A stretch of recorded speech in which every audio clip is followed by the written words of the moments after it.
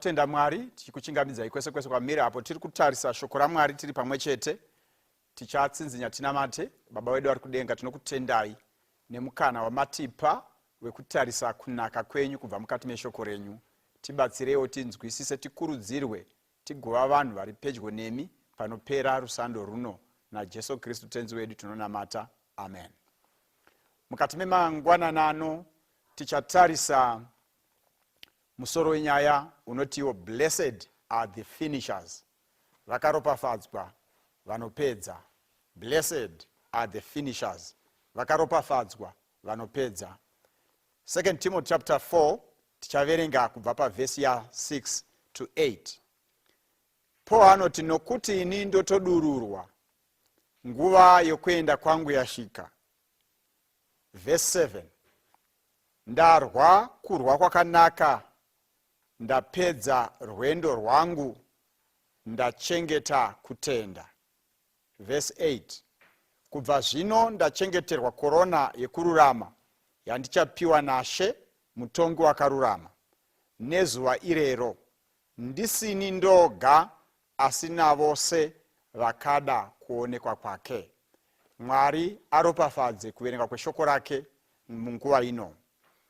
Musoro wenyaya taburisa pachena uri kuti blessed are the finishers. Vakaropafadzwa vanopedza. Kana paine chinhu chinonetsa munharaunda yatigere, kudzimba dzatiri, kwese kwese kwatiri, idambudziko rezvinhu zvinotangwa zvisingaperi. Pane vanhu vakawanda vakatanga maprojekti ekuvaka, nanhasi haasati apera, uye haana tarisiro yekuti achapera rini. Pane vamwe vakatanga nyaya dzerudo, hadzisati dzapera, dzichingori munzira, uye hadzifi dzakapera. Pane vanhu vakawanda vakatanga zvemaprojekti, nanhasi hachisati chasimuka, chinongotangwa asi hachipedziswe. Mangwanana ano ndada kuti titarise nyaya iyi, kuti vakaropafadzwa vanopedza. Tichitarisa nyaya yezvakatitenderedza nezvine chekuita neruponeso rwedu. Blessed are the finishers. In fact, kana tichiverenga mukati meshoko raMwari, Paul anotanga nekuti nokuti ini ndakutodururwa, nguva yangu yekuenda yasvika. Akanga akufila kuti ndasvika kwekupedzesera kwemission yangu. I have done my part. Kana mchiverenga vhesi ya 7 inoti, ndarwa kurwa kwakanaka. Ndo paanotangira Pauro anoti ndarwa kurwa kwakanaka. Ndo pfungwa yake yekutanga, I fought a good fight. Ndarwa kurwa kwakanaka. Ndoda kutanga nekutarisa kuvanhu vaMwari vakati vari kunzvimbo dzakasiyana siyana. Paul ari kuti ndarwa kurwa kwakanaka. Chekutanga chaari kutibuditsira pachena inyaya yekuti rwendo rwakatatarisana narwo rwekunamata Mwari ihondo kurwa. Paul bva ati panapa ndarwa kurwa kwakanaka. But chandoda kuti titange nekucherechedza panapa ndechekuti the climax of every race is the finishing line. The climax of every race is the finishing line. Nyaya yekuti ndakambotanga handiyo inokosha. Nyaya inotariswa mukati memangwanana ano ndemagumo nekunoperera rwendo. Maizviziva here kuti vana vaMwari iko zvino tichinamata tichidai takafanana nevanhu vari pamujaho. Tiri paresi iri kumanyiwa nevakuru, tiri paresi iri kumanyiwa nevadoko, tiri paresi iri kumanyiwa nevacheche, tiri paresi iri kumanyiwa nevakomana, resi iri kumanyiwa nevasikana, iresi inana baba nana mai mukati. Tese tiri pamujaho wekuenda kufinishing line. But nyaya yedu ndeyekuti takaita zvakanaka kuti takatanga mujaho. Hatingakupi mhosva nekuti kutanga kwamakaita mujaho kwakanaka pamberi paMwari kunoremekedzwa. Asi nyaya inomeka a difference kumira tiri pa finishing line. Hatipereri pakutanga, tinofanira kusvika kwazvinogumira. Kana uchiverenga munyori anobudisa pachena kuti no matter how good you start, the end makes a difference. Ndoda kukukurudzirai mukati menguva ino kuti hatingori vanhu vanotanga chinhu vasingachipedzesei. Ngatisiyene ine tsika yekungovamba tisingapedzi. Izvozvi zvatinoita pamaprojects edu, zvatinoita mukati meupenyu hwedu zvekungotanga tozorega kupedzesa, zviri kutigadzira kuva vanhu vachashayiwa denga nekuti tichatanga nyaya dzeruponeso totadza kudzipedzesa. Paul anoti ndarwa kurwa kwakanaka. Ndo mashoko ake ekutanga, ndarwa kurwa kwakanaka. Asi mashoko ake epiri anoti ndapedza rwendo rwangu. Ndo mashoko I have finished the race. Ndapedza rwendo rwangu. Mukati menguva ino yatiri kutaura hama dzangu, munamato wangu mukati memoyo wangu ndewekuti ngatitangei nekupedza. Ndoda kukurudzirai hama nehanzvadzi kwese kwese kwatiri kuti nyaya iri kutariswa naMwari haisi yekuti takatanga rini. Nyaya iri kutariswa naMwari haisi yekuti ndivanaani vakatanga kusvika. Nyaya iri kutariswa naMwari ndeyekuti ndivanaani vachaonekwa vari kumagumo kwemujaho. Kana paine munamato waunofanira kuita ndewekuti Mwari, ndakapinda chechi kare 20 years 30 years ago, ndakatanga, chindipaiwo nyasha dzekusvika kwadzinoperera. Hama nehanzvadzi, ndiri kutarisa kunoperera mujaho. Ndiri kuona kuine korona dzevanhu vaMwari. Ndiri kutarisa kunoperera mujaho. Ndiri kuona 144 vamire pamberi pegwayana. Ndiri kutarisa kunoperera mujaho. Ndiri kuona zviuru zvezviuru zvakawanda kudarika jecha regungwa zviri pamberi paJesu Kristu pachita chevakaponeswa. Kana paine nyaya inondipa manyukunyuku, inyaya yemaperero emujaho hwedu. Nyaya yemaperero emujaho watiri mukati mawo inopera tapa makumbo aJesu pakupedzesera kwenyaya. Ndosaka ndauya kuzokukurudzira mukati menguva ino kuti kutanga kwakanaka, asi magumo anokosha kudarika kutanga. Bhaibheri riri kubudisa pachena panapa. Paul ataura zvinhu zvitatu. Chekutanga ari kuti ndarwa kurwa kwakanaka. Chechipiri ari kuti rwendo rwangu, ndapedza rwendo rwangu. Nekume kutaura, Paul akatanga rwendo rwekunamata, akatanga mission yekuparidzwa kwevhangeri, but pakupedzesera anotiye ndapedza rwendo rwangu, ndasvika pazvinoperera. Hatirarami nekusingaperi, hatirarami zvachose tiri panyika ino. Tine nguva yakatarwa yatakapiwa mazuva ekurarama. Kana uchitoverenga Bhaibheri rinototi kuna Job, munhu wese akaberekwa nemukadzi ane mazuva mashoma ekurarama ari panyika ino. Anobuda seruva obva azosvava nekuve kutaura upenyu hwedu chaiwo chigume gume, hatirarami nekusingaperi. Vakaropafadzwa vachacherechedza kuti tine nguva yakatarwa yatiinayo. Kana tatanga zvatatanga, tine nguva yatinofanira kuzviita nekuzvipedzesa. Panyaya dzeruponeso rwedu takaita zvakanaka, takatanga. Ndosaka tiri mumachechi atiri, takaita zvakanaka, takatanga. Ndosaka tiine mabhaibheri atinouya nawo kuchechi nguva imwe neimwe. Ndosaka tiine mahimbuku ekuimbira, takatanga rwendo. Ndosaka tichiuya kuzoungana sabata rimwe nerimwe. Ndosaka tichiungana pamachechi takapfeka nhumbi dzedu, takatanga rwendo. Mwari ngaatitendwe nekuti takatanga rwendo. But Bible riri kuti panapa Paul ari kuti ndazopedza rwendo. Kune vanotanga vakawanda chinhu chichitanga, asi kana chakundopera unoona vamwe vasisipo. Saka mukati menguva ino kurudziro yangu ndeyekuti Mwari ari kutsvaka vana baba nana mai, ari kutsvaka vanhu vanopedza rwendo rwavo, vanoti pakupedzesera vanenge varipo pazvinokosha, panoimba rwiyo rwaMozisi negwayana. Kana uchiverenga panapa, vazhinji vachatanga asi vashoma vachapedza.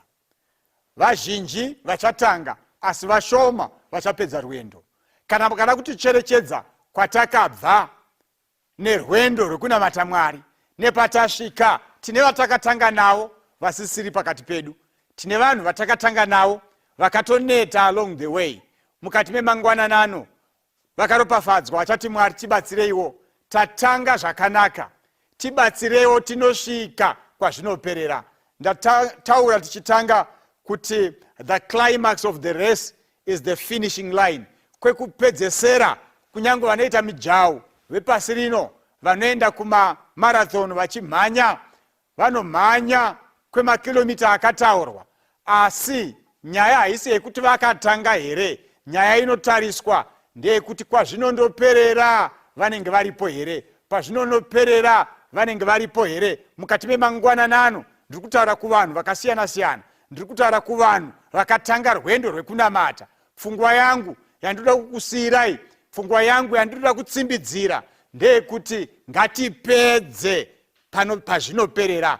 Ngatirambe tichifamba pamwe chete nevamwe, kunyange tikasangana nezvimwe zvinorema, ngatizvikurirei kusvika tasvika kwazvinoperera. Saka Paul anoti panapa, ndapedza rwendo rwangu. In fact, pamashoko ari kushandisa Paul haasi kuti tapedza rwendo rwedu, ari kuti ndapedza rwendo rwangu. Nyaya yekupedza rwendo rwedu inyaya yeumwe neumwe. Haisi nyaya yako nemurume wako, haisi nyaya yako nemhuri yako, haisi nyaya yako nevanhu vaunonamata navo. Chatingangoita kana tiri kuchechi, chatingangoita tiri kudzimba dzedu, kukurudzirana kuti handei, asi nyaya yekuti unenge uripo here pazvinoperera inyaya yako sedunga munhu, inyaya yako uri mumwe chete. Vakaropafadzwa vachati Mwari ndibatsireiwo, ndipewo nyasha dzekusvika kwazvinoperera. Pane mashoko ari kutaurwa naPaul panapa, ari kuti ndarwa kurwa kwakanaka. Pechipiri obva ati ndapedza rwendo. Ngatimbotarisai nyaya yaari kutaura yekuti I fought a good fight, ndarwa kurwa kwakanaka. Ndoda kukutaurirai hama dzangu kuti mukati menyika ino yatiri kurarama, pasi rino ratiri, zvinorwirwa zvakawanda, zvinorwisanirana vanhu zvihombe uye zvakawandisa hautingazvipedzi. But semuKristu akamirira kuuya kwaKristu kwechipiri, wakaropafadzwa ukaziva hondo dzekupinda. Hatingorwi dzese dzese, pane dzimwe dzisingatibatsiri. Hondo yeminda haina zvainotibatsira nekuti inopera, nekuti nyika ino ichaparara. Hondo yezvemari haina zvainotibatsira nekuti inopera. Hondo dzekuti ndiani mukuru dzichapera nekuti tinoziva kuti mukuru wedu chete ndiMwari wekumusoro kudenga. Hondo dzese dzimwe that we engage in ihondo dzisina maturo. Vakaropafadzwa vachati Mwari tibatsireiwo tirwe hondo dzine maturo. Kana paine hondo yaunofanira kurwa nayo, ihondo yechitema, hondo yekukurira zvisakarurama nekugara muchanza chajesu kristu, hondo yekukurira appetite, hondo yekukurira havi dzemwiri. Yasvika nguva yekuti Mwari atibatsire tirwe kurwa kwakanaka, kurwa kwaitaurwa naPauro kwaari kuti ndarwa kurwa kwakanaka. I have fought a good fight. Apedza kudaro obva ati ndapedza rwendo rwangu. Mukati menguva ino hama nehanzvadzi, handizive kuti tiri kurwa pane zvipi, handizive kuti chii chatiri kurwa pamusoro pacho, handizive kuti tiri kurwirei, asi ndauya kuzokutaurirai panguva ino kuti ngatirwei kurwa kune nduramo, kurwa kwakarwiwa naPaul, kurwa kune maspoils pakupedzesera. Kana uchiverenga vanototivo it's better to fight a battle with spoils than to just fight for the sake of fighting. Pano vanhu vakawanda vanongoda kupinda mukurwa asi kusina chavanobura ipapo. Pavanopedza kurwa tobvunzana kuti zvino zvatakapedza simba redu nenguva yedu tichirwa takawanei. Kana muchiverenga David achirwa naGoliath, haana kupinda pahondo iyi zvemanyawi, haana kupinda pahondo iyi kuti aratidze kuti anorova vanhu vakuru. Akapinda pahondo iyi nekuti pakanga paine reward yakanga yataurwa naSauro kuti umwe neumwe acharova Goliath akamuuraya achapiwa mukunda wamambo. Ndoda kutaura mukati memangwanana ano ndichiti tiri muhondo yechitema, tiri muhondo yatiri kurwa, yatinoziva kuti tine reward iri pamberi pedu, tine mubayiro wakaiswa pamberi pedu, mubayiro wevakarurama. Uchapiwa korona yekubwinya kwaMwari. Tichafamba pandarama kana tichinge taponeswa. Chinofa ichi chichafuka kusafa. Saka mukati menguva ino tine vanhu vari pakati pedu, tine vanhu vakatitenderedza vanotikurudzira kupinda muhondo dzese dzese. Ngativataurirai kuti kwete, tawana hondo imwe chete yatinofanira kurwa, ihondo yekubuda mukati mechitema. Saka Paul ari kuti panapa ndarwa kurwa kwakanaka, ndiri paresi, ndachengeta kutenda. Ndozvaari kutaura panapa, ndarwa kurwa kwakanaka, ndapedza rwendo rwangu uye ndachengeta kutenda. Saka tiri kuona achimenshena zvinhu zvitatu: fighting a good fight, finishing the race and keeping the faith. Bhaibheri robudisa pachena kuti nyaya yekupedza inokosha. Ndosaka tati panapa, blessed are the finishers. Vakaropafadzwa vanhu vanopedza. Ndoda kukutaurirai mukati memangwanana ano ndichiti pane zvinhu zvakawanda zvinotipedzera nguva yedu, pane zvinhu zvakatimomotera zvisinei neruponeso rwedu. Vakaropafadzwa vachati Mwari tibatsirei tikoshese upenyu hwedu kudarika zvakatitenderedza, tirwe kurwa kwakanaka kwekutenda, tipedze rwendo rwedu. Nekuti patakatanga, tarirai takatanga takawanda, asi izvozvi patiri kufamba taavashoma. Vamwe vedu vakaneta mukati menzira. Maizviziva here kuti rwendo resi yatiri yakarebesa? Vamwe vanoneta, kumbozorora kunowanikwa. Asi ndoda kukurudzirai ndichiti mazorora chechi kwenguva yakareba amai, mazorora chechi kwenguva yakareba baba. Ngatisimukei tirambe tichifamba tiri pamujawu. Rangarirai kuti mujawu uyu hausi wevanhu vachatariswa kuti vaimhanya zvakanyanya here, vaimhanya zviri fast sei. Mwari haatarise izvozvo. Mwari ari kutarisa kuti tinenge tiripo here kumapeto kunoperera mujawu. Saka kunyange uchifamba mbichana mbichana usina simba rakawanda, ramba uchifamba, keep moving, don't stop along the way. Tinoda kusvika kwazvinoperera. Mwari achitibatsira netsitsi dzake tisvike kwazvinoperera. Ngandei mubhuku raHebrews pane mashoko andinoda kuti titarise pamwe chete. Mubhuku raHebrews chapter 12 kubva pavhesi ya1, vakaropafadzwa vanopedza, blessed are the finishers.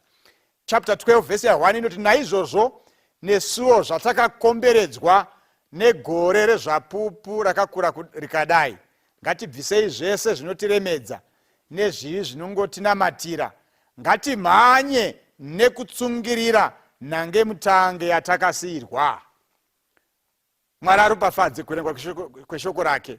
Zvikanzi pavhesi ya1, nesuo takakomberedzwa negore rezvapupu rakakura rakadai. Vanhu zvinhu zviri kutaurwa panapa izvi ndezvekuti nyaya iyi yemujaho watiri mukati mawo haisi kutangwa nesuba. Ndo mujaho wakamanywa nana Moses, ndo mujaho wakamanywa nana Abraham, ndo mujaho waingomanywa nana Enoch, ndo mujaho wakajoinwa nana Joshua. Saka Bhaibheri riri kuti panapa takakombwa negore rezvapupu. Kana uine dambudziko rembereko, mubhaibheri munotori nenyaya yaHana akanetseka nembereko asi haana kurasa kutenda. Takakombwa negore rezvapupu. Kana iri nyaya yekuti wakarambwa newabereki, tine nyaya dziri mukati meshoko raMwari dzinotipa kurudziro dzevanhu vaMwari vakatambudzika. Tiri munguva apo tiri kufanira kutarisa macharacters ari mukati meshoko raMwari anotipa kutsungirira mumatambudziko atinosangana nawo. Zvikanzi takakombwa negore rezvapupu rakakura kudai. Zvikanzi ngatimhanye nekutsungirira nhange mutange yatakasiyirwa. Ndosaka ndati hatisisi tiri kutanga kupinda paresi. Iresi yakaita sevanhu ine vamwe vakatomhanya kare, vakatosvika kufinishing line, vari kutikurudzira kuti ramba uchimhanya, usaneta mukati menzira, usazorora, don't give up paresi yekuponeswa kwako. Hazvina basa kuti zvinganetsa sei mukati medzimba dzedu, hazvina basa kuti zvinganetsa sei kumabasa kwatinoshanda. Handizivi kuti inhamo ipi nepfumvu ipi yatiri kuona iri kutipedza simba. Munamato wangu mukati menguva ino ndeyekuti let's keep on moving. Ngatirambei tichifamba tichienda kwazvinoperera. Ndinoda pfungwa iri kutaurwa panapa iri kunzi ngatimhanye nekutsungirira nhange mutange yatakasiyirwa. Nemamwe mazwi zvinotiremei, zvinomborema, asi zvinoda kutsungirira. Ndoda kukurudzirai mukati menguva ino kuti hazvina basa zvanetsa sei, ngatirambei takashinga tiri pamunamato tichikumbira simba kuna iye ane simba kuti atibatsire tindosvika kwazvinoperera. Ndandichiverenga verse 2 pachapter 12 yaHebrews. Pane mashoko akanaka ari kutaurwa, ari kunzi panapa patiri kumhanya nhange mutange iyi. Verse 2 inoti tichitarira kuna Jesu, muvambi nemukwanisi wekutenda kwedu. Iye akatsunga pamuchinjiko nekuda kwemufaro, akaiswa pamberi pake, akashora kunyadziswa kwawo, akandogara kurudyi rwechigaro chose chaMwari. Mwari aropafadze kuverenga kweshoko rake. Bhaibheri riri kuti panapa patinenge tichifamba hatisifana kutarisa kurutivi rupi nerupi, hatisifana kutarisa vakatitenderedza nekuti vanhu vari kufungei pamusoro penhange mutange yedu iyi. Bhaibheri riri kuti panapa fixing our eyes on Christ, tichitarisa kuna Kristu, muvambi nemukwanisi wekutenda kwedu. Mukati menguva ino munamato wangu ndewekuti hama nehanzvadzi, upenyu hunorema munhange mutange yatiinaye, simba rinopera rekufamba, asi vakaropafadzwa vachaziva kuti focus yedu haifaniri kunge iri pane zvimwe zvinhu, ngaive pagwayana rakabayiwa. Ndo gwayana rinotaurwa naJohn pana John chapter 1 verse 29 kuti tarirai gwayana raMwari rinobvisa zvivi zvenyika yese. Ngatirambei takatarisa pamuchinjiko, tikatarisa papolitics dzechechi hatingaponeswi, tikatarisa pakuti ndiani ane chigaro muchechi hatingaponeswi, tikatarisa pavanhu kuti vari kufungei pamusoro pedu hatingaponeswi. Asi tikatarisa pagwayana, tikaramba takatarisa pana Jesu, tichawana upenyu husingaperi. Saka Bhaibheri riri kubudisa pachena, riri kuti panapa blessed are the finishers, vanosvika kwazvinoperera. Zvekuti tine nhoroondo yakaita sei iri kumashure kwedu hazvitibatsiri. Pane vanhu vakawanda vakazvarirwa muchechi asi vakatobuda. Pane vanhu vakawanda vakanga vasinganwi asi vaakunwa. Pane vanhu vakawanda vakanga vasingaputi asi vaakuputa, nenyaya yekuti rwendo rwakamboti fambei vakadzokera shure. Munamato wangu panguva ino ndeyekuti hama nehanzvadzi, kutanga kuti takatanga hakuna zvakunotibatsira kana tikasapedza. pandatanga nyaya iyi ndavhura ndikatsanangura kuti maizviziva here kuti kunotori nevanhu vangori neweakness yekutanga zvinhu vasingapedzi. Ari good yekutanga chinhu asi haapedzi. Akatanga chino hachina kupera chasiyiwa. Akatanga chikoro chake chakasiyirwa panzira, akatanga chimwe chikasiyirwa panzira. Munguva ino yatiri kutaura hama nehanzvadzi, ndiri kuti vakaropafadzwa vanotanga vachipedzesa. Izvi zvinotibatsira panyaya dzekuponeswa kwedu. Vachaponeswa vanhu vacharamba vakatsungirira kunyange zvichirema sei. Tinombodona mukati menzira iyi. Patinenge tiri panhange mutange iyoyo, unogona kugumburwa wodona. Uri munhange mutange wagumburwa ukadona. Usaramba wakarara. Simuka. Utevere vamwe. Nekuti rangarira kuti vari mberi kwako havana advantage over you. Iwo hauna advantage kune vari kumashure kwako. Paresi yaMwari yekuponeswa hainei neari kumhanya fast, hainei neari kugona kumhanya kudarika vamwe, hainei nekuti watanga kusvika kufinishi, hainei nekuti wakatanga rini. Ine chekuita nechekuti panopera nhange mutange iwe unenge uripo here. Mukati memangwananano munamato wangu kwamuri mese ndewekuti when the roll will be called up yonder, will you be there? Pachadaidzwa gwaro revakaponeswa, unenge uriko here? Kana uchiverenga bhuku revaRoma chapter 9 verse 28, inotobudisa pachena kuti Mwari uchaita shoko rake panyika nekuripedzisa nekukurumidza. Tinonamata Mwari anopedza zvaakatanga. Akatanga program inosvika pakupera. Akatanga zvaakatanga zvinosvika pakuzadziswa. Vakaropafadzwa vachati Mwari tibatsireiwo tinge tiripo panopera nhoroondo nekupetwa kwenhoroondo yenyika ino. Hatidi kungova vatangi venyaya dzekuponeswa, tinoda kuva vapedzi venyaya dzekuponeswa. Tinge tiripo parwizi rwendingiriro, tinge tiripo pachanzi pindai mumufaro washe vangu imi vaiti vekururama.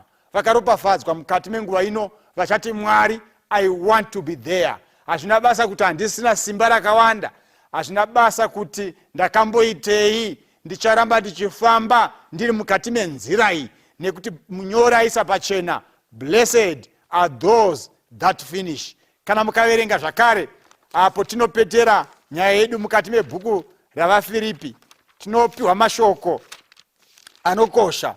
Philippians chapter 1 verse 6 ine mashoko andiri kuda kuti titarise pamwe chete. Verse 6 inoti, ndichiziva chinhu ichi, kuti iye akatanga basa rakanaka mukati menyu acharipedzesera kusvika pazuva raKristu Jesu. Mwari ari kutotishuvira kuti basa rakanaka rakatangwa matiri rekuva maKristu emandoro kwatu richapedzeswa pazuva rekupedzesera. Nekume kutaura hama dzangu, ndauya kuzokutaurirai kuti vakaropafadzwa vanotanga nekupedzesa.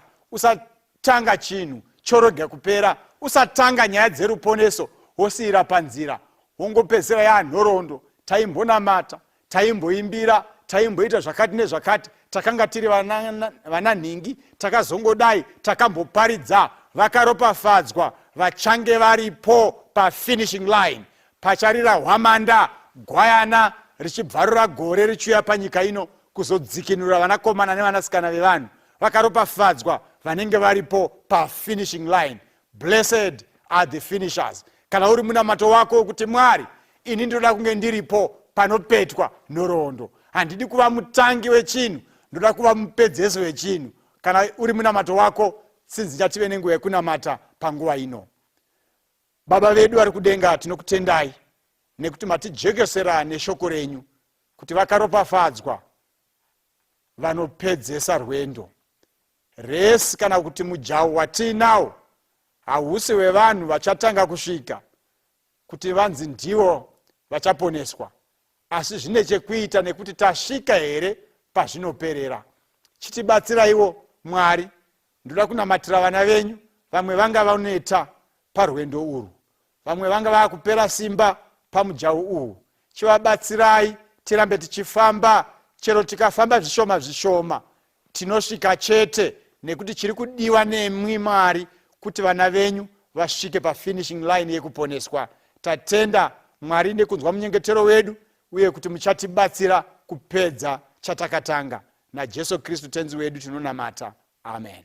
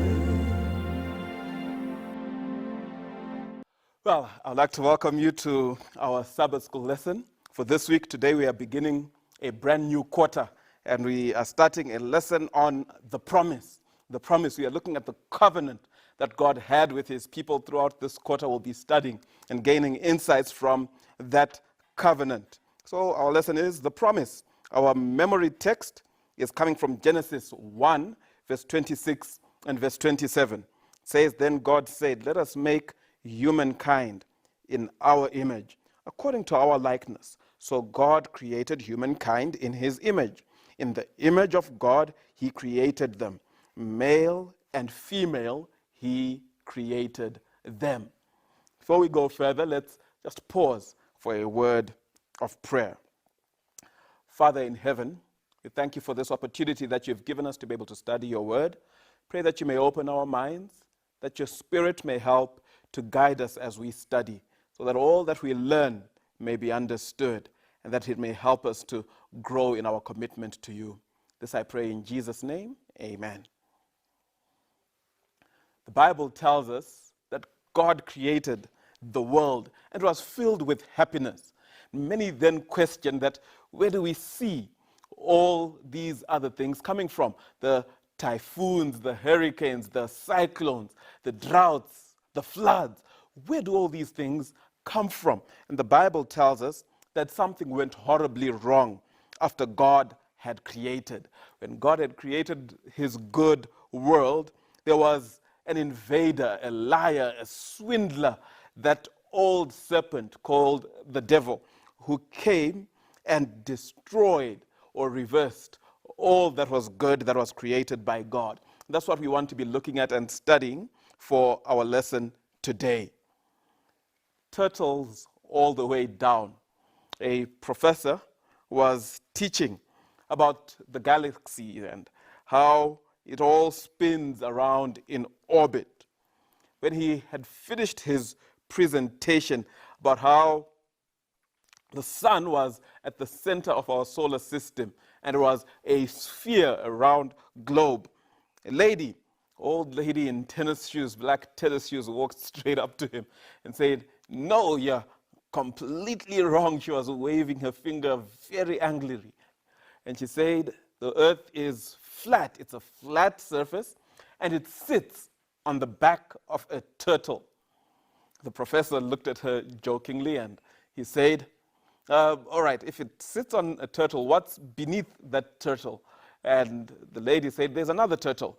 He says, okay, and beneath that turtle, and there's another turtle. Before he was going to ask again, the woman said, you know what, save your breath. It's turtles all the way down.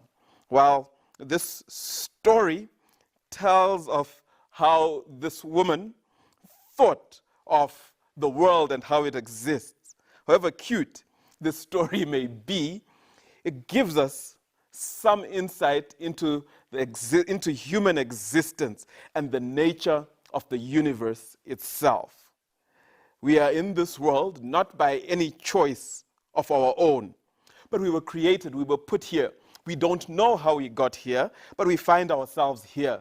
The Bible now gives us that information. The Bible tells us, Genesis 1, verse 1, in the beginning, God created the heavens and the earth. In these words, we find the source, where we come from. We also find our reason for existence. So the Bible makes it clear that all that we see has been put in place by God. And we read this throughout Scripture, whether you're going to Psalm 100, verse 3, Isaiah 40, verse 28, in the book of Acts, chapter 17, 26, Ephesians 3, verse 9. All these verses emphasize the point that God is the creator. God is the one who has put all things where they are, and he has done it for a specific purpose. What is interesting about Genesis 1 and verse 1, and even other texts as well, is that the Lord does not attempt to prove that he is creator. There is no elaborate arguments to make the point that God is the one who created. Instead, it is simply and clearly stated. No attempt to justify or explain. God doesn't try to justify his existence. It's something that we simply need to accept by faith. We accept this idea by faith, and this doesn't contradict with logic. Even those who believe in evolution need to admit that they also take that by faith. They take their belief by faith, because none of us was there at creation. It would have been impossible for any of us to actually be present at our own creation. I remember one time when I was much younger, I asked my parents where I was at their wedding. Of course, that question is redundant now, and it makes sense why I wasn't able to attend their wedding. And we could not have been witnesses of creation. So our origin is something that we accept by faith, based on the evidence we find in the Word of God. Nevertheless, even if God himself asked us to believe in him as creator, he does not ask us to believe without giving good reasons to believe. Realizing that there is a certain amount of faith that is required in almost anything we believe, write down reasons why it makes sense to have faith that we are here because a creator purposely put us here, as opposed to our origins being rooted in nothing but pure chance. The image of the Maker. The Bible tells us in our memory text, which we have already read, that God created humankind, humanity, in his image. Male and female, he created them. What do you think it means for God to create us in his own image? In what ways do you think that God has actually created us in his image? If I'm to think about it, a few things come to mind. I think about how God has created us as relational beings, having that ability to relate to one another. Also think about the incarnation of Christ, how God became human in Christ, and so I am in the image of God. Also think about the dominion that God gives to humanity. A few things that we could think about that relate to the image of God in humanity. According to the Genesis account, did God make anything else in his own image other than humankind? If not, what does that tell us about our unique status in contrast to the rest of earthly creation? What lessons can we draw from this? Wow, this is an amazing thought. Nothing else in the whole creation is in God's image except humanity. This means we have an awesome responsibility to bear the name of God here on earth. What else can be found in the account of the creation of humankind that sets apart the human race from anything else created? Well, when you read the story of creation, you read about how God formed man out of the dust of the ground. Everything else God spoke into existence, but God took time to mold man. This should show us the importance that God places on you and me. God and humankind together. God and humankind together. God creates humanity for a purpose. God desires to relate with this creature that he has created. God's first spoken words to man are the mission that he wants to give him. He tells him, be fruitful and multiply, subdue the earth, have dominion over it. God is giving some specific instructions of how he expects this image-bearing creature of his to undertake responsibility in this earth that God has created. God creates both Adam and Eve, and he blesses them, and there's a special relationship that is there between Adam and Eve and their creator. God, in his design, wanted to have a special relationship with these creatures in particular, and God wanted to have a relationship between him and Adam.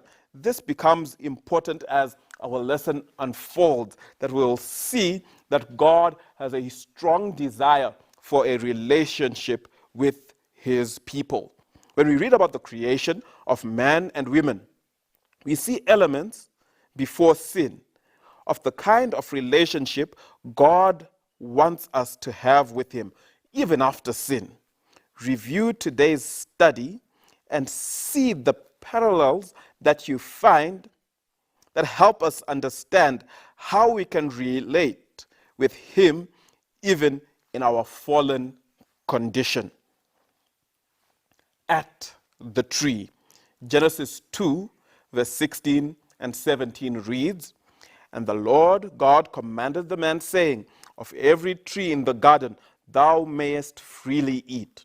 But the tree of the knowledge of good and evil thou shalt not eat, for in the day that you eat thereof you shall surely die. God gives instruction to Adam and to Eve that you shouldn't eat the tree that is in the middle, the fruit of the tree that is in the middle of the garden, the tree that is known as the tree of knowledge of good and evil. God provided this tree as an opportunity for Adam and Eve to exercise their free will. God wanted to have a relationship based on free will.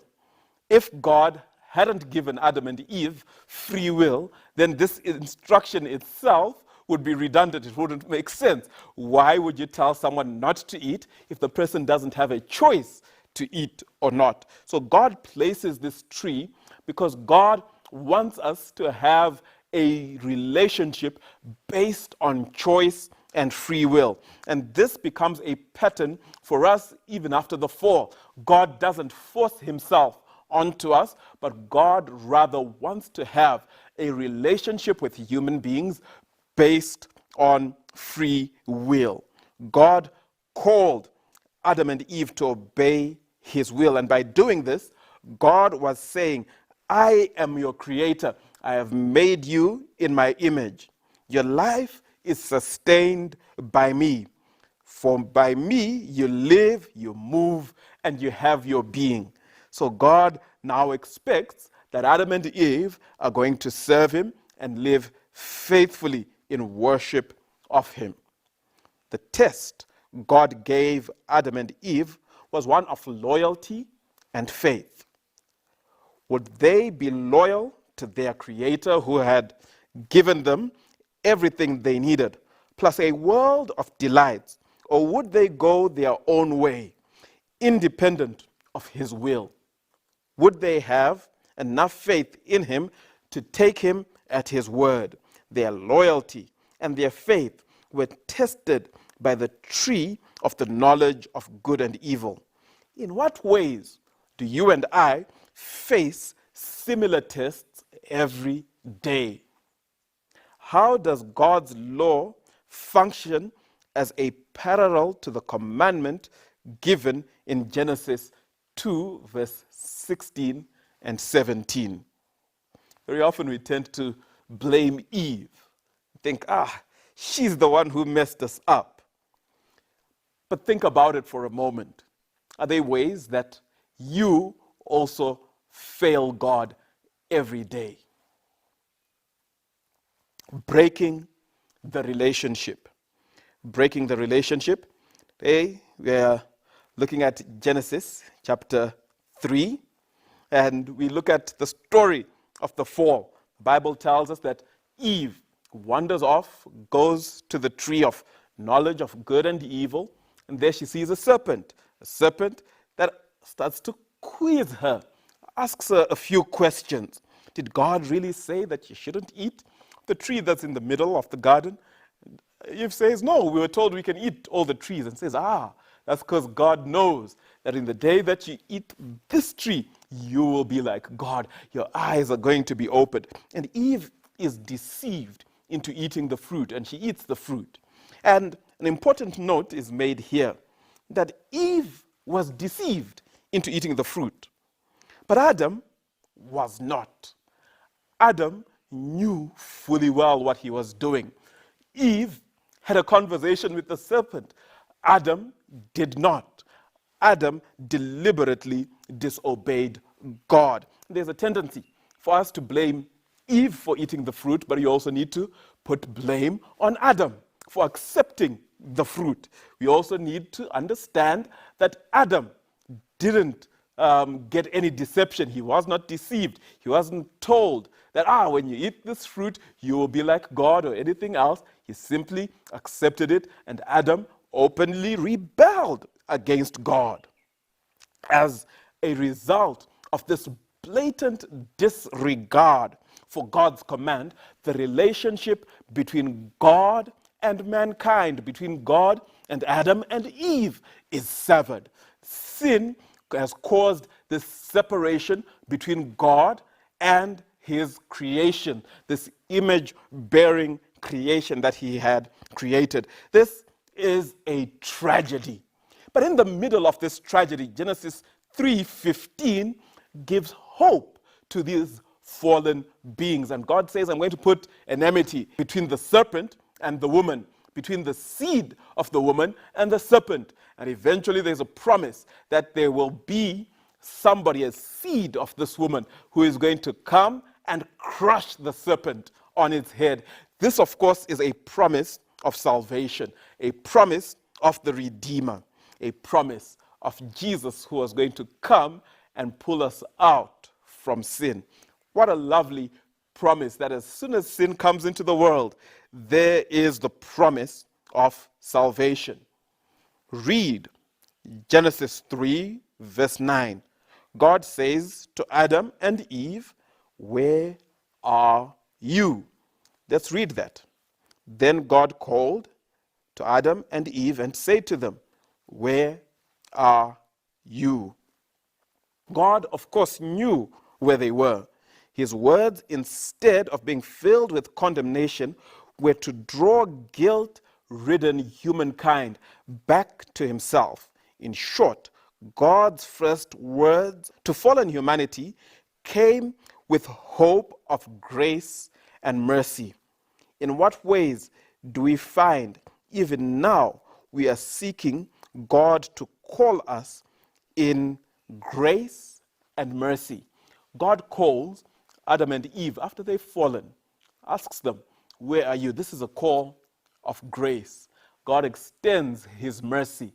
God extends his love to fallen humanity. Even now, God is extending his grace to you and to me.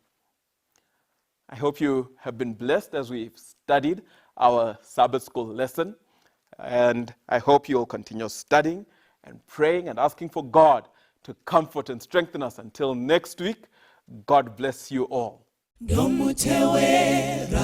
Kweseko ndadzidza kumusimbira ndotondera kundifira pamchinjiko weKalvari Jesu anditungamira rwendo rwese nguva dzese ari shamwari yeidi ndinotondera Kalvari ndofarira mtemo wake ndoda anditungamire rudo rwake rwakanaka rwaereswa paKalvari Jesu anditungamira rwendo rwese nguva dzese ari shamwari yeidi ndinotondera Kalvari ndinofamba ndisingatyi ndofara naKristu pedyo ndosimbira ndichaona shamwari yepaKalvari Jesu anditungamira rwendo rwese nguva dzese ari shamwari yeidi ndinotondera Kalvari Jesu anditungamira rwendo rwese nguva dzese ari shamwari yeidi ndinotondera Kalvari.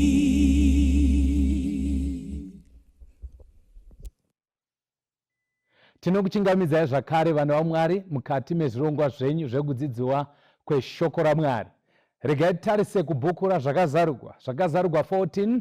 Ndoda kuverenga mavhesi maviri kutangira pavhesi ya9 toverenga nevhesi 10 towana chidzidzo chedu chenguva ino. Tisati taverenga tichambonamata. Ishe tinomutendai patakuverenga soko renyu, tinokumbira kuti ndidzikisirwe Baba, imi musimudzirwe, mundipe kududzira kunofadza zita renyu, uye kuti munhu wese akatarira chirongwa chino nekuchiteerera anzwe kuti Mwari vataura, kwete munhu, asi ainde ane zita remunhu, but ainde nezita raJesu, nokuti hakuna rimwe zita kudenga nepanyika ringaponesa munhu kunze kwezita raJesu. Tinokumbirawo simba rekuramba takatarisa, mugotipa even maresources ekuti tikwanise kuona zvirongwa zvino nekuzviteerera.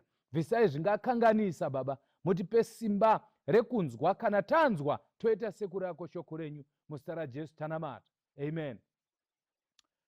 Zvakazarugwa 14 verse 9 kusvika pavhesi ya10. Shoko raMwari rinoti, ipapo mumwe mutumwa wechitatu akatevera, akati nenzwi guru, kana munhu akanamata chikara nemufananidzo wacho nekugamuchira chiratidzo pahuma yake kana paruoko rwake, naiye uchanwawo waini yokutsamwa kwaMwari yakadirwa isina kuvhenganiswa mumukombe wehasha dzake, achatambudzwa mumoto nesafuri pamberi pavatumwa vatsvene napamberi pegwayana. Muchaona kuti munhu umwe neumwe ari pano panyika ari mupenyu munamati.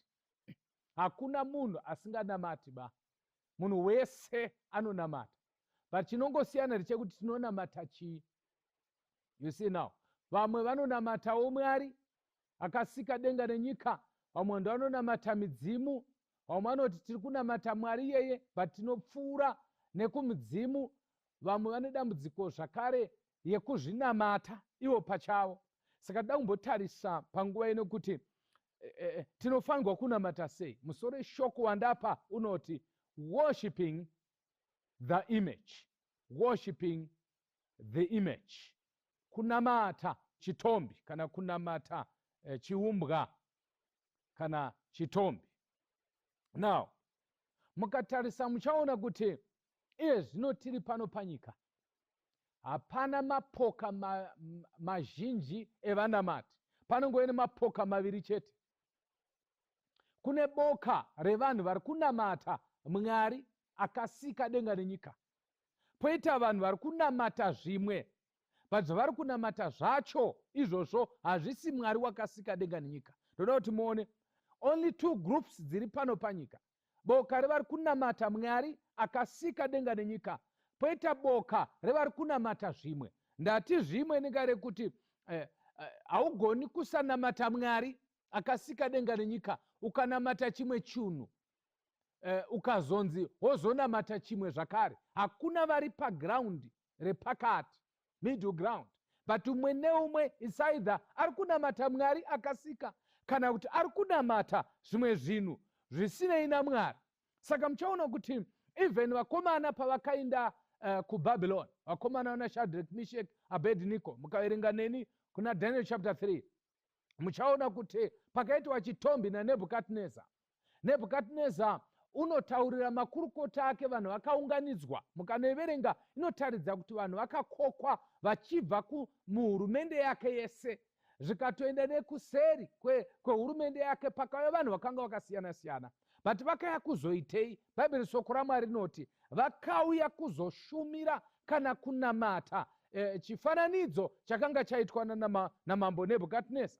Saka muchaona kuti mukatarisa panguva apo vakomana ava vari vatatu pavakanzi vanamata, pakanga pane vanhu vakawanda. Mazvoona kaizvo? Ende musi wacho vakanga vachinamata, vamwe vakawanda ava vakanamatawo, but ivo zvakare vakanamata, asi havana kunamata chifananidzo chamambo Nebhukadhineza, asi vakanamata Mwari wekudenga. Kunyange tisingavaoni vachitsinzina vachinamata kana vachiimba rwiyo rwekutanga kana kuvhura mavhesi, but kusanamata kwavakaita chitombi chaNebhukadhineza kwakava estatement yekuti vari kunamata Mwari wokumusoro kudenga. But rega ndikasike nditi kusanamata Satani hazvirevi kuti kunamata Mwari. Variko vanhu vasinganamati Satani, vasingambodi futi kunzi vanzi vanonamata Diabolos, but vasinganamati futi Mwari. Saka ndoda kuti muzive kuti kana usinganamati Satani unoita zvinhu zvakanaka, asi kana usinganamati Satani worega futi kunamata Mwari, hausi kuita zvinhu zvakanaka. Nengari yekuti vese vasinganamati Mwari, whether vanonamata Satani kana kuti havamunamati, vanogumisira vavi vanamati vaSatani. Saka hapana munhu anogona kusara ari kurutivi wokuti imwe maybe angava munhu waMwari kana kuti angava munhu wekunyika. Tizere iye zvino nevanhu vanonetseka pamusoro pekunamata, vachifungidzira kuti kunamata kune chekuita nekwaunogara kana kuti kwaunoenda kana kuti vanhu vakakupoteredza. But vakomana vari vatatu ava vakataridza kuti hazvinei kuti vari munyika ipi, hazvinei kuti vari kugara kupi kana kuti vakapoteredzwa nani. Saka dzidziso chinotoda kutarisa chanda pamusoro nyaya yokuti worshiping the image, kunamata chitombi kana kuti mufananidzo. Toda kutarisa nyaya mbiri idzi, kuti pane nyaya iri kuna zvakazarurwa chapter 14 ndaverenga pavhesi ya9, then tozotarisa kuna Daniel chapter 3 kubva pavhesi ya6 muchidzika nayo kusvika apo vakomana vakazokandwa muchoto. Toda kuona kufanana kwekunamata kuviri kuri kwatiri kupiwa panapa. Chekutanga muchaona kuna Daniel chapter 3 vakomana vari vatatu vakanzi vanamata, havasiwo vakanzi vanamate vega, but vanhu vese vakanzi vanamata. Mukaenda kuna zvakazarurwa muchaona kuti ndimi nevanhu nemitauro yese inokokwa kuti vanamate, but vanamate Mwari. Mazvibata ka? And then kuna Daniel vakakokwa vanhu vakawanda kuzonamata chitombi chakanga chaitwa namambo Nebhukadhineza. Asi kuna zvakazarurwa kuri kukokwa vanhu kuti vanamate Mwari wakasika denga nenyika, kuri kunamatwa musiki. But kuna Daniel kuri kunamatwa musiki wechitombi. But kuna zvakazarurwa kuri kufanira kunamatwa musiki wedenga nenyika neakasika, even akasika chitombi. By the way, ndikushandisa vari kuti kusika, but hakusi kusika chaiko, but kugadzira. But Mwari wakasika from nothing. Naizvozvo muchaona kuti kunamata, Satani anoda kuti anamatwewo kunyange asina chaakaita. Saka Nebhukadhineza ari kuita sei kuti anamatwe? Akaisa pachena mubani, mazvoona kaizvo, akaisa mubani kuti vanhu vese vaone pashaiko chinovakanganisa kunamata. Uko kuna zvakazarurwa ngirozi dzakanga dzichibhuruka pakati pedenga pabani kuti pashaiko munhu anoti ndakadzikatirwa nemuti kana negomo. Saka zvakanga zviri pachena kuti umwe neumwe akwanise kupa sarudzo yakanaka. Chechipiri chechitatu chatinoona ndechekuti kuna Daniel tinodzidza kuti vakanga vachigwisana nemutemo wakanga une chekuita nekunamatwa kwaMwari akasika. Uri mutemo wechipiri unoti musafugamira zviri kudenga kana zviri panyika, but munamate Mwari ega, iye akasika denga nenyika. But then muchaona kuti kuna zvakazarurwa vanhu vachamanikidzwa kunamata kana kuti kuri kukanganiswa mutemo wechina uri mutemo nechekuita nekunamata Mwari wakasika denga nenyika, akazorora nemazuva nezuva rechinomwe akashanda mazuva matanhatu. Saka tikuona mitemo miviri ichigwiswa nayo panapa. Kuna Daniel pari kugwiswa mutemo wechipiri wekuti vanhu vasafugamira zvifananidzo, but kuna zvakazarurwa pari kugwiswa mutemo wechina wekuti vanhu vasanamate Mwari akashanda akazorora. Saka kuna Daniel tiri kuona zvichaitika pamazuva ekupedzisira apo hwamanda isati yarira. Ndo mazuva atiri kurarama, ndo mazuva achararama kune avo vanenge vari vapenyu, apo vanhu vachazopiwa sarudzo yekuti vanamate Mwari wakasika kana kusanamata Mwari wakasika. Kuna Daniel tinoona vanhu vachimanikidzwa kuti munhu wese ngawire pasi, but vakambopiwa opportunity yekunzwa mimhanzi ichiridzwa. Saka kuna Revelation panonzwika hwamanda ichirira, kureva kuti mimhanzi yakanga ichiita sewisiro, seyambiro yekuti ngatichinamatai manje. Kuna Revelation panoonekwa kuparidziwa kweivhangeri sewisiro yekuti vanhu ngavachinamata manje. Saka tichaona kuna Daniel vanhu vari kumanikidzwa kuti vanamate, and kuna Revelation Mwari haamanikidze kuti vanhu vanamate, asi chikara ndo chichamanikidza vanhu kuti vanamate zvachakaita vasinganamati zvakaitwa naMwari. Muchaona kuna Daniel tinodzidza kuti vakomana vari vashoma vakamira vakatendeka. Tinodzidza zvakare kuti pakupetwa kwenyika ino pachamira vashoma vakatendeka kuna Mwari vachichengeta mutemo waMwari. Tichatarisa kuna Daniel, vanhu vakatadza kunamata chikara, vakanga vari vakomana vatorwa, vakanga vasirivo bho. Kuna Revelation zvichaonekwa kuti vanhu vachanamata Mwari wokumusoro kudenga vachamira naye even kusvika parufu. Neavo vanobvuma kuti vatorwa nevafambi vepano panyika havasiwe pano, but vane musha uri kumusoro kudenga. Tinoona kuna Daniel vakomana vakanga vari vatapwa, vakomana vakanga vatotogwa kunyika yevatorwa, vakauyiswa navo kuno kuti vagare vari mukati mechizarira, vari varanda, ndo vakamira vana Mwari, vari vakomana vechidiki. But pakupedzisira nekupetwa kwenguva ino, apo chikara chinenge chakumanikidza vanhu kuti vanamate icho nekunamata zvachakasika nezvachakagadzira. Pachamira avo vanobvuma kuti tiri vasungwa mukati menyika ino, but tinosunungurwa chete naJesu, iye akarogwa pamuchinjikwa. Tinoona pazvinhu zviviri izvi pane masimba atinoti the earthly, political and religious power iri kumanikidza vanhu kuti vaite zvavasina kujaira kuti vaite kana kuti zvavasingatendi. Kuna Daniel tinoona masimba ehurumende achimanikidza vakomana kuti vanamata. Kuna Revelation tichaona masimba ehurumende achimanikidza vanhu kuti vanamate chikara nemufananidzo wacho. Kuna Daniel tinoona vakomana vachimisiwa pamberi pematare ekutongwa namambo pachake kuti mimaita here nemaune. Kuna Revelation tichaona vanhu vachimiswa pameso pematare edzimosva vachipiwa mhaka yekupandukira hurumende. Kuna Daniel tinoona vanhu vachimiswa pamberi pamambo anonzi Nebhukadhineza, uyo akanga achizikama kuti ndiye akanga ari mukuru pasi rese panguva iyoyo, nokuti vakanga varonga kupandukira hurumende yakanga iripo. Vakanga vava kutongwa nepamusoro pekuti vakanga vaita treason.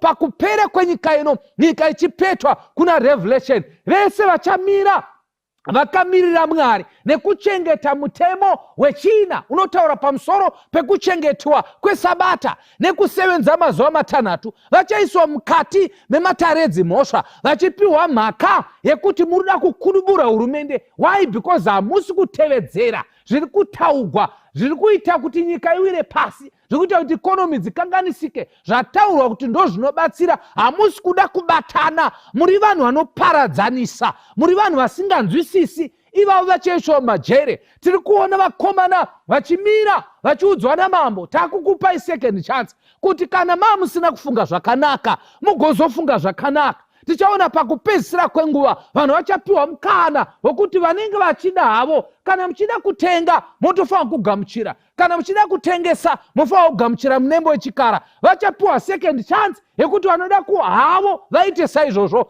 But we want to believe kuti varipo vachamira sevakomana vatatu ava, Daniel, Shadrach, Meshach and Abednego, vakati mambo raramai nekusingaperi. We are not careful. Hatina rimwe vari atingakutaurirai pamusoro penyaya yenyu. We don't need a second chance. Vazhinji vedu takakunda nokuti yanga iri chance yekutanga.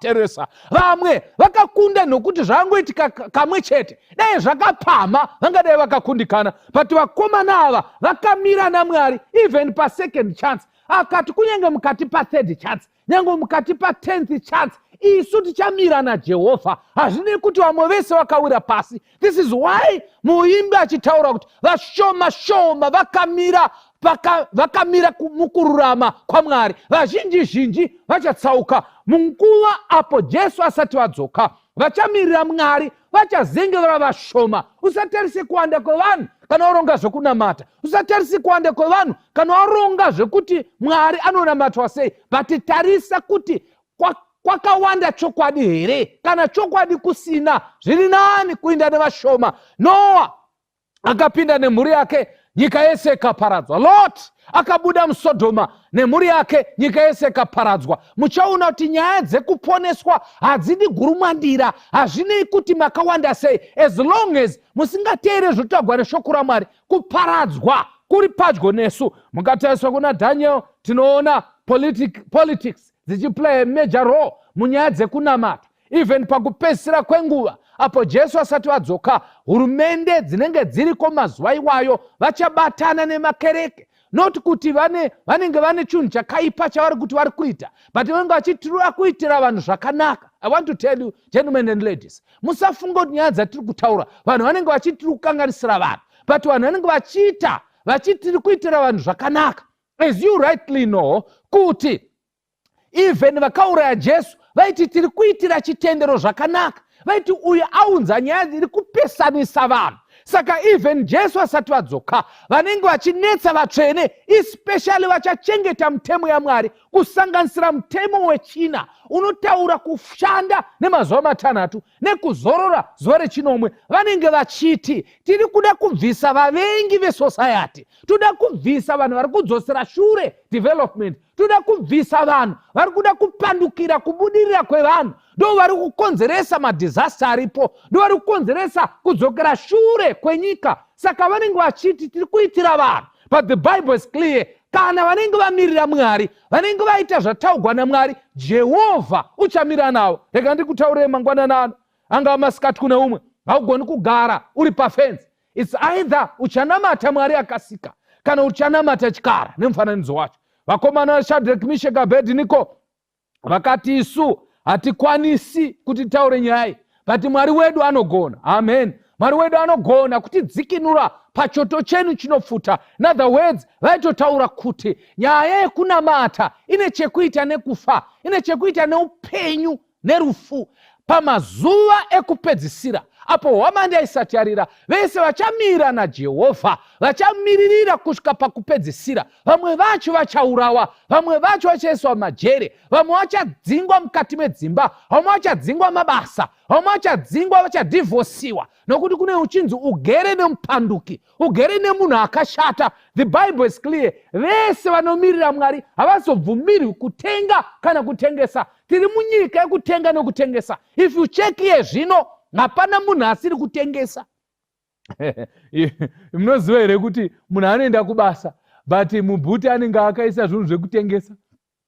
Ende vamwe ka vakutotengesa even nepakambani pavanenge vaitosenza ipapo, atokanga mauto aya kubasa, anenge akutotengesera vanhu. Vanhu vanenge vari mumweya wekutengesa, which is okay. People must sell, but obviously zivawo nguva dzekutengesa. But ndoda kundikutaurirei, kana nyika inosati yakusvika pakuguma, vanhu vanenge vachichengeta mutemo yaMwari vachamanikidzwa nekuda kwokuti vanenge vachida kutengesa. Vachazoti zviri nandigamuchire dzidziso dzakapesana naMwari ndigokwanisa kupiwa mvumo yekutengesa, pane kuti ndirambe ndigorambidzwa kutengesa. Pane misika ichavhara, pane mamwe makambani achavhara, pane mamwe mabhizinesi achavhara. Why? Nokuti hapana munhu achakwanisa kuvhura bhizinesi. Teresa pakakora, kunyange uri murimi hauzokwanisa kunotenga fertilizer, hauzokwanisa kunotenga even seed. Zvotoreva kuti maybe uchashandisa manyuwa emudanga mako, maybe uchashandisa mbeu yawakaketa, but kana wakohwa unotengesa kupi? Ndonguva iri kusvika apo vatsvene vaMwari vachazomira naJehovha. That's why pachizonzi vachatizira kumakomo. Vakomana ava vakamira naMwari apo nyika yakanga yakagwadama. Mwari ari kutsvaka vanhu vanomira naye apo nyika yakagwadama. Mwari haatsvaki vanhu vakawanda ba, kunyange vanhu vakawanda achivada, asi vashoma vachamira naye panguva yakaoma, ivavo Jehovha vachamira navo. Zviri nani kuva vashoma tina Mwari pane kuva vazhinji Jehovha asipo. The Bible is very clear kuti ishu hombe iri kuna Revelation naDaniel ndekunamata, worship. Unonamatani? Vazhinji vedu tiri kufunga kuti zvicharamba zvakadaro. Vazhinji vedu kana takatarisa makereke kudai tofunga kuti takawanda. Makereke haana kuwanda. Makereke maviri. I'm not talking about churches here. I'm talking about system yekunamata. Ndikutaura pamusoro pevanhu vanobvuma pamusoro pezvakadziswa naMwari. Hakuna mazvokwadi maviri, kunongoene zvokwadi imwe chete chete. Mukarangarira muchaona kuti even Paul anotaura nyaya iyoyo, anotaura chazoitarisa kana tasvika ipapa. Pandoda kuti mutarise pana Daniel chapter 7 verse 25 na Revelation chapter 13 verse 5. Muchaona kuti Revelation 14 inotsanangura pamusoro pezvichaitika hwamanda isati yarira. Chapter 13 inotsanangura pamusoro pekuti pane zvikara zviviri. One chikara chakabuda mumvura, 1 chikara chakabuda paland, but zvese zvakashanda pamwe chete kutambudza vatsvene vaMwari. Saka muchaona na Revelation kunotaurwa pamusoro pekuparidzwa kweevhangeri isingaperi. Zvoburitsa pachena kuti hakuna munhu uchaparadzwa asina kuparidzirwa. Saka channel ino iripo, basa rayo ndo pito, ndo bhera, ndo hwamanda. Kuparadzwa kusati kwasvika, munhu ngaamire kurutivi rwake. Anomira naMwari ngaamire naMwari, anomira nechikara ngaamire nechikara. Hapana anenge ari pakati, middle ground. Everyone anofanira kuenda kurudyi kana kuruboshwe. Saka this is a defining moment. It's either unotya kana kuwa kana kunamata. Ndo mavara matatu aripo. Kana usingatye uchawa, kana usina kuwa uchanamata. Vese vanonamata, vese vasingawi, vese vanomira naMwari, Jehovha uchamira navo. Saka tikuona zvinhu zviviri panapa, kana scenario mbiri panapa. Number 1, the Bible says, kana uchinge usina kunamata chitombi chandakupa, pane kuparadzwa. You see that? Kana usina kunamatawo futi mufananidzo wechikara nezvese zvazvapiwa. Tikutaura pamusoro pekuchengeta rimwe zuva risiri Sabbath, ndo mufananidzo Sunday, to be specific. Ndo mufananidzo kureva kuti vanhu vese vachasara vari mapoka maviri, ende kuchasara mazuva maviri achanamata. Teresa, hakuchazenge kune vanonamata mazuva, tikutaura days of the week. Mazuva ese acha-expire. Zvekuti tinopinda nechishanu zvicha-expire. Zvekuti tinopinda nechitatu zvicha-expire.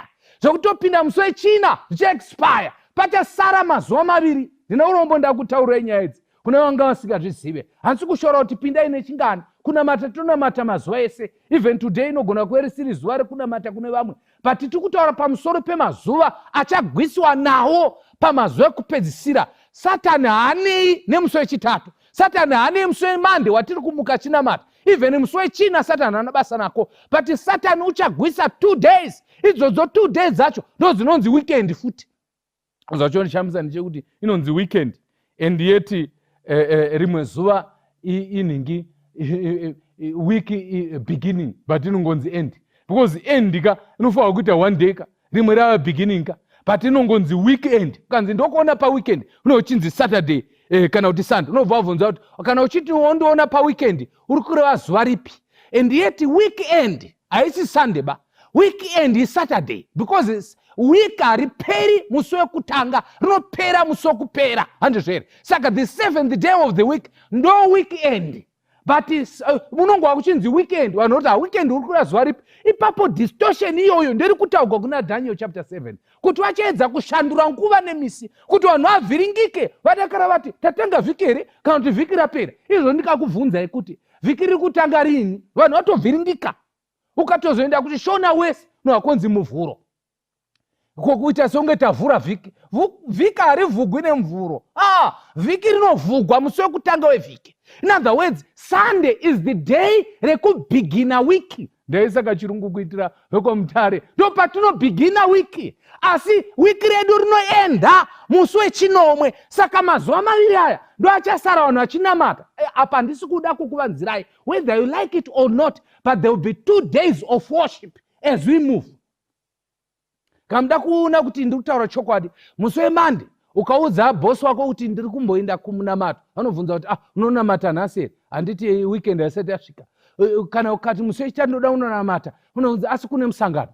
But ukati musi weSunday ndaenda kuchechi. Iye zvino so Sunday so kana vanhu vachiinda Sunday chingotanga muchawa nziyo pamaredhiyo votenga kuridza nziyo dzechechi. Vabvisa zvimwe zvese, ndombolo nezvimwe zvese zvabviswa. Why? Musoro mevanhu weekend ndo nguva dzekunamata. Mazuva maviri aya ndo mazuva ari mumusoro menyika dzese kuti vanamata. Even paEaster panapa, anoziva kuna vanhu vari kupembera Easter.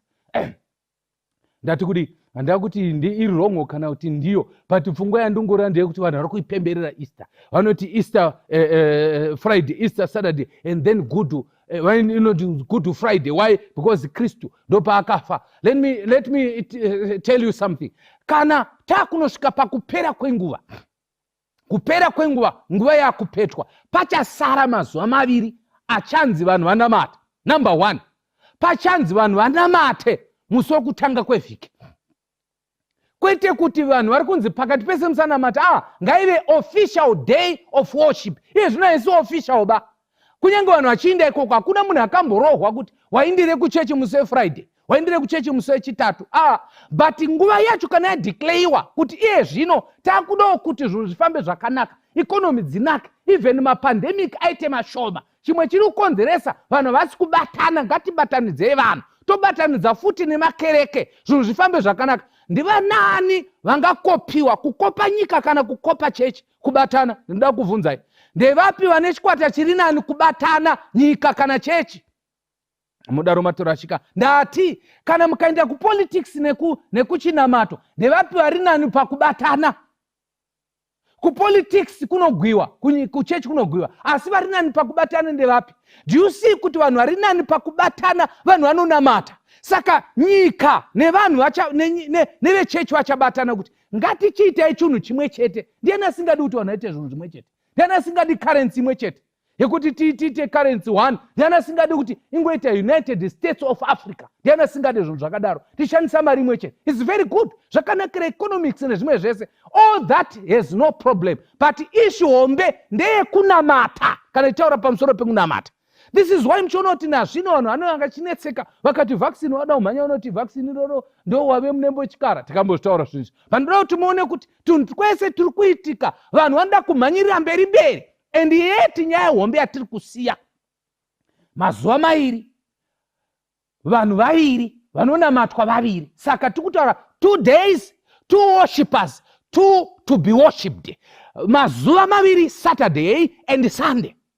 Vanonamatwa ndiani? Mwari kana kuti chikara nemufananidzo wacho ndi Satani. Sorry, you see, kana chiti Satani wamabva vatsamobva kuti muri kutonamata Satani. It's not about kunzi vanhu namatai Satani. Tiri kuti kana ukasangonamata Mwari nyange uchinamata chii, haasi Mwari. Chisiri Mwari chete ndechadiabolos. Hakuna zvinhu zviviri. And then vanamatwi ndakuudza kuti vaviri, but mazuva ndakuudza. Saka pane zvinhu zvitatu zvinokosha. 2 worshippers, vanhu vaviri, kuti vanonamata Mwari akasika denga nenyika. Toziva sei kuti akasika tisina kudzokera pacreation? Pakutanga Mwari akasika denga nenyika. Amen. Madekwana akavapo, nemangwanani akavapo, zuva rekutanga. Muonei zvakanaka. Akabva asika munhu nemudzimai wake zuva rechitanhatu, onei zvakanaka. Ndokubva Mwari azorora pamabasa ake ese. Ndokubva aropafadza. You see now, kuti tizive kuti Mwari ndiye akasika, tinodzokera pacreation week. What happened pacreation week? Ikoko kune nyaya dzakati wande. Chimwe chiriko creation week, muchato, kuroorana. Saka muchiona pamazuva ekupedzisira vanhu vachatsika pasi nyaya dzemuchato kuti hauna basa, chero vakadzi vavo vaita vachitora mavhesi avanoda vachinamatidza. Saka muchiona kuti vanhu vachagwisana nyaya yekuchengetwa kwezuva rechinomwe rinova zuva resabata. Ndoda kukutaura vanhu vaMwari, tatiri tese nguva yakareba hamuna mbondiwa ndichitaura mashoko aya, Mandara vakataura, but it's high time that vanhu vekwedu timboongorora zvimwe zvinhu izvi. Kana zviri wrong, tarisai mubhaibheri. Ndo zvaita vaverengi veBerea. Kana ndichitaura zvinhu zvisimo mushoko, mungandipa mhosva, munganditaka nematombo. But kana ndichitaura zviri mushoko, kuti Mwari wakati kudii pamusoro pezuva rekuzorora, akati Friday here, akati Wednesday here, akati Sunday here, akati Saturday. What did God say about that? Omobvati zuva rina basa. Tati akati kudii. Usashayise basa zvinhu zvaMwari zvisina basa. Mwari ndiye asina zuva, asi une mazuva ako. Chisi kuno kwedu, isu kwedu kumushoko. Musi wechina vanhu havaendi kumunda, handizve uchinzi chisi chemunharaunda medu. Chifu wedu ane chisi musi wechina, but kuno kumaminda kwandavo kugara kunonzi Friday. Unozwa is so funny. Ndikati aiwa inini handisi weFriday, ndiri wechina. Vanokubvunza kuti kuna hakusi kwachifi wako, ndanda kutaura zita rake. Hakusi kwachifi wako, kuno ndekwachifi wedu. Saka kana wave kuno unoita zvekuno. Saka vese vari under the chief shepherd anonzi Jesus. Iye anoti ndini ishe weSabata. Vanofangwa kuve nechisi chesabata. Ndo ichazochengetwa even kudenga. Vanoda kuinda kudenga kune chisi chesabata vanochitangira pano, nokuti Mwari anotonga pano nekudenga. Saka tiri kutaurei panapa, tiri kuti isusu zvinokosha kuti vanhu vekwedu tizive chinhu ichi, kuti hatigoni kumira pafensi. Buda pachena. This is the time pasati paakumanikidzwa munhu. Anomuudza kuti even zvine chekuita neutano, umanobva namatidza zveutano wada kuzvimanisa kuprofesa. Kana zvinazvo mukati umu ndezvimwe, but ijekiseni reutano igwirikwiti. Kuti zvinei kuseri zvazvimwe, but ringoti gwirikwiti. But nyaya yacho kana chinge yasvika ndeyekuti munhu anodecide nemusoro wake. Saka vachinzi pahuma kuda kuti uchagamuchira, wogamuchira neruoko. It means zvichamanikidzwa vanhu vanenge vasingadi kugamuchira nekubvuma, vachamanikidzwa neruoko, uye zvichaitwa nechisimba. Vanhu vachazviita vachida vasingade, but vanenge vasingadi vanomira naMwari ndo vachabatwa. Vamwe vachienda mumajere, vamwe vachisungwa mudzimba, vamwe vachakandiwa even mukati memadhiramu anenge achibhoira kuti vafe. Saka what are we saying this morning? Masikati ano tiri kuti namata anonamatika, usanamate asinganamatike. Namata pazuva ronamatika, usanamate pazuva risina kunzi rive zuva dzvene. Asi kutaura zuva kuti usanamate mazuva ese, zuva dzvene nderipi? Zviri pachena, verenga bhaibheri. Musazoti ndakazvenzwa napasta, read your Bible. Kana zvisiri kutaurwa kuchechi, it's not a problem. Iwo wa munhu mukuru, zvimwe zvinopota uchizviverengera. Haikona kuti chechi yedu inoita. Usazonamate chechi. Pana vanhu vakawanda vanonamata machechi, poita vamwe vanonamata mapasta, vamwe vanonamata vafundisi vavo, vamwe vanonamata even hembe dzavo kana vana vavo. Kana mwana akataura, ane zvataurwa naMwari. Yakwana nguva Jesu akataura mukadzi uya, yave nguva yekuti tinamate Mwari mumwene muzvokwadi vanhu vaMwari. Handidi kunyeperai. It's high time that we know the truth. Kana taziva chokwadi chotisunungura. Ndati 2 worshippers and then 2 days. And then vaviri vanonamatwa. It's either you are worshiping God kana kunamata diabolos, chinova chikara nemufananidzo wacho. It's either ndiwe munamati waMwari kana munamati wadiabolos. It's either it's Sunday or Saturday. These are two. It might not be very long before these things happen. Tiri kutarisa, tikatarisa mugrasi rehistory neprophecy, zvinogona kuitika anytime. Varipo here panguva inonoti pastor, ndodawo munamato, ndaneta kunamata munhu, ndoda kunamata Mwari. Gabriel chaiye, ngirozi yakabva kudenga, yakaramba kunamatwa. Daniel akanga awira pasi achida kumunamata, kanzi usandinamata. Namata Mwari akasika denga nenyika. Yakwana nguva yekuti tinamate Mwari akasika denga nenyika. Kana tamunamata Mwari uchamira nesu panguva yenjodzi nenguva yematambudziko. Pandaiverenga pane imwe nzvimbo Ellen White achitaura Desire of Ages, Great Controversy, itaura page 640, itsanangura about the final hour, apo dima richafukidza nyika. Kwanzi ipapo pachatika dima risati rakambovapo, then pachaonekwa kachiedza kachaonekwa kumabvazu akaita sechanza. Ipapo pachadaidzigwa awa apo Kristu vachatsemura gore kuzotora wakanaka. But kunonzi just before that, vaya vanenge vakamira naMwari vachaedzwa kuurawa. Kwanzi ndakaona mapakatwa achita semashanga, roti vaida kubayiwa aifonyoka ndokudzikinwa kuita vatsvene. Panguva ino yatine nguva yefuti, pavachanongedzwa futi vachida kubayiwa nefuti, kwanzi mambumburu kana kuti mabullets achadonhera pasi achaita semvura. Let me talk to you gentlemen and ladies. Ichakwana nguva apo tiri kumakemeeting, kumisangano matumba, tichiparidza pachabuda futi vaparidzi vakafuriwa. Ichakwana nguva. We are not special. Hatisi vanhu vari special kudarika wana Jeremiah, tikudarika wana Isaiah vakachekwa neso padumbu matumbu achibuda panze. We need to know that nguva ichasvika apo vanomirira Mwari vachatambudzwa. Rega ndikuverengere verse 12 ndigona mata. Chapter 14 verse 12 inoti kudi, inotizvo ndipo pane kutsungirira kwavatsvene. Amen. Vanochengeta mirayiro yaMwari nekutenda kwa Jesu. Amen. Kutsungirira, utsungiri zvinhu zvakanyorova, zvinhu zvakaoma unofanira kutsungirira. But kutsungirira kwacho ndevapi vacho vari kunzi vatsvene, ndo vanochengeta mirayiro yaMwari nekupupura kwa Jesu nekutenda kwa Jesu. Kupupura kwa Jesu nekutenda kwa Jesu hakusi kupupura Jesu akanaka. Inyaya yekuti vanhu vanoparidza nekufamba mafambiro aifamba Jesu, nekuparidza kaparidziro kaita Jesu. Jesu aiti kana auenda kuchechi aenda kupi, aizorora zuva ripi, kana akuparidza anoparidza mhando ipi yemharidzo, achiparidza kuti kudii pamusoro paumambo hupi. Ndivo vari kunzi vanotsungirira. Vangana vanotoda kutsungirira. Hatidi kunamata munhu, taneta kunamata vanhu. Namata Mwari, usanamata zvinhu, namata Mwari. Kana uripo tsinzina apo ndonamata newe. Nguva iyi usaivhundukaba, usatya, nokuti hatisi kuzozviita nesimba redu, but nesimba raJehovha. Baba wokudenga, toda kukunamatai.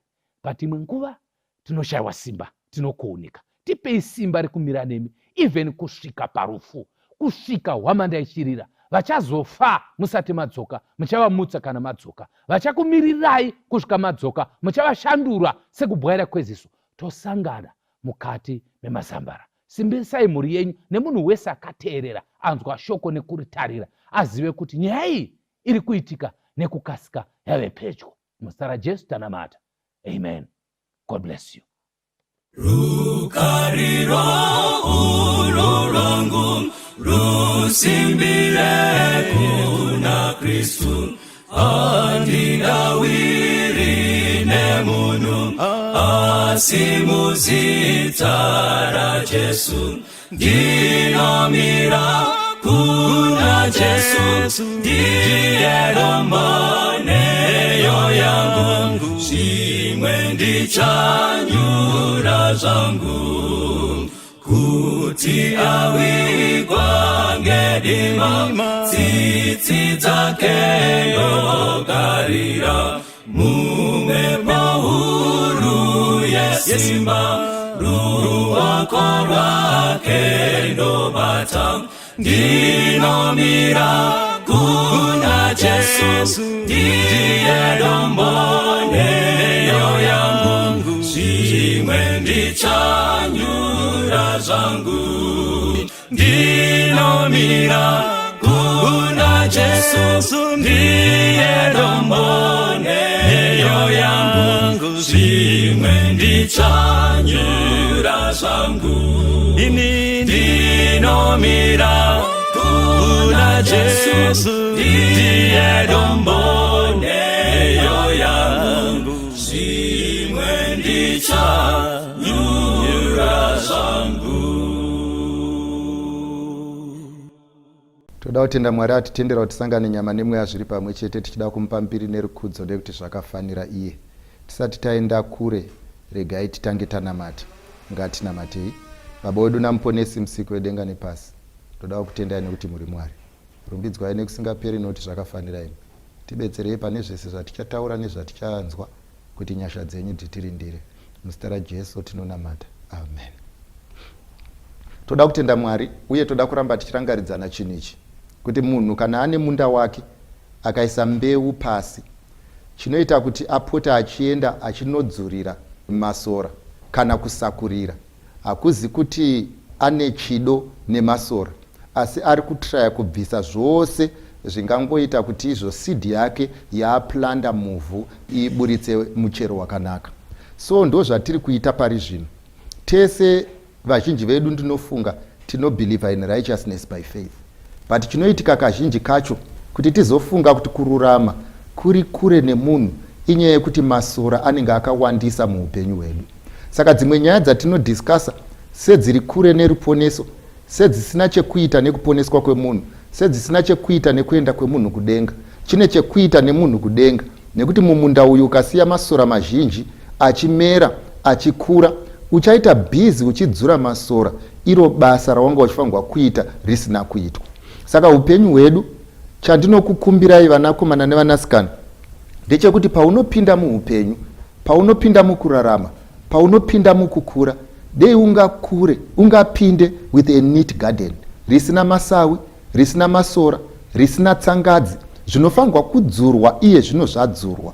Ndosaka ndichikumbira nguva nenguva kuti panguva inoi inguva yekuti munhu agare pasi, adzamise pfungwa, afunge zvamangwana nekuti uchaveko. Hazvidi kuzoronga mangwana pamusana pekuti mangwana ngaarongerwe nhasi. Nguva yatiri kupedza tichitamba, nguva yatiri kupedza tichiseka, nguva yatiri kupedza tiri paapp, nguva yatiri kupedza tiri paFacebook, ndoda kukuudzai kuti tichaidemba, nekuti hakuna achakohwa goho repaapp akadya nevana akaguta. Saka munhu mukurarama kwaunoita, unofanirwa kurarama uri very clear of this fact, yekuti kudiniko yekuti izvo for life to be enjoyable between now and forever you should be planning for tomorrow. Ndiwe zviri mumaoko ako mupana, zviri mumaoko ako hanzvadzi, kuti ramangwana rako rakamira sei. Kana uchida kunge uri mumuti ndiwe, kana uchida kunge uri pasi pemuti ndiwe, kana uda upenyu kugara pamvuri ndiwe, kana uchida zvekudhiraivha ndiwe, kana uda zvekudhiraivhwa ndiwe, kana uda kutonga ndiwe, kana uchida kuzotongwa ndiwe. Hazvigone kuzoti wane 60 years ove needream yekutonga nyika. Whatever you want to be by the grace of God, the plans must be now. Asi futi kana zvese izvi zvaitwa zvapera, muzive kuti kudenga kuna Mwari anotaura iye achiti achatonga munhu pane zvakaitwa mumuviri, kunyange zvakanaka kunyange zvakaipa. Haagumiri ipapo, anoenda mberi futi achiti izvo. Muzive kuti mukurarama wakafanana nemunhu akapiwa tarenda, muridzi wechatarenda achada kuziva, has it been multiplied or has it been hidden? So when we live, chidiso changu nechikumbiro changu ndechekuti ngatiraramei tichiziva kuti izvo we shall stand before God. Muzuva ranhasi ndichapindura imwe mibvunzo miviri kana mitatu. Kana ndapedza kupindura mibvunzo toenderera mberi. Pane mibvunzo inenge yabvunzwa yandinenge ndisina kupindura, nguva yacho inenge isati yasvika, oro handiigoni. Pane imwe yamune mabvunzo yandisingagoni ndosiya yakadaro, yandogonawo ndopindura. Pane mibvunzo uri panapa wekutanga uyu unoti izvo, imimi muri kuti izvo munhu anga achidanana neshamwari yangu, pane chakaipa here kuti kana shamwari yangu yasiyana naye vakonana inini ndiite take over? Inini mhinduro yandingangopa in short ndeyekuti izvo pasinario yakadai kazhinji kacho ihwana achabuda mari pakuroora, asi kazhinji pakushandisa togona kuzopedzisira taakushandisa tose. Ende mhinduro yandisi kupa kune vakuru vakatoita izvi kare, ndiringotaura kuyouth vachiri kuuya, kuti izvo mukaona bhazi kazhinji kacho risita serisina kuzara rimwe side rakazara, musafunge kuti no makurumidza kusvika pabus stop, inogona kunge side iroro risina mawindo. Saka isusu vari mukati tongokudza kuti kana uchida kuzokwira ukwire wakagadzirira kurohwa nemhepo.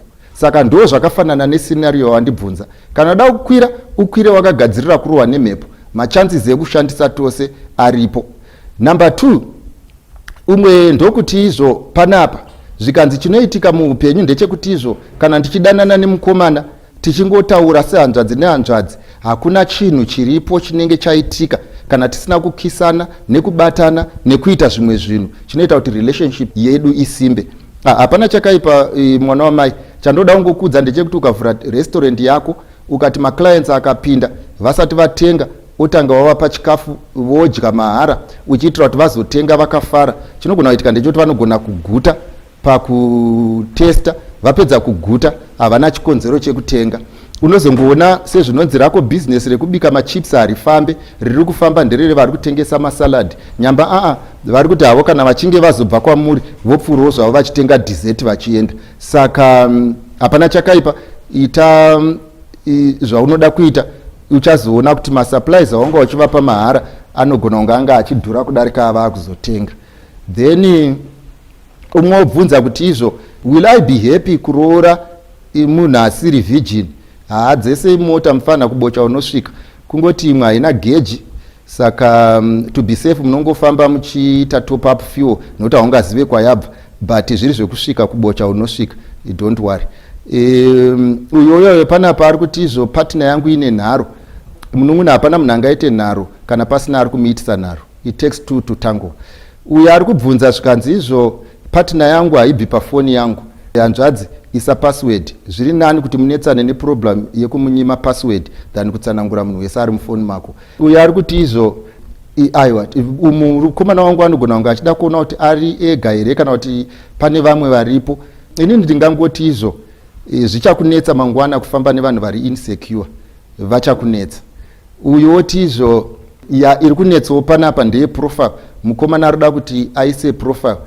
Inini chandingangokudza ndechekuti kana uchida kuti vanhu vasacheuke mukombi uri pafoni, dzora volume. Ukawedzera volume vanhu vese vachanzwa discussion, hauzorambidzi vanhu kukomenda. Ndo zvakangofanana nekuisana pamaprofile, munenge mati wanzei volume madi umbomira wakandwa mukicheni kuitira kuti usazoita basa rekutsanangura kune vanhu kana vakuda kuchiziva kuti muchiko here kana kuti hamuko. Ndinofunga mibvunzo yandinayo panapa ndatopedza kutsanangura. Ndifunga kuti pane zvimwe zvinoda kutsanangurwa zvinodarika ipapapo. Nhasi unoyu toda kupedzisa chirongwa chedu chatakatanga mazuva apfuuraya. Ndiri kuverenga mukati mebhuku ravaroma chapter 1 pavhesi ya 21, 22, 26, 27 na 28. Varoma chapter 1 vhesi ya 21, 22, 26, 27 na 28. Ndotanga kuverenga panapa pavhesi ya 21 na 22. Rinoti izvo: nokuti vaiziva Mwari asi havana kumukudza saMwari kana kumuvonga, asi vakafunga zvisina maturo nemwoyo yavo isine zivo ikasvibiswa. 22 yoti vachiti takachenjera vakave mapenzi. Ndodzokorora, ndoda kuti munyatsofamba nebhaibheri munyatsonzwisisa kunakidza kwemanyorero anoita Paul panapa. Hanzi nokuti vaiziva Mwari ndo number 1, asi havana kumukudza saMwari. Bhaibheri harisi kuti havana kumukudza, riri kuti vakamukudza asi havana kumukudza nechikero cherespect inopuhwa Mwari. Ndozvotaurwa naPaul panapa. Zvikanzi kana kumuvonga kana kuti kumutenda kuti zvataitirwa izvi naMwari atipa zvatanga tisingakodzere. Zvikanzi saka problem yakanetsa kunyangwe vanhu vaiziva Mwari. Maybe regai ndiise nenzira iyi kuti vanhu vaiziva kuti Mwari anoziva zvose, haadi kuudzwa, haana chinovigwa pari, haana chisingavigwe pari, haadi kuudzwa kwawaswera, haadi kuudzwa zvawaswera uchiita. Pamberi paMwari hapana secret. Zvikanzi asi kuita kwemunhu manje, kunyangwe munhu achiziva kuti ndo zviri Mwari, zvikanzi asi munhu anotrita Mwari sababa vake vekuti kana pasina tsananguro vanenge vari muconfusion. Zvikanzi zvadaro naMwari panapa, hanzi vakafunga zvisina maturo nemwoyo isina zivo ikasvibiswa. Mwoyo yacho, hanzi pfungwa dzacho dzakanga dzagara dziri empty, dzikazopedzisira dzakondaminetwa neimagination, dzakondaminetwa neimagination dzikaita sedzakazara, nyamba dzakanga dzakazara mhepo. Zvikanzi nebhaibheri panapa, asi chakashamisa Mwari ari kudenga. Zvikanzi vaifunga kuti vakachenjera. Unoziva marongero emunhu at times, nyangwa newewe unoshamisika. Zvikanzi nebhaibheri vanonyatsoziva Mwari. Number 1, have you ever noticed muupenyu hwemunhu kuti tese tinowirirana kuti bhaibheri rinoti seek ye first the kingdom of heaven and his righteousness and everything will follow. Mwari aiedza kutaura kuti izvo iwewe chako kuisa poto pamoto asi anoita kuti iibve ndini, iwewe chako kuburitsa recipe asi anopa zvinopinda murecipe ndini. Mwari aiti iwewe chako kuronga asi anoita kuti your dream ite come true ndini. Zvikanzi zvapedza kudaro, saka Mwari aiti izvo iwewe neni tine relationship iri sound, kana iwewe neni tine relationship inofambidzana, kana iwewe neni tine relationship inoendeka. Zvazvinoreva ndezvekuti izvo kana ukaronga, tichironga pamwe chete, inini I guarantee the success. Asi problemu yanetsa manje pavanhu vaviri, kunyangwe vari kutarisa kuroorana, kunyangwe vane capacity yekuroorana, kunyangwe vane mari dzekuroorana, kunyangwe vane potential yekuroorana, vari kufunga kuti it is their input that will determine the output. Zvikanzi naMwari, no, it does not work like that. Issue iri panapa ndeyekuti iwewe unofanirwa kuziva chinhu ichi, kuti unofanirwa kuve nerelationship neni ine mutsindo, kuti maresults emarelationships ese ave nemutsindo. But unfortunately iwewe relationship yako nemunhu waunodanana naye ine mutsindo kudarika relationship yaunayo neni.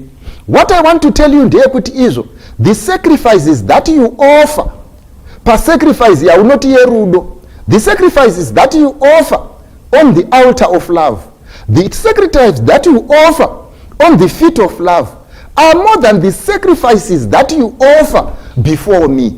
You see your boyfriend more than you see me. You spend more time with your girlfriend than you spend with me. And you say you have a primary relationship with your maker, when in real life the way you live shows you have a primary relationship with men. Saka Bible panapa riri kutaura manje zvikanzi izvo. Problem yamangu munayo ndeyekuti mainyatsoziva kuti kuna Mwari uye muchiziva kuti anoda kurespectwa. But by the end of the day, you respect men more than you respect God. I am telling you, your boyfriend anonamatwa kudarika Mwari. You worship men more than you worship God. You are always on your bended knees, worshiping him or her, when in real life worship belongs only but to God. Regandi kudzei hamane hanzvadzi. It is not sin kufunga mukomana wako kana musikana wako zuva nezuva. It is not sin kuti kubva pa profile yepa Facebook kusvika yepa WhatsApp pane mukomana wako. Haisi sin, hachizi chivi. Chisiri chivi kudai kuti zvakadai. But ndoda kuti umbozvibvunza mubvunzo isi. Mwari paanoti maifunga kuti makachenjera musina kuchenjera. Iyi ndoda kuti umbotora scenario inoyi yekuti iwewe muhostel angave mapikicha akarembera, angave mawall hanging akarembera, ndiye mukomana wako wakaapiwa naye uye anodescribe iye. Pafoni pako pa profile ndiye ari pa profile, kubasa ndiye anoenda nekudzoka naye, paunorara ndiye aunotanga wataura naye, paunomuka ndiye munhu wese wako waunoziva. Ndoda kukubvunza mubvunzo wekuti musi unokoromoka rusvingo urwu nemadanandirano amunoita mazuva ano ekuti kana munhu achinge arambwa anosvika kuti ndipe zvinhu zvangu, unofunga iwewe kuti imagine ndeyekuti unofanirwa kumukoromora pamasvingo eFacebook, omukoromora pamasvingo eWhatsApp, omukoromora pamasvingo emawall hanging ari mumba, unomukoromora pamasvingo emawall hanging ari kuchikoro, ozomukoromora pawachi yaakakupa. But kana munhu akakupa wachi haasi kureva kuti pfeka, inogona kunge yakaenda nemunin'ina kunyazura, but payaakudiwa iko zvinezvi ya emergency ka.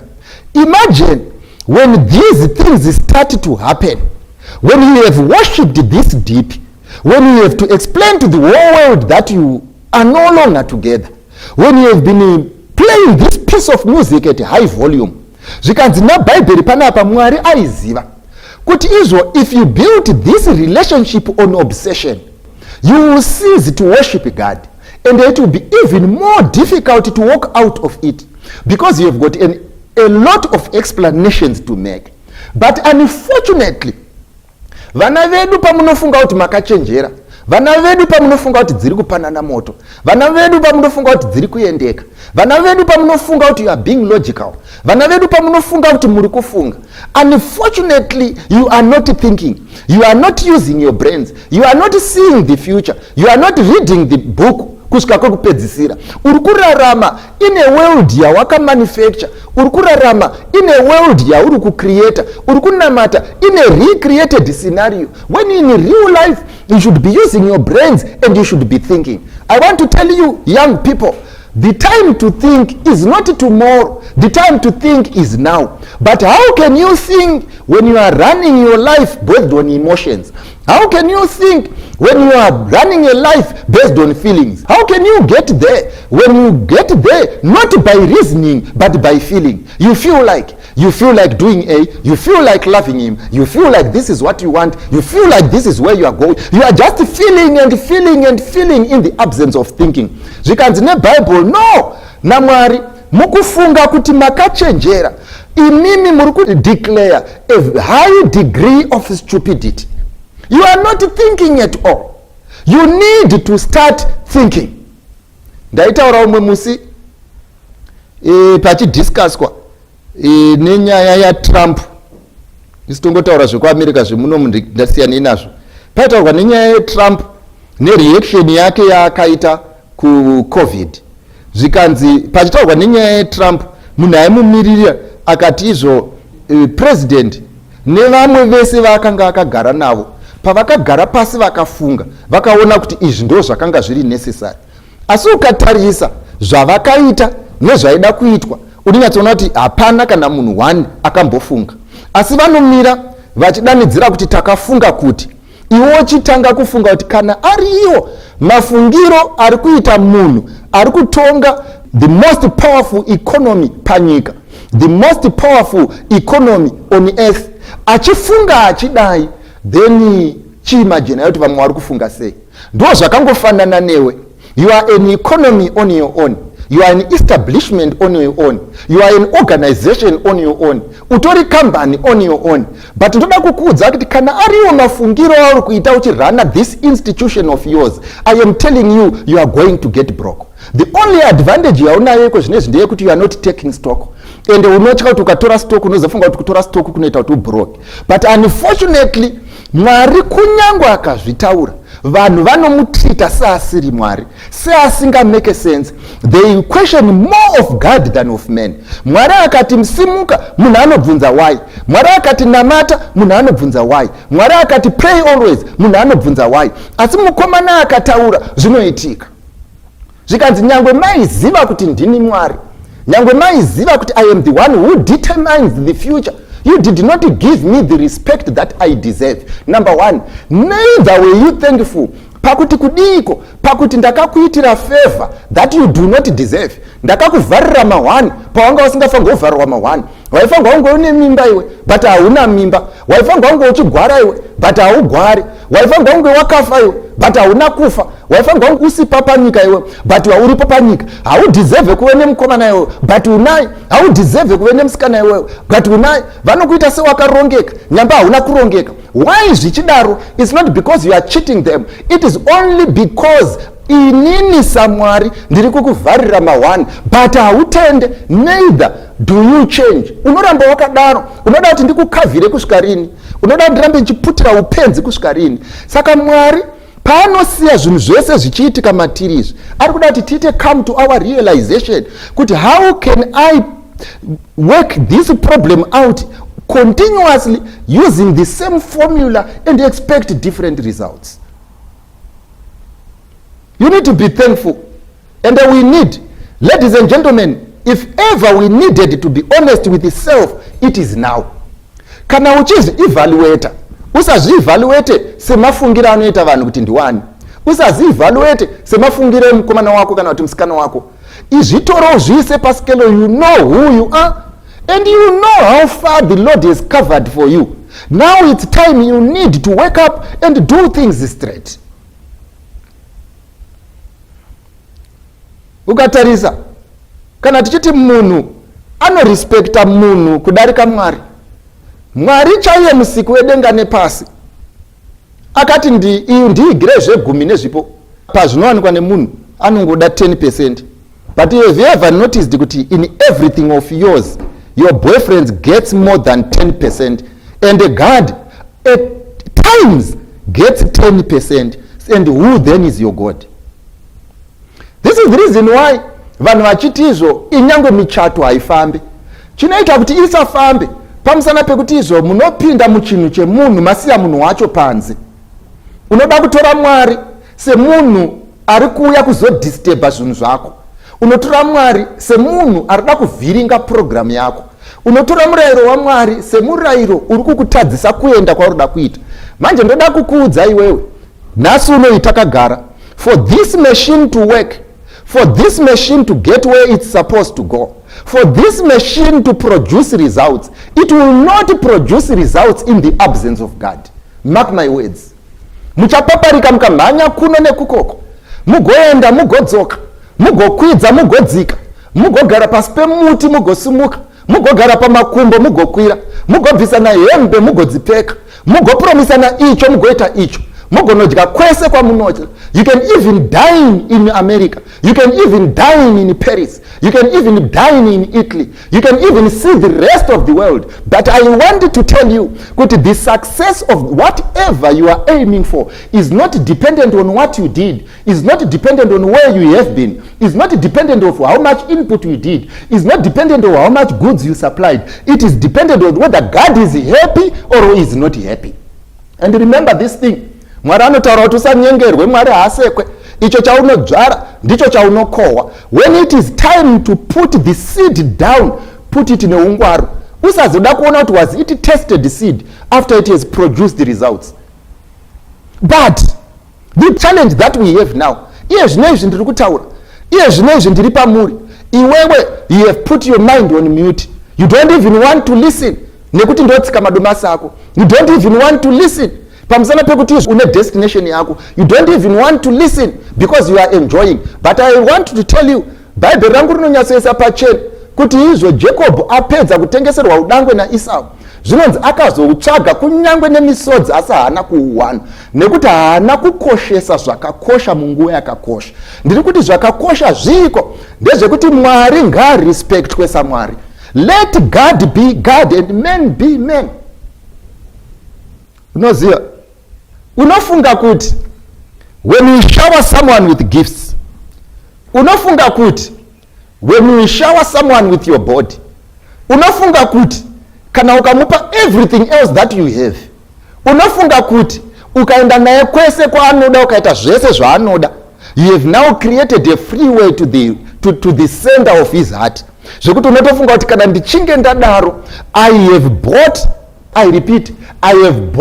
my way to success. But forget it. Bible rinoti moyo wemunhu wakaora chose. Rinotoesa kuti hanzi unosemesa ndiani ungauziva. Ndorangarira chimwe chikwata makore apfuura tichiri vapfana, akamitiswa. Ndokubva amitiswa kwaive kwaitaiti kusunga mimba kwekuti munhu anogona kutoenda kuchikoro isingaonekwe agogara pamba asingazikanwi kunzi ane mimba. Ndokubva asunga mimba yake, ndokubva aita zvese zvaaida zvitaira. And I am telling you, paaigara pamba hakuna kana mumwe akanotisa kuti ane mimba. And this is what happened umwe musi kuchinairira pamaruzevha pano apa Darwin apa, kuchinairira mimba yakarwadza. Musikana akabva mumba akabuda akaenda muchimbuzi akapona mwana akakanda mutoilet akadzoka akagarira ndiro yemangai akatanga kudya apona mwana nerombo rakanaka. Munhu akabuda panze achiendawo kutoilet akadzoka akati izvo mutoilet muri kuchema mwana, anga akandwa neumwe munhu ari bhizi kutodya muchikafu mushure meunge asiya munhu waaroda kuti anyure mukati metoilet. Ndo pari kunzi neBhayibheri panapa, ndo mwoyo wemunhu waunotengera pizza, ndo mwoyo wemunhu waunotengera machips, ndo mwoyo wemunhu ari paFacebook page yako, ndo mwoyo wemunhu ari paWhatsApp page yako. Zvikanzi neBhayibheri iwewe haugone kuuziva. Munhu anoziva mwoyo wemunhu ndini. I am the only person who knows the shortcut to the mind of a man. Saka ndiri kuti seek ye first, respect me, be thankful, partner with me, I will be. But machips manje hakusvitsi pamwoyo wemunhu. Kutenga pizza manje hakusvitsi pamwoyo wemunhu. Kugarwa pamakumbo hakusvitsi pamwoyo wemunhu. Kutsvodiwa hakusvitsi pamwoyo wemunhu. Hakuna achafa akaziva zviri mumunhu kunze kwemweya unogara maari. Uye mweya unogara maari unogona kungopa chete response kumusiki wedenga nepasi. Saka zvakadaro, hupenzi, I'm telling you it's stupidity, kupinda in a relationship on your own.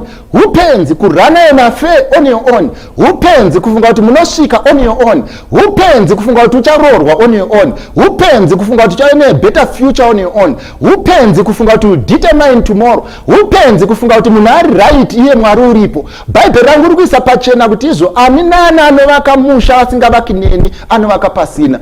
Ani nani anorinda guta asingarindi neni anorinda pasina. Mune nhamo yemu musinganamati Mwari, mune nhamo yemu musingatye Mwari, mune nhamo yemu musingakudzi Mwari, mune nhamo yemu musingachengete murayiro waMwari, nekuti munozvitongera rufu kunyange Mwari aida kukupai rugare. Munoita zvekutsvaga kunyange zvanga zvakakutenderedzai, munoita zvekunanavira kunyange zvanga zviri all over. You work for it, Mwari achipa vake vanyerere. Mwari ari kuti izvo, if ever there is anything that young men should strive for, if ever there is anything that a young woman should strive for, it is to have a better relationship with God who rules the future.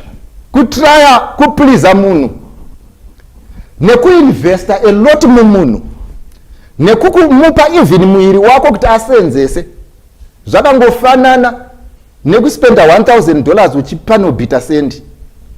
You are going to pay more and get less, and you will cry. And chichakuchemedza chiko kuti the investment that you did put in and the product that you got do not tally. Unotenga moyo une hana isingaroyi, tenga moyo une asha dzisingaiti, unotenga moyo usiri pauri uri kwauri. Mwari otizvo maifunga kuti makachenjera, wanike makapusa. You thought you were wise, only kuti muri foolish. Zvikanzi neBhaibheri rotaura kwechipiri, hanzi hautendi. Unoziva Mwari kana achitaura nenyaya yekutenda, haareve kuti iwewe unokwira bhazi kana kuti unokwira chitundu musere oenda kunoti maita basa Jehovha. Handizvo zvinotaurwa neBhaibheri panapa. Chinonzi kutenda, kana Mwari achitaura nenyaya yekutenda, ari kuti izvo isusu we should relate nevatigere navo sezvakataurwa naMwari, kuitira kuti kana Mwari akatarisa kudenga anoona kuti we are thankful. Vapana, regai ndikuudzei, ukaona una mai vako iwewe vanotengesa musika, kana kuti una mai vako vanoswera kumaricho, kana kuti una mai vako vanoswera vachimpeya vakati kumbare vodzoka, vachitraya kusenza kuti iwewe zvinhu zvako zvikuitire nani. Kunonzi kutenda Mwari hakuzi kuenda kuchechi. Kunonzi kutenda Mwari kuti kana vapedza kubindauka, you make sure her dream comes true. You put your contribution where she has put her own contribution. Asi ukaona manje contribution yemubereki wako iripo pakuti rende akabhadhara, contribution yemubereki wako iripo pakuti chikafu akatenga, ringave cabbage mazuva ose but chikafu atenga sekugona kwake. Ukaona contribution yemubereki wako iripo kuti fees akabhadhara, ukaona contribution yemubereki wako iripo kuti exam fee akabhadhara. Mubvunzo wanofa kunonzi kutenda mwanangu, kuti zvibvunza kuti ko yangu contribution iripo here 100% se 100% yaiswa nemubereki wangu. Ukaona iwewe yako isiri 100%, yamudhara iri 100%, ndo pari kunzi naMwari hautendi. Ndakakuita kuti uzvarwe pane capacity, ndakakuita kuti uzvarwe pate potential. Shamwari, pane capacity yekuenda kwaunoda, pane capacity yekudzidza kusvika paunoda, pane capacity yekuenda kuchikoro madiro, pane capacity yekuita zvaunoda muupenyu, pane capacity yekuverenga wakaguta, pane capacity yekuti mabhuku azere, pane capacity yekuti session yako nelunch box irimo. Zvikanzi naMwari ndakuisa pane capacity, asi kamuitiro kako kekuti paunoenda kuchikoro mabhuku arimo ose haana kupera kuverengwa, chinhu wani chauri kungoita justice to in your session is the lunch box. Zvikanzi naMwari hautendi. Saka Mwari ari kuti kana usingatendi manje ndakumaka, tosangana mberi. Zvawaitira baba ako uchazviitirwawo, upenzi hwawaita kuna baba ako uchahuitirwawo. Usati kana uchingozoitirwa oti mavara azare ivhu, usazoita svondo wakatsanya pazvinhu zvandakanga ndakupa mahara. Usazoita zvigumbu pazvinhu zvisingade kuita zvigumbu. Why? Because you are not thankful. You are not honest. You are not taking stock. You are not playing ball. What's wrong with you? What is your problem? What is your problem? Kuti mudhara wako iwewe anosenza. Watambozvicalculate iwewe kuti fees yaunobhadhara kuAnderson kwaunoenda. Watambozvicalculate iwewe kuti fees yaunobhadhara kunyazura kwaunoenda.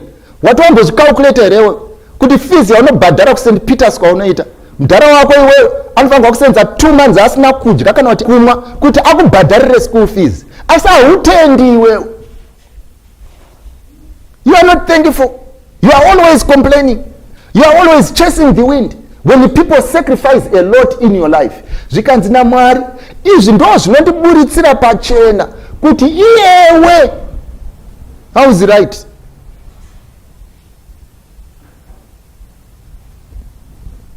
Kuti Mwari mbune musiki wedenga nepasi oita shura pakorona ino rekukuchengeta, madhokta ari pastrike, manesi ari pastrike, usina US dollar rekuenda kuprivate hospital.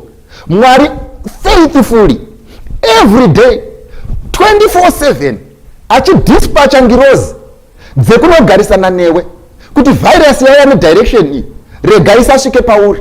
Virus ingangotora upenyu hwako. After Mwari akuchengeta for this long, only to realize kuti pa-isolation wakabatwa ne-STI, sexually transmitted disease.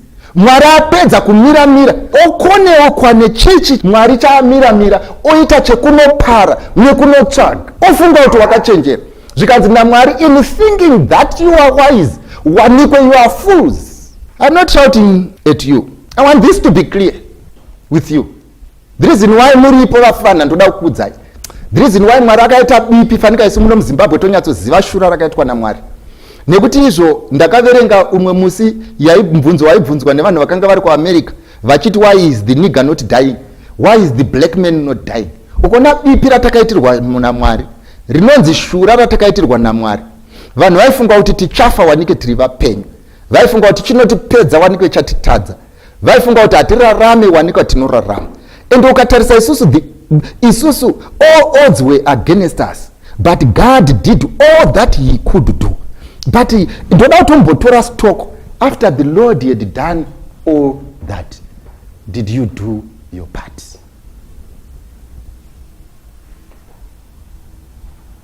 Ngatinamati. Baba wangu namponesi musiki wedenga nepasi, imimi muri Mwari munofanirwa kukudzwa saMwari. Tibetserei tisazvitutumadze setinoziva nzira yatisina kumboona. Tibetserei tisainveste pane zvinhu zvinopfuura izvo zvinogara zviripo. Tibetserei tisavarairwe pane zvinhu zvinoora izvo zvisingaori zviripo. Mwari tibetsereiwo pakuronga kuti tironge semainirongero yenyu.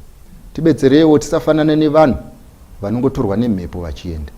Mwari manga madii kubatsira vanakomana nevanasikana venyu vaone ramangwana risati rasvika. Vabetserei vazive kuti in your absence they are going to get nowhere. Muzita raJesu ndinonamata. Amen.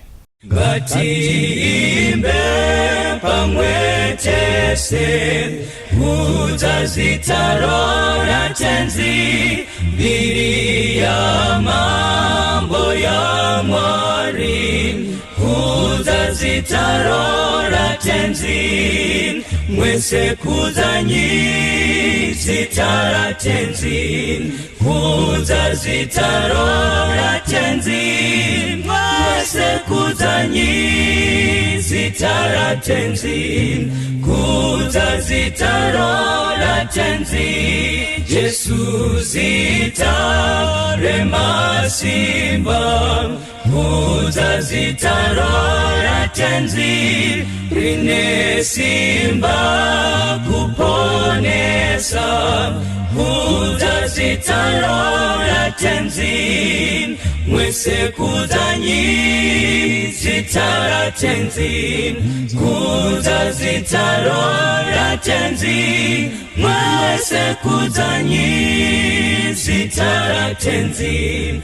kudza zita ratenzi ngatibvume zvinyangadzo kudza zita ratenzi tachenurwa ngeroparo kudza zita ratenzi mwese kudzanyi zita ratenzi kudza zita ratenzi mwese kudzanyi zita ratenzi kudza zita ratenzi mwese kudzanyi zita ratenzi kudza zita ratenzi mwese kudzanyi zita ratenzi kudza zita ratenzi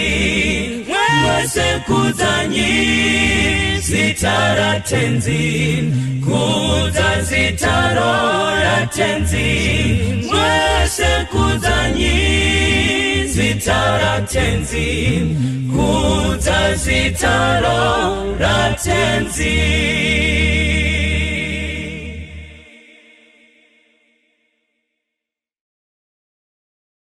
Kana ndiri mutadzi Jesu akandifira wakafa kuti ini ndichagara kudenga sena wani pamuti ndinopona na Jesu harudoro rwa Jesu runopinda pamsoro runozama senyanza runogara narini rudo rwakandiona apo ndiri kusada kana ndiri mutadzi ndiri kumuda Jesu kuda kwangu aziwa zvene urombo wangu neupenyu nemoyo Jesu anochengeta neupenyu nemoyo Jesu anochengeta neupenyu nemoyo Jesu anochengeta. Mufaro mukuru kusangana mukati mezuva ranhasi pachirongwa Family Matters patinotaura nyaya dzine chekuita nemhuri. Tine kutenda kuzere kuti iko kana mumba uri muchechetere mvura yeguvi, baba namai vachiwirirana, vana vachikudza vabereki vachidzidziswa zvakanaka, Jehovha achitungamirira mhuri iyoyo yakasimba kudaro, idi zvinofadza muine chikweye mumba. Vanhu kana vakuzoenda mukati memavazha aJehovha vanoenda vaine mufaro. Asi kana mumba paine dambudziko, pachirovanwa nekutukanwa, iriri besanwa, iri mapirinjanjanja minzwa emupangara, kana kuti bvoripfori kusangana kwezvidembo pamadhorofiyo, kana paine iri binda uchiseka purazi radzuda makakatanwa gumbeze revanomwe, kana mumba makangodaro chete, musazvinyepere varume kuti iko tiri kunamata, kana kuti munhu anobuda mukati memba yakadaro, zvinhu hazvitombofambi zvakanaka kwese kwaanoenda. Saka tine mufaro mukati mezuva ranhasi, tachida kutaura nedzemhuri nhasi yanhasi. Hold on to your seats because iri kuti pisei. Regai nditange ndataura nedare rangu muvanzwisise mugovaziva. Totangira nekuko. Zita ndinonzi Nyamazana, mufaro wangu kusangana paFamily Matters. Thank you so much. Ndinoitwa Maijaricha. Thank you. Yes, next. Tinokwasai hama neshamwari, zita rangu Mrs. Chinengo. Okay, thank you. Next. Ini ndini wenyu Advocate Nyari Advov. Zita ndinonzi Watson Mbiriri, ndiri Mwera Moyo, Chirandu, Bururu Wasinyoro. Toda kutenda chose. Zita rangu ndoitwa Pastor Francis Mbira, Sawira, vanosokosva pedyo pamwe chete na gono vandinawo panapa. Gono? Yes. Nhasi tine nyaya yakati simbei. Now, nyaya iyi masimbiro yakaita ndeyekuti iko mudzimhuri umu chakunetsa mazuva ano kazhinji kacho ndizvekunzi iko vanhu vari kuita gumbomba gumbo panze. Inyaya iyi yanetsa mukati meupenyu, ende kare zvaimbonzi varume ndo vari kuzviita. Asi musi uno ndiri mukombi ndakatoudzwa kunzi iko hanzi iko madzimai ishiri yatobvuta rekeni. Vakutozviitawo ende zvinhu zvakungoita zvatopedyo nekunge zvinotogamuchirika. Asi ndoda kutaurirai, kana paine chinhu chinorwadza chinobvisa munhu pachimiro chekuti munhu chigomudzikisa kuita chinhu pasina, inyaya yekuitwa cheated by the person wakatrasta nemwoyo wako. Nyaya iyoyo yakakosha. Inorwadza, inonetsa, inobaya. But tachida kuti iko ngatitangire hedu gono pakuti iko what are the benefits dzemuchato usina gumbomba panze. Maybe totanga na Advocate. Kuti munoziva kana munhu usina zvinokurovesa nehana mumarriage yangu. Uchiziva kuti munhu wangu samaita ava ndevangu ava, hakuna kwavanoenda. Hakuna mumwe. Chero marecipe ese ndinokuitira. Ndinokuitira zvinoshamisa zvese. Ndichinzwa kufara kana progress kushanda kubasa. Munoziva kana ukasoro uchiteerera munhu foni yake, uchiteerera munhu kuti azoendepi, ari kureva shuwa here. Who is going to live your life? Saka even you live a full life, you allow your partner to also live a full life muchisapotana. Kana pasina vari kupindira pakati. You are more productive. Alright. Maita zvakanaka Advocate Nyari. Kuti ikoko kakungoziva kuti iko uyu ndiwangu, hana isingarovi, zvine zvazvinotoita kumuchato. Thank you so much. Vanyamazari. Proverbs chapter 5, verse 15. Inoti drink water from your own cistern and running water from your own well. Ikazodzika kudzasi inoti let your fountain be blessed and rejoice with the wife of your youth. Saka ndaifunga kuti sei bhaibheri riri kupa example yetsime. Muchaona kuti kwakamboitika outbreak yekolera kubudiriro neGlenville neZimbabwe yese. Vanhu vakatsvaka kuti chii chakonzeresa zvinobva pamvura yaimwa vanhu. Saka kana munhu asiri kumwa patsime rake anoita kolera. Saka kuita upombwe kunokonzeresa kuti kunoaffecta the whole setup yemarriage. Toifananidza nemunhu amwa mvura, kolera yakaura inda igara Glenville. Vanhu vanga vamwa mvura netsvina wakafa, taitya nekufamba. Ende ndo zvinoitika, same applies kana vanhu vari kuita upombwe. Muri kupolluta the whole marriage setup. Hapasina trust, hapasina kunakidzana. Ende kana ari mudzimai akutodhila newachifunga kuti handingaite zvirwere here, all those things. Saka zvinenge zvakunetsa. Ndo saka tiri kuti imwa patsime rako chinyi chaiyo. Hanzi kudhila nemurume anochita zvakafanana nekupuruzira rova mbiri. Gono imbobatsirai nyaya ihombe. Ndizvo ndofunga zvinongofanana nemunhu ari kufamba munzvimbo inonzi yakaiswa zvimbambaira nguva yehondo. Muri kuona? Kuti uchaona kuti mune maruva kana mune hova. Iwo uri kungona kuti pangaita chimbambaira here apo. Koapo. Urungotsvaka kuti pandingatsike ndepapi. Uri kupaona? Maruva uchaona. Hauaoni. Uri kuti will I come out of this alive? Unopona here panapa? Ndo paane focus. Saka productivity manje iya yambotaurwa iyeyo hapasisina. Nekuti pfungwa dzabatwa nekuti izvi wakutsvaka kuti zvari kureva ichokwadi here. And things like that. Kuti uchafunga zvinhu zvinoendesera muchato mberi nemhuri yenyu mberi zviri kutosveta simba. Vakaoma. Maijarisha, do you want to say something? How important, how significant is faithfulness to the happiness in marriage? Kazhinji nyaya iyi inotaurwa zvichirerekera kune ari kutadzirwa, asi chero kune anenge achizviita wacho hautorina peace of mind. Kutogadzikana kwako iwewe semunhu unenge uchingogara uchivhunduka wega kuti saka mumwe wangu ari kuzviziva here, saka apa ndonzvenga ndakaita sei, saka apa ndinganyebe kuti chii kuti ndibude panyaya iyi, saka you are ruining your own peace of mind tisati tatombotanga kutaura kune the next person. And tambotaura chirongwa chitanga kuti nyaya idzi dzine chekuita neruponeso rwevanhu.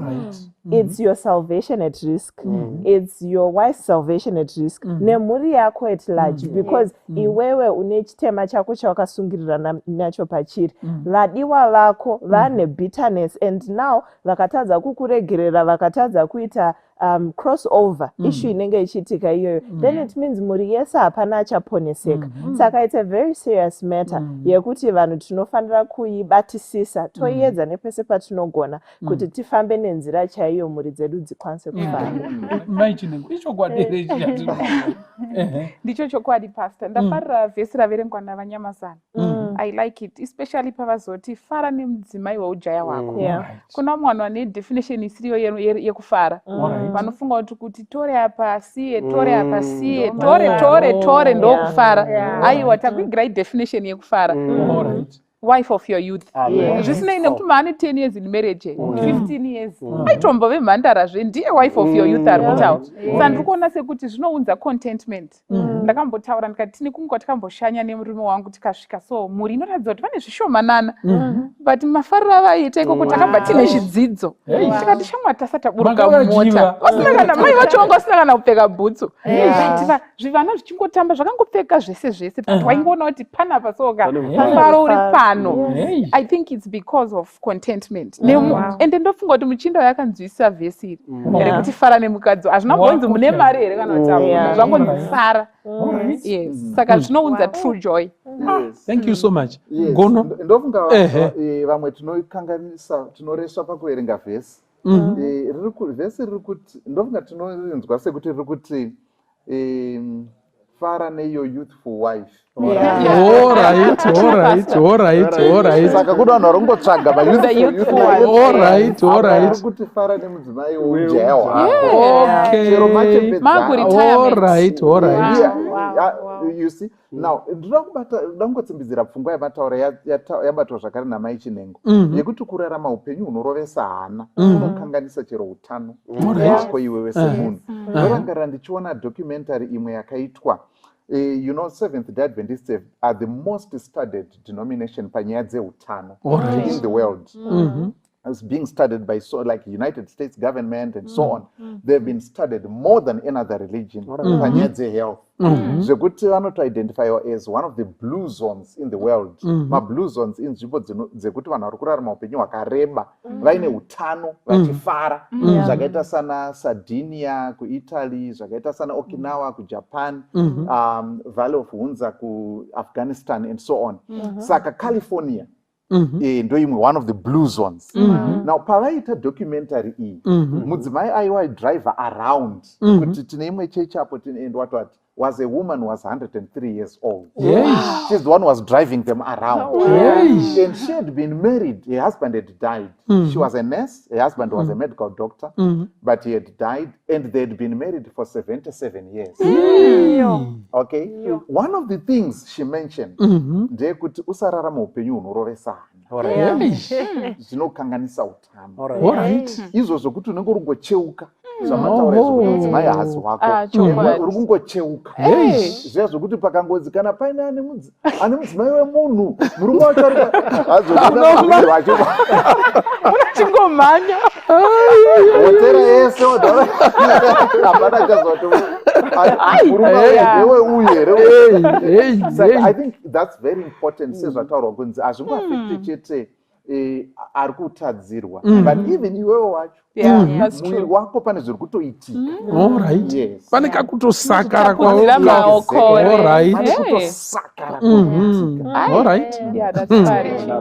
handiti muri kuona nayo cheripo. Saka thank you for that point.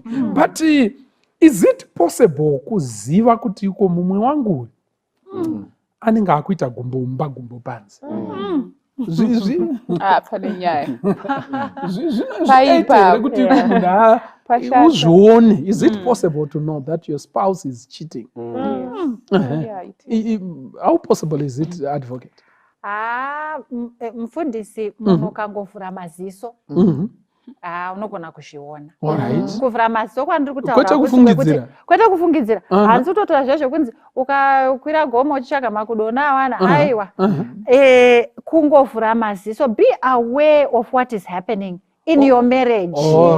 Wona woziva munhu wako to the point yekuti ukaona zvimwe zvakutafanika zvakushanduka unotoona kuti apa pane chashanduka. Dzimwe nguva zvinoshanduka kwete kuti ari kuchita, dzimwe nguva zviri kushanduka nekuti ari kushungurudzika pamwoyo nenyaya dzekubasa. You are still relevant there. Dzimwe nguva zviri kunetsa kuti something that she may not have told you. So be aware. Kungovhurika maziso shuwa zvinotobatika. Handi ndinoshaya munhu anoti shuwa vakaita 8 years baba ivava vachitori neimwe mhuri ina handisina kana chandoziva. Vhurai maziso amai, zvinooneka mukanatokuvhura ziso. Saka nemamazi kuti iri kuti iko zvinogona kuonekwa. Pane zvimwe zvinhu zvamunotoona kutoti iko kana ukazviona izvozvo taurai nezvazvo mukati mukati memba yenyu. Ameno advocate Jaricha. Panenge panzibatwei nevakoma vangu kuti kazhinji kacho zvinooneka, asi ndiri kuda kutaura pane senyaya taura inogara ichikandwa nevanhu kuti ukakwira mugomo makudo unomawana, vedu kana musina makudo aumawani. Saka ngatisa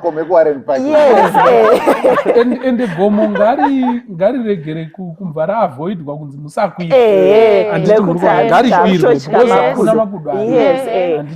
Zvinhu zvakadaro zvinoitisa kuti tiite kakujairira kutonormalize masituations asiri normal. Nyaya yekuita gumbo mumba gumbo kunze haina kunaka and hatifaniri kuinormalize. Saka mastatements iwayo we should move away from them. Kana patoitika problem mumarriage ngaiinvestigate, ngatisatizei kuti saka manje ndikazoda kuedza kubvunzisisa kana kutarisisa ko ndikazoziva kuti ndozvo. Unotofanira kutobvunzisisa nekutarisisa kana patori neissue iripo, whether ndeye kuchita kana kuti ndeimwe issue inenge iripo, yobva yagadziriswa zvichiri kwekutanga kunoko vanhu mokwanisa kuenderera mberi. You wanted to say something? Then advocate. Ndoda kuti nditi mashoko mashoma marriage is work past. Kana vanhu taroorwa paya taroora ngatisabve tazorora kubva tangoti tinopota tichisakurira uchiona kuti mumwe wako chiri kumunetsa chii. Because pamwe pacho munogona kungoti ari kuchita but pamwe anitori nerimwe dambudziko. So there is work. You just don't come and you bring something into the union. You don't just sit and wongosiya murume wako achifudzwawo nevamwe kana kuti mudzimai wako achingoenda nekoko. Munhu ngaafudzwe tichionesana. Saka ndinofunga kuti zvinooneka. Kana munhu uri munhu anoita keep track nemararamiro ari kuita umwe wako over the years, unogona kutoona kuti pane zvachinja. Find time to talk about it. Alright. Saka kaya kakunoti hoche koche kakupindirana makore achifamba kanogona kuita futi kuti uone kuti pane zvaita sei zvashanduka. Gono. Yes, akuenda pane zvimwe zvinogona kuratidza. Indaiona sekuti vasikana dzimwe nguva kana vachikura vari kumapuraimari uko, ona kamwana kari kutsuna chikoro kuita kuchuchisa masita akachipiwa amasita ari kunyemwerera. Vanozonoti kumafomu 1 ari right, pakuzonoti form 2 form 3 anenge akupedza nguva yakati rebei negirazi kudarika bhuku. Bvudzi rikambobeurwa rakadaiombodzoswa rakadai rozodzi. Saka unonoti pane zvaakuitika. And kune vamwe vakatoti wandei vasikana vekuti ipapapo chikoro ndopachakatozovhiringika neupenyu. Saka pfungwa yacho ndeyekuti panogona kuita sudden change in appearance. Okay, mataridzikiro emumwe wako adzokera kustage yekutsvetsva kana kutsvetswa. Saka akuchida kuratidzika, zvekuti auda kuzviita katseketsa. Adzoka mucirculation. Saka izvozvo ndo chimwe chezvinhu zvinogona kuratidza kuti akapfekera aka ndoendaitaura gore riya ndichiti kunonzi murume chaiye kana apedza kugeza anopfeka hembe kana apfeka ozokuzora mafuta pasara pari kuoneka pasina ukazora mwiri wese kuzora mwiri wese kutanga yes uneonotera country music song yaKenny Rogers Ruby Don't Take Your Love to Town song iyoya iri kutaura kuti umusikana uyu I mean, I listen to a lot of music, but mapfekero haita ndikabudiro kakuita padhoo karatidza kuti pane kwakutoenda saka zvinogona kuva mucherechedzo a sudden change in behavior, all right, zvine chekuita neappearance, all right. ndichiwedzera ipapapa malooks mapfekero but even mamwe maactivities akuita munhu ekuti munhu akuenda kujim iwo wakapedza makore 5 uchiti kune baba imimi dumbu renyu rinenge rakuenderaa kutodai hamusikuona kuti nyama hadzichanyanya kunatsobatana here munhu achiti siyana neni ndaa over 50 asiona munhu suddenly mapress up gym subscription ndiye akutoti regai mwenda ndakwe haasi kuinda neweba iye ari kuinda ega ena kuti ndiye ane agenda maona sekuona kuti mamwe maactivities akutorwa munhu akuda kufarira kunyanya kugara kunze kwemba kunyanya handiti akuita kakunonoka kuuya kana kuti akuita wotona kuti ava pane zvinekasiyanwa zvinhu zvese zvatiri kutaura matauriro atiri kuita hatisi kureva kuti wese atanga gym because ndakatanga gym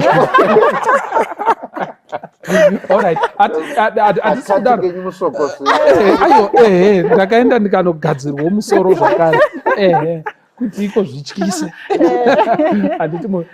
but tiri kuti iko pane tumwe tutsika utwo twamunoda kuti mutarisise mai twamunoda kuti mutarisise baba chinangwa chatiinacho ndechekuti iko cheating kana kuti gumbo panzwe inogona kutodzoranwa isati yanyanyisa midzi yacho isati yanyanyisa kuita sei kunyanyotandira zviya zvekutoti iko aiwa hayo ngatinyazotaurira inyaya iyi mainhingirikiri hazvichaiteka ndo munoswera muchitaura nawo mukauya kumba ndo vatine tichingotaura nezvavo hatisi tomborina nyaya tangonzi mainhinge wakazodai iko hatisina here dzimwe unoza iko kacho kakungodzorwa ikakako kane kazvinobetsera saka ndo patiri kutaura kuti iko munogona kubata zvinhu izvi nenzira yakanaka zvisati zvaenderera kuwotodzora umwe wako saka ngatiregei kutsunzunya ngatizvionei zvinhu izvozvo tibatsirane mukati mekurarama zvimwe zvandingaonawo. Alright, yes, thank you. Chimwe chinogona kuoneka kana chinoaffectwa kana munhu apinda kana kuti akufunga zvekunoita cheating inyaya yecommunication. Communication inovhiringidzika zvakanyanyisa. Saka muchanoti pamwe dzimwe nguva spouse yako pamunenge muchimbotaura munhu anenge asina kuomera kupasa macomments akanaka, for example kuti I love you ndizoka tamai makachena kana kuti muchimbowana time yekudiscussa but all of a sudden zvinhu izvozvo hazvichatauriki zvakunetsa chero ukazara kupedza 1 hour uchichinja uchipiripo paglass kuti zvimwe nguva baba wangaoneka kuti amai vangaona ameni hapana kana comment iri kudi iri kuti but all along please ngatibatei pfungwa yekuti zvanga zvichimboitika kumashure hazvichadini hazvichaitiki. Saka iyo inogona kunge itori red flag yekuti dzimwe nguva baba hawasina baba kana kuti amai hawasina interest pane chafa mavari. Saka communication not only kuma comments but even kutotaura nyaya chaidzo munogona kutoona kuti pasisina nguva kana tanguva ma1 answer maswera sei ndaswera usatopera. Saka izvozvo zvese chero kuti munhu afamba sei panga achibva kubasa kana kuti ari kufamba sei haachada kubuda pachena neinformation that alone can be a red flag inogona kuratidza cheating. Okay, all right. Toda kutenda chose. Yes, muchiipapa. Yes. Saka nyaya yecommunication iyoyo zinogona kuratidzika futi kuti pada munhu pane masubjects ekuti akaintroduced asi comfortable. All right. Angojitare about anokwanisa kuita topic switch otokasika kubva panyaya iyoyo kuti ataure Alright. haasina comfort Alright. nokuti irikuda kunogunzvana nezvaari kuita nezviri kuitika munhu haachapinduri mibvunzo even iri simple yekuti kana ungofona kuti muripi mamati muchasvika na5 zvino dzato 6:45 muripi you know izvo zvekutoti kana ndapwerere ndinofudzwa kana zvekutoti munozwa kuti vanhu vanonetsana mudzimba umu kuti okay send a location unoti ndichisenda location kuti ndadi things like that you know zvinhu zvakaita seizvozvo izvo zvekuti munhu haasi kusununguka kunyatsa kutaura zvakanaka communication yenyu hamuchanyatsa hameno pamuri kupesana utopashayawo kuti tiri kupesana papi but zvinogona kuva mucherechedzo wekuti munhu uyu ari kuda kuva secretive haasi kuda kuita open up munozva communication ine malevels ine malevel yekuti kune small talk then kuenda pafactual talk then kuenda paideas and opinions then kuenda pama-emotions then deep disclosure uyu munhu arida kutambira kulevel yefactual talk nesmall talk haadi kuenda kunonyudza kungotaura zviri necessary zveweayanaya mvura gorekuzazi kune zviri personal haasi comfortable yes pane mumwe here angatsike futi just the communication kana munhu aine zvaakuita how is it affected? Yes. Pacommunication ipapo pane nyaya futi ye-lying and avoidance.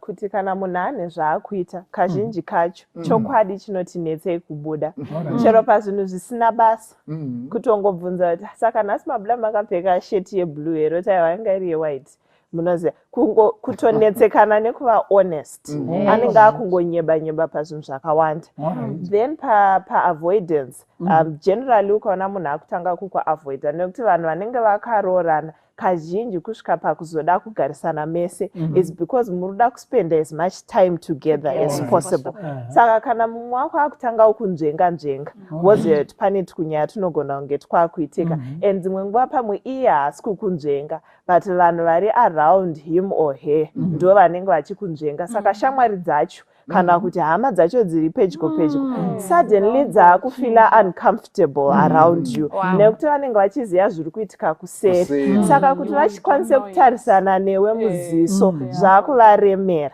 saka ukaona pakuitika maissues wekuti munhu akungonyeba endi pane kakunzvengana kari kuitika either naye kana nevamwe vanhu vari padhuze then there's need to investigate kuti chii chiri kuitika kungotsvedza seramba haachabatike semukonzi kudai tsovo poyovoyo alright okay ndichiwedzera ipapo avoidance inobva yatoenda to avoiding being present at home. Saka munhu anotora nguva yakareba chose asi pamba. Paanosvika pamba anoda kubva akurumidza kuwana mukana wokudini wekubudazve. Kana kuda kutonopfurira kunorara. Kana kuda kutonopfurira kunorara. Kuda zvemahaga akareba ba. Ndizvozvo ende plus haadi kufembedzwa. Kuda pana maperfume mamwe asingazvisisike anenge aitika ipapo. Kana ngonanga shower straight. Wati mimi mazonyanya kuita kuchinda uko mazuva kuti moda kuti muchingobva kubasa makutoenda kushawa. Muchaona kuti ndo panopinda futi nyaya yemavhiza. Ndakanzwa kuti kune mavhiza isaida atipinde mumakombi asi toshinzwa mundege matetiri alright we understand takanzwa kuti kuna mavhiza ekuti munhu kana achida kuronga kuti aende overnight kana weekend anongomutsa imwe nyaya handiti kungoita unge bhiza rasvuta mbanje omutsa zviya zvekuti nyaya isina kana nebasa zvataura namaija rich haina kana nebasa nyaya iyoyi asi inobva yatosimuka zvoti unosara wafunga kuti ndopenga here nyaya yatangirepi muswe wacho uripi yadi vatobuda vakati handigarire zvinhu izvi kana kuti mai vanoti imi baba imimika inini ndofunga regai ndimboenda kwatete kana kuti regai ndimboenda kwakazoti handiti kana iwe kuti mabusiness trips asingaperi handitika iwe hauindi nemudzimai kana kuti hauindi nemurume ndo maavoidance waya anenge aripo ekuti aiwa kurungonzi vanhu vekubasa chete maplane ticket haana maspouse mukati. Saka muchaona kuti idzodzo nyaya dzinopinda futi ipapo. Vandango ipedzisa yekuavoidance. Chimwe chinhu chinogona kutanga kuavoidwa nemunhu kutoenda kuchechi chaiko. Anogona kutanga kutoavoida kuda zvekunamata. Ndine imwe sawira wangu aitomboita izvozvo. Saka anotaka kukonfesa kwandiri. Anoti nyamazana kana uchichita chero kupfugama wachinamata. Haukwanisi kunamata. Saka aiti chero kuenda kuchechi ukangonzwa pangotaura any sin unofunga kuti pamwe ndiri kudii. Saka unotozviavoida. Saka ndo zvimwe zvinhu zvatofana kumunotisa kumaspouses edu. Ukaona asisadi zvechechi patoita futi problem inogona kungoita red flag. And maybe ndobva kupedzisa panhau communication. Chimwe chinhu chinokosha pacommunication inotori nyaya eye contact chaiyo. Ukaona munhu akuti achitaura newe haachada kutarisana newe madziso, zvinogona kunge red flag futi yekuti pane zvadii. Because communication tinotaura futi nyaya active listening. You listen with your heart, you listen with your body, you listen with your eyes. Inenge iri active listening. But ukaona munhu achita ari kutaura maybe ari pa WhatsApp yake kana ane zvimwe zvinhu zvaari kutoita, inogona kunge sign yekuti ari kuavoida kutaura newe dzimwe nyaya dzakakosha because ane zvari kudi zvari kuhaida. Saka those are some of my red flags. Apa pangatisumuke apa tienderere mberi. Imwe red flag yamunokwanisa kuona ndeipi maijaricha? Ndofunga maichinengwa saka ndichati vatange ndobva ndasopinda. Ndichataura nyaya yemari. Pakangotanga kungove nema-unexplained expenses. Let's say mune joint account or mune savings account mongozoti ndapa $15,000 but inongokarika mu7 but kuti zvizikanonzi bank charge statement yacho haibatiki and everything. My unexplained expenses are a signal of infidelity because infidelity costs infidelity hatane kuungana because munhu unenge uchita naye yaka donzo rake guru nderekutokuwisira pasi financial. Saka muchaona kuti kunodiwa madina kunodiwa expensive wines, not just ordinary wines, pastor. Ziya dzinonyadzobhukaira dziya dzinodhura, maflights akuendwa nekombi kana tax, you know, zviri privatized zvinodhura. Saka muchaona kune mahotel bills, kune air tickets, kune everything. Saka those unexplained expenses zvinonotora even muma-retirement savings yenyu. Maimbira napastor vari busy kuseva, ukozona retirement saving tandapa 100,000 kwatara taamu 8,000 but kuti titibabatanya mari yakaenda kupa haina kwairi kutaura vanotoshatirwa. Saka muchaona kuti infidelity is very expensive. Saka munhu anenge atopa basa rekugara achingiridza mango mari sizi achibvarura mango mameseji achidilita and everything. Saka mango pane mamwe ma-expenses ekuti unongoshona kuti kwakaendwa kwakati but you don't frequent those places together. It's a signal kuti kune vakaendwa nawo. Saka ma-unexplained expenses nekungo withdrawals amaisisambosiita but wongoona kuti umwe wangu either murume kana mukadzi, that's a signal.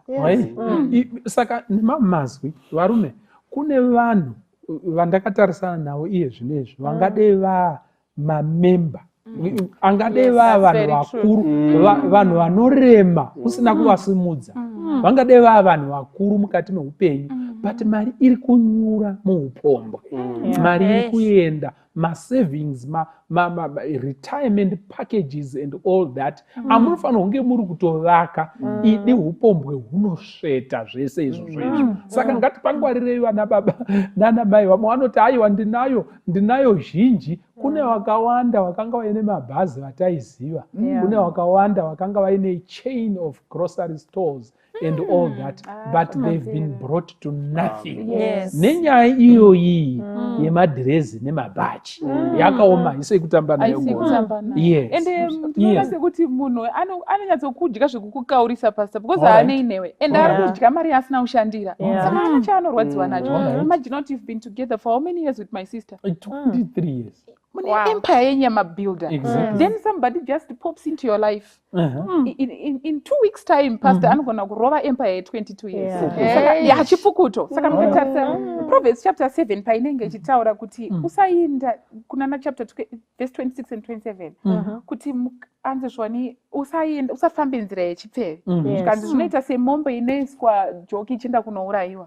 Zvikanzi vakadzikako havana kusimukira. Zvikanzi hey, house is the way to hell and descending to the chambers of death. Just that Proverbs chapter 7 verse 27. Saka Mwari akanaka pakuti anogara audza vanhu kuti paunotora nzira ika uri kutoburukira kuSheol. Saka Sheol may not just be kuti watofa kufa kuripo but financially futi unofa pasi. Unopera. Alright. Saka hakuna chinonzi vakatadza undipedza. Handiti munoona nayo chero. Hakuna unopera chero. Handiti munoona nayo chero. Yeah, thank you for that point. Yes. For by means of a harlot, a man is brought to a piece of bread, and the adulteress will hunt for the precious life. Saka pari kutoita sekuti pari kushandiswa a metaphor yekuti she is a predator. Okay, and you are the prey. Iwe wacho. Saka pari uri munjodzi. And you will be reduced to a loaf of bread. Kuti unosukutwa. Kutsukutsurwa kubva pauri kusvika wadzika chete. Kudzika chaiko. So I think nyaya yemari imari iri kushanda. Saka I think panyaya yekuti mari inenge yakungofamba zvisina tsananguro ikada kubvunza kuti savings last month takati tapa mariko munhu otonzwa hasha saka ruti ndakatora mari ere kuti munhu akutobuda yakuti handigari mumba mekuti everyday ndikupumwa urori iwe ndiwe chete mutsvene panapa kuti acha yacho yato unosara wangoshama vachibuda so vachiti gwado iwe unenge wakashamisa saka wakutotya kuibvunza mangwana saka munhu yotoenderana pana akamboemba rwuyo hanzi anodyiwa haatauri manyepo anozosimudza musoro apera manje ichocho ndo chokwadi chaicho chaicho kuti munhu kana wangoita girlfriend yepadivi kana kuita maband 10 tisangotaura kuti kuna magirlfriend chete kune madzimai vane mari yakashinga chaicho vana maband 10 ine mvuri vanoita zvamaband 10 pazvinenge zvichiitika apa anditi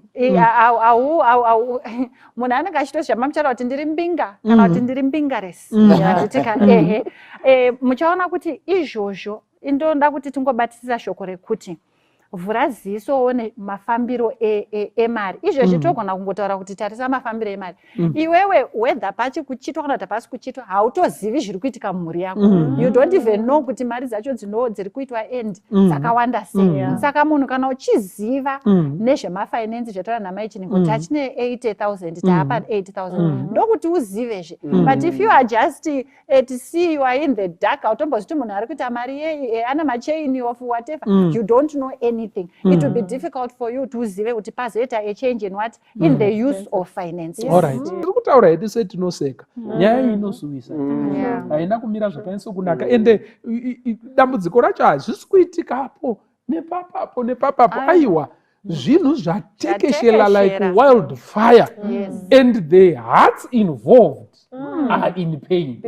Saka tirutaura nenyaya yakasimba gono yatisingafanirwe kuti tingotora lightly. Nyaya iyi ine makuva iyo nyaya iyoyo. Amene kuti chii chimwe chauno kuona kwaunoita maita ini maichinenge maintrodusa nyaya yakanaka.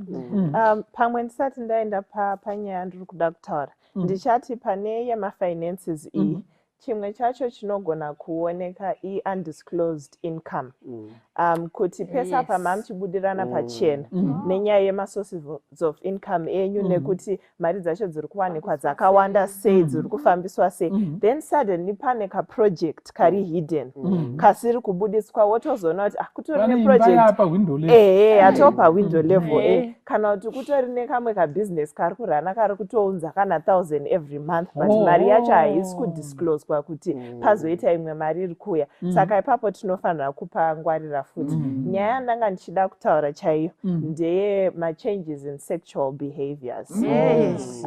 Iyoyo ndiyo inowanza kutiratidza kuti panapa panenge pane chaakuitika. Saka ndichabata ndofunga 3 examples of machanges anoitika.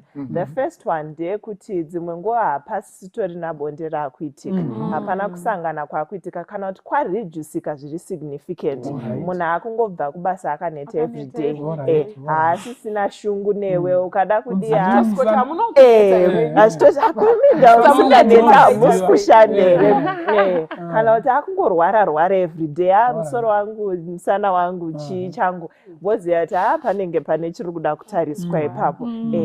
Then chimwe chacho ndechekuti pamwe patone enhanced sexual behavior, but yane new traits asina kujairika, kuti vanhu munenge muchitaurirana muchiti pamwe ngatimboedzi chakati ngati, asi all of a sudden munhu uyu atone imwe behavior yausina kujaira, because ari kuedza kurecreate mamemories aiita nemunhu uyewo anewe manje. Saka pakaita those extreme sexual behaviors, or even dzimwe nguva chinhu chinozonyanyotikanganisa ndechekuti vanhu vatema hatidi kuenda kuzvipatara. Chimwe chinhu chinogona kuratidza especially pamasexual behaviors kuti wazongwera kana wane STI from nowhere, usina kumbobuda, usina kudii, but wakutorwara. Zvino kazhinji munhu unorwarira urimo mumba woavoida doctor kusvika masigns acho asisanyanyoratidzike, pamwe wotoita gore 2-3 years you haven't investigated in it. Saka ukangona any change pamwiri wako kana kuti pane mumwe wako, quickly seek medical help kuitira kuti zvisazonyanye kukuaffectai even health wise. Saka zvakakosha kuti iko titarise ukarwara nechirwere chinenge chepabonde, anditi seek medical help. Usanyare kuti iko zvino ndosvika kuna dhokota ndichi. Pamwe vamwe vakapinda mukati memichato vari 2 clean slates, anditi muri kuona, to the extent yekuti iko kunzi kurwara nechirwere chepabonde chaicho zvinomboita sei chaizvo.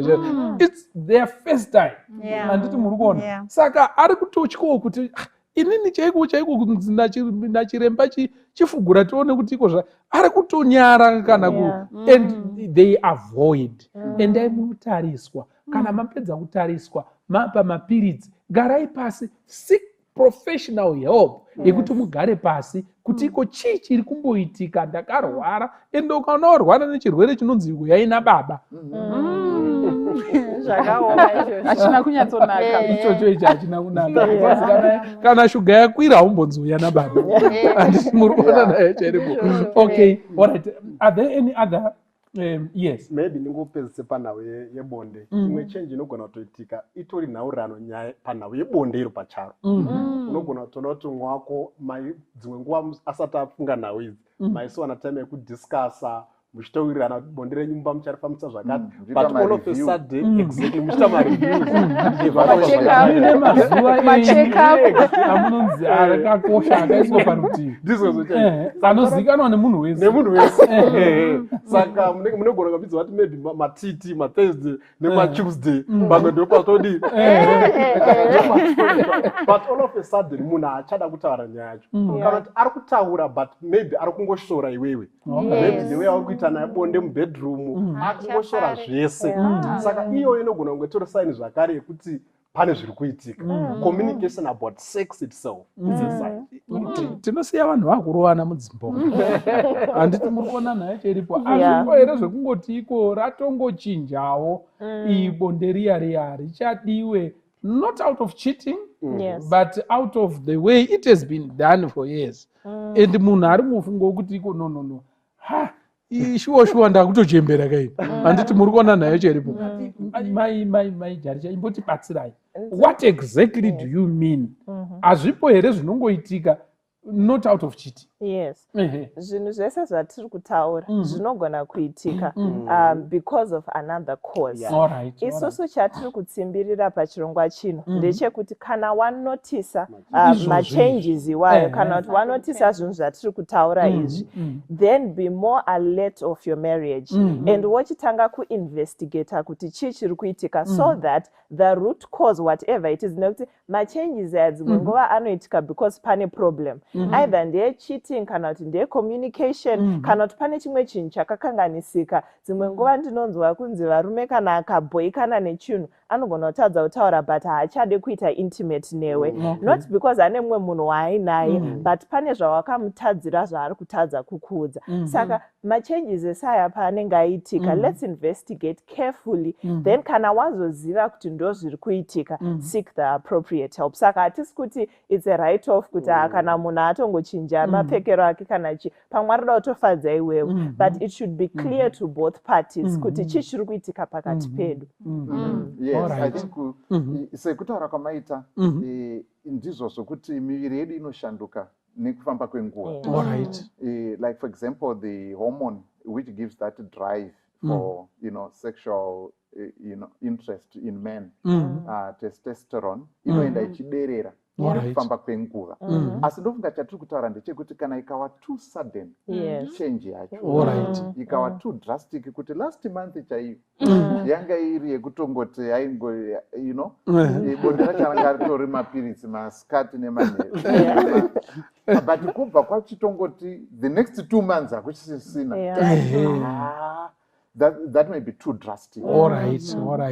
Shanduka yacho yauya yakanyanyisa. Pamberi pazvona ipapo muchaona kuti pane machanges anoitika. Muzamuri kugara mese. It's not like mwari kuAmerica mwari kunoku. Kana munhu achitotanga kutonzwa musana ndotozvizivazve kuti musana unenge uri kudini, uri kumbokomplaina mamedical issues awanogona kuaffecta zvinhu zvepabonde handiti, but kana pakangoita musana wangozotanga kurwadza watisingazivi, unongorwadza kana wapanguva dzebonde. Saka muchaona kuti zvimwe zvinogona kuitika tichienda kunyimo mushokoshe pakuti musati tichenure vanhu vasina mhosva nezvoka.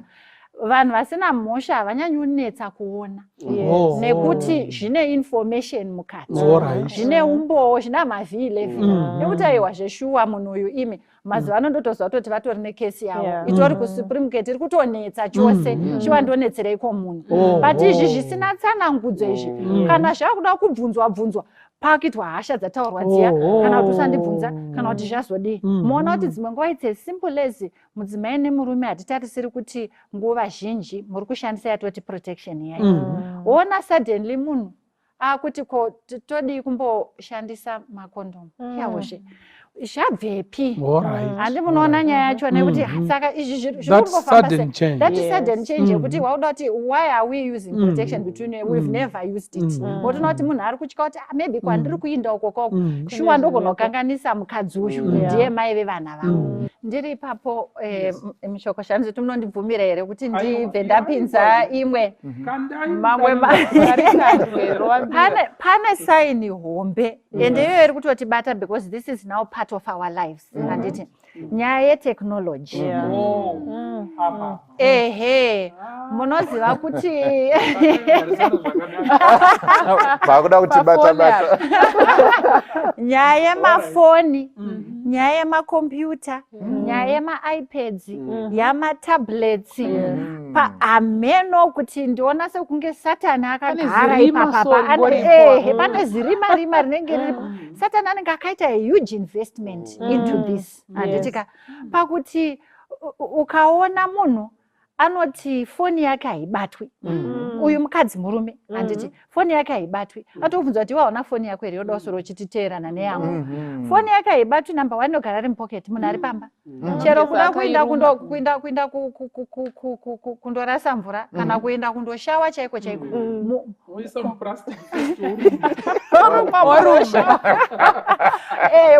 muchiona kuti hezvo even ichinzi yaiswapo kana yaiswapo either iri off, ukakwanisa kuitungidza kana takairindira kana kuti ndeye kuti inenge iri apa mudhuze mujinga umu, ukada kuti kuda wazoitungidza uchaona kuti pane password yekuti ivhurike.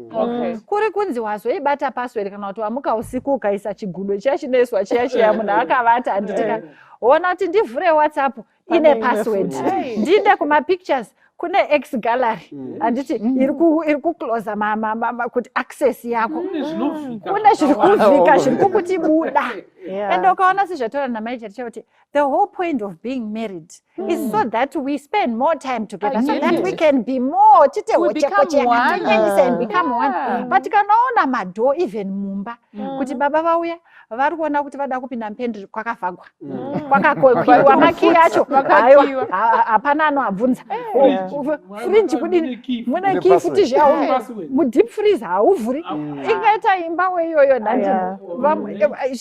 zvinonetsa izvozvo kuti saka muchiona kuti magadgets atinawo kune Facebook kune Twitter kune WhatsApp kune LinkedIn kune Instagram kuna na Snapchat dzese idzi dzinobvumirwa kunzi uvharire vanhu vese kunze ukaona wakuvharirwa iwe murume wacho kana kuti iwe mai vemba chizvibvunza kuti saka zviko zviri kumboitika apa zvinonzi ndisaona ipapo panofanira kuva nemubvunze paboza inyaya yakaoma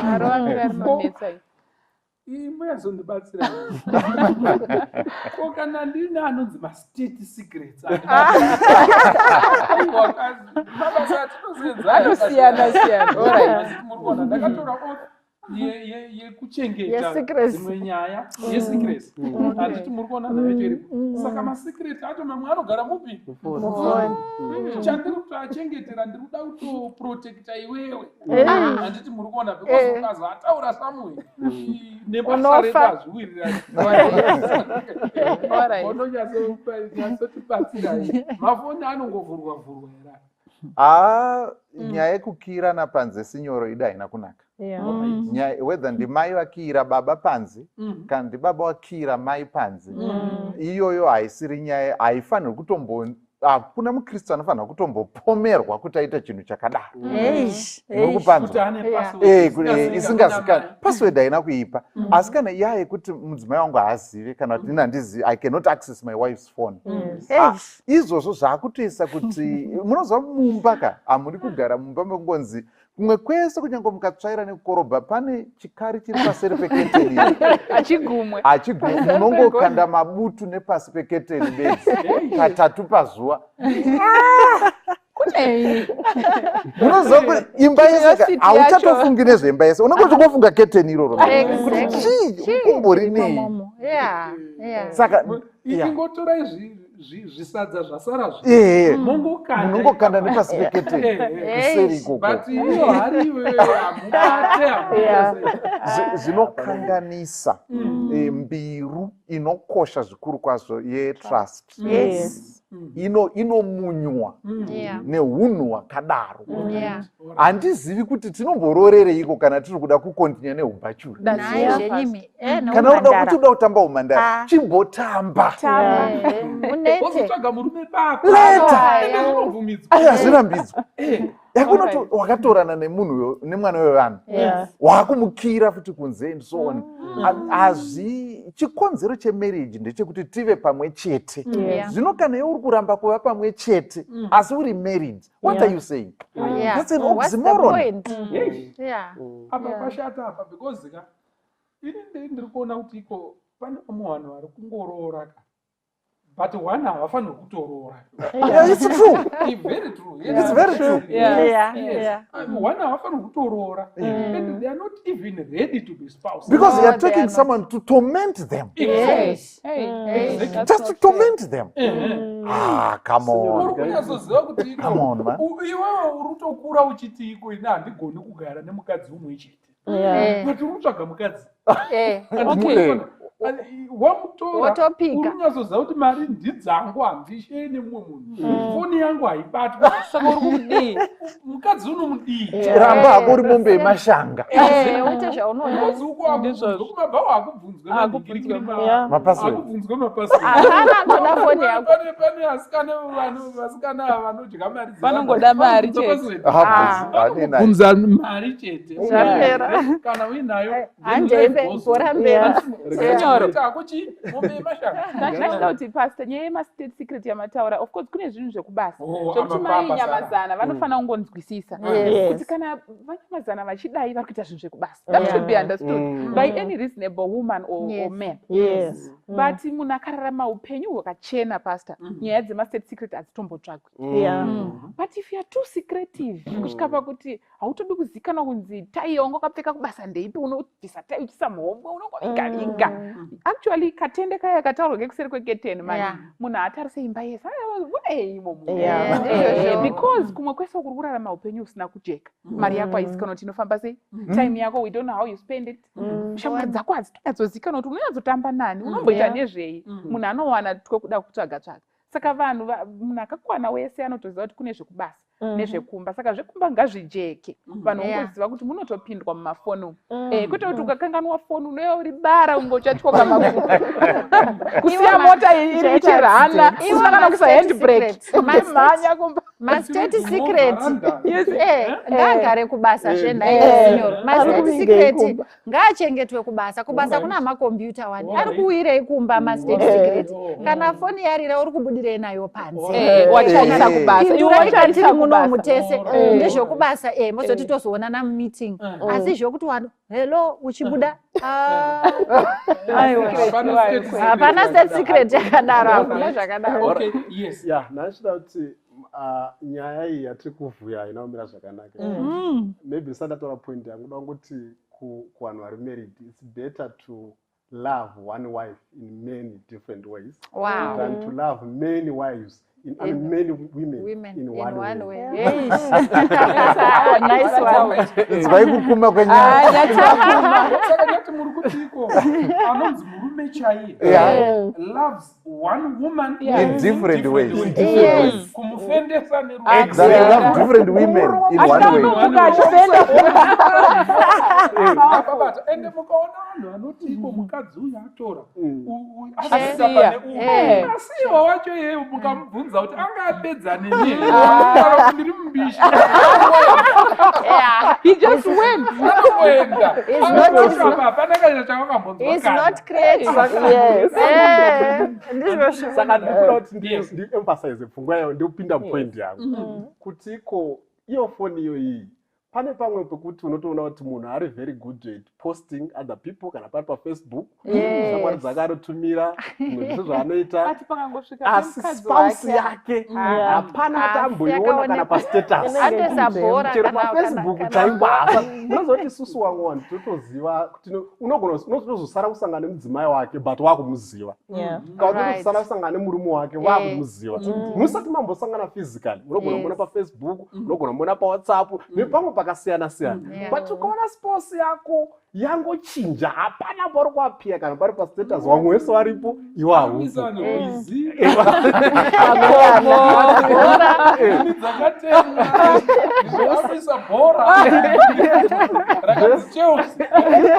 saka izvozvo inogona kutoita red flag. And isu iripo ndeyekuti I think maijari tsvabudza pfungwa yakakosha.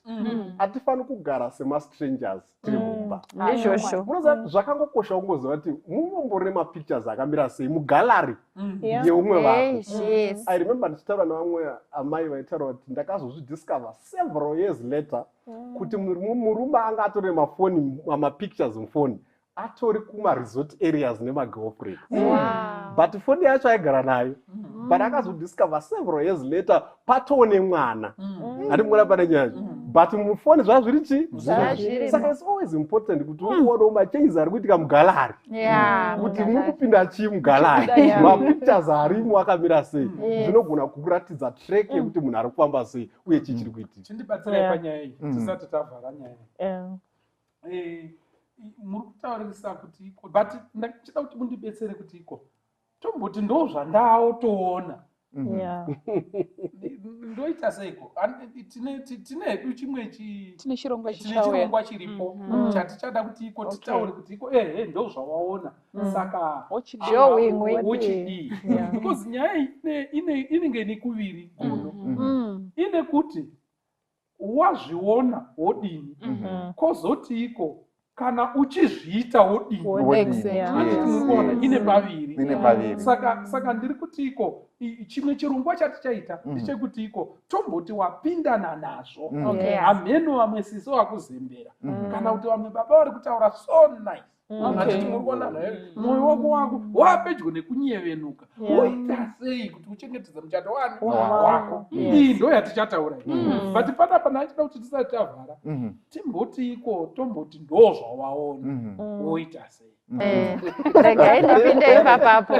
Munoziva nyaya iyi vanhu vanogara vachingobata umbo. Regai nditaurisa Gweta. Vanogara vachibata umbo asi umbo kazhinji haunatsokusvika pakukwana. Nyaya zhinji dzinoraswa kumakotsi uko nekuti waunza suspicion handiti isina evidence yakakwana. Saka chandingatanga kutaura ndisingapinde mune imwe nyaya inoteerayo ndeyekuti gather your evidence. Dzidza kunyarara kufumba mvura mumuromo kudai kumbonyarara uchinatsokuona nokuti dzimwe nguva wakakurumidza kubudisa gure racho futi zvinobva zvavharwa handiti get as much evidence as possible so that nyaya yako kana wakuzoiaprocha whichever way dare rinorichazoadvisa hapana munhu anokurambira kusati tapedza yedu tauda kunamata but marriage haisi here iye yekuti iko I don't need to investigate anything. Yes. Here zvinondipa hope dzekuti iko kana asipoka hapana makamera andinofanirwa kuseta. Yes. Upenyu here kuti ugare wakafumba hako muromo wakanyara sekutaura kwamuri kuita gathering evidence around someone in order to confront them. Gono imbo yazondibatsirai upenyu here totanga namaigaricha then toguma nagona. Nyaya iyi inonetsera pakuti ine vanhu vaviri pane ari kuzviita neari kuzviitirwa. Saka sezvatachitaura kuti pane chirongwa chatichaedza kubatsira kuti ari kuzviitirwa angaite sei nekuti ari kuzviita angaitewo sei kuti asiyane nazvo. Asi chokwadi ndechekuti kurarama kwakadaro hakunakidzi. Nekuti iwe unenge wapinda mumarriage uchiti ndaakuita zvinhu zvangu nemumwe wangu kwozouya third party anenge achikanganisa zvinhu izvozvo and mumwe wako wawakatrusta is the one who has opened up the doors kuti haapinda henyu vese uyai, you know, it's not a comfortable life. But izvozvo zvinhu zvekuti the person who is doing it is the one anofanira kuva cognizant of the damage yaari kuita so that asaise mumwe wake in a situation yekuti akufanira kutotanga kuinvestigate kuti saka uyu zvaakufambidzana nazvo zvichii chiri kuitika. But unfortunately kana watozviitirwa then there comes a need yekutoinvestigate because waakuda kunzwisisa kuti chii chiri kunyatsoitika. Am I being suspicious kana kuti pane zviri kuitika kana zviripo to what extent has it reached. And ndingati kana wazviitirwa zvakare chero wagather up evidence yacho that way hatisi kuti kana wazviziva kuti hakuna nyari arikoko wobva watoboilisa poto yako yemafuta woti I'm now justified to do it. Sober up. Find someone sometimes you can talk to kuti ucalme down kuti tisawese a situation in trying to rectify it. Thank you Gono. Notenda zvikuru. Chirongwa chedu chatanga kurukura nyaya yekuti pane zvingaratidza here kana munhu asiri kufamba zvakanaka. Ndichangoita reference to two passages. Saka ndi Proverbs chapter 7. Bible robva rataura panapa pamusoro pe a woman who was cheating. Okay? Robva rati and behold they met him mukomana ari kunosangana namai avo met him a woman with the attire of a harlot and subtle of heart. Now mapfekero acho muri kuona tambotaura nyaya yebehavior neappearance.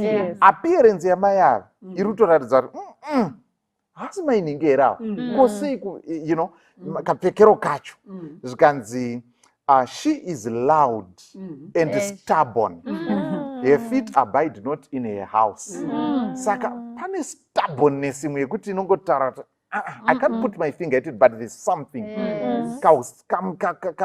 Kaundwindwindwi kanenge kangovepo kauhanyanani chidomba kana kendenge saka karipo pana maya muri kupaona zvikanzi a feet abide not at a house, saka vane kafambiro kangu kuti handiwa tamboona here kusero vakunoku futi zvikanzi enda havasi kugara pamba zvikanzi now she's outside, now she's in the street, and now she's at the street corner. Saka vari kungooneka apo nepapo nepapo. Zvikanzi so she caught him and kissed him, and with an imprudent face said unto him, I have peace offerings with me. This day I have paid my vows. Therefore come. Zvikanzi vakabva vataura zvikanzi takawaridza machira akaimportwa akabva kuIjipita. Wakomana wana mubhedha wakuiswa maspice. Zvikanzi wangove nemura nealo necinamon. Makamborara here machira necinamon. 22 years mshokoto. Mubhedha waiswa maspice. Zvazvinotaura pane mari iri kutoshanda ka. Ndo nyaya dzemari dzatataura dziya idzi. Zviri expensive. Pane mari dziri kutoshanda. Yes. Saka tiri kuona kuti pane hunhu huna mai ava. And then ukatarisa Adam naEve mushure mekunge, before vatadza, they were very comfortable in the presence of God. They were. But musi wakatadza Mwari akasvika akati Adam uri kupi? Because but nguva dzanosangana ndidzodzi, patinosangana ndepano, but indiri pano iwa hupo. Muripi? Unzwa ari kudera ari kuseri kuseri kumadhorofiyo. Zvikanzi asi wadye, because behavior yange yachinja suddenly. They are no longer comfortable being in the presence of God. Saka mumwe wako anogona kuti wane a sudden change in behavior nekuti hasiri very comfortable around you. Zvinogona kuva a sign yekuti pane zviri kuitika. Saka zvinhu zvakadaro zvinoda kucherechedzwa kuti tizvitarisise nekutaura pamusoro pazvo. Tine chinangwa chekuti tigadzirisane kuti zvive zvinofamba zvakanaka. Ndoidira tinoda kuti tibudire kuvanhu kuti ko Mwari haana ushamwari nevanhu vari kuita gumbo panze. Unoziva kuti kwaAbhimereki akuda kutora Sara, zvinonzi hanzi denga rakasimuka, rikauya mudhirimu chairo. Bhaibheri rangu kuna Genesis chapter 20 kana sitakanganise rinoti iro hanzi Mwari akati kuna Abhimereki, behold, you are but a dead man. For the woman that you have taken is someone's wife. Muri kuona kuti Mwari anokoshesa sei. Denga rakatoti kune mukadzi wemunhu anoda kurarwa naye. Wakutosimuka kuti yakatoita emergency mukati menyaya. Anditi muri kuona, if God is that concerned, what about you? Have you just forsaken zvinokosheswa naMwari? Pari akukomborere akuitire zvakanaka ngatinamatirwe nakona. Ngatinamatei. Jehovha muri kumusoro kudenga, tinokutendai nemukana wamatipa wekuti tikurukure pamusoro penyaya iyi inobata upenyu hwedu, inobata mhuri zhinji. Tinongokumbira haazi mashoko edu anokwanisa kunza shanduko mukati mehana yemunhu, asi kushanda kwaMweya Mutsvene. Kune michato iri in distress right now nekuda kwenyaya dzatati tichikurukura pano. Pindai, burukiraiwo mukati memichato iyoyo, burukirai mukati mehana dzevana venyu, munyevenutse mwoyo yevanhu, mutirumure pane zvakaipa. Tinodawo rudekaro nerugare nekufefeterwa murudo tiri mukati memichato yedu. Tibatsirei Jehovha, tirwirei nekuda kwenyasha dzenyu, michato yedu ive michato inofadza. Tanamata tichikumbira zvose muzita raIshe Jesu Kristu rinogara nokusingaperi. Amen. Amen. Tinotenda chose, Mwari ngaakukombore.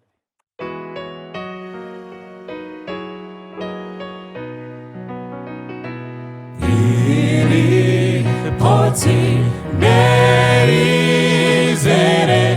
rero para Jesu vanyangazi vanosangwamo vanochena naro vanochena naro. Chena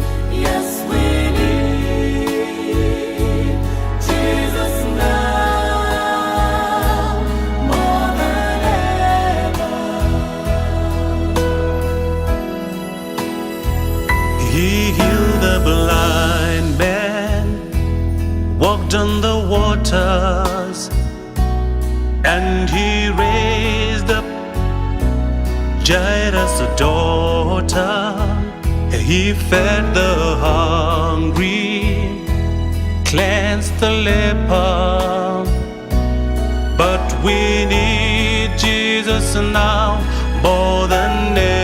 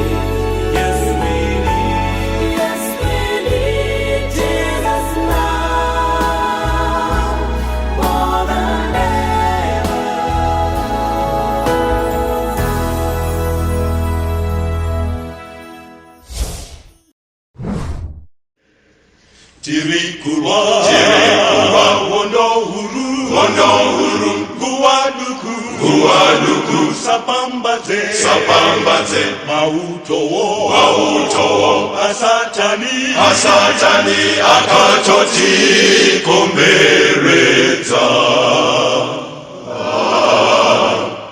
iwe ramba shiva rwane simba rese tondera usiweka Maria si wake Mari wedu obatira kurwa wondo yechitema izirake gereidi ndiye chete mubatsiri iwe ramba chima rwane simbarese tondera usiweka Maria si wake endane soko endane ruteko endane soko panyika nepagungwa endane soko rinopa upenyu nekuponesa mweya endane soko rine simba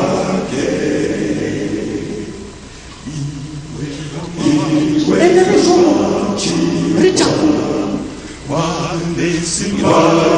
endane soko mumakomo nemuzvukuru tondera usiweka Maria si wake iwe ramba simba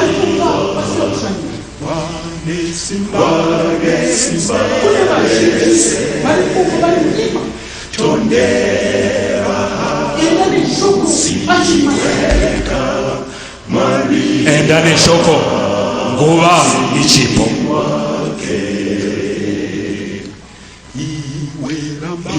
nekukasika nguva yekuparidza ichapera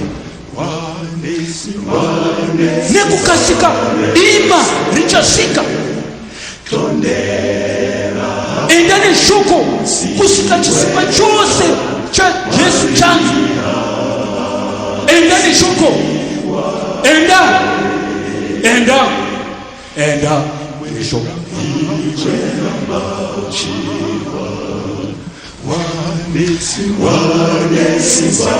wanesibarese tondera usiweka Maria si wake. Tinokuchingamidzai zvakare vana vaMwari mukati mezvirongwa zvino zvekudzidzwa kweshoko raMwari. Toda kuti titarise murugwaro rwaJakobho James chapter 5. Toda kuverenga muchinzwa pavhesi ya 17 kusvika pavhesi ya 20. Mwari vachitibatsira. Tisataverenga tokumbira kuti tinamate. Ishe tomutendai pataverenga shoko renyu, tokumbira mweya mutsvene vakanyora mandibatsire kududzira ndidzikisirwe musimudzirwe naJesu tanamata. Amen. Jakobho 5 verse 17 kusvika pa verse 20. Eriya wakanga ari munhu wakaita sesu, akanyengetera nomunyengetero kuti mvura irege kunaya, ikasanaya panyika makore 3 nemwedzi 6. Akanyengeterazve denga rikanisa mvura, nyika ikabereka zvibereko zvayo. Hama dzangu, kana kune munhu pakati penyu wakatsauka pazvokwadi, mumwe akamudzora, ngaazive kuti unodzora mutadzi panzira yekutsauka kwake. Uchaponesa mweya parufu nokufukidza zvivi zvizhinji. Kazhinji towanza kungotaura pamusoro pevhesi ya 17. Dada kuti titandavadze pfungwa muone pano kuti nyaya yemunyengetero wekurwara haigumi pakurwara panyama, inoenda even pakurwara pamweya. Mumazuva apfuura patanga chimhanya netheme yeseeking revival, tichiudzwa pamusoro pekunamata, kuti kana monamata munonamata kuna Mwari mweya mutsvene, ndiye anokupai zvamuri kuda zvacho. If you read Luke chapter 11, is it verse 9 to 13, inotsanangura mashoko anoti ndianiko pakati penyu, baba ndiani pakati penyu vanoti kana mwana wavo akakumbira chingwa, iye baba ivavo obva apa mwana wacho ibwe. Kana mwana akakumbira hove, baba ivavo obva vamupa nyoka. Kana akakumbira zai, iye mwana obva apiwa chinyavada. Kwai pakati penyu papa ndiani? Vesi yozoti kana mimi makaipa, vamwe vanoti shona inoita seunge makaipa, but chirungu chinoti makaipa, kureva kuti muri kuzviita makatoipa, makasutswa nekuipa. Kana muchigona kupa vana venyu zvipo zvakanaka, ko baba vari kudenga vachapfuurisa sei? Teresa, zvoreva kuti baba vokudenga vanogona kutopawo vanhu chingwa, vobva vapa vanhu hove, vogona kuvapa vanhu mazai, but vanopfuura manje, vobva vapa mweya mutsvene kune vanokumbira. Muri kuzvibata here? In other words, kana taprovidiwa the physical needs, tofanira kuprovidiwa with the spiritual needs. Providence iri spiritual inopfuura providence iri physical. Kana minamato yedu chikangotenderera pano panyika chete, Pauro anoti tinorwisa urombo kudarika vanhu vese. Pandegati mhanye musoro nyaya yandada kupa ndewokuti Eriya anga akaita sesu. Eriya anga akaita sesu. Ndo musoro nyaya wandafunga kuti ndipe wandavhomora pavhesi ya 17. Muri kumuziva here Eriya wandiri kutaura pamusoro pake? Eriya wandiri kutaura pamusoro pake ndiye muprofita ainzi kana achinzi asvika paasvika otogadzikana, because aisasvika asina message. It's either ndeye rufu rwako kana kuti ndeye hondo yakanga yakuya. Eriya kune vanomuziva ndo murume akakwidza Ahabhu mugomo paMount Carmel. Paitika drought yakatyisa paSamaria, vanhu vakaita zvokutengesa matenya emadhongi, vanhu vachidya matenya emadhongi. Zhara yakarova zvokuti vamwe mai vakarangana nevamwe mai panext week, ngatimbodla mwana wedu mwangu tozodla wako kana utapedza wangu. Zvakatoitika kuti vakazenge vaya mai vakuramba nemwana wavo nokuti uya angadliwa.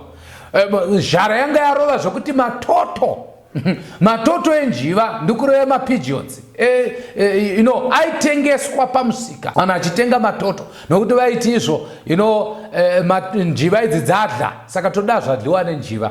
Zvakadaro zvokuti vanhu vakanga vave padrought inotyisa. Samaria yese yanga isina kana chikafu, nemombe dzasina pekufura 3.5 years. Chicha chaitika, iye mukomana anonzi Eriya ndiye anga anamata kuti Mwari kiyai denga. Muri kuzvibata here? Akati kiyai denga, ende ndoda kuti mukiye denga kuti Ahabhu nemukadzi wake Jezebheri vazive kuti imimi ndimuri kutonga, because Ahabhu aoma musoro akuda kunamata zvifananidzo zvakadaro, ende Israeri yakunamata zvifananidzo, Judha yapinda munyaya dzezvifananidzo. Saka mukiye denga 3.5 years kusvika ini ndazotaura. Ndo mashoko emukomana uyu, anga siri mukomana wekutamba naye. Ende for information, akati anamata Mwari wakakiya denga. Kukiya shoko rinoti papasina kana dova zvaro, zvokuti mombe dzasina chekudya, vanhu vasina chekudya. Mombe dzanga dzangosara kumuzinda wamambo, zvokuti mambo vakazenge vatokukamukana nevashandi kunotsvaka mafuro. Musi wavakatoonana naEriya, musi wakanga achitsvaga mafuro, Ahabhu akaenda nekoko, ndokubva Obhadhaya aenda nekoko. Obhadhaya ndiye akanga achifudza mombe, akanga ari jinda ramambo. Ndovakadzi hatitsvagei mafuro, hapana varongoti hakuna mafuro, ngatimbotsvagai hapana here pakasaririra pane tuuswa tigofidha mombe dzedu. Ndopaakasangana Obhadhaya akasangana naEriya, ndokubva ati ndimi here mambo? Kanzi ndini ndanoudza mambo kuti wandiona. Uye akati musandiuraise, hapana kana guta, teresa, hapana kana pasina kutsvagwa namambo muchitsvagwa imimi. Kwe kwese vakakutsvagai mumakomo, mumapako, mudzimba. Hapana taundi hamusina kutsvagwa, but hamuna kuonekwa. Eriya akambenga ari kupiko kuti atsvagwe zvakadaro asaonekwe. Ndieriya akanga akavigwa naJehovha. Tikutaura murume anovigwa naJehovha, kwete zvatotaura tenzi ndivigei mumapapiro enyu pasina mapapiro. Eriya akavigwa mubako, akanzi pinda mubako mugare imomo naMwari pachavo. Akaudzwa pekuvanda. Muri kuzvibata here sangano raMwari? Munamato wake wakanamata wakazenge wakumuafekta. Rega nditaure newako. Pana munhu anonamata zveshungu kuti kana vakunamata Mwari rivhunei gumbo zimurume iri enda harina musoro, vhunai gumbo rerudyi ashayiwe kuti anodhirevha sei mota achinda kufambi. Uri kunamata munamato wakadaro achavhuniwa gumbo, but anovhunika ari pamba pako. Ndiwe manje unenge wakumunesa manje. Eriya haana kuziva kuti munamato wake uchamuafekta. Aifungidzira kuti acharamba achimwa mvura, acharamba achidya chikafu chaibva kudenga. Anoziva kuti Eriya akapiwa chikafu. Teresa mani. Eriya akapiwa chikafu, aidya chikafu kwete chaibikwa nemudzimai. Maybe anganaye kana anenge angasina. But aibikirwa nengirozi. Kuseni opiwa chimkuyu nechimodo. Manheru chimkuyu nechimodo. In other words, 2 meals are enough. Mamadhiro atinoita haasi evhesi ba. Ndakuti ndipfuure nepapo. Kuseni chimkuyu nechimodo, manheru chimkuyu nechimodo. Eriya anga asiri munhu wokutamba naye, aidya patafura yekudenga. Kana taura pamusoro pechimkuyu, tikutaura pamusoro penyama yakaomeswa, biltong. Hakuna munhu akamboclaima kuti Eriya akadya mombe yangu, but Mwari aimufidha nechimkuyu, kwete nyama nyoro, but nyama yakatoomeswa. Iri kutaridza kuti mombe yacho kana mhuka yacho yanga yatoomeswa kudhara. Mwari haadyi zvinhu zvedu, vanhu vaMwari. Aidaro here kuna mapisarema 50. Kudii ndine zhara, handipindi mudanga remombe yako kana muchirugu chako kuti ndipe nhongo ndidye inini. Zvandokukumbirai kuti ndipe zvegumi nezvipo, haisi zhara ba. Dei ndine zhara, handaiudzaiwe because nyika yese nekuzara kwayo ndeyangu. Actually, mumakomo mune mhuka dzangu.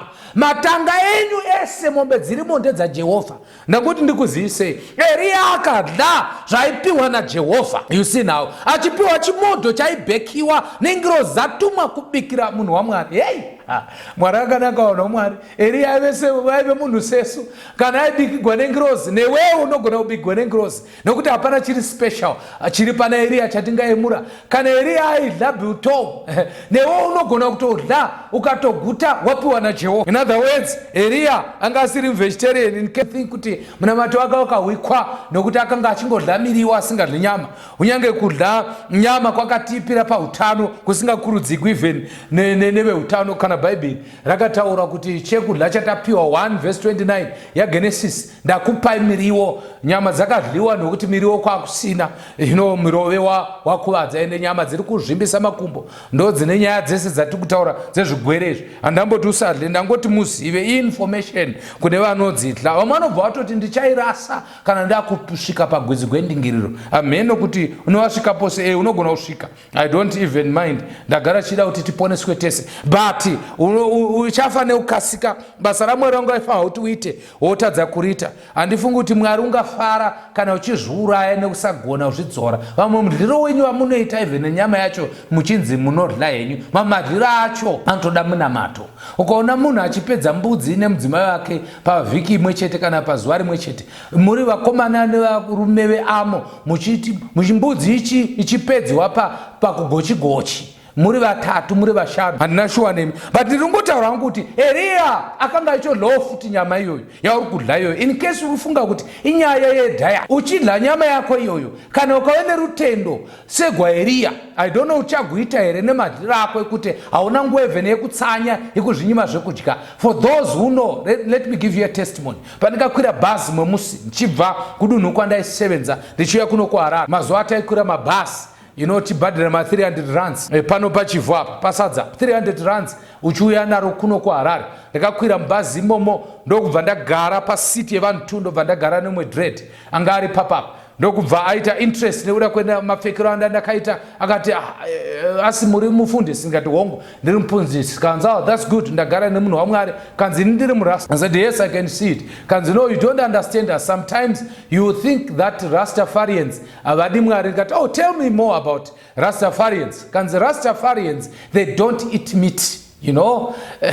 Hana yangu ikaroa ndikati mewe nasi zvangu panapa kanzi right, for an information isusu tinokwanisa kutsanya because atidzi nyama, imimi munodlaire nyama pasi. Ndikati maiwe nasi zvangu kuti ndinyepe, ndikati zvino Mwari wondinzwa, Mwari wandi, ndikati ndinodya munhu waMwari mazuva iwayo ndichidya. Kabva kwanzi right, imimi kukutaura chokwadi, kutsanya kuno kunetsai kana muchidya nyama, because pane zvinoitiwa nenyama zvoita kuti kutsanya kunetse. Ndikati maiwe nasi zvangu, nasi ndiri kuparidzikwa pano, ndikutaura kuti dread aindiudza pamusoro pekukosha kwekudya miriwo nediet, which is very critical even today. Bvunza vakomana kuti nezveutano anokutaurira. Handina kuti rega, ndamboti chiko chirongwa chino hachisi chenyama, actually hachisi chenyama, ndiri kutoti Eriya aitoidla, but Mwari wakamunzwa paakanamata. Saka tiri kureva kuti it's nothing to do with your diet. Eriya anga akafanana nesu, even padiet dzacho togona kuti akafanana, but Eriya akanga ari munhu aivimba naJehovha. He prayed and God heard him, akamunzwa akanamata.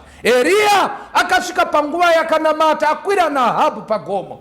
Eriya anga akakaita sesu, but akwira pagomo akanamata, akataura naAhabhu akati, tanga imi namatai, moto udzike kubva kudenga upise chipiriso, but zvakaramba. Eriya akanamata, ndokubva moto wanaya ukapisa chipiriso, but Eriya anga akangoita sesu.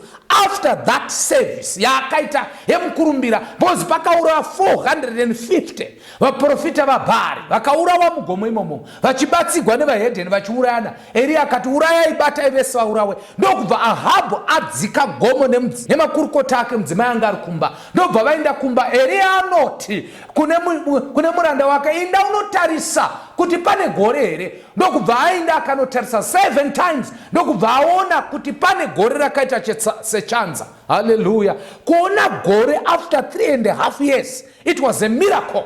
And then Eriya anobva audza Ahabhu anoti, Ahabhu, sungai ngoro dzenyu mumhanye mubve pano, munoniwa nemvura, kune kuunga kwemvura inotyisa. Muranda wake akati, ndaona gore, but Eriya anoti, hauna chawaona, waona gore, but ndiri kunzwa kutinhira kwemhepo ine mvura mukati kunotyisa, mukasaburuka mambo munonaiwa nemvura. Ndokubva vasunga ngoro vakaenda, vakasvika kumba vakanayiwa. But Eriya anga akaita sesu. What happens after that? Eriya anzwa mashoko akabva kuna mudzimai waAhabhu. Ahabhu anotumira, Ahab's wife anotumira mashoko kuna Eriya, anoti, Eriya, ndakunzwa kuti waurayisa vaprofita vaBhaari, ndakunzwa kuti waita mashiripiti mukati megomo rekamera, vanhu vakafa vakawanda, ropa radeuka revaprofita vangu. Ndakunzwa kuti waita manyawi, ukaita zvese zvawaita, but ndichakubata, ndikakubata ndokuita kanyama, ndinopika mazvimwari zvangu zvaBhaari, ndinoda kukubata. Imessage yakapiwa kuna Eriya. Eriya achigamuchira message kubva kuna Jezebel. The Bible records kuti akatiza. Eriya akamhanya akaenda pamukati mewilderness, kubva paBheshibha akanogara akati, Mwari chidiurayai, ndoda kufa. Akomana, Eriya anga akafanana nesu. Even panguva yaakanga aita zvinoshamisa, yaakanga aita zvinhu zvikuru, yaakanga anzwika munamato naMwari, Eriya anga akanga kuita sesu aigona ngokuunika. Eriya akanga achida kutozviuraya, he wanted to commit suicide, but God himself akavinga Eriya akamuudza kuti, simuka, uri kuitei panapa? What are you doing here? Eriya akandoda kufa. In other words, aiti, inini ndatambura, ndanzwa message. Kuna message dzakawanda dziri kugamuchigwa pamafoni akasiyana siyana today. But let me talk to someone. Kana Eriya akavhunduka message. That's why muvedu chivhunduka message kunyange tiri vana vati. Eriya anga akafanana nesu, akavhunduka message yemukadzi ainzi Jezebel, asina kumuona, akatiza akada kufa. Dei asiri Mwari. Eriya anga dei akastarva nenzara. This is why Eriya akazonzi chimuka udle, nokuti pane gwendu gukuru gauchafamba. Shoko rinodzidzisa kuti Eriya anga akaita sesu. Eriya aikuunika, Eriya aivhunduka, Eriya aitya, Eriya aitoda kukomita suicide, but when he prayed, Heavens responded. I want to talk to someone. Unyange ukakunika, unyange pfungwa yekuzvisungira yakambopinda musoro mako. But remember Eriya akambosangana nazvo, but akavagamba remunamato. Watinodzidza even today. Saka Eriya anga akafanana nesu. Eriya anga akafanana nesu. Akasangana nomwe mudzimai panguva apo kagwizi kakanga kapwa. Mvura yakanga yapera, chikafu apasisina, makungu aimpa chikafu akanga asawi nacho. Eriya anga akafanana nesu, ainzwawo nzara, akanga asina supply even yezvekudya. Eriya anga akafanana nesu, kuti mwenguva tohwa nzara, tinogona kushayiwa chekudya, kambani dzedu dzogona kuita drought, nzizi dzedu dzogona kupwa, gwizi kerithi gunogona kupwa. Eriya anga akafanana nesu, kunyanga akapwigwa negwizi but akanamata Mwari kudenga akanzwa munamato wake. Eriya anga akafanana nesu otogona kunamata kunyange kambani yabroka, kunyange usawani supply iri constant yezvekudya. Wakafanana Eriya naye akasangana nazvo. Do you remember the day paakaudzwa naMwari kuti ndoda kuti uinde, gwizi gwapwa, hapasina mvura pakereti, hapasina makungu ari kukupa chikafu. I'm going to provide for you. Ndoda kuti this time uende unogara nechirikadzi. Wakobana Eriya anoti Mwari, kugara nechirikadzi nini here? Zvaita sei naJehovha? Kanzi kana gwizi gwapwa kudenga hakuna kupwa. Teresa, pamba pako pasisina mvura but kudenga mvura iriko. Pamba pako pasisina rudo but kudenga rudo kuripo. Pamba pako pasisina zvinhu zvingabatika but Jehovha hapererwi nemazano ekukubatsira. Mwari anogona kukubatsira in any situation. Eriya anga akaita sesu akapererwa nemvura. Eriya anga akaita sesu akapererwa nechikafu. Eriya anga akaita sesu akapererwa even nesupply yanga iri constant mukati meupenyu hwako. I understand unogona kuwa wapererwa even nebasa usisina, unogona kuwa wapererwa even nemuchato hapasina, unogona wapererwa even nedignity hapasina, unogona wapererwa nerelationship. Musikana wangoda kuroora, mukomana wangowarangana naye haasisipo, kagwizi kapwako. But Jehovah ane plan neupenyu hwako. God is going to provide for you. Achakunongedza pauchaenda kunochengetwa. Mwari werugare usati wakamboona. That's why kuna Jeremiah anoti, call unto me and I will show you great things and mighty things that you do not know. Wati wambooneko unoziveiko iwewe? Jehovah anayo fimbi yake. God is going to surprise you if you remain on your knees calling upon the God of Elijah. God is going to meet with you at your point of need. Mwari haana favor. Haangogari ari Mwari wa Eriya, asi Mwari wa Jacobo chete, asi Mwari wa Abraham na Isaac, asi ndi Mwari wako. Ndi Jehovah anogona kudedzwa nezita rako. Anogona kunzi Mwari wa Shumba, anogona kunzi Mwari wa Ezekiel, anogona kunzi Mwari wa Timothy, anogona kunzi Mwari wa Munashe. Wako iwe wamadhuve. Ndi Jehovah anogona kumira newe panguva apo zvinhu zvaoma. Mwari anozarura mikowa. Ndi Jehovah anoti kumbirai munopiwa, tsvagai munowana, gogodzai munosarirwa. In other words, pane pakavhagwa panda kuvhugwa. I don't know the door rakavhagwa muupenyu hwako, but I know where there is a door, there is unlocking of a door. Come on, church yaMwari. Usanoke pamadziro. Challenge yatiri kuita. Vanhu vari kunoka, but vanonoka pamadziro nepawindow. Inda padoor. There is a door somewhere. Look for that door. The door of the storehouse of blessings of God. If you knock there, don't knock like a soldier. Don't knock with your boot.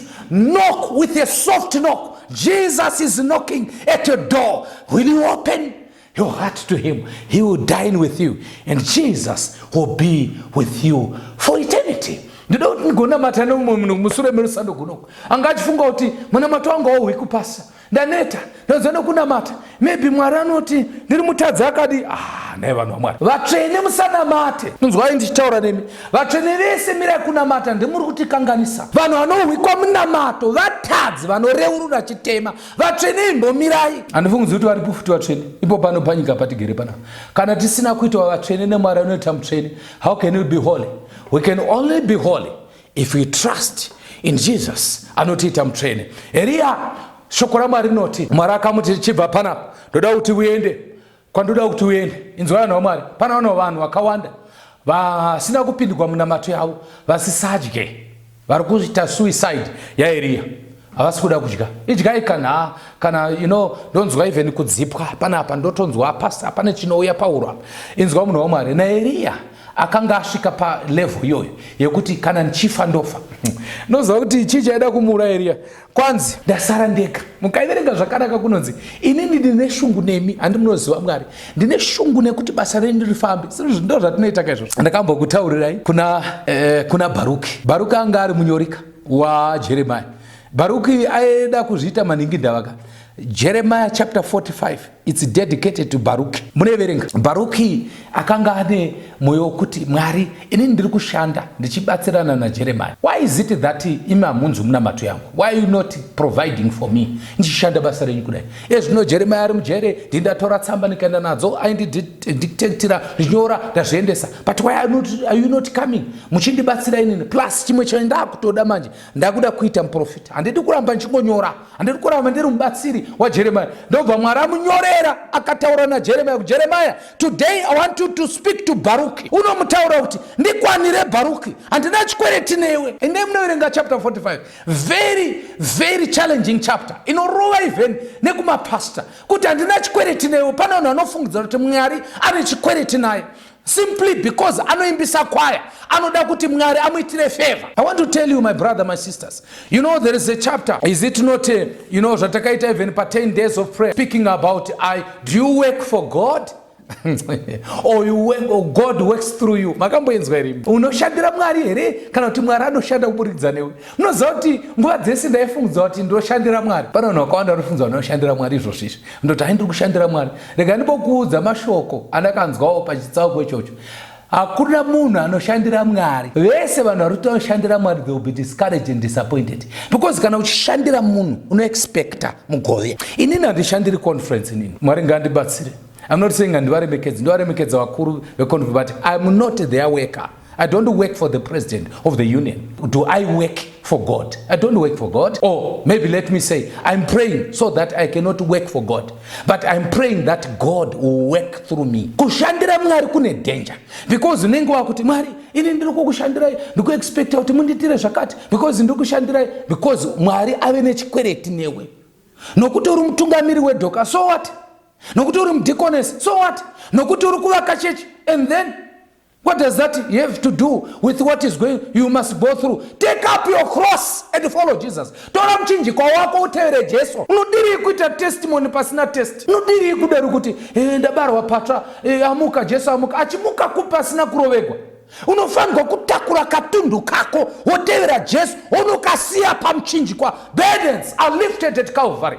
Kana wasiya hapo wotevera manzi Jesu. Tinotevera Jesu tapfuura nepamuchinjikwa. You don't work for a person. Ukashandira president weconference kana executive committee uchaita zvinhu zvokuda kuvafadza usingadi kufadza Mwari. Kunyange wakarashika unongowafadza because uri kuvashandira kaiwo, uri kushandira president. Saka uchavafadza kuti uisiwe kwakanaka. Ndibvisei kumachonyonyo mundiendese kutaundi nokuti uri kuvashandira. But kana kuchishandira Mwari nyange mumwena kana mune vanhu ndinopinda. Nyango district kanzi riri kumvura, as long as vanhu vacho vari mumvura vachifema ndopinda mumvura. Wherever God sends me, I will go. So Jeremiah, anotipa kuti tive sober. So unohwa uchiti hu. Kana uchifungidza kuti unosenzera Mwari, unohwa kuzorora. Mwari achikuudza kuti pray that I will work through you. Ndikashanda through you. It means ini ndindasevenza. Iwewe wanga uri mushandi wangu, hakuna foshoro inoshandisa munhu. Mwari ndiye anoshandisa munhu, kwete kuti isu tishandise Mwari. So you see Eriya akaziviswa panapa Kerithi paoma, but ndichakuzarurira kuti uende unochengetwa nemwe chirikadzi yakanga iri chirikadzi. The Bible says chirikadzi yakatowanikwa ichitana ichikora tsotso kuti inobika. Teresa Eriya akanga akangoita sesu, by the way, ainzwawo nzara, aikuunika kutosvika even pakuda kuzviuraya. I'm saying kunyange uda kumita suicide, you can still pray ukawikwa, nokuti Eriya futi akazvifunga izvozvo, but Mwari wakamudzikinura. And you hear what I'm talking about. Eriya akanga achifungudza kuti asara ega. Kana kufungudza kuti wasara wega muupenyu, Mwari ari kuti hausi wega. Eriya akatoudzwa kuti uchiti wasara wega kupiko. Obhadhaya akatomutaura kuti ini ndakatoviga vamwe vaprofita 100. Mwari akamuudza kuti hakuna 100, 700 vasina kumbonamata Bhaari. usafunge kuti uri wega mukati memachallenges ako. Shoko raMwari rinoti hakuna mwidzo waunosangana nawo usina kumbosanganikwa neumwe. Mwari anokupai simba rekubuda mukati memwidzo yamunosangana nayo. Saka hausi wega, you are never alone. Kana wafirwa na mai hausiwo watanga, pane umwe akafirwa na mai even na baba. Even today unogona kunyaradzwa. Eriya anga akangoita seso. Anoti kuna mai vakanga vachikora tsotso vachida kunobika. Kanzi mai, kanzi mwanangu, munhu waMwari mati kudi, kanzi makadi, kanzi tiripo, kanzi nyota. Danzwa nenyota, kanzi aiwa ndokucherera mvura. Kanzi maita yenyu ndai munochera mvura. Unoziva mvura munguva yedrought was gold. Already rutadza chirikadzi yanga ine mvura even kutopa munhu waMwari. That's why muchiona 10 dzamako verse 42 inoti akaropafadzwa munhu anopa hake munhu waMwari a disciple a glass of cold water. Kwanzi iye munhu acharopafadzwa.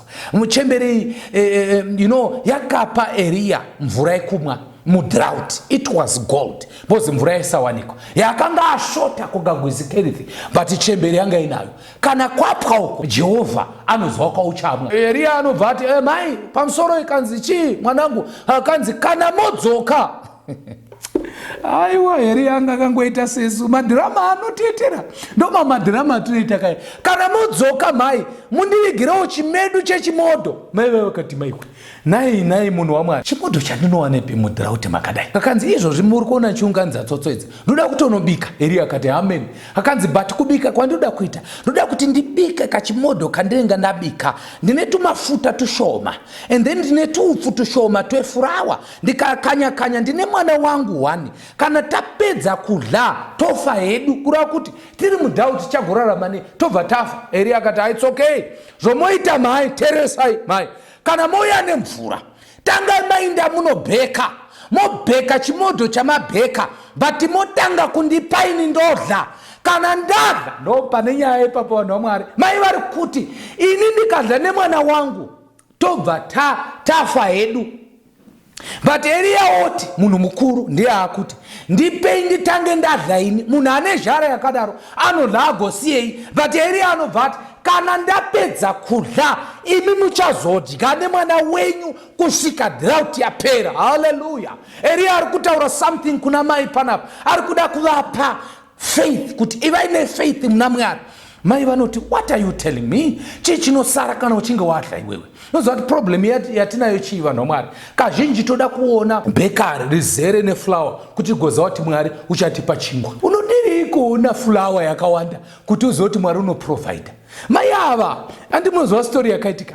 Vakabikira Eriya akadla chimodo chake akadla, vakadzoka vakanobikira ivo nemwana wavo vakadla, vakabika futi mangwana vakadla, vakabika 3.5 years. Inzwai, bhodhoro harina kuzara mafuta kuti varambe vachibika. Makanga musaga rakanga rine fulawa, ndoda kuti muchipepa chefulawa 2 kg mukuzwa kwedu kwemazuva ano haina kuzara kuti vazive kuti vakuguta. Sei uchida kuona kuzara kwezvinhu kuti uzive kuti unoguta? Why do you want to see bhodhoro rizere kuti uzive kuti mafuta aperi? Mafuta ambuya haana kupera, ari mashoma. Every time vaibika the last meal of the day, but every day vaibika meal yekupedzisira yezuva dakara 3 years zapera. Wakomana, Eriya anga akangoita sesu tumadhirama twake, but Eriya akanga ane rutendo muna Jesu. Akadla chikafu chechemberi yakanga ichida kufa, but mukudla kwake kwakawanza chikafu chechemberi ikadla dakara drought yapera. So when the Bible says Eriya anga akaita seso, we then need to understand because there's nothing special about Eriya.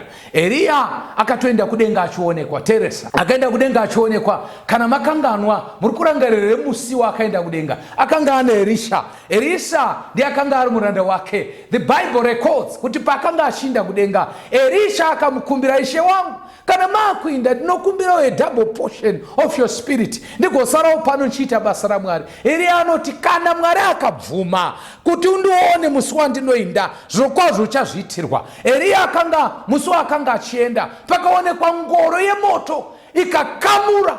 Come on, church yaMwari, vaverengi veshoko raMwari munoziva kuti Eriya vanhu vachiti Eriya akaenda nengoro yemoto. Yes, akaenda nengoro yemoto. Okay, it's fine, but go and read again. Andaro akaenda nengoro yemoto, but ini chandowisa ndechekuti Eriya akakamugwa pakati pake naElisha pakaita ngoro yemoto. That's why achingoti akazoenda nengoro yemoto and so forth. Akakamugwa nengoro yemoto as if Eriya anga ari kumberi ngoro yemoto ichiterera. Terera shoko raMwari panapa rozipa. Eriya akanga achitungamirira mabhiza, akanga achipenga nekumhanya. Why? Akanga ashandurwa naJehovha. Saka vese vanonamata saEriya, vese vanonamata kunyange vakuunika saEriya, vese vachaperegwa nemazano saEriya, vese vachatya nekuhlingizigwa naJezebheri saEriya, but vakanamata saEriya vachaguma vaenda kudenga kwakaenda Eriya. Takamuona Eriya achiuya pagomo rebwinyiso. Musi uya apo Jesu akakwira pagomo ane vadzidzi vake vatatu, angana Peter, angana James, angana John, vakakwira pagomo. The Bible records kuti papo pabwinya pasi padengenyeka pakaonekwa Jesu akamira, akanga ana Eriya, akanga ana umwe wechipiri, akanga ana Moses. The Bible records kuti Jesu akanga achotaura naEriya. Zvinoreva kuti Eriya mupenyu as we speak, akaenda kudenga asina kuona rufu. Vese vanonamata saEriya musituation dzinokuunisa, musituation dzakaoma, after drought, after kutya, after suicidal spirit, when you pray to God, God is going to give you the glory yakapiwa kuna Eriya. Ukapinda even mukati megomo rebwinyiso. This time not gomo riri pano. Even today hakuna munhu anoziva kuti gomo rebwinyiso nderipi. The mount of transfiguration nanhasi vanoverenga shoko vanorovana musoro itsvaka gomo ripiko. That's why nchitaura panguva ino. Why? Because dei raizikamwa vanhu vaenda kunonamata mugomo vachifungidzira kuti ndo mune simba. I don't even dispute it kuti kuenda kugomo kwakangonaka, because kwakanyarara, unogona kunamata kwakanyarara. But kana wakufunga sekuti ukakwira pagomo ndokuti munamato wako unzike, kana usiri mumba nepasi pegomo haunzike, warashika, wakunamata gomo. Kana waenda kugomo tsvaga pakanyarara uchiti ndoda kwakanyarara, kwete kufunga kuti munamato mugomo ndo mukuru kudarika kunamata uri pasi pegomo. Regai nditorayira, ndo basa rimwe ratoita pano sevafundisi. Vamwe venyu muri kutiza even maprogram epachechi muchigara kugomo. It's not bad kunamata, but ukaona munhu akutiza even eprogram epachechi yekuwitnessa angoita basa rekunamata ari mukati megomo, ave neproblem. Actually, let me say it, ndisinganyari chikuzivisai muri nhengo dzesangano imi handiri kukuvanzirai kuenda kugomo kwenyu kwamuri kuita. Vamwe venyu hadzisi nyaya dzekunamata dzamuri kufambira, muri kufambira nyaya dzenyama chaidzo. Chakukwidzai gomo murume aita girlfriend kunyepa here koko. Chakukwidzai gomo vamwenyu inyaya yekuti muri kuda basa, vamwe venyu muri kugwara. Saka chakukwidzai gomo haisi nyaya yekuti muinde kudenga, ndeyekuti muve vatano muri pano. It's not bad. We must pray for that. I also want to be there. I also go. Imwe nguva ndinoenda ndakamboendako, but musaite gomo nzvimbo yekunamata yega. Even mumba mako is also a mountain. Unogona kunamata uri pasi pegomo Mwari anokunzwa. Actually musanctuary yakanga yakaitwa naMoses pano panyika, maiwanikwa munamato, maiwanikwa kuverengwa kweshoko, maiwanikwa zvakare kuwitnessa. That's why papa pane chigadziko chemwenje, papa pane tafura yezvingwa, papa pane kaaritari keincense. In other words, ukaona munhu achingoita busy nekunamata asina hanya nekuparidzwa kweevhangeri, anosiya effort pachechi achinda kugomo kunopedza weekend varipo konzi takakwira neFriday tadzika musi weSondo. I'm not saying musakwire, but ndiri kuvhunza kuti ndiani ari kuita witnessing muchechi kwenyu, zvegumi nezvipo zviri kupi, makwira gomo, kwirai gomo. But burukai muzive kuti kune vamwe vanoda kuponeswa. Imboitai maprogram pachechi penyu, munogona kutonamata pachechi paground rechechi, Mwari akanzwa, musiri mugomo. I did not say musaende kugomo. Ndoda kuti muteerere, indowanza kuparidzira vanhu vanoteerera nekunzwa zvataurwa nezvisina kutaurwa. Indai kugomo. But ukaona kunamata kwako kwanguve kwegomo, usingabvumi kuti Mwari anogona kukunzwa unyange uri pazasi kwamunamati wegomo, kwete waMwari akasika gomo. Eriya akauya mugomo rebwinyiso. The Bible records kuti kuvapo kwaEriya mugomo rebwinyiso kwakuri exhibit yekutaura kuti vese vanotenda muna Mwari, vanonamata saEriya vachakwira pagomo, kwete repano panyika, but gomo rekudenga. vachaponeswa, vachaenda kudenga vasina kuona rufu. Pane vamwe vachaponeswa, Jesu achauya kuzotora vanenge vasina kufa, vachashandurwa sekubwira kweziso. But also ishu yegomo ine chekuita kuvapo kwa Eriya mukati megomo. Akanga achimirira vaprofita vakamborarama pano panyika, aimiririra mareformers, varume vakaunza revival pano panyika, kuti vese vanounza revival nerumutsiro mukati mevanhu vaMwari vanonamata saEriya vachaguma vaenda kumusoro kudenga. Eriya kuvapo pagomo zvaiburitsa pachena kuti revival is very important. Vaprofita vakatitangira naivo vanomutsidza mweya yedu vachaguma vamira naJesu pagomo. Takamboitaura nyaya rigandirege kupamba dzanguva, tidzokere pana verse 17. Eriya wakanga akaita sesu, akanyengetera nemunyengetero. Amen. Usangonamate, namata munyengetero. Pane nyaya akanyengetera nemunyengetero. Zvora kuti pane vamwe vanhu vari kunyengetera but vasiri kunyengetera nemunyengetero. The term munyengetero here inopatsanura kanamatiro, essence yeprayer. Munamato wokutenda, wokuzvipira ndiwo unosiyanisa vanhu. Vese vanonamata nemunamato nje, vasinganamati nemunyengetero havagoni kupiwa zvavanopiwa naMwari.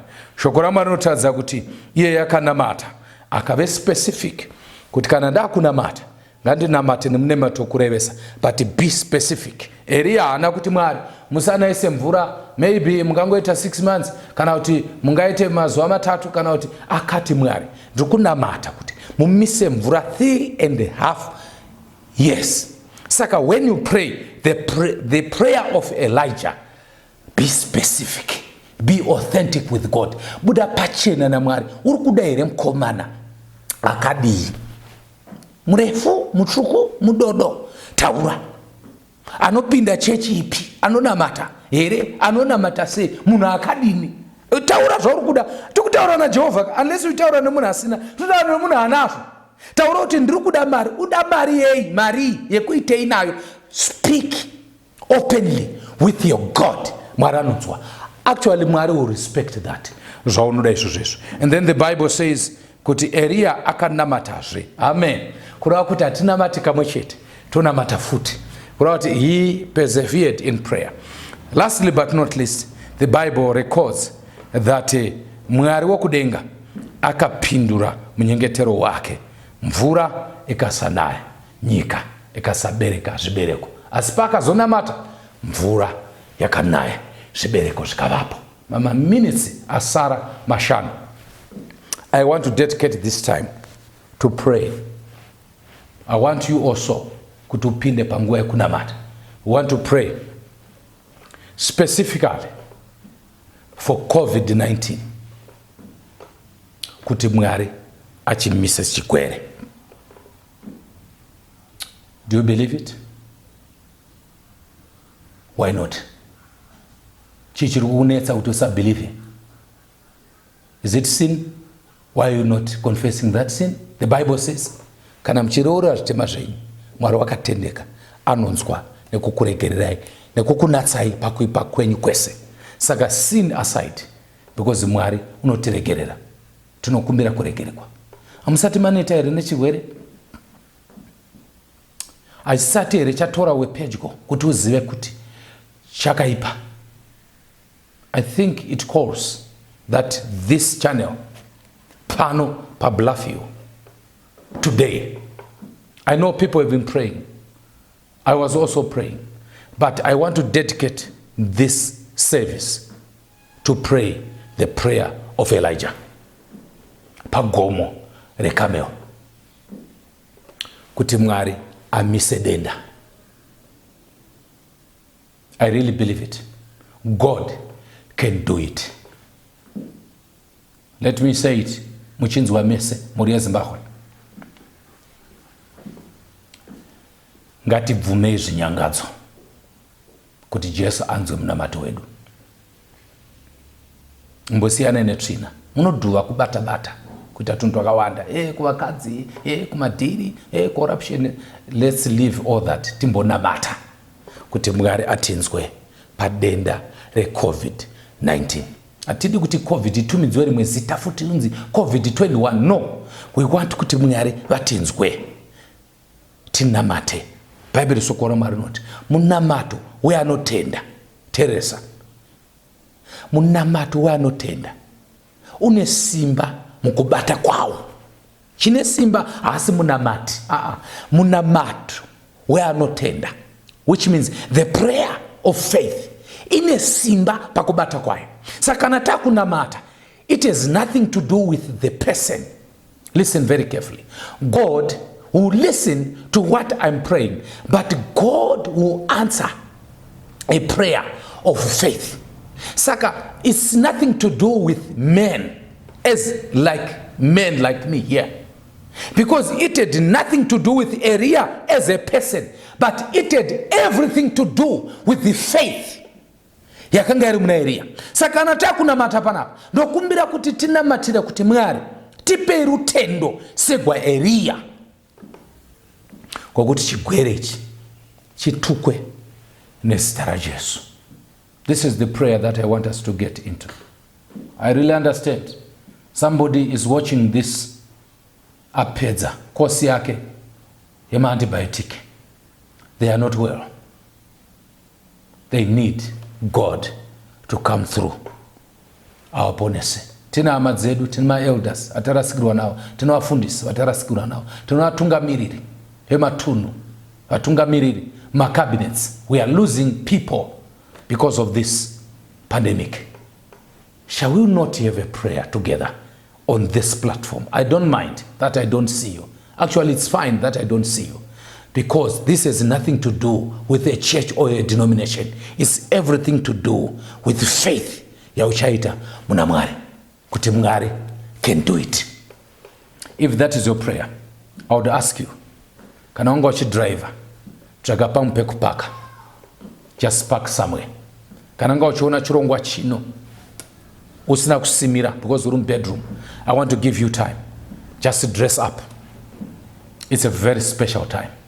Ananga wachiona chirongwa chino kekutanga uri mukati member yako kana office yako, close your door.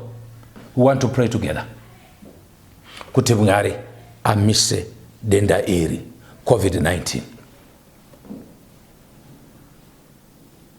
Murapi mkuru uripo wemutsandi ye Jesu anofari savarombo inzwa izwi ra Jesu zita rake rikudzwe zita rake ritendwe zita rake riimbwe Jesu nde Jesu zvimwe ndatadza ndinoda kunzwa zita ra Jesu mbiri kunyenye ya Mwari ndinoda ra Jesu zita rake ritendwe zita rake rikudzwe zita rake riimbwe Jesu nde Jesu. Do you believe that God can heal you today? Praise God. He can do it. Number 2, unoimbisere kuti Mwari wachikubatsira. Uchasiya tsika dzese dzinopesana neshoko raMwari. Rega ndikudomere dzimwe tsika dzaunga uchita zina kunaka. Kumwa nekudhakwa nekusvuta zvinokanganisa utano hwako. Kunetsana nehama. Kuba nekuita zvisakarurama. Nemhando dzese dzezvivi. Kusatendeka pamuchato. Izvozvo hazvichadi kuti urambe uchizvibatirira nekuda kwezvakuitika izvi. Munamato atiri kuita pano hausi munamato wefani. I understand we are online. The day atiri kurecorda this program, we are not doing it for fun. Kana nyaya dzefani vanhu vaMwari, I'm not part of it. This is serious business. We want to pray kuti Mwari aponese umwe kana vaviri kana vatatu abate denda aite zvakaita pagungwa kuti peace be still. Toda kunamata munamato wa Eriya. Chekutanga changamire tiregerere zvakaipa Baba wedu wakudenga, tinatseiwo, ini ndinatsei, mundisuke kubva nechemukati. Pfungwa dzangu dzigezesei nesopi, mundinyike muropa raEmmanuel. Mugoregerera hama yangu iyi yandiri kunamata nayo, akatarira chirongwa chino neari kuteerera audio ino. Apaka mota parutivi, ainda akanopfeka, ari kuteerera arumba make, agadzikana pasofa. We are praying, forgive us all our sins. We are claiming the promise of Luke chapter 11 verse 9 to 13. Mukati mi, ndiani pakati penyu anoti kana mwanakomana akakumbira chingwa unompa ibwe, akakumbira hove unompa nyoka, akakumbira zai unompa chinyavada? Zvino kana imi makaipa, makatosutswa nekuipa, muchigona kupa zvipo zvakanaka kuvana venyu, ko baba vari kudenga vachapfuurisa sei kukupai kwete utano? Hatina matiri utano isu, it's a small thing. Hatina matiri COVID-19, it's a small thing. Hatina matiri mari kana kuna matira upfumi. We pray for the outpouring of the power of the Holy Spirit. When the Holy Spirit comes above your people, kana muya mtrene auya mkati memushawi, akauya mkati memuna ari quarantined, akauya mchipatara, zvirwere zvese zviri mukati meropa zvinotiza nezita raJesu. We pray for the presence of God, the Holy Spirit in Zimbabwe. May the Spirit of God shower my blessings pamsoro penyika yedu yeZimbabwe, pamsoro pa Africa, Europe yese, Asia, Europe yese, kwese kune mwana wenyu muzvipatara munoshanda vashandi vari kusevenza vachibata China, vari kusevenza vachibata vanorwara, vari kusevenza masikati neusiku vachingazorori. They are exposed to the virus. I'm praying in the name of Jesus, touch them. Kana mavabata, tsiurai chirwere nezita raJesu. Maite changamire, uko kunamata kwedu nekurevesa nerutendo kuti mazvita. Vari kurwara vanofanira kuponeswa nezita raJesu. Angasina mweya wokufema, mupei mweya wokufema. Muzita raBaba nereMwanakomana nereMweya Mutsvene. Amen. God bless you.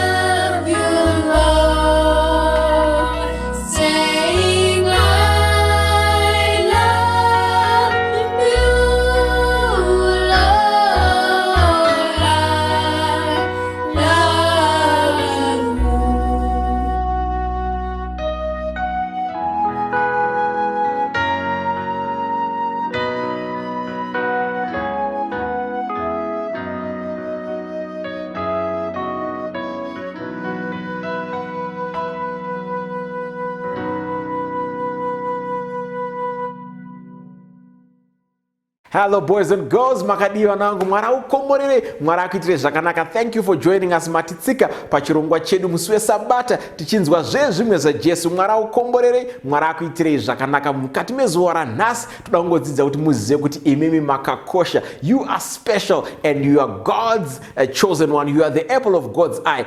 Kana kune chinhu chinofanirwa naMwari ndiwe nekuti you are special. Maiziva here kuti Mwari paakatisika akatiita nemufananidzo wake. Mukaenda kubook ya Genesis chapter 1 pa verse 26 and 27 inotudzwa kuti Mwari akati ngatiite munhu nemufananidzo wake. Mwari ndokusika iwe nene kurakidza kuti takakosha. Mukaenda kubook raMapisarema 139 pa verse ya 14 ndinokurumbidzai Jehovha nekuti ndakaitwa nemutoo unotyisa unoshamisa. Kana ungosati wambozvinzwa muningina, kana ungosati wambozvinzwa mwanangu, regai ndikudze kuti wakakosha. You are special. You are made in the image of God. Wakaitwa nemutoo unotyisa unoshamisa. Saka unofanira kufarira nezvauri. Wow, let me tell you a story because it's story time. Inguwa yeka story kanoda kudakadza nekufadza munguwa yakadai. So pano umwe musikana ainzi Makanaka. Makanaka anga akanaka. Sezvinongotaura zita rake. Andinongozwa kuti Makanaka. If there's a Makanaka out there, shout out to you because I know you are lovely. But not only Makanaka, even you and you are special. Makanaka Mwari anokufarira, anokudai mese. But nyaya musikana uyu ainzi Makanaka. Makanaka was only 7 years old. Aiva nemakore 7. Saka aigara nagogo wake because mai vake vakashaika ari mudiki. But aigara kumusha ndoko aigara nagogo and there was nothing much happening ariko kumusha ikoko. Kwanga kusina zvakawanda sezvaminazvo, kwanga kusina zvivhitivhiti atinoti maTV aya, kwanga kusina mafafitera, mahwindo kana mamira. But kumba kwawo kwaakakura ari zvaivako, but anga achiri mudiki paakaenda kunogara nagogo. Saka aine 7 years angasati amboitawo mukana wekuzviona. But gogo akaingomudza kuti mwana wangu wakanaka. Iye aingoshamisa kuti chitozi nagogo ndakanaka chi because anga akatsvuka. Aifa kuti pamwe gogo ari kuona kutsvuka kwangu vakafunga kuti akanaka. Saka rimwe zuva gogo wakarwara negumbo. Gumbo rikanetsa gogo wakaita gumbo, wakada kufamba wakakamina, wakati manje zvinondoita sei. Saka sekuti vaigara kumusha kwanga kusina tape, kwanga kusina kana mugodhi kana chi. Saka vaitonochera mvura kurwizi uko. Ndobva wadedza zvikanzi nai Makanaka muzukuru. Akati gogo, zvikanzi enda unondichererawo mvura. Akati gogo hanza ndamboenda kutsime. Zvikanzi don't worry, kutsime hakuna zvakawanda zviri kukasvika iko zvine zvakuna vanhu vakawanda because masikati kuri kupisa, unonochera mvura shoma woya towa nemvura yekunwa mangwana kana gumbo rangu rapora ndinozoenda kunochera mvura. Ndokubva afara, kwabva atora mugomo wake, kwabva atanga kuimba ndinofara nasi na Jesu Kristu ndinofara nasi. Achimba hake achifara achienda hake kurwisa. Paakanosvika patsime akasvika pasina kana munhu. Zuva rakajeka nyika, zuva rakanyatsorova pamusoro pemvura. Ndobva atora mugomo wake, paakada kuti achere mvura kwakubvaona manga muine picture yakanaka mvura maima. Ndokubva atarisa akati hanzi ndamboona zvakanaka kudaiso. Ndobva aramba akatarisa akati chinhu chakanaka. Paakada kuedza kutora mvura ndokubva yafamba ndobva yaita tumananda. Ndobva ashamisika payakadzoka ikagadzikana. Ndobva atarisa futi akaona inga mune chinhu chakanaka. Paakada kuedza kutora akaona hazvisi kutoreka. Remember, she was only 7 years. Aiva nemakore 7. Ndobva aona vamwe mutete vaifara. Ndobva avadedza akati nai anti ndoda kubvunza pane chinhu chandaona chiri mvura chakanaka. Ndokubva anongedzera zvikanzi muzukuru ndiwe, muchirungu inonzi reflection. Iwe uri kuzviona pamusoro pemvura. Akati ndini here mukuti akabva ashamisika. Zvikanzi handina kutomboziva kuti ndakanaka kudai. Ndaingonzwa gogo achiti muzukuru wangu wakanaka. Muri kuti ndini here? Zvikanzi ndiwe. Ndokubva vaenda tete vaiva ndokubva vapfuurira. Saka paakasara akatombosara achinyasoshamisika. Akati ndini here? Achida kunyatsoona kuti ndi here. Ndobva azvidhonza nzeve akati zveshiwa ndini. Ndobva anga karukoma braids akakanaka anenge blondish. Ndobva anyatsobata mavhudzi rake achitarisa akati zveshiwa ndini. Ndobva afara. Ndobva saka gogo wainyatsotaura kuti ndakanaka. Ndobva aisa mugomo wake pasi, ndobva aisa maoko ake muchiuno, ndobva atenderedza maziso. Muchirungu anoti rolling her eyes. Ndobva atenderedza maziso ake, ndobva ati amai ndakanaka mai. Ndokubva afara. Ndobva achera mvura yake. Paakapedza kuchera mvura asati aenda akati rega ndimbozviona futi. Ndokubva adongorera mvura akati ndakanaka. I am special, ndakakosha. Ndobvaisa futi ruoko pa akati amai ndakanaka mai. Ndobva aenda kumba achifara. Paakasvika kumba akati gogo hamuna kumbondudza kuti ndakanaka kudai so. Ndazviona mukati memvura nanzi iyi reflection yangu. I see I am very beautiful. And ndokubva azvifarira. Kubva musi iwoyo akangofara achingoimba kuti I am happy today. Ndinofara nasi because she understood her value. Well, you might just go kumba kwenyu ugonodongorera pamira. What you see is what God created. You are beautiful, you are special. Wakakosha, wakaitwa nemuntu unochikisa, unoshamisa. Saka nasi before you eat your Sabbath lunch, I want you to go and look into the mirror. Unyaso tarisa mfafitira, unyaso zvidongorera, unyaso zhona, waisa roko rwako muchino but amai ndakanaka mai because wakaitwa nemuntu unochikisa,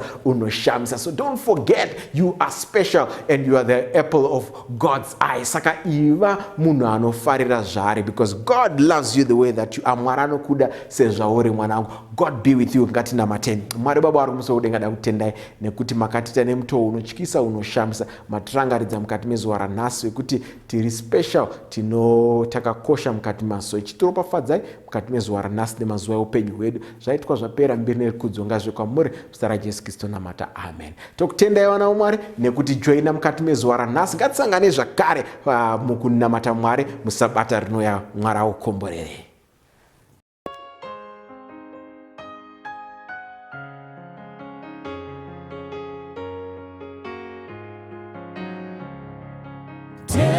Tesetai, tasewai, zapumuka kure, ndingaona seninzira yekuva mudanga.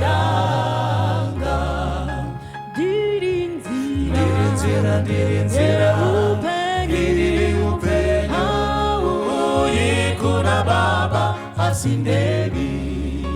Ndirinzira, ndirinzira, ndiri upenyu, uyi kuna Baba asindeni. Ndatenderedzwa nenamo Mwari anondinzwa. Apo wazhinji wochema ndoziva sendidi. Ndirinzira, ndirinzira, ndiri upenyu, uyi kuna Baba asindeni. Ndirinzira, ndirinzira, ndiri upenyu, uyi kuna Baba asindeni. Kuna Kristu nzira neni, handichapumuki. Oniisa kuna Baba kumusha wembiri. Ndirinzira, ndirinzira, ndiri upenyu, uyi kuna Baba asindeni. Ndirinzira, ndirinzira, ndiri upenyu, uyi kuna Baba asindeni. Ndirinzira, ndirinzira, ndiri upenyu, uyi kuna Baba asindeni. Ndirinzira, ndirinzira, ndiri upenyu, uyi kuna Baba asindeni. Kwazivai vana vaMwari, ndokukwazai zvakare mose muzita raJesu. Amen. Amen. Isaiah chapter 37 verse ya 1 kusvika pavhesi ya 7. Zvino mambo Hezekia wakati achizvinzwa akabvarura nguo dzake akafuka makudza akapinda mumba maJehovha. Akatuma Eliakim waichengeta imba naShebna munyori navakuru vavaprista vakafuka makudza kumuprofita Isaya mwanakomana waAmozi. Vakati kwaari, zvanzi naHezekia, nhasi zuva rekutambudzika, norokutukwa nerokuzvidzwa, nokuti vana vakasvika pakuzvarwa asi hakune simba rekuzvara naro. Zvino Mwari wenyu uchanzwa mashoko ose omukuru wavatariri, wakatumwa namambo weAsiria tenzi wake, kuzvidza Mwari mupenyu, agovatuka pamusoro pamashoko aakanzwa iye Jehovha Mwari wenyu. Naizvozvo nyengetererai vakasara. Naizvozvo varanda vamambo Hezekia vakasvika kuna Isaya. Isaya akati kwavari, vudzai tenzi wenyu muti, zvanzi naJehovha, usatya hako mashoko awanzwa andakamhurwa nawo navaranda vamambo weAsiria. Tarirai, ndichaisa mweya wokutya mukati make, uchanzwa guhu ndokudzokera kunyika yake. Ndichamuvurayisa nomunondo munyika yake. Mwari akomborere kuverengwa kwezwi rake. Amen. Musoro wenyaya yedu yanhasi unoti chidzoka. Ngatitsinzinei tinamate. Baba wedu vari kumusoro kudenga, toda kukutendai muzuva ranhasi. Vazhinji vedu takanga takafararira kure nekoko nekweseko. Tinotenda nekuti muri kudana kwatiri muchiti chidzoka. Tibatsirei kudzoka kwamuri muzita raJesu tinonamata. Amen. Chidzoka, mukaverenga chitsauko chataverenga chiri pana Isaiah chapter 37. Now Isaiah chapter 37, regai ndikupei punguroziyamu yebhuku irori nechitsauko ichochi. Inouya kwatiri ichiburitsa chitsauko ichi chiri chitsauko chinotaura nezvenhoroondo kwete nechiprofita. So this is a historical rather than a prophetic chapter in nature. Mukachicherechedza chinotaura nenyaya yamambo weAsiria anonzi Senakerib. Senakerib uyu akanga ari mubishi rekundopamba nekutora maguta aJudha. Saka chaakanga achizviitira izvi, muchaona anga ane zvikonzero zvitatu zvaakazviitira. Zvekufamba ari pahondo yekundopamba maguta aJudha. Chekutanga ndechekuti Hezekia akanga aramba kuzviisa pasi peAsiria. Saka nekuda kwekudaro Hezekia anoti rega tindovapamba tichishandisa simba. Chechipiri ndechekuti Hezekia mukutsvaga rubatsiro akanga achindotsvaga nekuwana rubatsiro kubva kune Ijipita, vamwewo marudzi akanga achirwisana neAsiria. Saka nekuda kwekudaro anouya pano mambo weAsiria Senakerib achitsvaga kupamba Judha yaHezekia nekuda kwechikonzero ichocho. Muchacherechedzawo zvakare kuti chechitatu ndechekuti Hezekia akanga abatsira rudzi rwevaFiristia paEkroni pahondo iya. Nekuda kwekudaro anosvika pakundopamba mambo weFiristia ainzi Padhi. Saka izvi zvakarwadza vaAsiria nekuti vaFiristia vakanga vari vanhu vaiteerera zvikuru vaAsiria. Saka pano Senakerib ari kuuya nehondo zhinji nekuda kwekuti Hezekia aita izvi zvitatu zvisina kufadza Hezekia. Asi kuti tibate nyaya iri pano, mukaverenga 37 verse 1 inotanga nekuti zvino mambo Hezekia wakati achizvinzwa zvii zvaanzwa, kuti tinzwe zvaakanga anzwa, zvinoda kuti tironde nhoroondo iyi kubva pachitsauko chapter 36. Chapter 36 tinoona ndopatinoona Senakerib achindorwisa maguta akanga akakomberedzwa nerusvingo, the fortified cities of Judah. Ndokubva atora ese and he managed to capture them. Ndokuapamba ese. Guta rakanga rasara rakanga riri Jerusalema. Ndorega rakanga rasara kuumambo hwekumusoro Northern Kingdom akanga atora kwese. Syria yakanga yatorwa. Southern Kingdom maguta ese akanga atorwa. Kwasara Jerusalema chete. Saka Senakerib zvino ndokubva auya ndokutumira nhume dzake dzakanga dzichitungamirirwa nemukuru wehondo. Zvikanzi endai mundosangana nehurumende yaHezekia, mundosvitsa meseji yandinayo iyi yekuti kusvikira rini vasati vazviisa pasi pangu, kusvikira rini vasati vava vanhu vanonditeerera ivo vasina kana simba.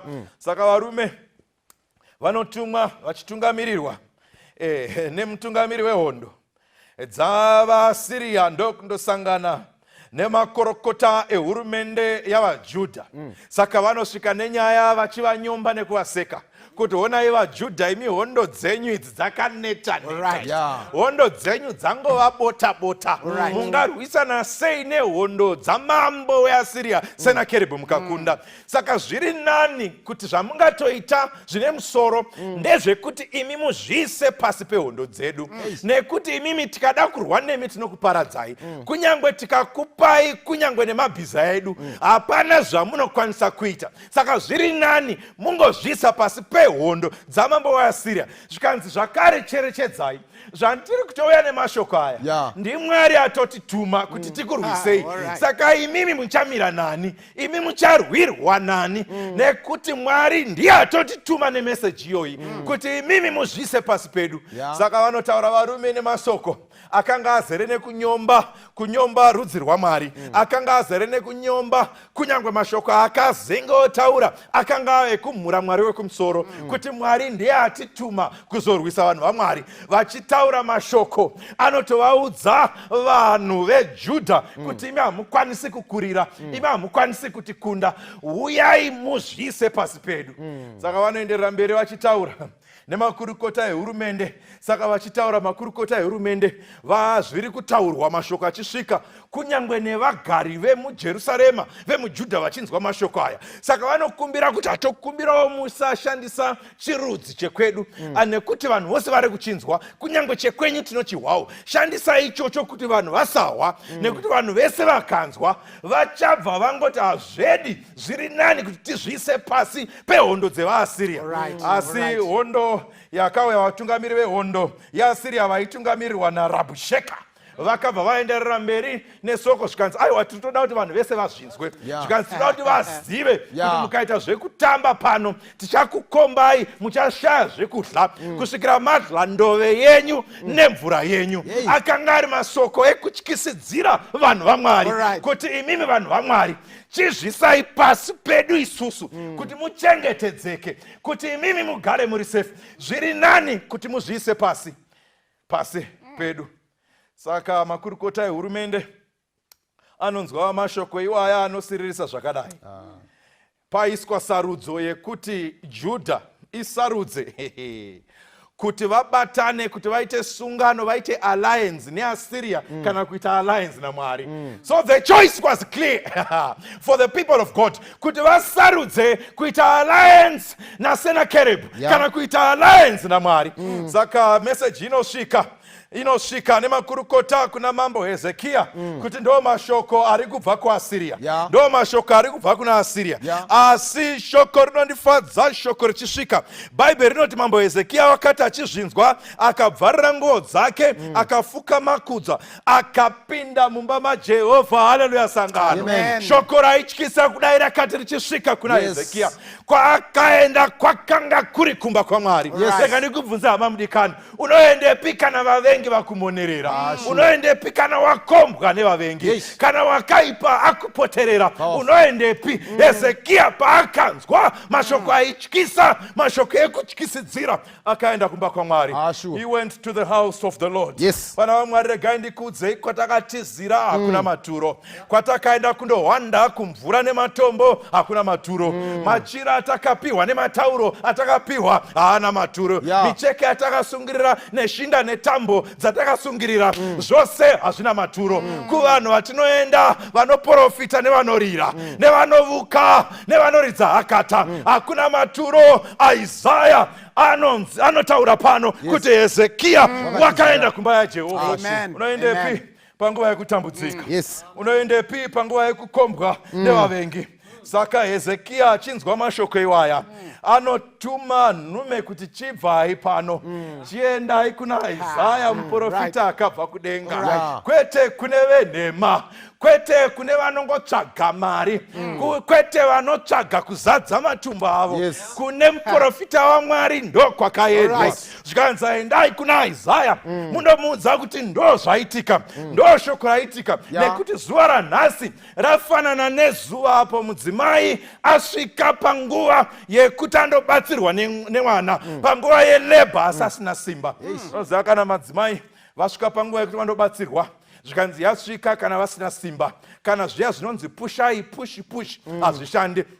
saka zvinowanzozoitika ndezvekuti panenge pane dambudziko rekuti amai vanogona kutofa, mwana anogona kufa, kana kuti vose vana amai ndo pavanozoenda paya kundochekwa kuti vabatsirwe kubatsira mwana wavo, nekuti it's a dangerous situation kuti mai vanosvika pakuda kubatsirwa asi vasina simba. Saka pano Hezekaya achitaura anoti zuva rakadai rekutyisidzirwa nevanhu vasingatyi Mwari rafanana nezuva rana mai pavanopinda mulebha asi vasina simba rekuenda kulebha. Zvikanzi vanoenda achitsanangura zvikanzi naizvozvo nyengeterai, haleluya vana vaMwari, zvikanzi nyengeterai ngatiendei pamunamato kana tichitsvaga kudzikinurwa. Kudzikinurwa kwedu kunobva pamunamato. Zvikanzi pano Isaya paanopiwa message achidzorera kunhume kuti dzokai kuna Hezekia. Zvikanzi Isaya wakati pavhesi ya6 kwavari, vudzai tenzi wenyu muti zvanzi naJehovha, usatya hako, do not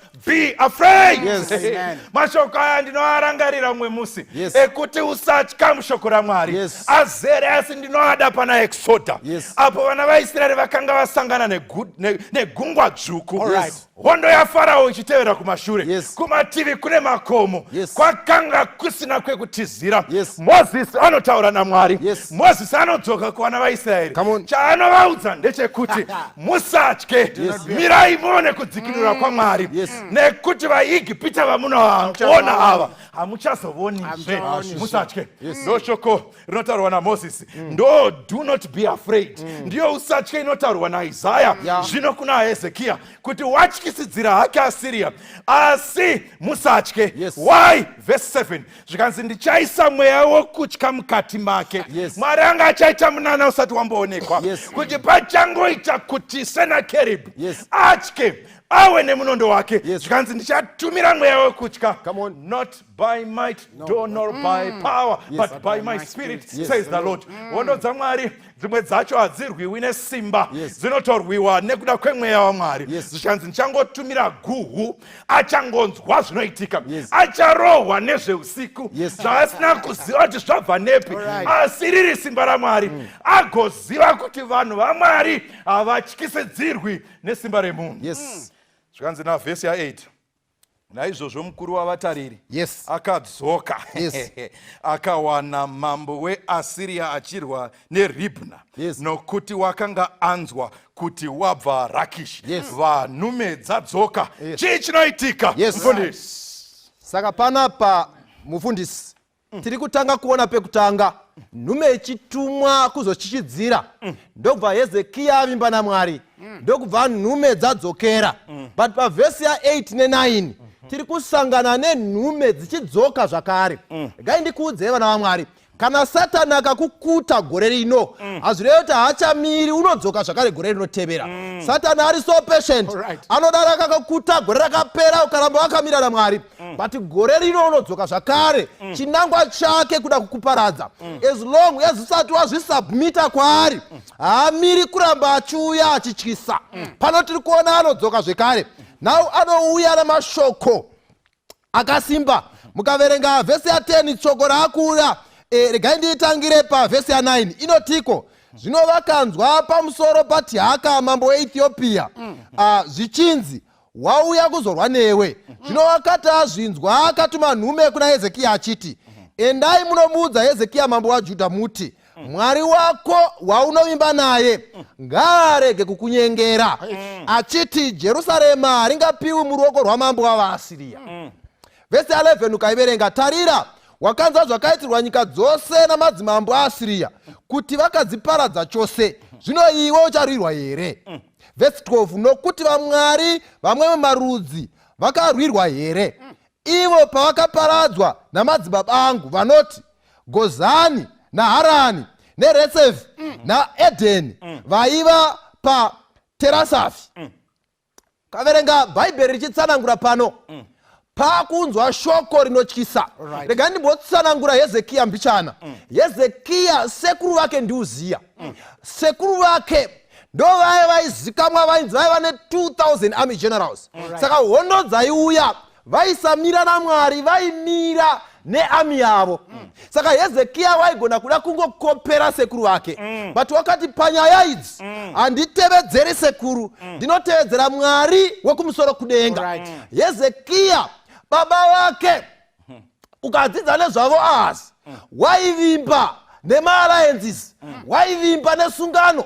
Pane imwe nguva Asiriya ichitongwa nemurume ainzi Tiglat-Pilesi anoudza hondo kuti tinouyako. Baba vake vanosungana Israel neSiriya kuti vasimbe against Assyria. But Hezekia anoti handitevedzeri baba vangu, ndichavimba naJehovha. Pane dzimwe nguva dzekuti vana baba vedu vaenda kuvashopeshopa, but isu patinovhundusirwa toti handindi kung'anga sababa vangu, ndichavimba naJehovha. Pane dzimwe nguva dzekuti vana sekuru vedu vaiunza ng'anga kuzosimbisa musha, isu tinofana kuti haiwa handichaiti zvasekuru vangu, ndichavimba naJehovha. Mwari ngaavongwe naHezekia anoti handivimbi nemachinda enyika inoi, ndinovimba naMwari wekumusoro kudenga. Pari kuuya tsamba ichibva kuAsiriya iri kuti Hezekia kana uchida kuva safe uya uite sungano neni. Ndo approach ya Satani muupenyu. Anoti kana da kuva safe uya uite sungano neni. Nekuti Satani anoti vari kurutivi rwake havarwisi. Saka zvinoitika pasungano, nyaya dzekuponeswa kwaMwari kune sungano. Uye Sataniwo anoshandisa sungano. Vanoenda mukati medzimba dzeng'anga. Ng'anga inoita zvainoita. Inotora zvitende zvinenge zvine ropa, yozvitenderedza ichikumwaya. Inogona kutora huku ichidambura nzara ichiisa ropa pauri. Inogona kutora gona ng'ombe fodya ichikandwa pasi. Kana wakubva mumba mayo wonzi uende nenhete shure. Niko nemitemo iri kupiwa pasungano dzeng'anga. Ukada kuenda kudzimba dzamaprofita vanokuudza kuti aiwa izvi zvinogezwa izvi hazvishandisirwi sipo, saka unofana kugeza worega kupukuta, worega kushandisa sipo. Miko nemitemo iri kupiwa pasungano inenge yaitwa namaprofita enyika inoi. But regai ndikuudze vana vaMwari, kunyangwe kuna Mwari kune sungano. Hezekia anoti ndakaita sungano naMwari, saka handigoni kutya Asiriya, kunyangwe ikauya ndichavimba naMwari. Saka Asiriya anozviziva, saka anoti panyaya iyi usatendedza Mwari wako kuti aikunyepere. Anotanga kutsanangura zvaakaita, oti tarira mambo wenhingi ndakamukurira. Tarira mambo wenhingi ndakamukurira. Ko vaMwari vake vakanga vari kupi? Satani zvaanoita mukati meupenyu hwedu, anokurangaridza patinoita sepatakakundikana. Oti ko pawakafirwa nemwana, Mwari wako aiva kupi? Ko imba yako payakaparara, Mwari wako aiva kupi? Ko pawakadzingwa basa, Mwari wako aiva kupi? Anotirangaridza zvakaitika mukati meupenyu, zvoita sekuti Mwari wedu akakundikana. But Mwari ngaavongwe nokuti Mwari wedu haakundikani. Saka Hezekia unozviziva, ndokubva anzwisa ati aiwa avo vakanga vari vaMwari vemaoko avo.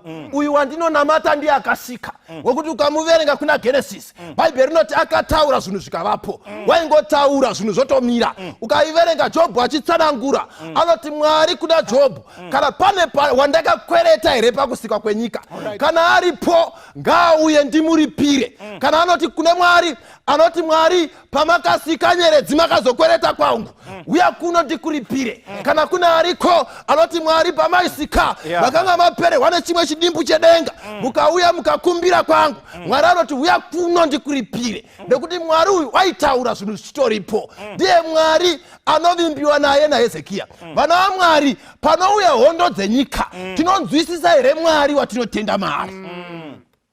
Tinomuzwisisa here Mwari uyu? Ndinomuda achitsanangurwa naAmu. Anonzi mukuru uyu nzira dzake dziri pakati pechamupupuri nemafungu. Kunodziko mukaona makore ihuruva yetsoka dzake. Saka mukaona makore achiti mwanda, zivai kuti mukuru wapfura.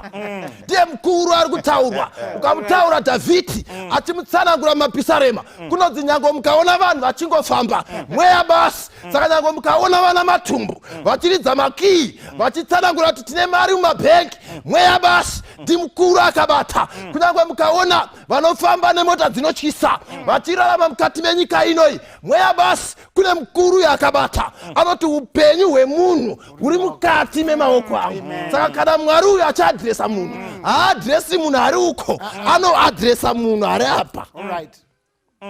ndiye Mwari ari kutsanangurwa naHezekiya pane imwe nhambo achitaura anoti kana ndine nzara handikukumbiri. Saka ndiye Mwari anonamatwa naHezekiya. Munhu waMwari unonzwisisa here Mwari waunonamata.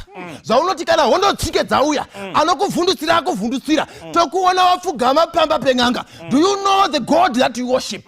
Unonzwisisa here Mwari waunonamata. Waunoti kana mwana achinge arwara wona sekuti Mwari akundikana tokuona wachipinzwa mushanga nevaprofita venyika ino. Unoziva here simba raMwari waunonamata. Hezekiya anoti ndina Mwari wandinonamata. Iye Mwari ndiye wandichavimba naye. Saka ungaandichisa zvako Asiriya but handivhunduki uye handiti sungano newe because ndinoziva Mwari wandakatenda maari. Vana vaMwari ndo zviri kutsvakwa naMwari watinotenda maari. Ari kuti nhasi musatya kana muchindiziva kuti ndiri Mwari upi musavhunduka.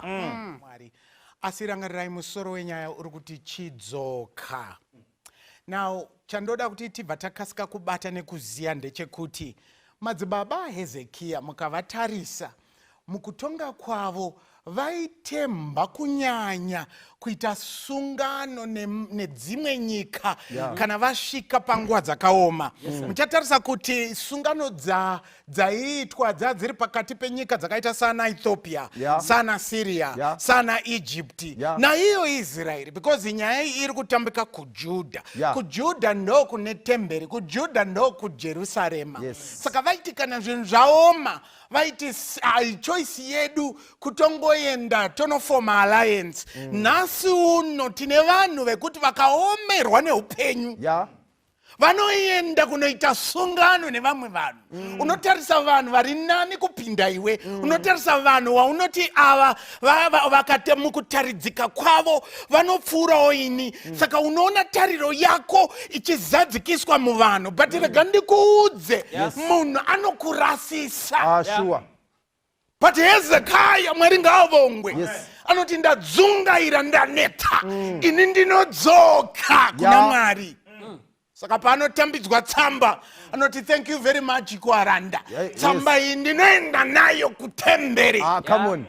Now mukadzoka ndoda kuti tiverenge vhesi ya14 kusvika pa20. Hezekiya akagamuchira mwadi pamaoko enhume akairava. Hezekiya akakwira kumba kwaJehovha akaipetenura pamberi paJehovha. Ipapo Hezekiya akanyengetera kuna Jehovha achiti haiwa Jehovha wehondo Mwari waIsraeri ugere pamusoro pemakerubhimi. Ndoda kuti uteerere kamurondero kakuita Hezekiya munamato. Nekuti kana wakudzoka kuna Mwari usadzoke nemashoko anotapira.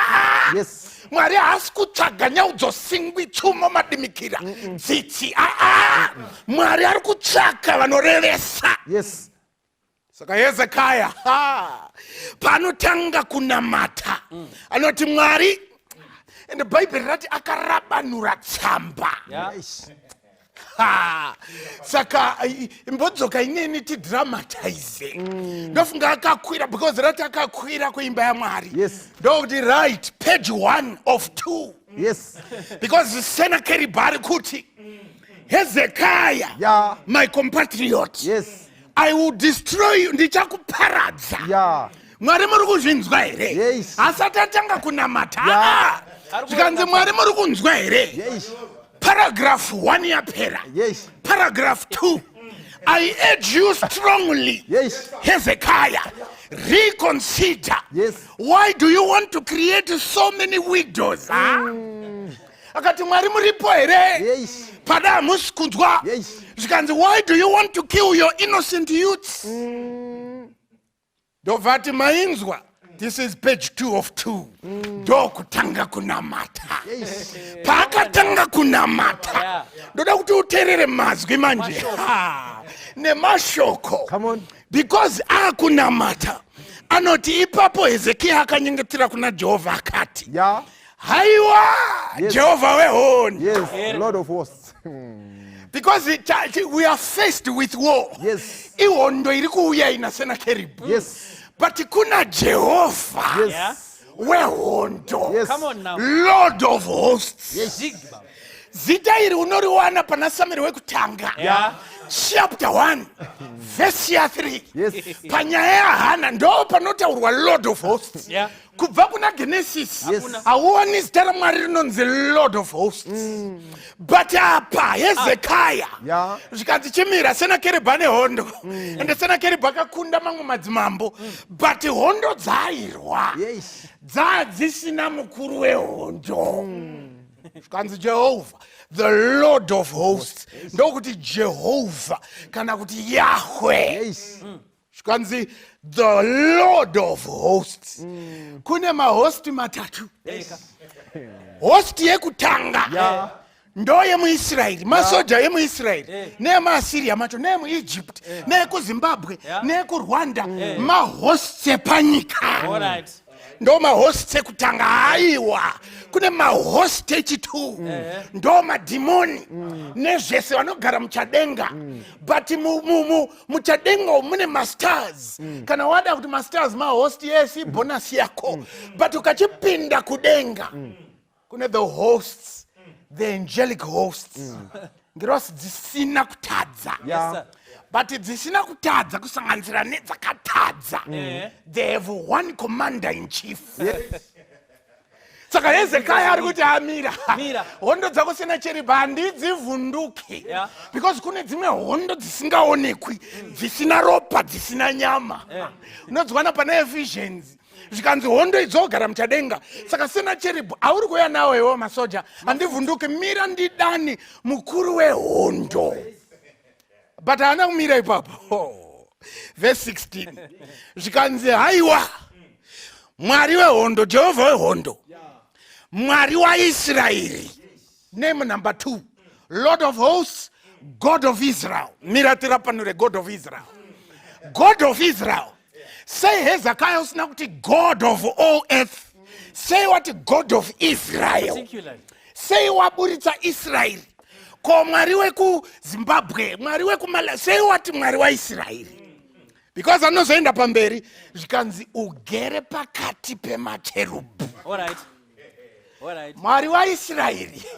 Hezekiah ari kuti madzibaba aitemba sungano newamwe waMwari, asi imi Mwari makada Israeri ndokubva maitsaura ndokuita sungano naIsraeri. Maita sungano naIsraeri makati ndichava Mwari wako. But kuti ndiradze kuti ndichava Mwari wako, patiri kubuda Egypt ndichave shongwe yegore, mubvuri masikati, moto usiku. Tasvika murenje ndobva mati kuna Mozisi ngavandiitire temberi ndigare pakati pavo. Mamuratidza Mozisi mukati tsvaka arika yesungano, tsvaka mhare dzinogona kupfuura simbi, ngadzigadzire ngirosi mbiri, mapapiro akapamhama akavhara. Pakati apa ndo pandichaburuka ndigare. Saka temberi yagadzirwa murenje. Waiti kana uri kure ukatarisa kutemberi yekusangana, pamusoro waiona gore. Gore vadzidzi veBhaibheri vanoti gore riya ranga riri shongwe, ranga riri directly above the Shekinah glory. Saka Hezekiah pari kunamata zvikanzi Jehovah wehondo, Mwari waIsraeri anogara pakati pemacherubhu. Saka Hezekiah ari kuti dambudziko rangu rapera Mwari, because kwandauya ndo kuchikwekwenhero kwehondo. Kana iri strategy ndo kunodispatchwa mastrategy. Kana ari mavictory ndo kwega kunowanikwa victory. Karamba uchiverenga munamato anobva ati Mwari chesvinurai, rerekai nzeve yenyu. Mirandira panure, because Hezekiah asi uri kunamata kuna Mwari bofu here, uri kunamata kuna Mwari matsi here. Sei uri kuti rerekai nzeve yenyu, svinurai maziso enyu. Rega ndikuudze muteereri, kuchiHebheru kune inonzi poetic writing kana kuti poetic appeal. Saka Hezekiah zvaari kuita ari kuti Mwari ndinoziva kuti hamutsumairi kana kutsutsumwa, imi hamufuratiri kana kupira gotsi, nekuti Israeri ndomboni yeziso renyu. Saka Mwari hatingaregedzi manyemwe aSenakeribhu achionererwa kupinda nemwenje mudziva, kutaura kuti kana ndikasaita sungano naye anondiparadza, imi muriko. Saka pari kuti shinurai maziso. It's a poetic way yekuti Mwari kana matowerenga manzwawo zvandanzwa, Senakeribhu achapinda pamukona chando. Kandikudze naso unoyu handiziye situation yawapinda, handiziye pauri, but kana ukadana kwaari, ukadzoka kwaari, ukati Mwari makaita sungano, nekuti sungano yakaita mukazoerenga bhaibheri haina kuzadziswa neropa remombe kana mbudzi kana makwai, rakazadziswa neropa raMwari. Mwanakomana anga ari ega woga kuuya kuita sungano kuti adzikinure iwe nini. Saka nhasi Hezekiah anomudana, but chinzwa vhesi ya20 ndo yandoda manje, vhesi ya20.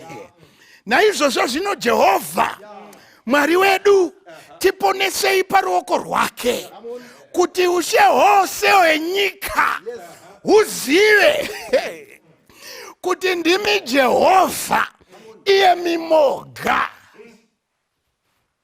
Zvatiri kuda kuti Mwari mudemonstrate nhasi. Pamuchapindura Senakeribhu, ibvai mapindura kapinduriro kekuti testimony yacho haipereri chete muSiria, haipereri pavaSiria, ichaenda pasi rose kuti vadii, kuti vazive kuti zviro kwazvo kuna Mwari umwe chete, iye woga wazvokwadi. Chandingada kuti muzive vana vaMwari, tisati taenda kure, ndechekuti Mwari unopindura muna Mwari. Amen. Bhaibheri shoko raMwari rinotaura kuti Isaiah wakachitaura, because kuna Isaiah ndo kwakatumwa nhume. Funda. Isaiah ndobva atuma shoko kuna Hezekiah, verse 21. Akati zvanzi naJehovha Mwari waIsraeri, zvawanyengetera kwandiri pamusoro paSaneribhi mambo waIsraeri, heri shoko rataurwa naJehovha pamusoro pake. Regai ndijambe zvimwe zvose zvakataurwa naIsaiah izvi, handei pavhesi 30. Nguva ishoma, ndiri kupererwa nenguva.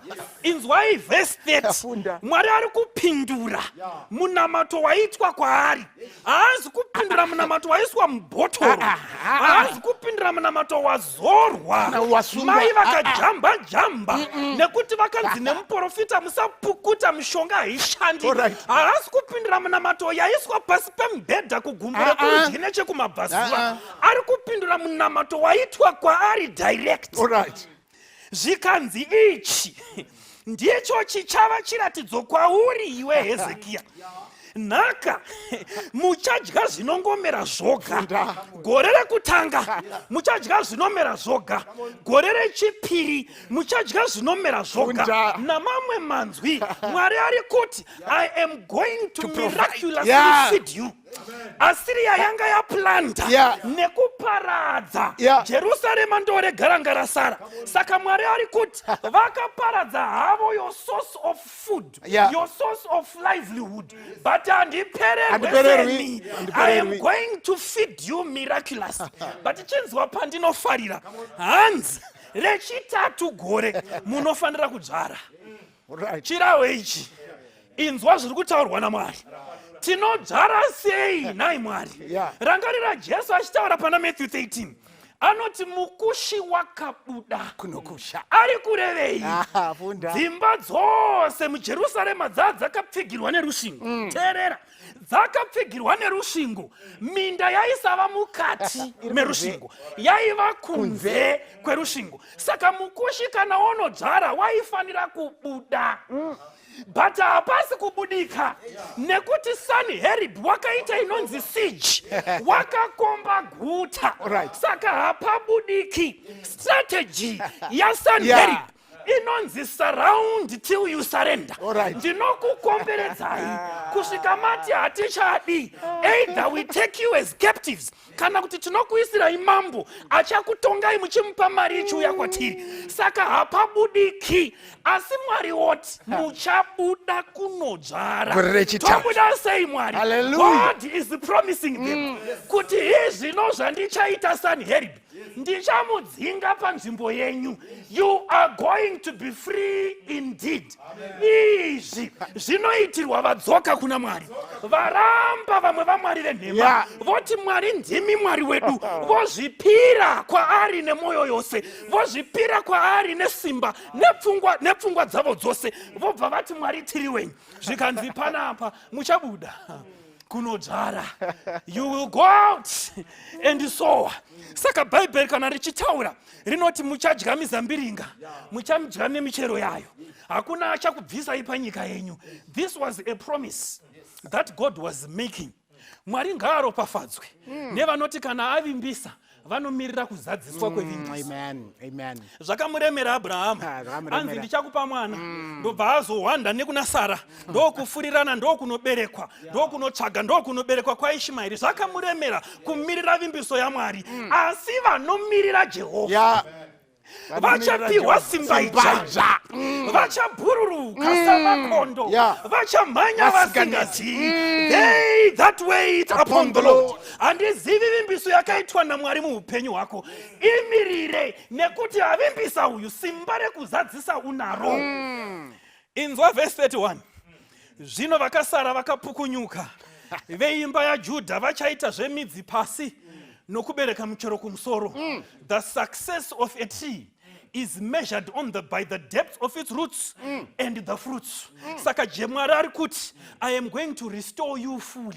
Nyangwe makamboparadzwa mukavhundutsirwa, I am going to restore you. Minda yenyu ndokupai, rugare rwenyu ndokupai, muchagara muJerusarema. Verse 32 yoti nokuti vakasara vachabuda Jerusarema navakapukunyuka pagomo reZioni, kushingaira kwaJehovha kuchazviita. Mira, the zeal of the Lord will perform it.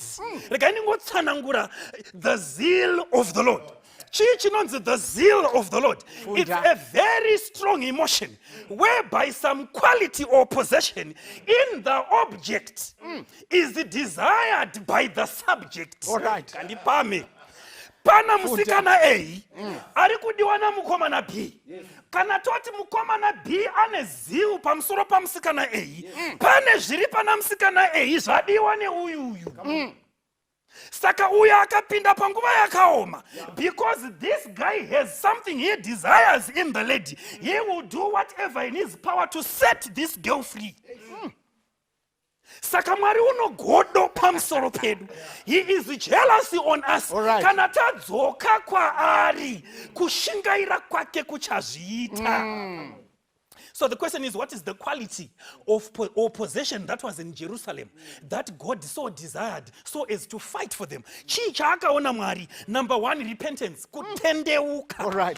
Kutendeuka. Ndo kwakazoita kuti David anzi uyu ishamwari ya Mwari. Kutendeuka ndo kwakazoita kuti David asikwe moyo mutsva.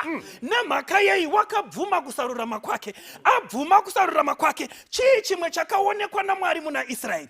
Akaona the faith and trust in God. Kana une zvinhu zviviri izvi, there is no way yauchatsvaka vamwe vaMwari. If you have faith in God and you trust God, haufi wakatsvaka vamwe vaMwari. Saka God was settled in the faith and trust and repentance of Jerusalem, but my zeal will perform this. The zeal of the Lord will be performed. Kuna vose vanodzoka kuna Mwari nokurevesa. Vovimba naye oga. Vovakwa nekutenda kwaari. Saka verse 33 inotaura yoti haangapindi muguta rino iri Sanherib kana kuposhera museve. Inzwaka hondo dzekare idzi. The first assailants would be the archers. Vanokanda museve. Vakanda museve vari uko. Vosvika voparadza the defense. Kana vaparadza defense vemashield vouya. Vovachengeta vokanda imwe museve. Vachiparadza defense. Ukazoona pakukwirwa madziro. Defense line yese yaparadzwa neve museve. Ndo vaitanga. Bhaibheri robva rati kana 1 museve 1 hapana uchakandwa. Kuna vose vanodzoka kuna Mwari. kuna vanodzoka kuna Mwari. Saka ukaverenga Bhaibheri, vanoramba kudzitirwa vanodii? Unoverenga Matthew chapter 25, Matthew chapter 23, verse 35. Tinobva taudzwa tonzi nokuti ndichadzitira guta rino. Vara rekuti kudzitira rinongoreva kuti zvinoitwa nehuku kuhukwana. Kana gondo rikati kwe riri mudenga, hukwana inoti kwe kwe kwe kwe kwe kwe kwe huku. Zvihukwana zvese zvouya pasi pemapapiro yobva yazvivharira. So gondo rinodarika richiti pane huku hombe zvidiki hapana, asi zviripo zvakawanda mukati mamapapiro. Vose vanodzoka kuna Mwari vanowanda mukati mamapapiro. Ko vanoramba vanodii? Vanochemerwa sezvakataura Jesu pana Matthew chapter 23 verse 37. Jerusalema, Jerusalema, ndaida sei kukuvhumbirai sehuku inovhumbamira vana vayo, asi makaramba. Tarirai guta renyu rasara kwamuri riri dongo. Tinosara tasara nematongo oga oga tikaramba kuuya kuna Mwari chiteerera. Hanzi ndichazviita izvi kuti ndiriponese nokuda kwangu ini, for my own sake. Verse 20 ati itai kuti zita renyu rizivikanwe. Saka Jesu akuti, Mwari akuti, oh, ndini hangu, bvarigai ndizviite izvi. Kana ndirini ndiri kuzosumudzirwa, ndini ndinozviita. Mwari anopeta maoko pakurwara kwedu nekuti tasanganisa n'anga, vaprofita nemunamato. Saka Mwari anopeta maoko kuti zvizikanwe kuti chashanda ndechipi, chisina ndechipi. Mwari anopeta maoko nekuti tinoendesa fufuro, tinoendesa fufuro, toendesa ma-connections nekutsanya. Saka Mwari achapeta maoko kuti muzvizive kuti kufufuro dzenyu nema-connection enyu handizvo zvinokupai basa. God cannot share his glory with another man. Mwari ndimwari, haagoverani mbiri yake neumwe. Saka achamira kusvika madzikama masolution enyu ese ashaya simba, and then God will come up on top. I'll do it for my name. I will do it for David. David ari kutsvageya apa. Mwari anga akaita sungano naDavid achiti nokuda kwokururama kwako nekutendeuka kwako inini ndichaita kuti vana vako vagare. Saka Mwari ari kuzadzisa sungano. Compare David naHezekiya. Madzibaba akasiyana. David anoitira vana vake zvakanaka, asi Hezekiya mukaverenga pamberi pacho kunotonzi akazotsvaga vanhu veBhabhironi vakauya haana kuvaradza Mwari.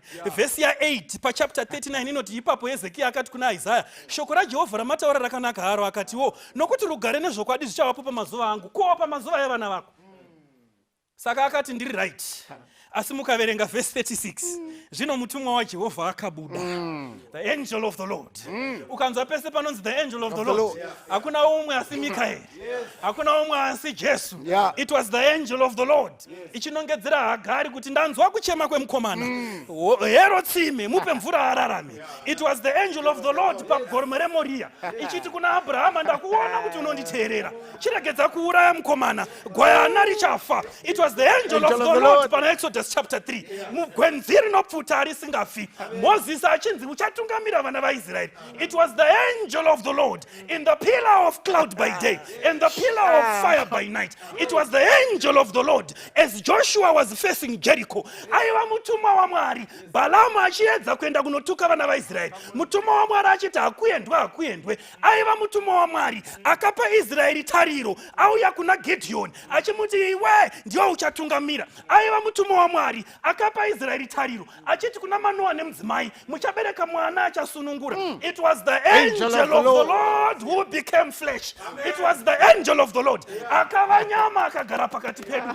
Ingirozi ya Mwari yakakura upenyu hwekutambura. It was the angel of the Lord who hung upon the cross. Ingirozi ya Mwari yakapinda muguva rekukwereta. Ingirozi ya Mwari yakabuda ikati ndini kumuka neupenyu.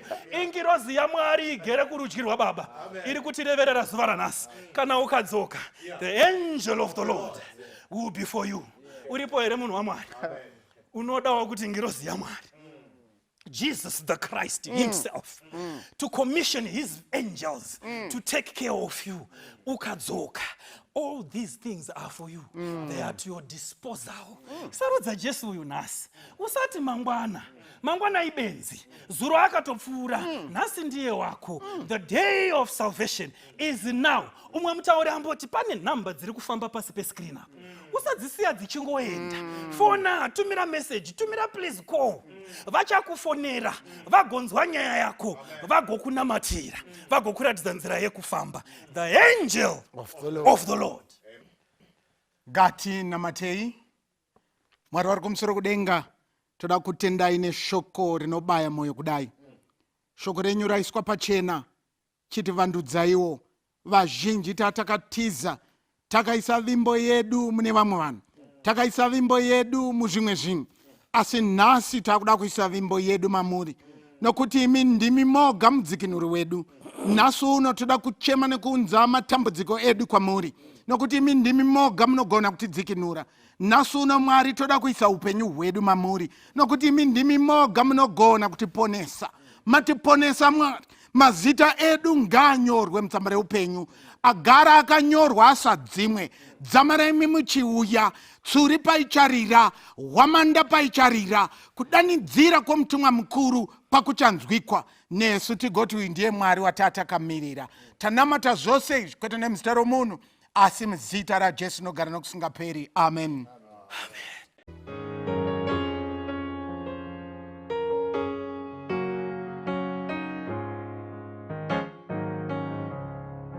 Kumusha, oh kumusha, kwakasununguka, hakuna usiku mangana, ibasi ndinoda uyo musha, ndino uchembera.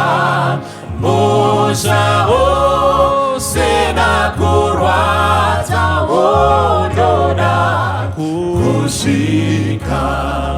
Musha usina kurwadza wondoda kusvika. Tenzira rikumusha ndengiro zidzake. Hakuna chitemayo kana nezviedzo zviyodze kumushayo ndodzinzwa munzeve kuti ndofunga nemusha ndinobva ndachena kuti ndofunga nemusha ndinobva ndachena. Vagari vekumusha vanondidaidza urombo zverufu hazvisopindimo. Onyika inodiwa iri kumusoro. Kristu tiunze kumusha werudo rwe. Kristu tiunze kumusha werudo rwe. Vekumusha vanondidaidza urombo zvenerufu hazvisopindimo. Onyika inodiwa iri kumusoro. Kristu tiunze kumusha werudo rwe. Kristu tiunze kumusha werudo rwe. Kristu tiunze kumusha werudo rwe. Kristu tiunze kumusha werudo rwe.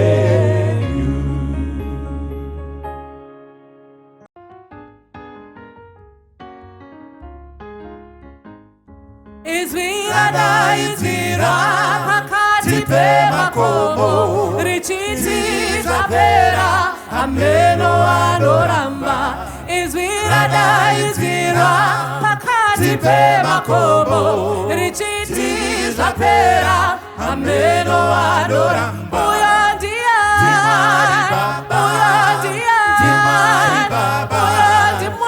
Mwari Baba hameno anoramba uya ndiya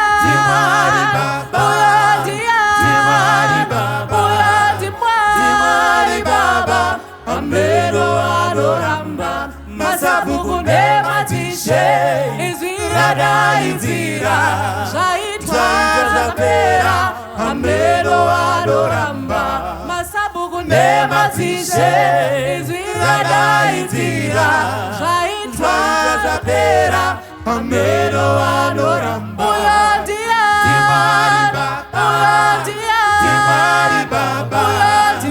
Mwari Baba hameno anoramba uya ndiya Mwari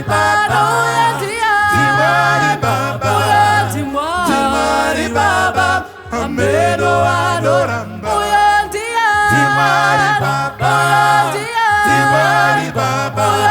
Mwari Baba hameno anoramba varombo nevapfumi izwi radaidzira zvaitwa zvapera hameno anoramba varombo nevapfumi izwi radaidzira zvaitwa zvapera hameno anoramba uya ndiya Mwari Baba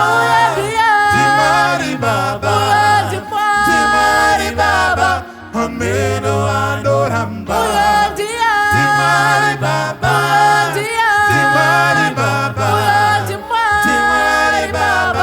hameno anoramba uya ndiya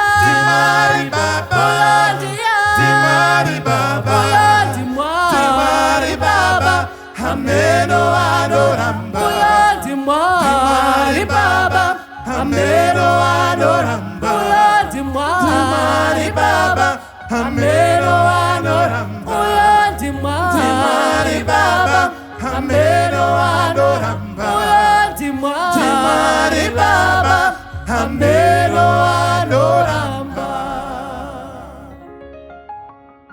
tenziko zowarini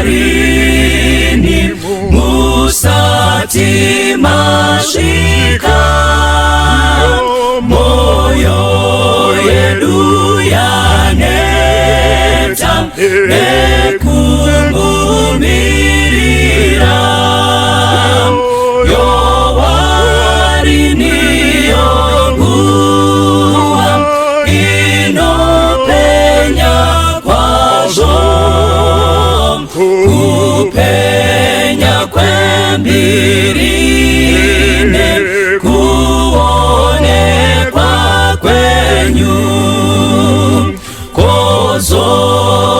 kozowarini tenzi mubude kumusha matononoka tenzi vamwe vadzokera tenzi vatendi venyu vazara nezvivi vashoma vakamira murufaro rwenyu mutsanyi vakarara chemanyi vamuke vanoyeranga vati tenzi aswedera mwenje yenu ifute chiuno zvisungwe vese vagadzirire kumuona tenzi batsanyi bakarara chemanyi bamuke yera gavati tenzi aswedera mwenje yenu ifute zviuno zvisungwe vese vagadzirire kumuona tenzi vese vagadzirire kumuona tenzi.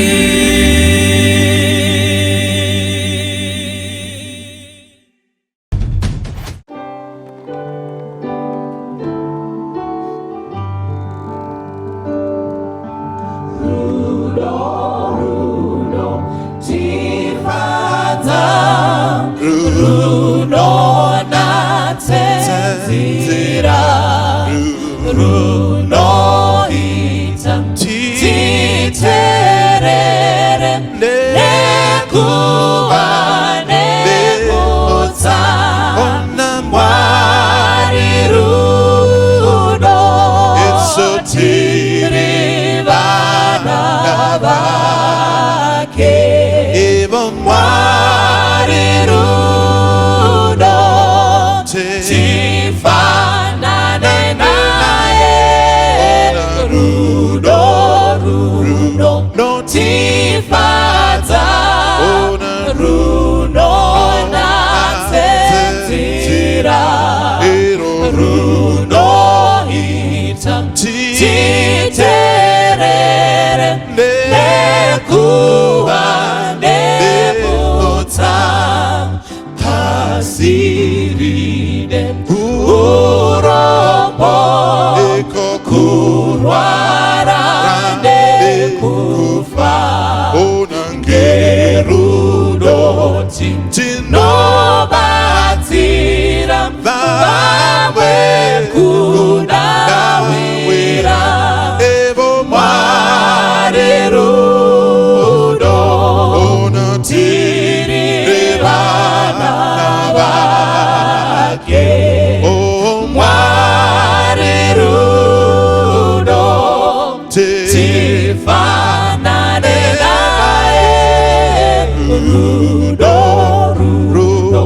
tifadza rudo natsenzira rudo ita titerere nekuva nemutsa apo basa rapera tatorwa kusoro ngoma yedu tichaimba ndijesu ngerudo Mwari rudo tiri vana vake Mwari rudo tifanane naye rudo tifadza rudo natsenzira rudo ita titerere nekuva nemutsa Mwari rudo tiri vana vake Mwari rudo tifanane naye rudo tifadza rudo natsenzira rudo ita titerere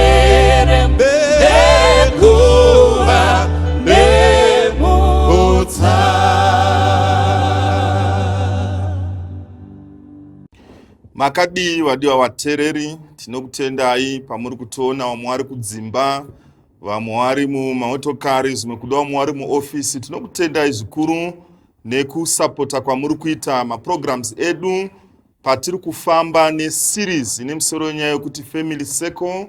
Tudauti tende zvese zvamuri kuita kuti program ifambe zvakanaka. Ma-comments enyu tiri kuaona, feel free to share or even like our Facebook page yakanzi Bluffview Seventh Day Adventist Church. Panotanga program, share to your friends, tag, comment zvese tinozvida, and we also want feedback kubva kwamuri kuti zviri kufamba sei. Nhasi uno tine very beautiful subject yatichadiscussa nezvayo nemusoro wenyaya yekuti blended families. But mukutanga program yedu tichakumbira Elder Chandamale kuti vatipo munamato wekuvhurira. Ngati namatei. Baba wedu vari kudenga, toda kukutendai nemukana wekudzidza zvekare zvimwe zvinotibatsira mukati mekurarama semhuri. Tauraiwo nesu masikati ano, mutikomborere, mutitungamirire, zita renyu rigokudzwa noutsvene, muzita raJesu, amen. Toda kukuzivisai kuti tine dare vatinavo vhiki rino vapiwe mazano, vane experience, vapiwe shikiro dzeupenyu. Zvimwe kudawo mwacho munogona kunge makavaona oro muri kutanga kuona chirongwa ichi kekutanga. Saka chakumbira kuti vazintroduce tichitanga nababa. Kazwai vateereri, ndinoitwa Baba Chinyandura. Kazwai vateereri, ndinoitwa Tete Makove. Kwazwai vateereri, ndinoitwa Vachandamale. Hello munhu wese makadi yenyu, ndinoitwa Tafadzwa Rangarira. Iyi season yechipiri yatiri kufamba nayo, episode number 3, musoro wenyaya uri kuti blended families. Mwari achisika munhu mbindu reEden, Genesis 2:7. Bhaibheri rinotaura pamusoro pekuumba kwaakaita munhu neguruva revhu akamufemera mweya upenyu. Genesis 2:18, soko raMwari rinotaura rinoti hazvina kunaka kuti munhu agare ari oga. Satine imwe mhando yatinoona mukati mebhaibheri yefamily, that is murume nemukadzi vari two, itori mhuri yakakwana. But as we read the Bible, tine ma-examples akawanda tinogona kuona ma-extended families nezvimwe zvakadaro. Munyika yatiri kurarama nengari yechitema, remember Mwari akanga ataura kuna Adam naEve kuti nezuva ramuchadya muti uyu muchafa zviro kwazvo. Beside death, pane ma-challenges akaunzwa nekutadza kwakaita vabereki vedu. Ma-challenges akaafekta zvakawanda, akaafektawo zvekare nyaya dzemhuri. Saka nhasi tine nyaya iri very exciting yandakuudzai kare inonzi blended families. Vachandamale, chii chinombonzi ma-blended families? Blended family mfundisi, iyi family iri made up of two parents. Ma-parents aya vanogona kunge vari one wakashayikirwa nevadikanwi wavo. Murume oshayikirwa nemukadzi, nemumwe mudzimai oshayikirwa nemurume, waine vana vavo, vobva vadanana, vobva vadecida kuroorana. Pavanoroorana ndo panogadzirwa inonzi blended family, because vari kuuya uyu nevana vake, uyu nevana vake, ivo vari vaviri, vobva vagadzira. Ndaida kubvunza Tafadzwa kuti sekutsanangura kwaita Vachandamale, muri iri monogamous here, iri polygamous, munoona sekuti kudini? I think chimwe chekutanga ndisati ndabata ipapo ipfungwa yekuti hazvikonzerwe nerufu chete, zvinogona kukonzerwa zvakare nekungorambana vanhu vaviri vatadza kunzwisana. Kana ngoti munhu anga nemurume vanga vachigarisana vari nepartnership, vozosiyana, vane vana, mwoenda unofoma a proper family vari vese. Pfungwa yekuti it's monogamous, I think it's the prevailing thought. Ndopfungwa huru inowanzokubuda pamusaka pekuti munhu mumwe chete ari kusangana nemunhu mumwe chete vaine mhuri, asi tinoona zvichibudawo futi vanhu pavanogarwa nhaka.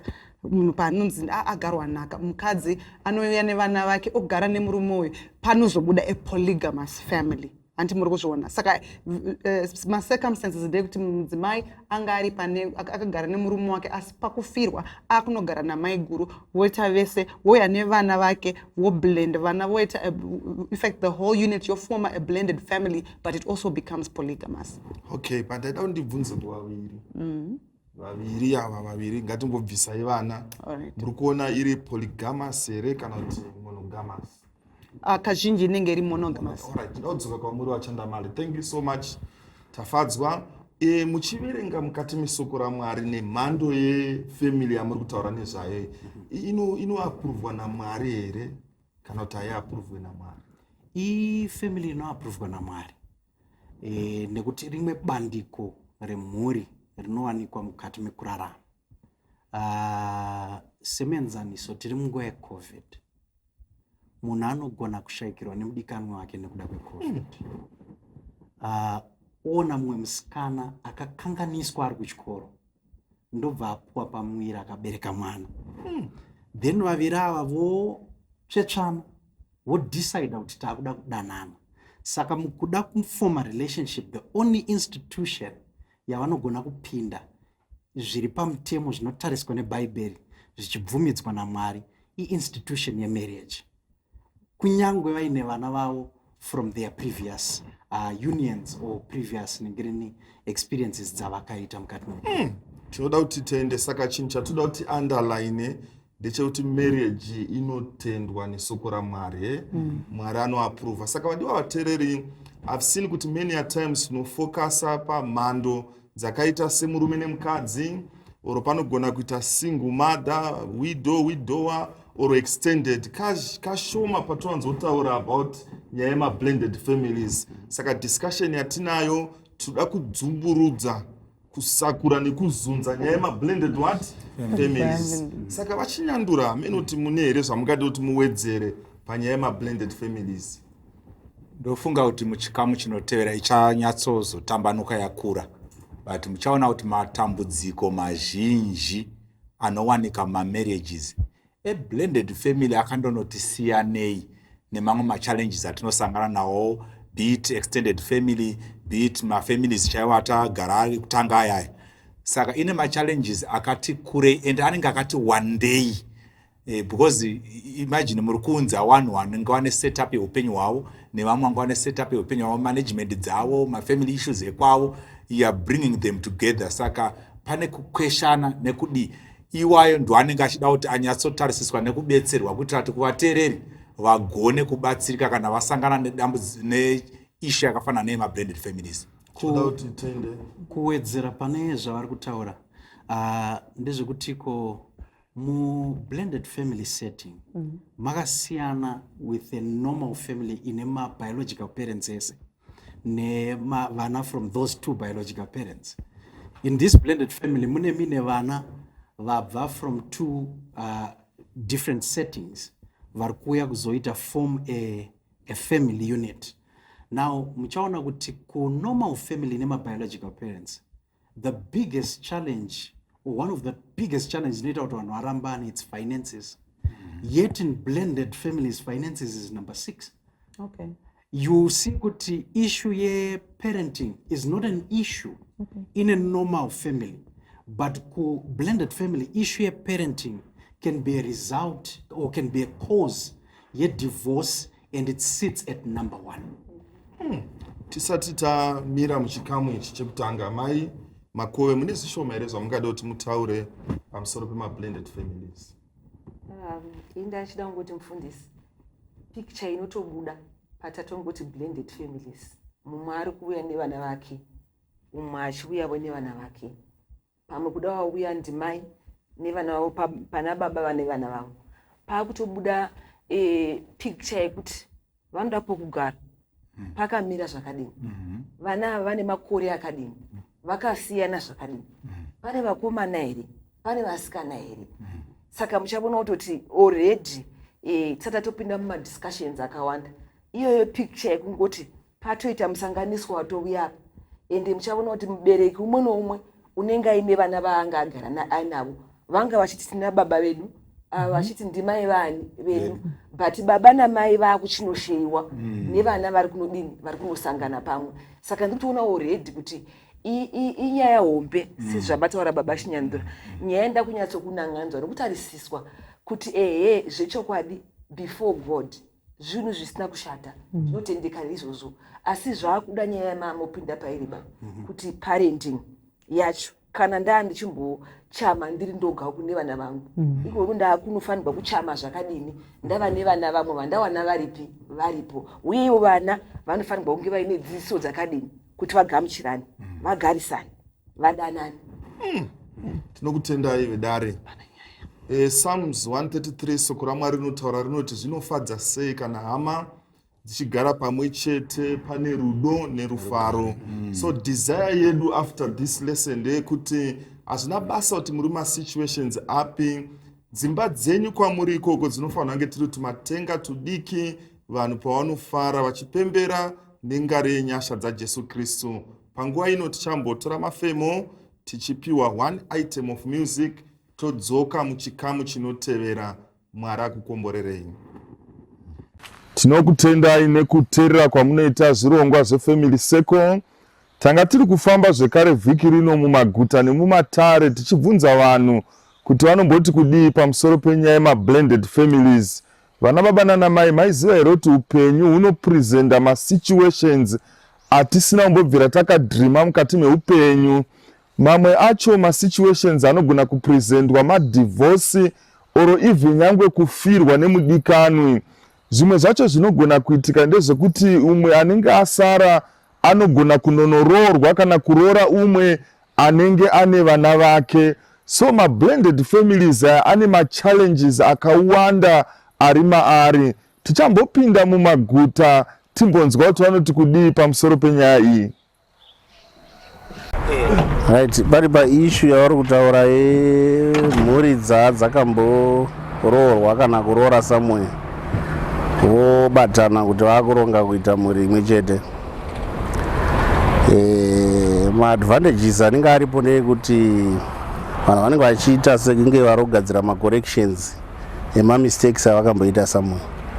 Zvinenge zvakanaka, but maproblems anozongoita kazhinji anowanzokuzouya kuri kuvana uku. Vana zvine zvakuda kuti kana mabatana kudaro woita vanhu vane mwoyo murefu vese, poshayikwa kuti poshayikwa munhu anozosaidhira vake. Ndo zvinowanzoitika izvo kuti umwe anenge akuti havangu ndo vanondikoshera. In that case pane pakuda kuti iwe uratidzewo rudo kune vana vomwe wako. Pane vanhu vanoroorana, mumwe ane mhuri yake mumwe asina mhuri. Chandinoona pange kuvakadzi zvinogona kuzooma ukaona mukadzi achiuya. Varume tongoti kuvarume vanokwanisa kuchengeta vana vanouya nevakadzi vavo, vanouya nevakadzi. Kozi murume kazhinji kacho harwadziwe pavana, asi kuvakadzi mukadzi haakwanise kuchengeta mwana asiri wake. Even wakamuudza kuti ane vana asi haakwanise kuchengeta mwana, anotorwadziwa. Anogona kumuda iwe uripo asi usipo mwana yeye anenge achibatwa zvakaipa. Asi murume hauzvitarise saidi kuti mwana hazi wangu kana ndewe mukadzi, unongobata sevana vese vari pamusha. Vakadzi tinoona vari dambudziko, vari vane matambudziko akawanda pakuchengeta mhuri isiri yake, yaanoziva kuti ndeye mumwe mukadzi akatosiyana nemurume yemhuri dzakabatana mumba, kuti murume anouya nemhuri yake, mukadzi ouya nemhuri yake. Zvinhu zvinoda kungonzwisisana muchitanga kufambidzana. Hazvizodi kubatira pamusoro kuti unozoziva kuti mukadzi ane vana 2 kana kuti ane mwana pamusoro, kana kuti unoda kuzoziva kuti murume ane mwana kana kuti ane vana pamusoro. So pamunozowanana paya, kana mukadzi kana makawirirana anokwanisa kuuya nevana vake umba muchengetana, then murume anogona kungounzawo wake. Asi sekuzoona kwangu, vakadzi vanogona kuzvibvuma vachiri kunze, kubvuma kuchengeta mwana womwe munhu. Asi kana azopinda mumba, munhukadzi zvinomurwadza kuti akwanise kutenga kuitira mwana asiri wake chakanaka. Mwana iyeye anogara achirarama life yakaoma asina mubereki wake uripo, because mukadzi uyu haakwanisi kunyatsomutora semwana wake, anomushungurudza. Zvaanoitiswa nezvaanoitira vana vake nezvaanoisa vana vake zvakasiyana stereki. Mwana uyu anenge ari padisadvantage zvakaoma mwana asiri wake mukadzi, asi zvinhu zvinoda kungowirirana.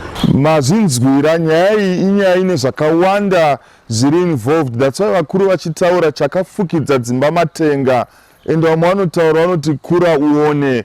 Panguva ino tichadzokera kune vedare kuti tinzwe kuti vari kuti kudii, vane masolutions here panyaya dzanga dziri kudhiskaswa nevanhu mumaguta nemumatare. Vadiwa vateereri, tinokutendai nekukumbana kwatiri kuita muchikamu chechipiri chatiri kufamba nenyaya ine musoro wenyaya yekuti blended families. Just to remind you, tine series yatiri kufamba nayo ine musoro wenyaya yekuti family circle paseason 2. Saka tantiri kudhiskasa pamusoro penyaya yema-blended families. Pane introduction yapiwa iri very powerful. Nyaya ndafarira ndeyekuti nyaya yema-blended families iyi Mwari anoiziva, ende muchato uri approved naMwari, or family inozikanwa naMwari. Tinoda kutendai vadiwa vateereri, macomments enyu tiri kuaona. Tinokurudzira kuti murambe muchiita like or even subscribe kumachannels edu. Mwari akukomborei nekusingaperi. Ndakuda kuuya kwamuri vedare, pane inonzi emotional baggage. Mukomana nemusikana wakapinda muwanano, machallenges anogona kuita mashoma.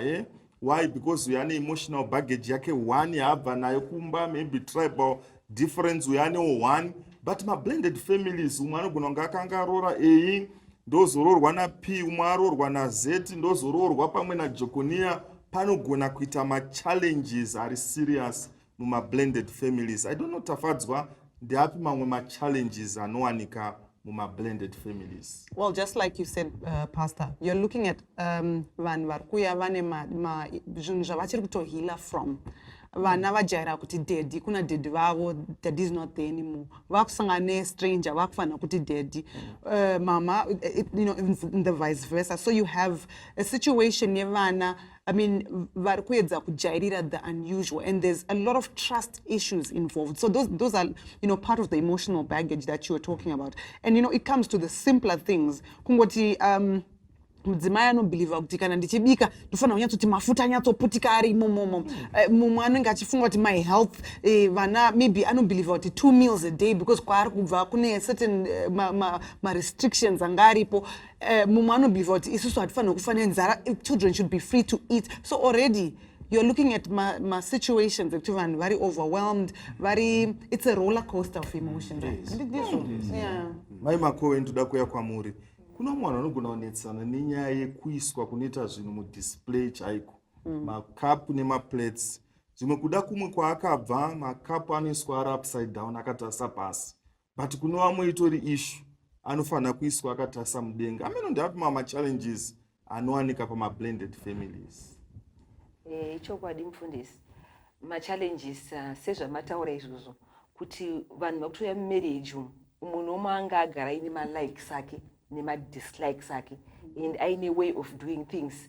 Pamwe yanga iri acceptable kune murume wanga ainaye, kuti yanga iri acceptable kumudzimai wanga ainaye, but ari kusvika pa-setup ine munhu ari different, and the expectations are maybe it's going to be easier, it's going to flow like the yesterday partnership, but this is a different setup.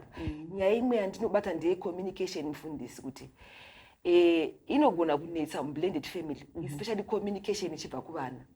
Kuti vana vanga vajaira kuudza baba vavo chero angava mwana musikana because mai papa asisina.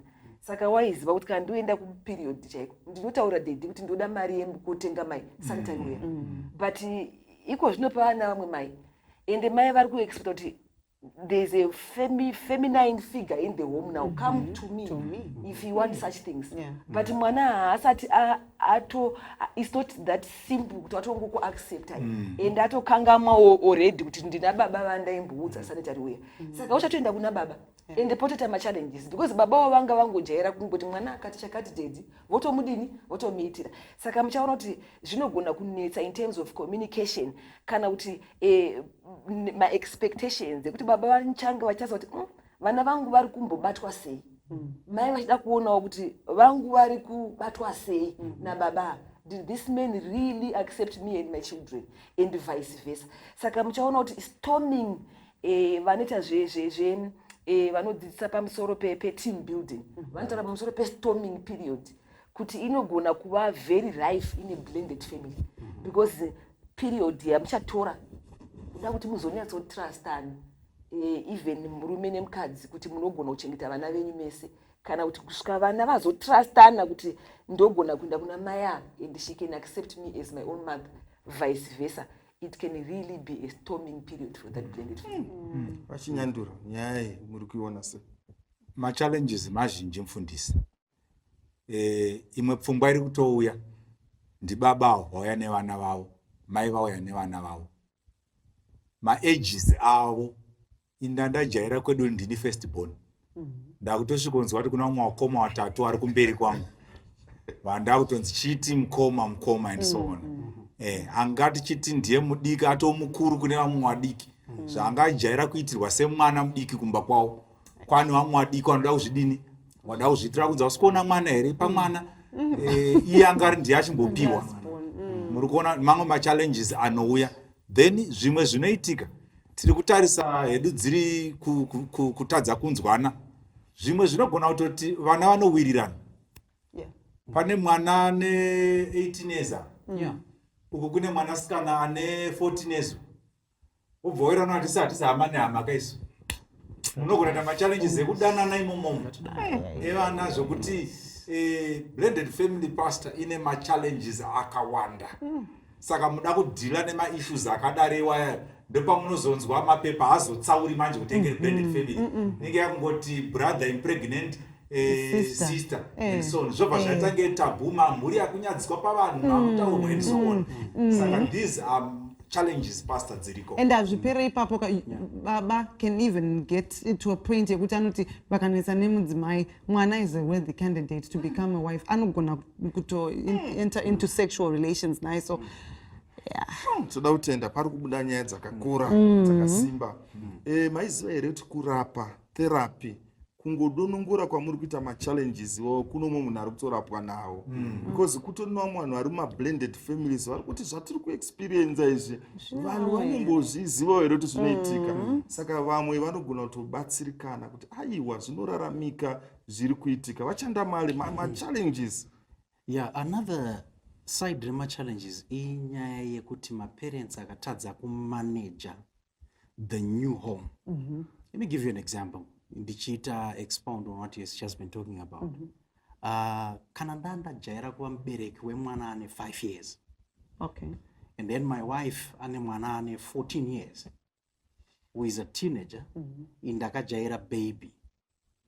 If I don't adjust quickly, I will not be able to relate with the child. Are a teenager because andina experience nani nekurera mwana wezera ripi iroro.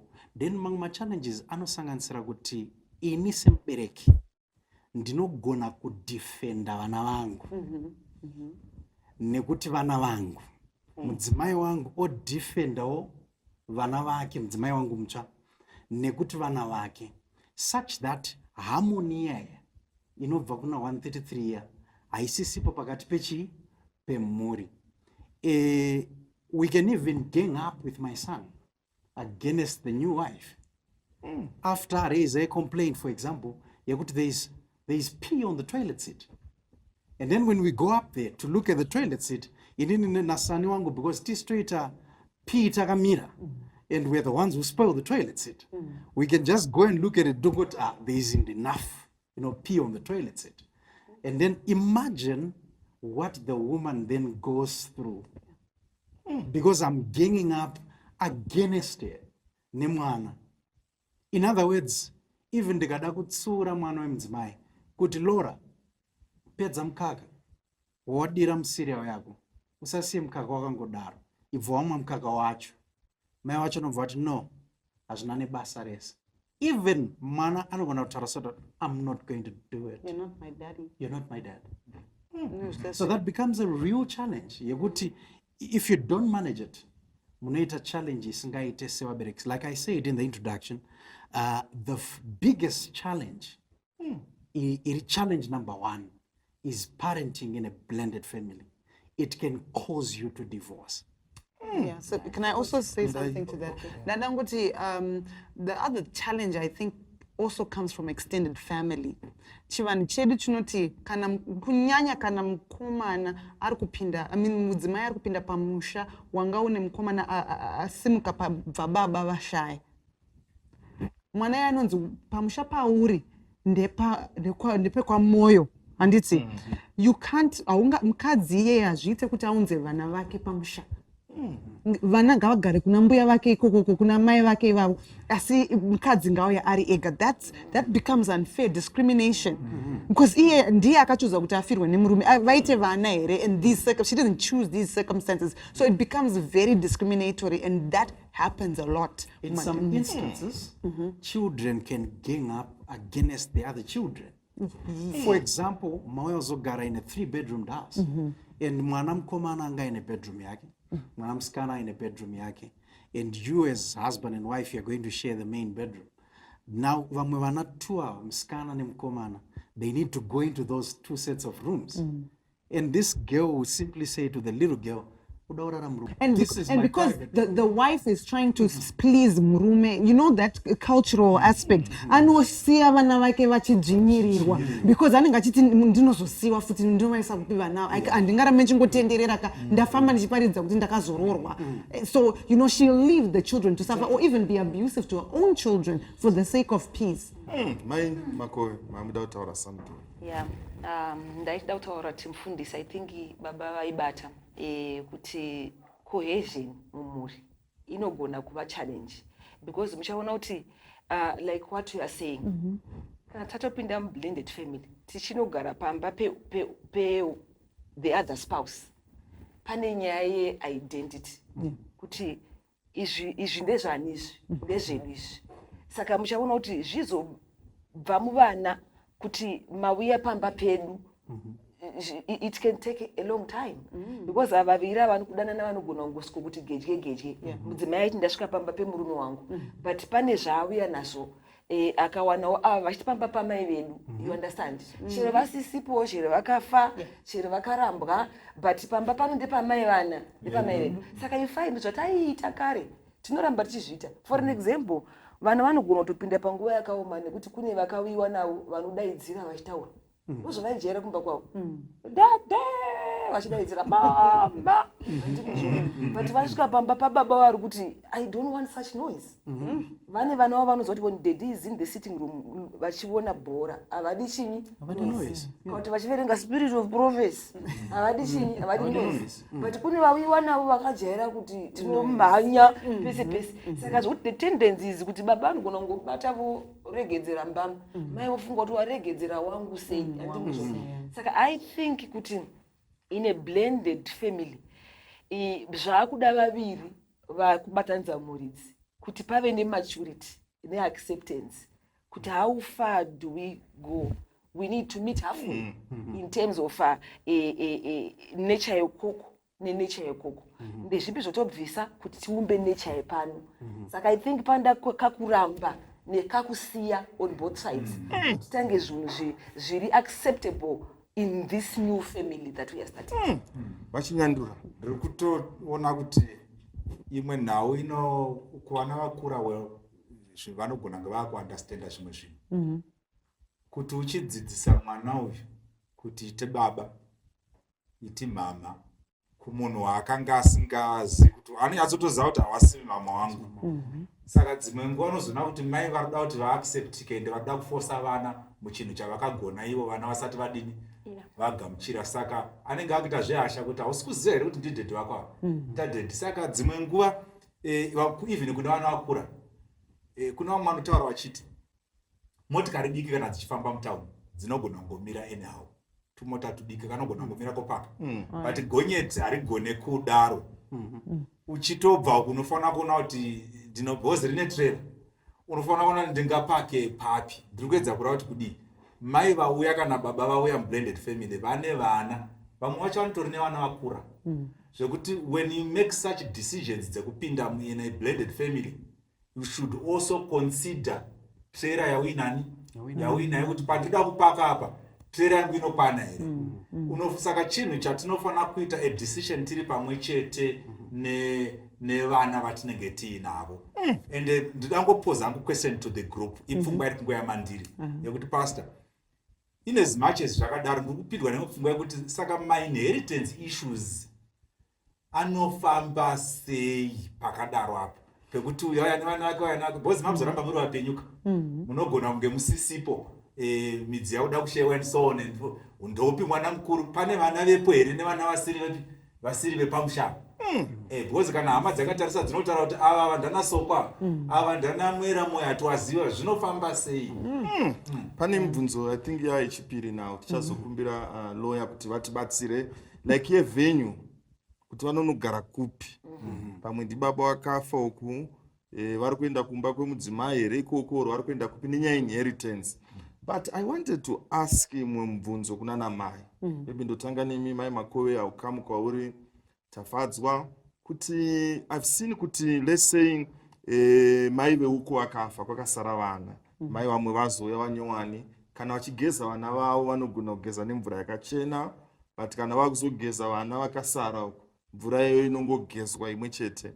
Muma-blended families sekufuka kwenyu vana namai vane capacity here shuwa yekuchengeta vana vasiri vavo zvichidzatuka zvichibva pamwoyo kunyazochinja pamba remwana asiri wake zvinotendeseka here izvi?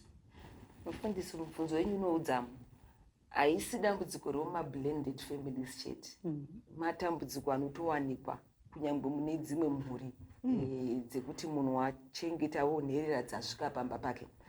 Vakuru vanotaura kuti muroyi womumukadzi muroyi womumukadzi mukadzi. Hakuna vanhu vanogwadzirwa nemimba pakupona sevakadzi. Madzimai ndo anohwisisa 9 months nekushusha kwadzo nekurera mwana, asi mudzimaizve ndiye unoenda pamberi. Matambudziko atinoverenga statistically muchaona kuti machallenges echild abuse in families they actually most of them they emanate from the woman. Saka ndinoona kuti vakakomboregwa vana mai vanozvigona nokuti kana uriwo wada kupinda mumuchato wakadaro mune munhu ane vana vake iwewe ukauyawo nevana vako chiva nomwoyo wokuziva kuti tatova nevana vedu uvachengeta vese zvakadini zvakafanana. Asi muchaona kuti zvinozonyanya kunorerekera mukuwanda kwazvo zvinonyanya kurerekera ndezvokuti munhu anoda kuona kuti vake vava neadvantage here ovha vawana varipo. Kazhinji mai vanoda kutarisa kuti vangu vadla here vangu vapfeka zvakadini. Mufundisi, zvinobva zvatonitaridza kuti even muchaona kuti nyangwe pakupfeka chaipo munogona kutozonyatso kuona kuti vana vamai varipo kuzvinezvi ndevako ava vanogona kunge variwo vana mai vasipo. Saka zvakawanda chaizvo kuvadzimai kuti tinoita mhandu yeumwe mukadzi asisipo pachinhambo kuti mwoyo wokuzvara uya wandinogwadzwa nawo uve iwo unonosvika kuputira vana vese vandawana varipo kuti vafile the love of the mother.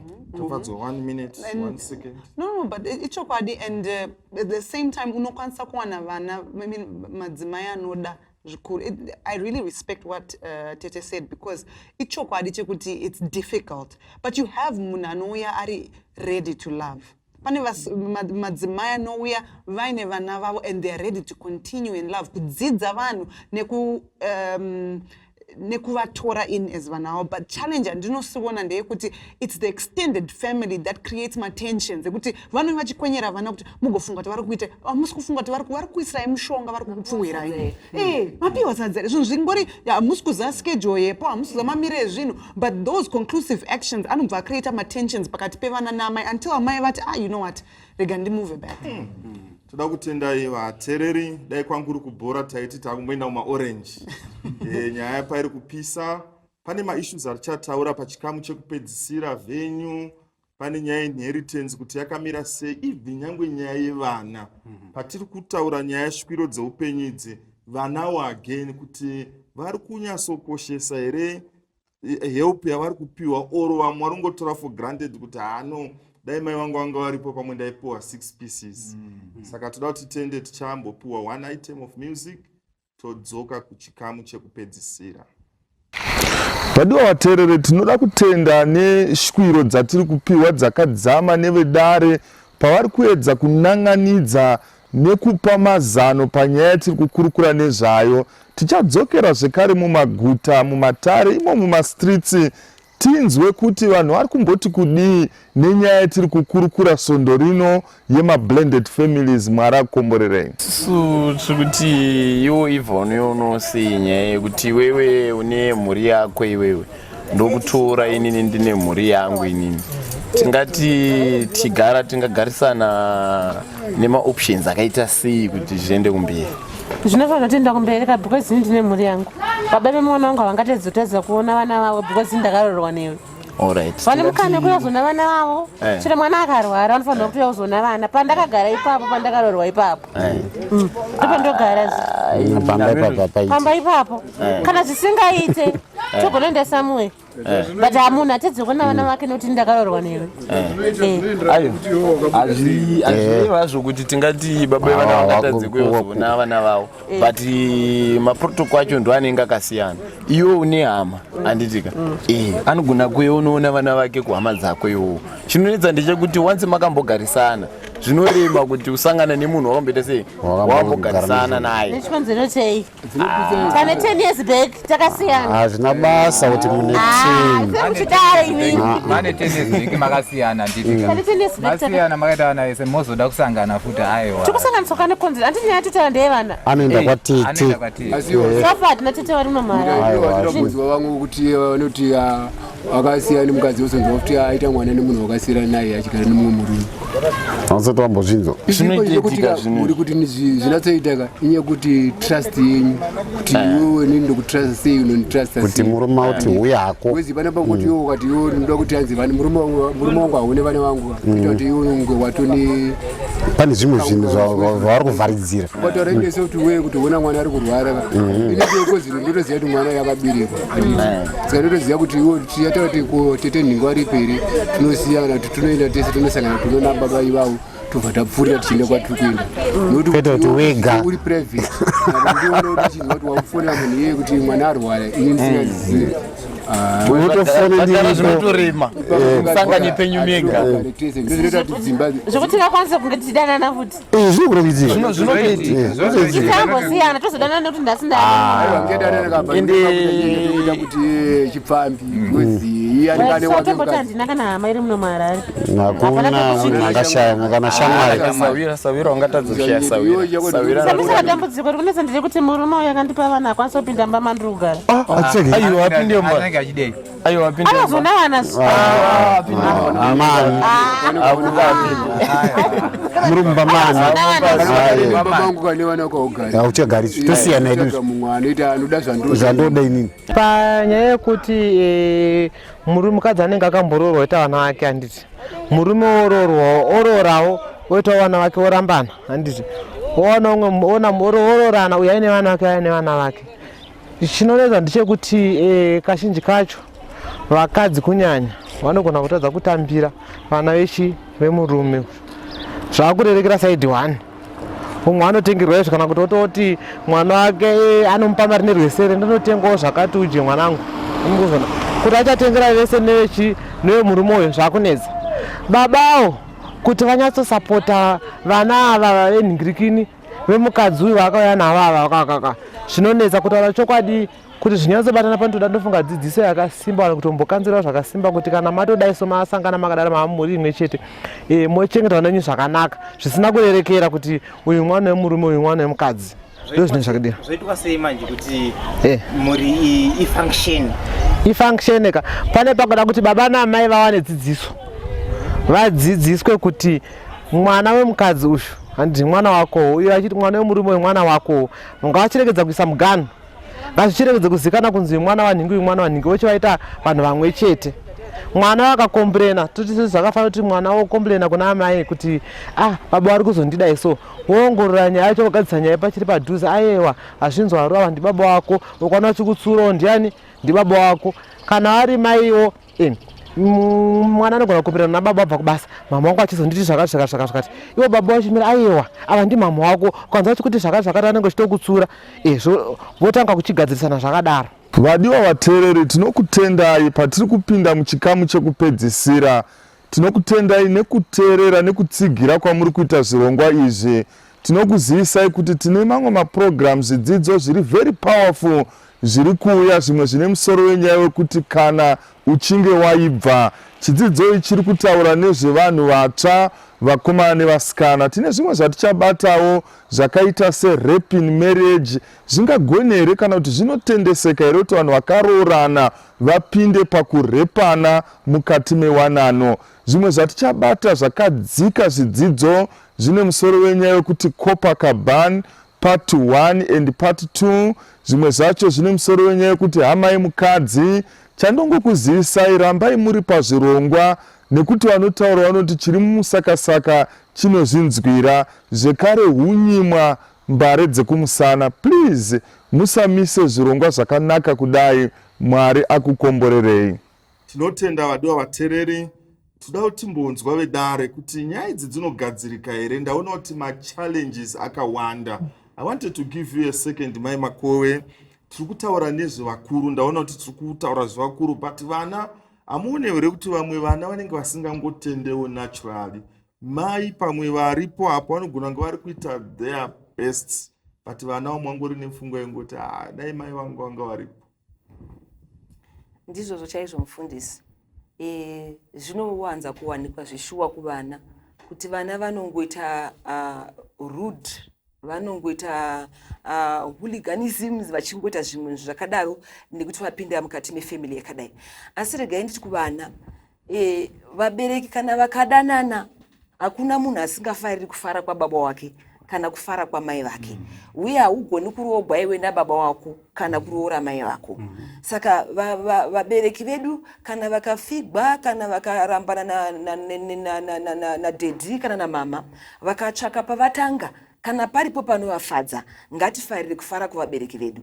Tive vana vanoteerera, tiaccepte zviripo, tigogona kubetsereka. Uye zvakakosha kuti vana vedu ivava vapindewo pama-counseling sessions, vabetsegwe kuti vaite open up kuti zviri kuvaremera, zviri kuvakanganisa, vaite unpack whatever ma-emotions avainawo. Zvinovabetserawo futi kuti vagozogona kuopena a new page, vaaccepte mai vabava, vatsva vaaccepte baba, vaine muono wokuziva kuti izvi ndizvo zvinofadza vabereki vedu. Saka we do well to make them happy. Nekuti sumangwana tichabuda tose toendawo kudzimba dzani, kudzimba dzedu. Saka zvakakosha kuti titsigire vabereki, but we don't want to forget them in this picture. Because vanogona kunge vachitogrivawo, grieving yavo isina kudini, isina kupera, and vari kutodzimbigwa nedhisi iri kufadza, ivi vachiti muri kutofara henyu neisusu takashuwa, because wamuri kufara naye dai vari mai vedu, dai vari baba vedu. So I think parents in blended families ngatikoshesei counseling dzevana kuti vana vawane professional help, and at the same time tivapewo mukana even act out their feelings and emotions. Aiwa, pari kutaurwa zvikuru. Rumwe bhuku randaiverenga about marriages rinoti kana pane chinhu chinofanira kuve sweet this side of heaven, michato, dzimba, mhuri, kumwe kwese ngakubhowe, but dzimba dzedu ngadzinge dzinonakidza. Toda kutiwo ma-blended families aya vafare. Ndaona kuti ma-challenges akawanda. Chimwe chatingagone kubatsira kuti vakomana vatapirirwe neupenyu, votoita songe vachatorekomenda kuti vakomana ma-blended akanaka nenipi. Amen, I don't know, Chandamari. Chimwe chekutanga chinokosha mukati me-blended family kana toda kuti tigare tine mufaro. Tisati tafunga kuroorana, isusu tadanana, tinofanira kuconsider environment yedu, tinofanira kuconsider vana vedu, tinofanira kuva involve as we are making this decision. Iyi nyaya inonetsa kuno kuAfrica, nekuti po vanoti kana uchitsva usagare uri wega. Imwe solution inokosha ndekubvuma kuzvihambla separent, obvuma kugara pasi neumwe wako wawarifunga kugara naye kana kuti kuroorana naye, mogadzira ka executive decision making body where you agree kuti zvepano pamba tichazvifambisa sei. Because chakakosha murelationship, umanogona kubvunza kuti vana here kana kuti vaviri vari kudanana, inyo setup here, chii chakaita sei, chakakosha. Saka mukakoshesa union yenyu sevaviri vari kudanana, munogona kukoshesa even vana vamunenge muinani muinawo. Izvi zvinonyanya kushanda mumhuri dzinonamata Mwari, mumhuri dzinotya Mwari, dzinotsvaka kuziva zvinodiwa nani naMwari. Even nevana vakakura in the admonition of the Lord havagoni kunetsekana nekuadjusta in this new environment. I think, if you'd allow me, Pastor, chimwe chandiri kuona from what you're saying is tangashitara nyaya yekuti vana vakawanda. In fact, if you noticed, vana vazhinji street kids izvo, so vana vari kubva from a blended family akatadza kublenda, you know, where the mother says ibvai and the father feels chero, you know, all I want is peace, and peace at any cost. And you also have vana vanopedzera vakuita sexually, you know, sexual abusing each other, sexually abusing each other vari pakati pevana. I mean vari mumhuri iyoyo. I think it's a time of close monitoring.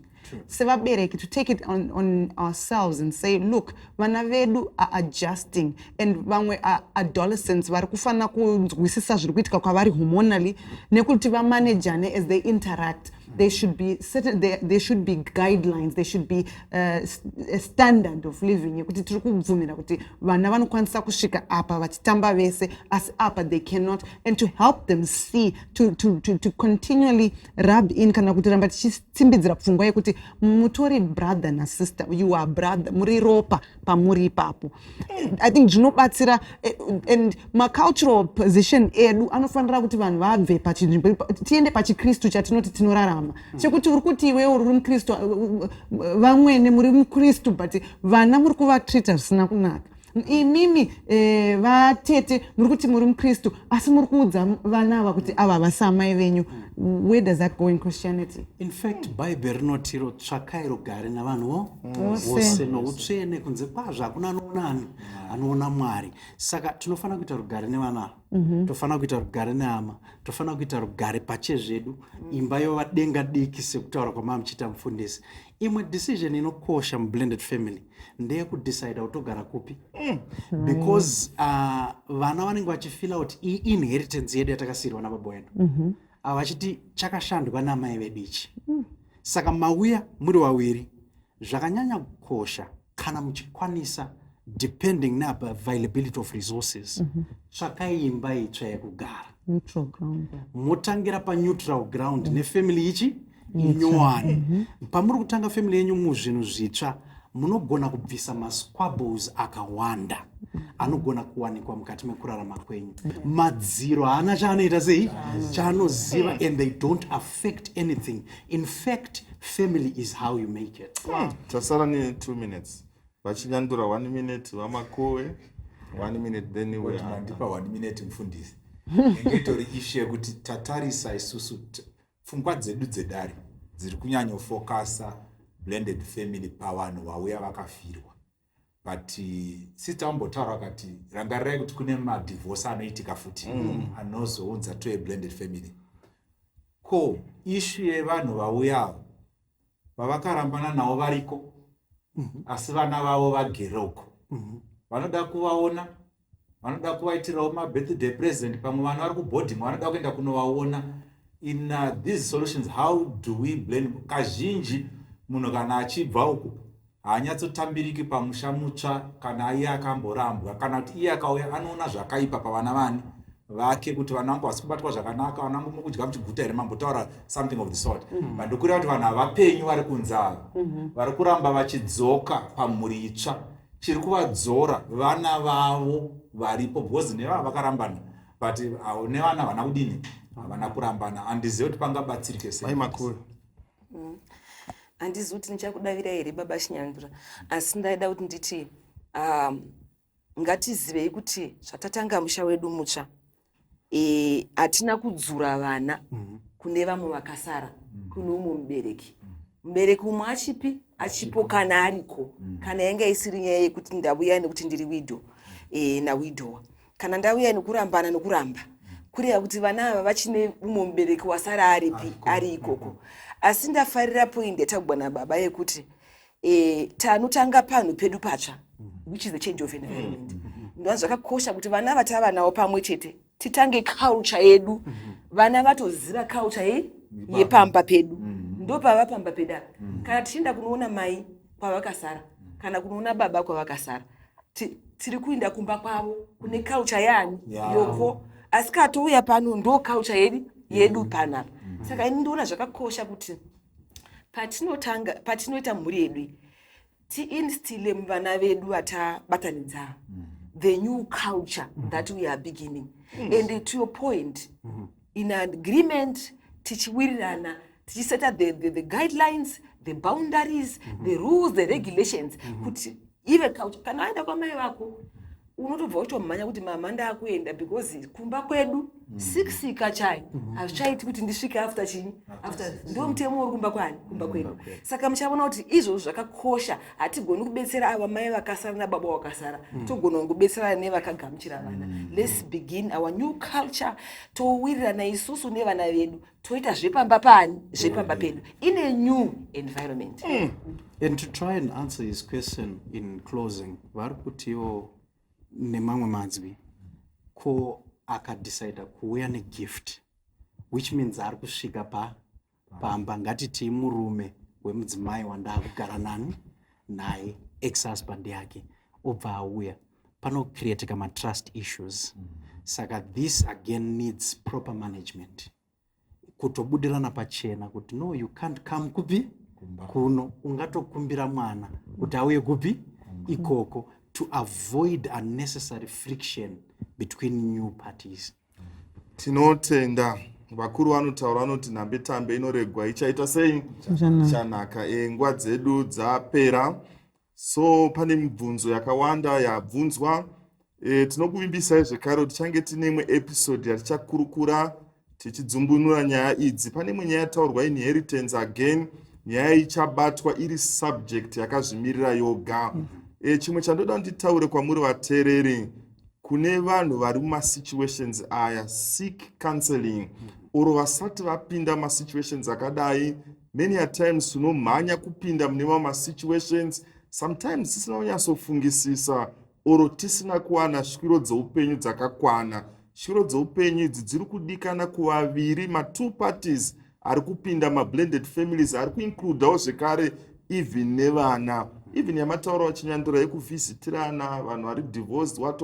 Nyaya dzese dzinopedzwa nekugara tese paround table nekuwirirana kuti tozvifambisa sei, zvinopera sei. But chinhu chandabatisa chandaona ndechekuti vedare vari kuti mamarriages aya anogona kufadzwawo, handiti vanhu vanogona kufara vari mukati memamarriages aya. Mwari akukomborerei patiri kuendera mberi zvekare tichikurukura nyaya dzakawanda. For only information, zvimwe zvatiri kuita pano tiri kudenha nyaya dzakawanda dzatichazonorapanura nekuzunza pamaepisode ari kutevera. Mwari akukomborere nekusingaperi. Chakumbirawo chinyandure kuti vatinamatire.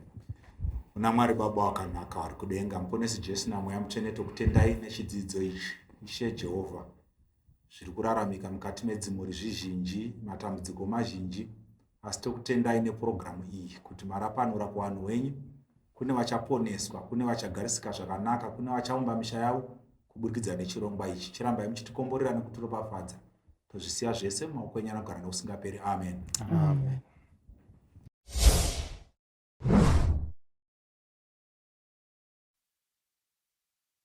If we ever needed the Lord before, Lord, we sure do need Him now. Oh, sure do need Him now. My Lord, I said we sure do need Him now. Oh, glory, if we ever needed the Lord before, Lord, we sure do need Him now. We need Him every day and every hour. We need Him in the morning, need Him in the morning, need Him in the morning, need Him in the morning, need Him in the night, need Him in the night, need Him in the night, need Him in the night. My Lord, we need Him at the noonday, need Him at the noonday. Need Him at the noonday, need Him at the noonday when the sun is shining bright. If we ever needed the Lord before, Lord, we sure do need Him now. Oh, sure do need Him now. My Lord, I said we sure do need him now. Oh, glory, if we ever needed the Lord before. Lord, we sure do need him now. We need him every day and every hour.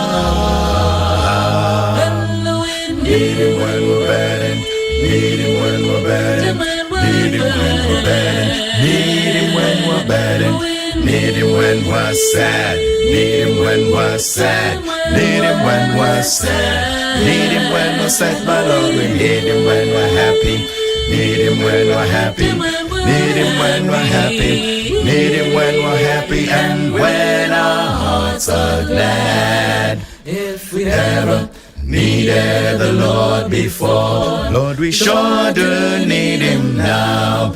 Oh, sure do need him now. My Lord, I said we sure do need him now. Oh, glory, if we ever needed the Lord before, Lord, we sure do need him now.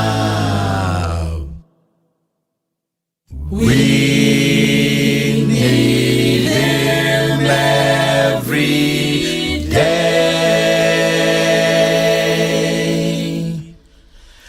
and every hour.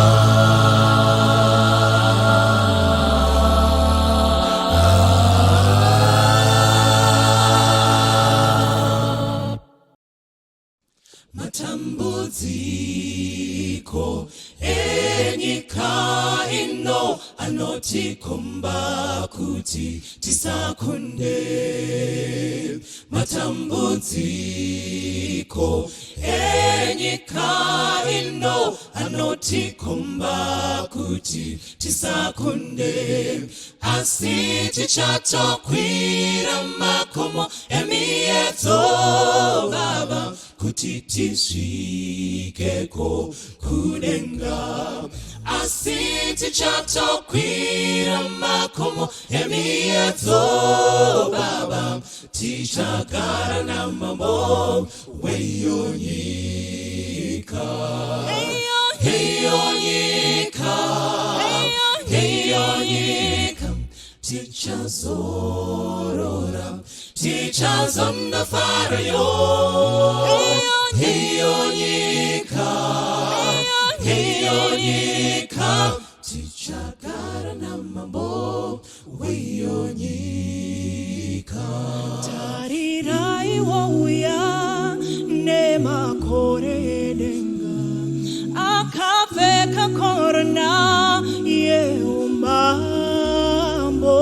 Misodzi yopukutwa nenamo dzose dzapera, tichagara namambo weyo nyika.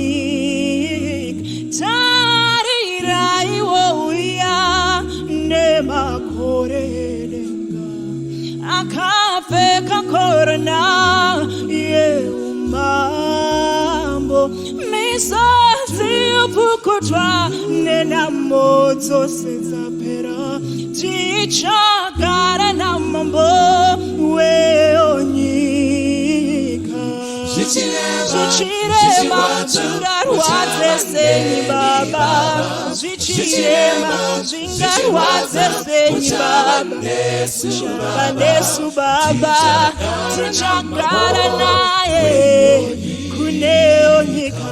Zvingahoma senyi, zvorwadza senyi Baba, zvingarwadze senyi.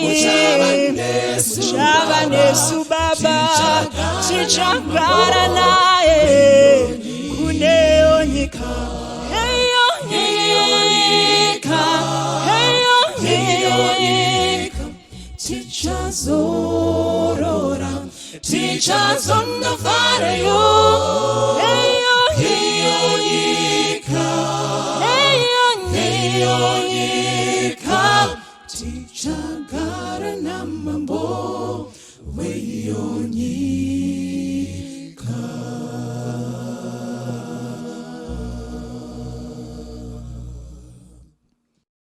Greetings, beloved of my father. Welcome to Reality Table, the most exciting youth talk show. And today I am with Pastor Dicket. We've got Mose. Of course, we've got Kudzi, Brenda, and Tawanda. Welcome to Reality Table as we discuss issues affecting young people. The elephant is no longer in the room. It's in the wild. We are talking about these things. Yeah. And today, I like my Reality Table t-shirt. What do you think? I like mine also. Is it a good brand? Mine is. Wow. I think it's a very good brand. Could you once give me a testimony? What attracted you to Reality Table? The brand. It is the brand. Okay, that's fine. Moses, do you think there's any brand that is bigger than Reality Table? Yeah.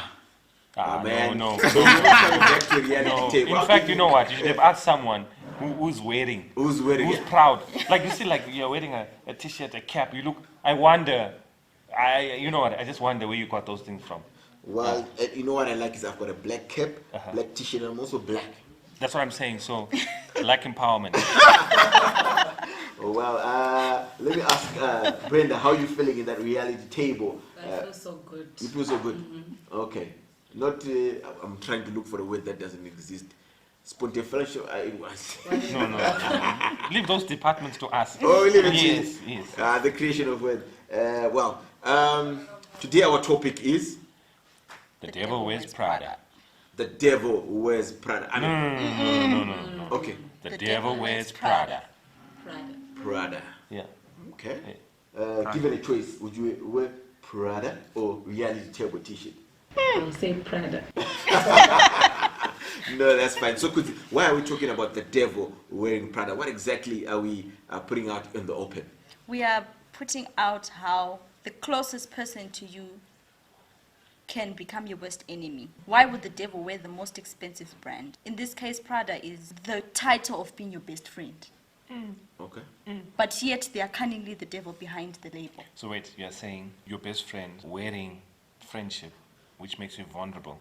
Yes. So that's the price of this garment that they have. That's right. So, like, my mother doesn't know about this, Mama. I'm sorry. But, you know, you're paying school fees for a good cause. I was in Form 1. So, it was me, my late friend, Bonisis Wanda, and a young boy, I can say his name because he's still alive.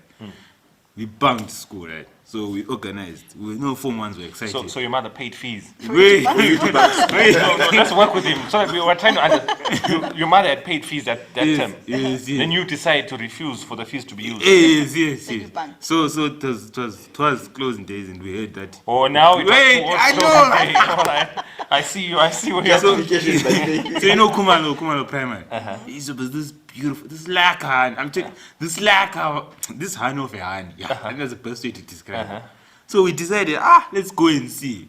So the two of us who had confessed that we like, me and Bonnie's going like, me boy, then this other one goes like, no, me, I don't like, I'm just going because you guys want to go. Then we didn't go to school that day. We met in town. We used to stay in town. We changed at his place, and then we were casual. Then we went to to Kumalo. We dropped off, walked there. We were excited and all that. So we got there. Grade 7 stream was coming out of their class, right? And this boy screams the name. Hey! Wait.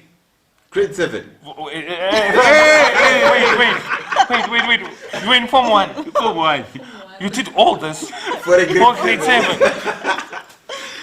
That's not the main point. That's not the main point. Moses' mother, wherever you are. I don't know. The pastor will pray at the end of the program. How do you do that? That's not the main. So we're walking there. He screams the name. The whole crazy bunch look, and my crush is there. And I was just, yes, the energy, I'm moving, the bit of energy, bit of excitement. This boy does. He sticks out his leg and gives me and you're Moses and the Rolling Stones. I'm down on the ground. He goes like, I'm sorry, man, I'm sorry. And he says, I'm sorry in private. I'm sorry. But he dropped you in public. In public, he was like, man, look at where you're going, bro. And saying this in front of my crush. And on top of that, then goes and he chaps the eye.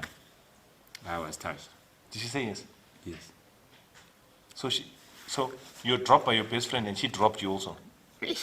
Is that why they call them crushes? Because they really have a way of crushing, isn't it? So when things like the devil was cunningly beautiful, okay, are spoken, for me it rings. It's got a certain vein in my body that resonates with it. Because I've first-hand seen how the closest homeboy can be your biggest enemy. Tawanda, once again, welcome to Reality Table. Do you know anything about this label, Prada? Firstly, I know it's a very expensive brand and it has some sort of culture to it. And this type of brand you find in the streets of Milan, France, or New York. And yeah, it's very expensive. Now the topic says the devil wears Prada. No, that's like bedroom, like Prada. No. The devil wears Prada. Give that Prada.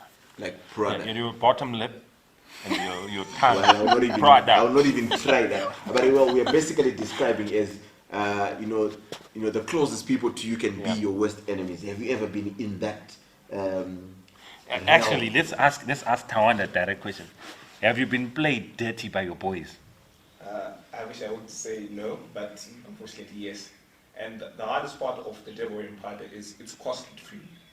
So when your boys let you down, when your friend or a partner, whether it's in business or it's a friend where you confide in sharing secrets and they know you and you know them, when they let you down, it's costly in that you never suspected it. These are people where you let down your guard and you think, this is my boy, this is my partner, man. So it really hurts you, not emotionally, but takes you back in time, where you try to find a space to realize where you're wrong. It gives you a lot of emotions to it. In Pastor Dicker's language, it's not, this is my guy, this is not my boy, this is my dog. You're my dog, man. I have learned a lot of things from you. I know, I don't want to really take credit for it, but I'll be billing you month end. And I'm actually thinking the day when I'm like, hey, that devil was wearing Prada, you actually let down. Are you going to do that? Am I the devil wearing Prada? The emotions that go with that. For Kudzi, I don't think you've gone through that kind of experience. I have. Kudzi, were you the devil wearing Prada? Have you ever been a devil to someone wearing Prada? No. Who would say I mean, we'll just Who pass would it say through. that? Like, how can I be the devil wearing Prada? But anyway, I've had these experiences or these situations from the time I was born until now, even as I'm speaking. You get to experience them, but you just don't know them yet. You see that in primary school, kuto bati wanjimbe kugara paside nemunhu ye mangwana anomuka akuda kuisa mwemunhu ipapo. But it's because you're young, you're in primary, and you think it's just normal. It's okay, she's just my deskmate. But those deskmates are some of the people that you share a lunchbox with during lunchtime, or you share a cup of juice with. It then goes to high school, where you have this guy who likes you. You tell your friend because she's your friend. This guy likes me, he's been buying me chocolates, probably don't eat chocolates, you give that friend your chocolates. They enjoy the benefits, you are supposed to be enjoying yourself. So why should they get them from you when they can get them direct from the source? So these are some of the things we experienced. You are in college, and it's a bit more serious now, or things are not okay at home, you don't have all the groceries you need. This person is there to give you those things. But probably later on, they go behind your back and remind you. Or they tell somebody else who doesn't even know the situation. Or they tell your enemy known to both of you that they're going to feed the enemy and tell them that actually I'm the one who provides for them. These are the things we are facing on a day-to-day basis. And my mom always tells me that the reason why, what causes all these things, is we do not know what a confidante is, what a constituent is, and what a comrade is. Pastor Dickett doesn't know all those, but just for his benefit, please tell us, what is a confidante? A confidante is a person who is a genuine friend. Okay, let me start with the worst and then finish with the best. A constituent is a person who comes and realizes that Kuzi gets all the things she needs in college. So if I play with her, she can give me what I need. Okay. So if I don't have cooking well, Kudzan not cooking well, I can give her a bottle of cooking well. She cooks, she's fine. Once Kudzai doesn't have what she needs or wants, she's not there for you. So we are embracing people who are constituents. Sorry, stop. For a season. Is it possible to marry a constituent? Please don't go there. It's it possible to marry a constituent when you have the no... brook runs dry. Hey, I'm saying, is it possible to marry a constituent in an area not demarcated to you as a constituency? And you're not even a local, what do they call those guys who run for constituents? What are they called? MPs. Yeah, you're not an MP. I'm just passing through. You're still saying what? So that's a constituent, a person who's there for benefits. Then we have a comrade where Pastor Darrell and I realized that John is our enemy. Ivan's our enemy. Oh, yeah. I know she can't say that because... So we team up. We are with each other for a particular cause. Once that cause is done, I'm not your friend. Because we're not friends already. We're not friends already. But we need each other we for need that. each other for that. Then we have a confidante where... Wait. So is it possible? Guys, work with me. Why are you looking at me? I'm just saying, is it possible? Look at Tawanda. Look at Tawanda. Tawanda, is it possible that Pastor Ivan could have married a comrade? I'm old, you're old. Let's marry and look proper in front of everyone. To keep up appearance. To keep up appearance. You're old, I'm also old. But to smack for you, we'll see in front. Then we have a confidante where these are some of the people that are literally genuine, but because they don't really click with us to a larger extent, we think they're not important. You know, there's some people who just seem useless, who just seem useless in your life. You're like, this girl likes me a lot, but I don't like her. You feel like she's too clingy, she's too naggy. She tells you about things that you don't like hearing. And that's apparently the confidante, the genuine person. There's no one who's 100% perfect, but they're genuine. You can tell this person is genuine, but you just don't click. So is it possible? Look at Tawanda. Tawanda. Is it possible that the reason we are experiencing heartache is because we trashed the genuine people? Hey. It's true. Because they were not our cup of tea at that moment. The cup of tea, whether it's hot or cold, remains a cup of tea, but it has a descriptive phrase, hot or cold. You know the paradox that says, the people you love don't love you, but the people that you don't love are the ones that really love you. Why I'm asking these questions from what you're saying is, maybe we also like getting it. We have a gift of getting it. Or maybe we want the pain for attention. Or whatever the case may be. I think sometimes we get what that. Moses said? Yes. We want the pain. For attention. Because he used to have an aunt who would actually desire to be so, I mean, I think she used to smack this doctor. So she really wanted to be in pain so that she can go and see the doctor. What? I'm telling you. Yeah, I'm telling you. Do you know that as young people, the people that are popular, we try and emulate. Yeah. But they can trash us as I don't know what. And But you still put so much effort. And then this person who takes you as you are, you don't want. Yeah, that's right. And we go crawling, creeping to those. And you absorb some of their demonic auras. And you become like them and worse than them. Tell me something. Are you in Resi or you travel from home to school? No, I'm in school. I stayed school. So you're in Resi. Which school? Harare Polytechnic. You're at Harare Poly? My condolences. She stays in Harare, but she prefers to stay at Harare Poly. She stays in Harare, and she rather stays at Harare Poly. So that she can have a desk mate, a roommate, and a, what else? What mates do you have? You have a desk mate? Chow mate. Childhood, what's that? Her father's watching this program. She's going to say, Dad, the reason why I'm staying in Harare and not in your house is because I have a chow mate. Okay, now the devil wears Prada. Do you have experienced some of those? I mean, at college, I think, like she was saying, you have heightened the level of people who Not pretend. just at college, at government colleges where she's at. You see, Christian colleges have got like these policies that they have. Not government colleges. I'm talking about where you are. That's why I said what I'm saying is, it's free Mandela. And no one is going to ask you because you're grown up. And the idea of being grown up in college, in government colleges, or I think even in private colleges, but if it's a Christian one, they follow the Christian one. If it's this, in our government one, it's free Mandela. I mean, you're carrying beer in school is like you're grown up, you know better. I mean, sleeping around is like, hey, as long as you're protected, you know better. There was one varsity we went to. Our varsity doesn't allow. I won't mention them by names. Our varsity didn't allow. Yeah, of course. Yeah, for you even to, I mean, there's one varsity we went to. By the dorms, the matron was handing out the condoms. We used to call them freakies those days, or CDs. I don't know what you guys call them, but that's what we used to call them. Guavas. Rubbers. Matimbari.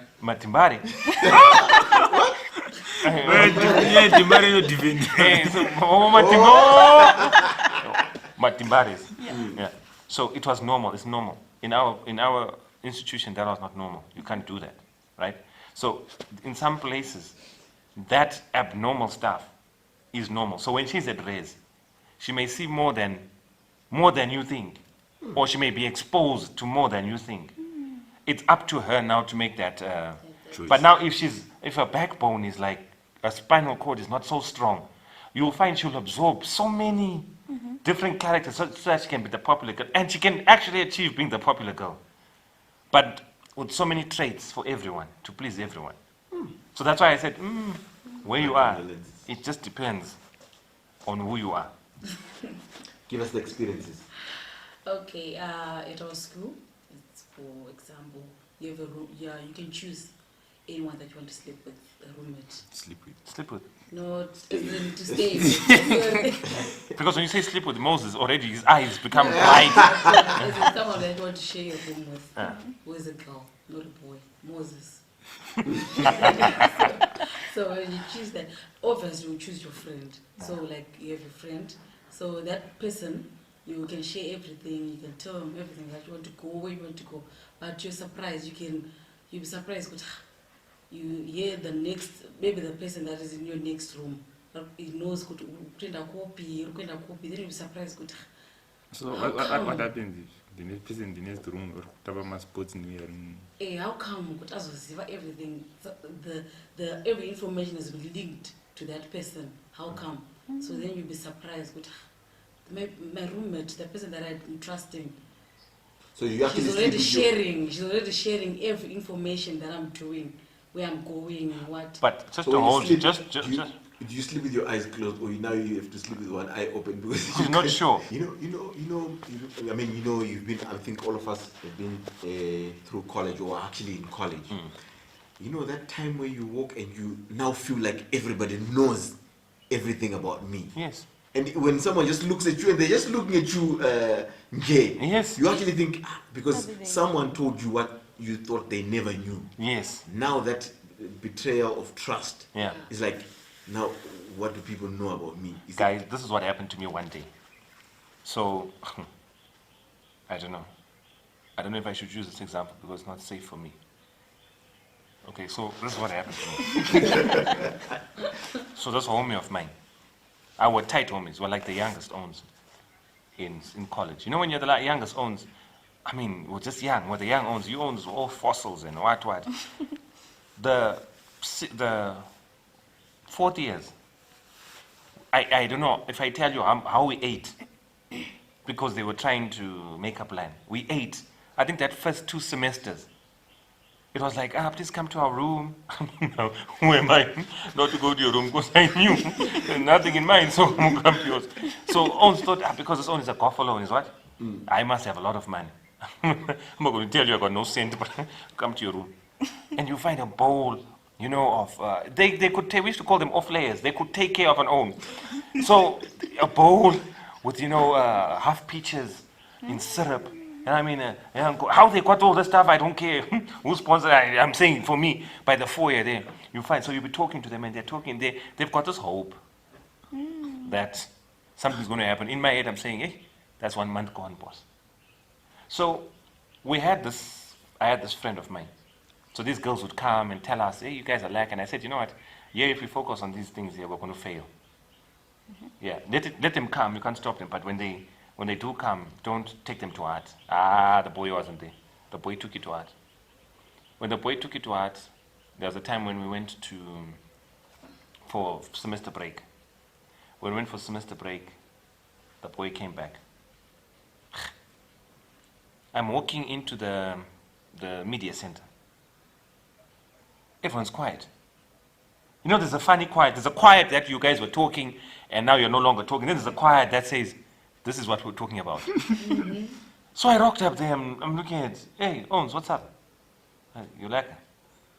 I am. Then, so Owens, we'll see you guys later. Everyone disperses like, this is not usual. I mean, you have nowhere to go to. I mean, like, it's a campus, it's boarding. Where are you going? Everyone dispersed. Until one guy came to me and said, hey, bruh, is that Owen your friend? I said, yeah, he's my homie from a long time. He says, that Owen's not your friend, bruh. Me, I'm to tell you, I'm not your friend. I'm not asking to be your friend. We're not that homies. one is not your friend. No, this Owen is not your friend. What do you mean? This Owen here is organizing for that Owen to chaff your girl while you're here. But I lost breath. You don't think COVID started now? Started there. I needed help. Yeah. For the first time, my friendship virginity was taken. This boy is my homie. We eat together. We bath together. Guys don't bath together. I'm telling you, this guy was my homie. Like, you'd come and sit on my bed and we'll talk about problems, put our legs on things. Like, he was my homie. But he's organizing for his homie to chaff my homie. And then I'm walking in school and everyone else knows except for me. So this South African friend of mine says to me, Exe, that outie can eat your Macy. That dry. That on there is chowing your cheek. In my head, I said impossible. So the plot was done to say, this one is stupid, chow, just go and chaff his cheek. My homie. So there are certain things where when you cross a certain line, you will never have homies again. So I'm trying to think, backtrack to 2,000 years back. You know when you always read the Judas Jesus story, it's always easier said than done. And you look like, but how could Judas betray? Hey, after 3 years, walking with the guy. But Judas volunteered. He was not called. Unless I missed my... No, not even. The guy volunteered. This is the problem. The guys that we call to be our friends have always been our friends.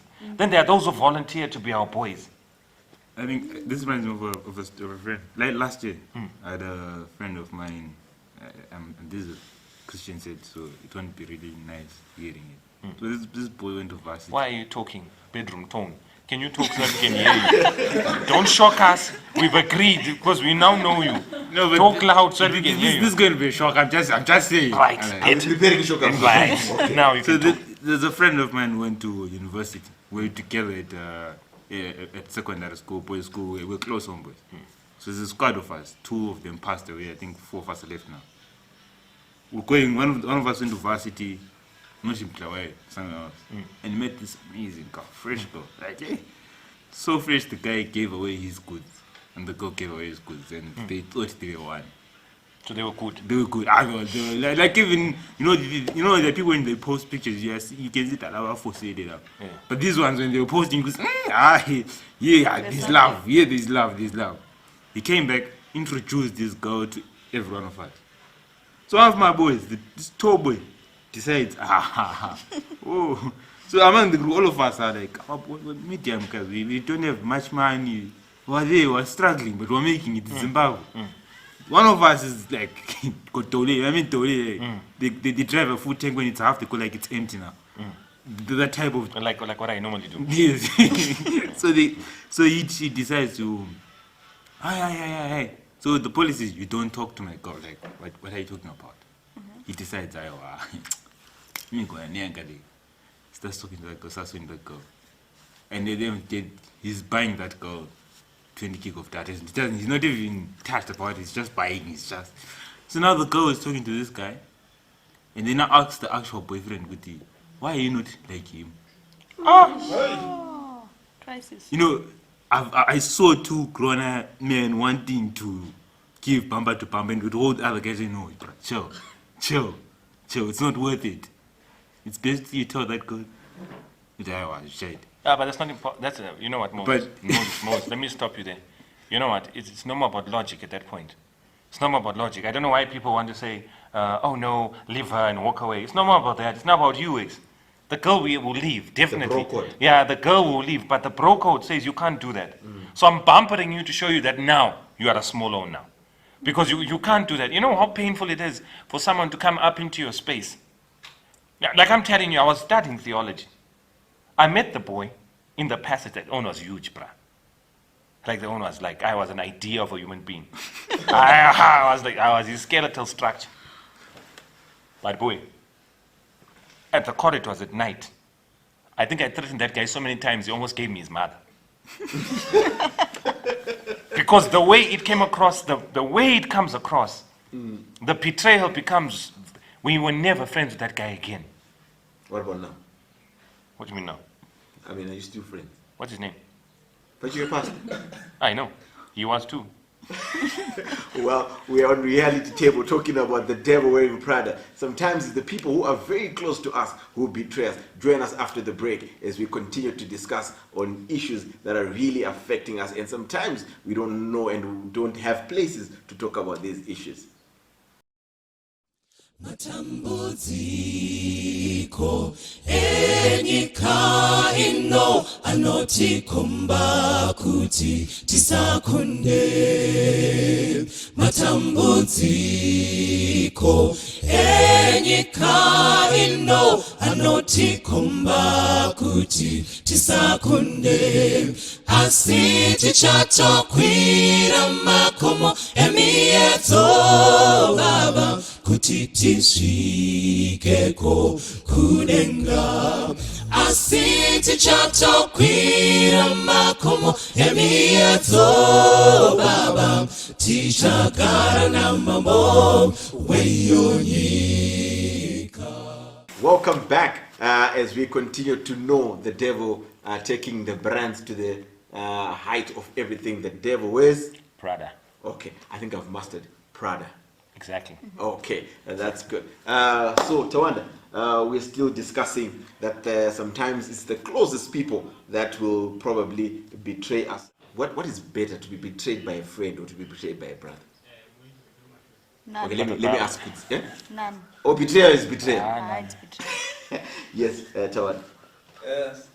We ask the difference between a friend and a brother. It's even worse now when it's a Christian and it's someone you call a brother or sister in Christ. So you might find that in the church, it's a closed space where we all are supposed to have the same faith belief system. And there you want to get a prayer partner, where someone you pray with in times of need and despair. And the person you think that you're praying with is the same person that's giving your stories out to other people. It's the same person that talks about your back, even to the business world. You realize even in the church, Adventists, elders can do business with other elders. You know, we believe in the same belief system, but in simple things, when it comes to stewardship, they want to compromise. So you realize in the end that some people that you thought were your people are not your people, in that what they believe in, what their belief systems and what they truly are for is not what you really are for. So sometimes you're hurt, not because you didn't expect it, but you had thought. You esteemed them so high. An experience, I remember I was a chaplain at Ruya. So this girl comes to my office, she's crying. So I'm trying to find out, so what happened? Says, you know, people went for prayer band today. And people were praying for me on something so personal that I told my friend, and I was going through a difficult moment. So now she was battling to say, was it intentional for her to go to prayer band and say, please pray for Pastor Dickett, he's got COVID-19? You know, like it's like you so much care for Pastor Dickett that you go to a prayer band and tell everyone of the situation, so that when it comes out, it's like you are so caring for Pastor Dickett that you have to tell everyone that they have to pray for you because you are in this situation. Yeah, church. I love this church. But I think even besides, I had a friend of mine. I'm a big farming fan, right? Did you say farming? Farming, yes, Okay. farming. So because I thought I heard him say family fan. Because Yeah, I was about to ask him which Which family. family? Yeah, but now that he said farming, he loves the families of cabbages and that's good. So there's one time we had a crazy idea. This time I was going crazy about farming and I was telling people about it. And I was trying to draw how it came from the Bible, how it's the one way it's meant to be for you to get money. So a group of young guys came to me and they said, so let's do a project together. What we want is your knowledge. And I was like, cool, bo. Prada, bo. So we started, and I told them expertise, we went to see the field, and I even told them how to divide the field and all that, and we had a drip irrigation system being set up, give them my links and my contacts. 3-4 weeks down the line, they kept quiet. Guys, how far? Are you guys doing anything? Like, no, don't worry about it. I'm like, guys, how far? These are SDA guys. 3 months down the line, they come to one of my close friends and they go like, man, I just got this harvest here. Thought you should taste. And I'm there like, but... So my friend then calls me and says, Mose, come here. I'm like, what's up? Because like, so your boys cut you out of the project. Because after they used you, you have no use. And they made money, and I mean, just that. So can we safely say you were user friendly? So the reason why you're so angry is that they made a lot of money. No, not really. Without him. Without him, yeah. The reason was you could have asked nicely without saying I'll give you money. I'll still have helped. But you promised me fake things. You sold me dreams. You call it selling dreams. Yeah. And you say people who sell dreams are the fake people. I have one friend. I think she used to go to the same church with Kuti when we were back in Bulawayo. There's a time they was going through a hard time with their boyfriend. I had never seen the guy. It's a guy I knew like by face. This guy says, I've seen him somewhere. And she goes like, I'm having a difficult time. I'm like, what's wrong? She goes like, it's between me and my boyfriend. I'm like, it's cool. I really don't want to get involved. She was like, no, I'm dumping him today. I'm like, why? He just told me that he's got no balls. And I started laughing. She goes like, I'm serious. I'm like, wait, what? And yeah, I'm serious. He asked if I wanted to be in a serious relationship. I'm like, all this time you guys have been discussing something serious. She goes like, yeah, but a guy with no balls, I can't do it. And I'm there like, like what? Are you being for real? Like, you do realize this person told you in private. Why not just dump them and not tell me? Why not dump them and not tell the rest of your family? Do not tell your rest of your brothers and your sisters. And not tell the rest of your church girls that my man's got no balls. So, the more you keep saying that, I'm hoping I'm not hearing that. And the way you have an accent to it, like, I'm trying to be serious right now. You're about to make a point, but I'm looking at this own walking in here. No, but and he starts an argument with me, and I'm saying, it's okay. That's why you, my brother over there. So big. Wow. So wait. So does he also wear like the trousers like everyone else? But what's painful is that this guy told her in secret, called the family and everyone, and tells her, with Machamire, I hope you don't tell me after this. And you know how we sell dreams. Me and you eternity. Me and you, because see Christ together and she is coming down. Yeah, but no one said we'll see them together. No one said we'll see the Christ together. You will see him also there, we also see him there. Because the problem is you're not carrying on. No. So guys, I'm just going to shift the whole thing around. Of course, I know we're focusing on friends and probably besties, BFF, whatever you call them. But there could be some people in society or probably in church. I mean, not necessarily that you are so close, but because you expect a lot from them. And then I think you already know what I want to talk about. So what? Because we are finishing my. You've been experienced. So you can as well go ahead. I mean, do we have? Yeah, we have people that we have so much expectations from them. Like at school, you can have Adventist lecturers. People that you know they are Adventists, but what they do is not what they're supposed to do. Like you don't expect Adventist lecturers to go to work on Saturday. but you find you're going to work on that. And us as students, when you want to go and tell that other lecturers that we can't write exams on Saturday, can you please shift us to Sunday? You can't do that because that lecturer is not doing what it's supposed to do. And So also, it's betrayal at the professional level. It creates a, then also we have those Adventist lecturers that comes to us and asks us out, like they are interested in us. But if a lecturer is like Moses' age, I mean, but we all know if it's at Moses' age, it's not a lecture. we all know if it's at Moses' age. I was just trying to probe it to actually Oh, say all right, that. all right, all right. I'm referring to that person who is married, like let's say Pastor Decay. Oh, because I'm the only one married on the team. Why can't you use Ivan? He looks like he can be a lecturer. Then that pastor And comes. the emphasis Pastor Dickett, I mean, twice a year. After reality TV. No, I'm just saying, like, let's You say guys Pastor all of a sudden Decay have something to So, say. so can I ask something, Bibi? Are you disappointed so much that when someone that you probably thought was the one who's going to be guiding you, Yes. and Yes. are they asking Let's say I'm Adventist seeing- girls or I mean just other Even girls? Adventist, even those that are not Adventist. Who is the standard for the comparison? Is the question now. How do I know I'm not the devil wearing Prada when my friends cut me off or cut me out? That's possible. Sometimes it's easier to see other people, but you can't see what you're doing. Yeah, of course. If you have the same traits, if you're not faithful in your business transactions, you are a devil wearing Prada. If you are a chick who's also setting the tempo for you to be asked out, you know what I'm talking about, Yeah, I get it, intentionally. I get it. You are the same also. You know what? Sometimes also in families, you get a lot of people. You know, you don't choose who's in your family. You're born and you find them there. You know, one time we were coming from my young brother's wedding. It was like a wedding. It was like a wedding. So when we were coming from my young brother's wedding, we had just lost our granny. So there was a group chat, you know, with all the children, their cousins or whatever. So as we come there, I was at Betrayal. Believe it or not, we had gone, but then we didn't have money to come back together. So I am the only one who knew this between me and my wife. So I said, I need you to go visit your aunt. And then I'll send you money because if we go back together, you only have another opportunity. Of course, she took the bait. Yeah, of course. Of course, next thing she says, are you sure? I'm like, yeah, don't worry about it.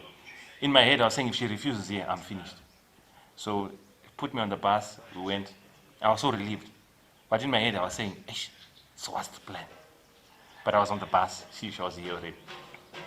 I get to Beitbridge, take my line. Her aunt had bought me a, you know what I mean, KFC and a 2-liter boss.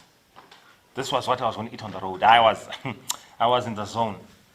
When I got to Beitbridge, you know how it is, be hungry. I put my Zoom line into my phone. I get there and the messages start coming in.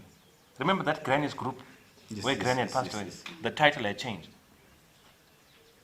It was now Rest in Peace, the name of my sister. I'm like, what just happened right now? I'm asking the lighties to say, why would you do that? You don't even know where I am. Why don't you talk? Why don't you tell me? And they say to me, you know what? If you can't appreciate our concern, then that's your problem. I'm talking family. This is family. Like what? No, it's not you. It's my family. People I didn't choose. They are there. They will always be there. And then as we were going through, I think we buried on the 25th. That's December, 25th Christmas. On that same 25th of Christmas, on the same group chat, they were planning to have a Christmas party by one of the cousins' house on the same group chat. And that betrayal from family sometimes may be also seen in a father raping a daughter, an uncle raping a daughter. It can be seen in a daddy walking out on a family. Like, how is that even possible? When we ask the question, how is that even possible? Cousins, you just cut off. You know that, isn't it? You know, there's a girl who said, I just have, you know, when everyone speaks the word daddy, I've just developed a negative because I've never seen, the only thing that my mother has told me about is the bad things that our dad used to do. And Yes. for me, that word, I can almost translate it to And that, Ivan, is what I want to come to as we come to the end of this thing. When we talk about the devil very proud, we're talking about friends. Friends can be cut off. We're talking about people who can't be cut off. People you are born with who can't be cut off. Where the family takes the side of an uncle who raped you. How do they do that? They're not talking about it. They're not talking about it.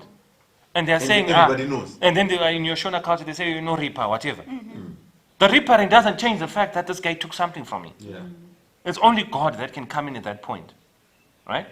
So the betrayal we're talking about can be so intense that it can be mother walking out on children, because there are places where we went to pick up children from the marketplace in a box. And they grew up not knowing their parents. One of the boys got 14 points at A level. But who are you going to celebrate? Who are you doing it for? One boy, his job now was tree cutting. And his one desire was, why would life be so hard for me? One day he went up a tree to cut the tree. And he cut, then the tree broke from the bottom. Then he fell down and he died. Who was there to bury him? No one. The institution where he was is the one that buried him. But that boy has got someone's DNA. Where are the people who put DNA in that person? There was a young man who came into the orphanage and he was raped by his uncle. And he grew up knowing that uncle raped me. But it's an institution which does not have that love, that warmth. So there are certain people in our families that bring that stuff. So when we talk about the devil wearing Prada, we're talking about people of high value. High value. Who are supposed to be angels, wearing expensive clothing, who rip the fabric of our lives. And we keep on going, yes, we keep on going. But I think today we need to talk about it. What are we talking about? Ivan, there are people who, when they ripped your heart, they ripped, I think, even your intestines, your spinal cord. When I asked the question, when we started the second segment, I asked, what would you rather have? Betrayal by a brother or by just a friend? Because I know we all agreed that it's the same. But guys, truly, is it the same? No, it's not the same. It's not the same. Because the brother can't go away. The brother can't go away like a friend. A friend, you say, Hamagashana. But a brother, you Hamagashana, but the guy is in the house. You have to eat from the same plate. That's what I'm saying. And your mom is actually saying, he's your brother. Forgive him. May. If you want to see witchcraft. Okay, I think I know it's quite interesting. 2 seconds. Just 2 seconds. Okay. You do 2 seconds, and then I'll ask the young people to repeat. Do you know it's unfair for you to say, is your brother, forgive? That's the only reason I'm forgiving. That is the brother. My brother must know that I'm also his brother. He must give me my space and say, my brother, I'm sorry. That's right. Then mommy can say, you guys forgive each other. Yeah, that's true. Don't force me to forgive someone who's not remorseful. I'm not asking him to pay the price. I'm saying, what if I do something wrong? I don't need a third person to come and say, hey, brah, I made a blunder. You can shout, you can whatever. Forgiveness is your choice. It's hard. In families, that's what they do. To say, he's your young brother, forgive him. When we grow up, we will hold that gwili for a long time. And when he's struggling, it will be my joy. A last example. Girl A, girl B. Girl A is older. Girl B is younger. If you guys don't harmonize these two, and you make one a favorite, one not a favorite, when they grow up, they will hate each other. Yeah, that's true. And when they hate each other, it's because of you. So there are certain things where you can't say because it's your brother, because it's your uncle, forgive him. No, there's a process to it. You will get there eventually. But the uncle must acknowledge what he has done. It's not being forced to accept. Yes, to say you sit there to say, India Van Vakuru, say, no. If it was Van Vakuru, I mustn't be involved in Van Vakuru things. But you're so emotional about it. Yeah, I'm telling you to say, don't be forcing people to agree. It's you know what it's like, Ali? It's imagine your husband goes out and brings a child. And then all you say is, those what sorcery is that? Let the woman do it. Asigana. Come on. That's what I invested, DK. We've come to the end of our show, but No, today, that one I caught feelings. Today, No, that I'm one I going to caught ask the feelings. young people to close it out for us. I mean, we're talking about the devil wearing Prada, being betrayed by the very person that you probably esteemed so high. You thought that it's a knight in shining armor, but shining Prada. eventually they come with a shining knife Yeah, I'm to telling finish you, you. yeah. Mose, just your parting words and what you want us to. I think one thing is it's more painful for someone to betray you and still think that their betrayal was the right move. I think that just kills you. It weakens you. And they continuously. Yeah. I mean, you're trying to tell them. You're literally talking to them, and they keep on emphasizing, "Bro, what I did was right." In their own head, what they did was perfect. But they can't take it when you do it to them. Exactly. So I'm beginning to learn myself that for this thing to be real, we also now need to ask the question, what would Christ do? But sometimes it's hard. It's one is to ask yourself that WWJD, what would Jesus do? Sometimes it's hard to implement what he would do. And hence I think Christ becomes the center, the comparison.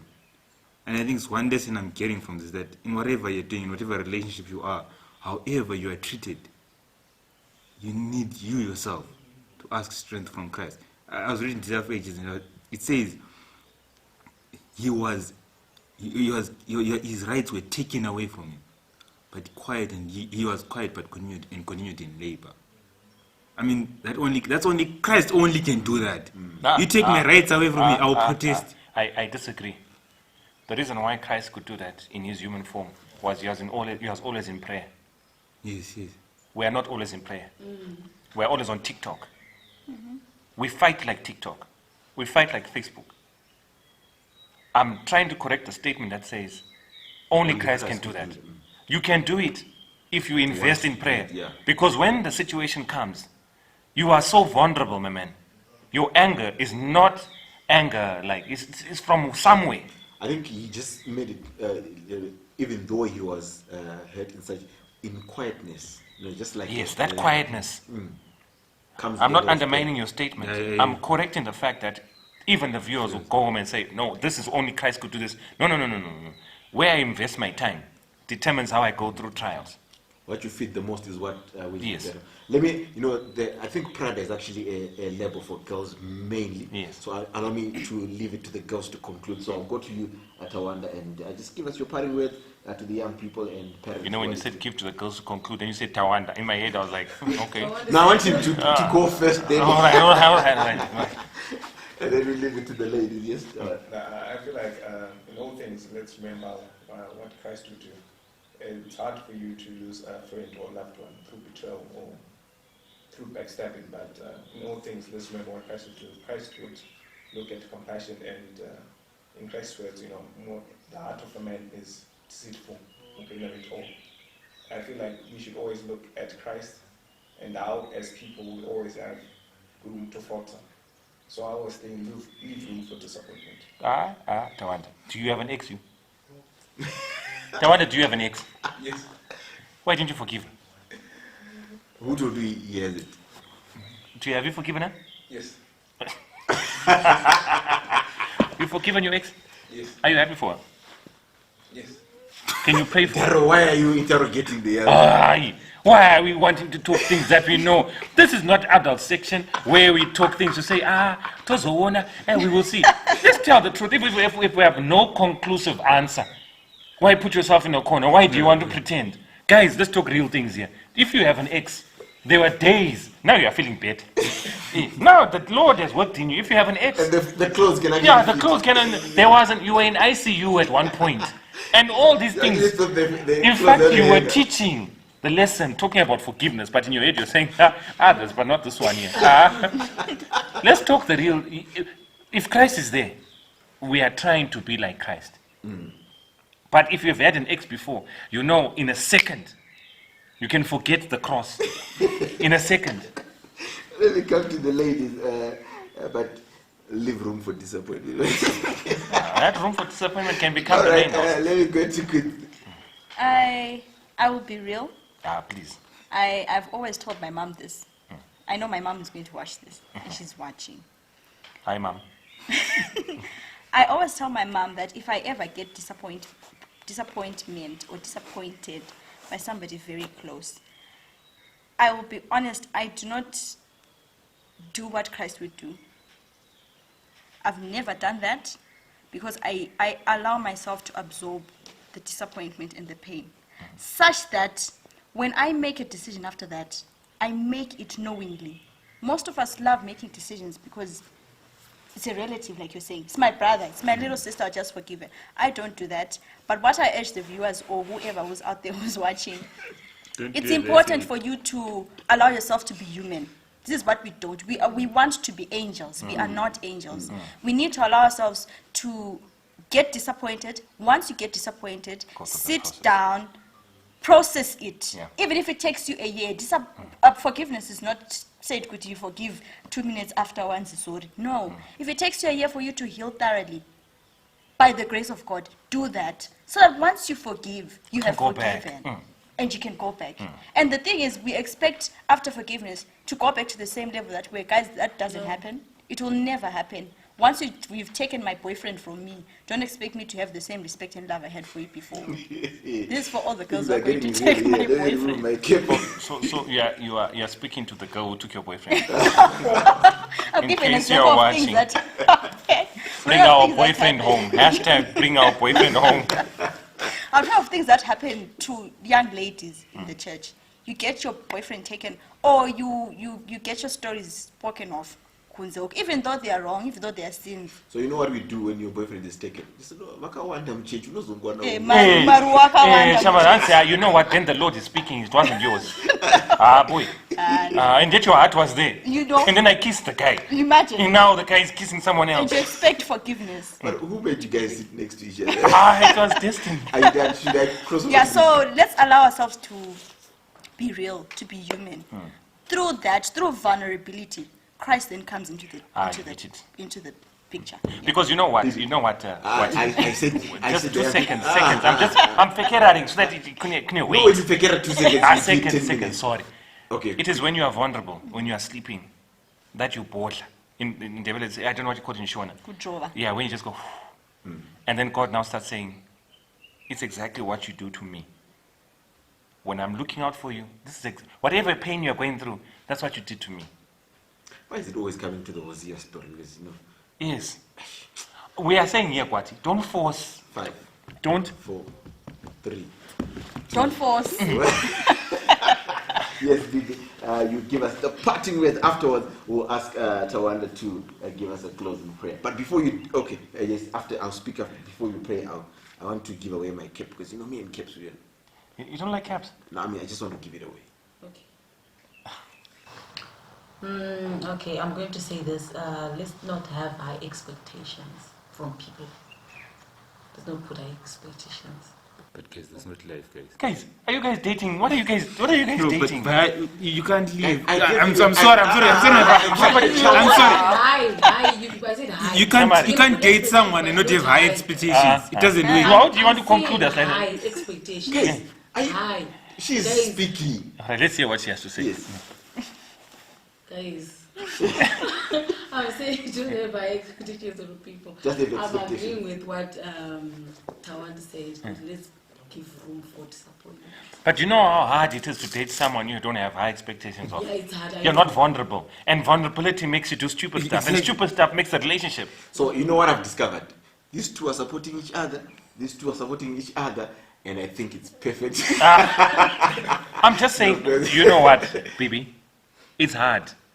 Yeah, it's hard. Everyone sells dreams, and it depends who you're going out. If you're going out with The Rock, yes, he has no feelings. Yeah. I mean, some relationship is like romancing a rock. It's got no reply. But then there are those guys who sweep you off your feet. The wrong guy who sweep you off your feet, and you hope he will change. And I'm just saying, that hope is what makes the relationship work. But if you see, whenever you put high expectations on someone, the fall becomes very heavy. But have you ever seen? But it's not always. We get it. But have you ever had an experience like this? Well. Where you don't date? Wait. Wait. Where you don't date a beautiful girl because you're trying not to be heartbroken. Then you date an ugly girl. Then she breaks your heart. Come on. It's a waste of sun. Guys, it's still a fact. Don't put too high expectations. Just put expectations. You can't get it. But Pastor, you can't get into the whole body and leave the heart outside. But we have to come to the Good conclusion. example, like I'm expecting, let's say I'm dating Moses, and I expect him to say, How come I all your love examples? you every time. How come Don't you be dating Moses. Can you date Tawanda for 2 minutes? Moses is just free. Don't have high expectations on Moses. Yes. Once you break your heart, then you cry. So You'd rather when he breaks it, you're not so crying because it was not It wasn't so high. They just say, Zoitika. So you must go for Tawanda who when he breaks it, you say, po shamar. Well, I said at the end of this, I want to give away. I got this cape from Pastor Dickett, but you know, me and capes are not good. So if you want a reality table cape, just give me 5 topics that you remember from reality table, and if you just type them on the live chat, the first one to get 5 topics that we discussed or that you are anticipating we discuss, I'll give you this cape. Do you want to give away yours? Until you made your own personal decision. Now you want to make our decision. No, I'm just hoping. I'll give away my cap. If you type on the comment section, true or false, when someone breaks your heart, do you forgive them or you just move on and get better with time? Well, I think the answers are coming out. I'll keep the caps. I'll be the one giving them away. You don't take it out now? Yes, I'm taking it now. Okay, thank you for donating your cap.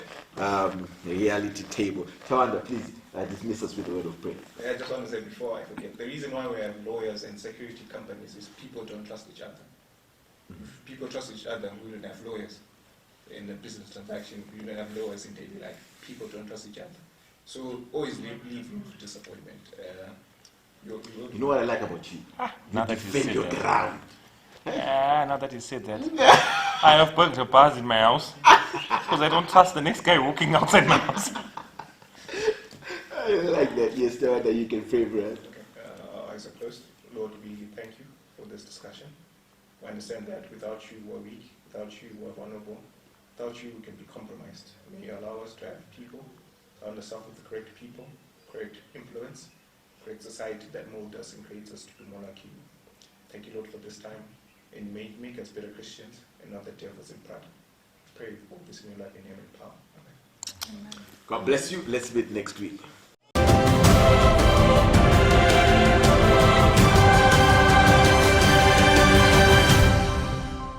Kutenga kwakanaka, hakuna matambuzo.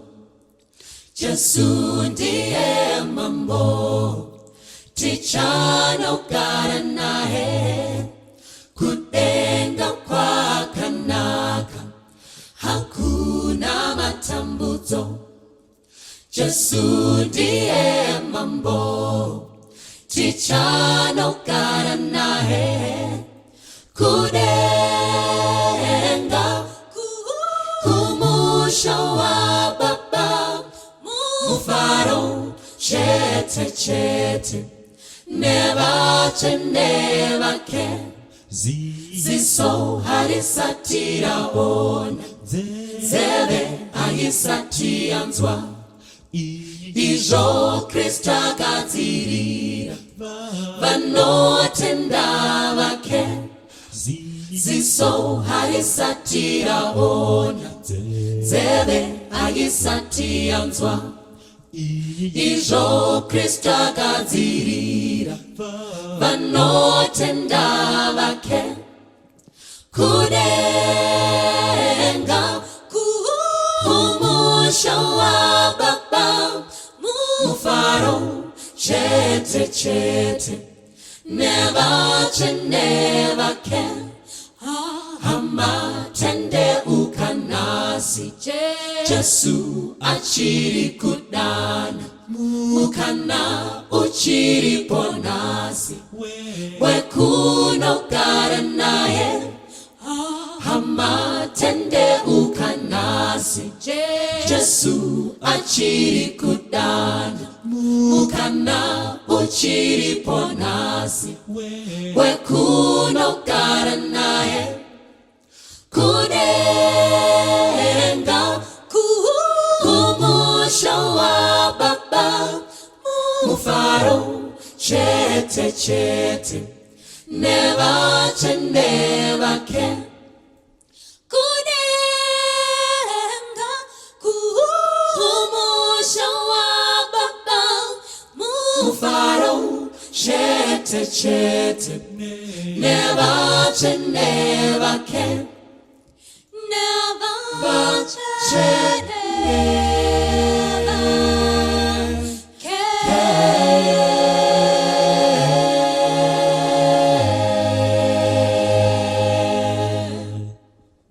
Kwasiso kwa muri mose amane hanzvadzi, we want to greet and welcome everyone kuchirongwa chedu chino, the journey of life, and we're talking about single and thriving. Ndo zvatinoda kutaura pamusoro pazvo. Tine dare rakasimba. We have such a strong panel, and I'm so excited I can hardly wait to hear what's going to come our way.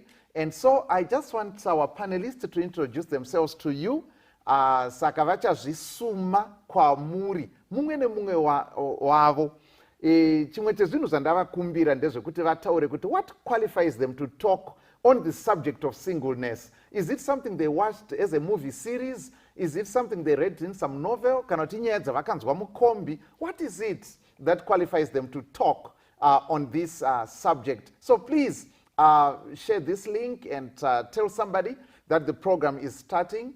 So we're going to start on my extreme right side. Thank you so much, Pastor Mbira. Zita rangu ndoitwa Paida Moyo Saurombe. Ndiri mukomana kana kuti ndichiri jaya. Ndine makore 35 ekuzvarwa. Ndiri pa subject yekuti why it makes me qualify kutaura pachirongwa chino is because ndichiri mukomana, handisati ndava nemudzimai, handisati ndava nevana. Uye ndichiri kurarama ndiri mukomana ari single, saka ndiri kuzvirarama zvekuva single. Pathriving handingaziva hangu kuti ndiri kuthriva here, asi ndiri kuzvirarama. Saka izvozvo gono ndofunga at least the shirt is thriving. No, ndinotenda. Thank you so much. Thank you so much, Mkoma Paida. We really appreciate. And then Toya to my immediate right. Welcome viewers. My name is Margaret Nyaradzo. I am 38, turning 39 this year.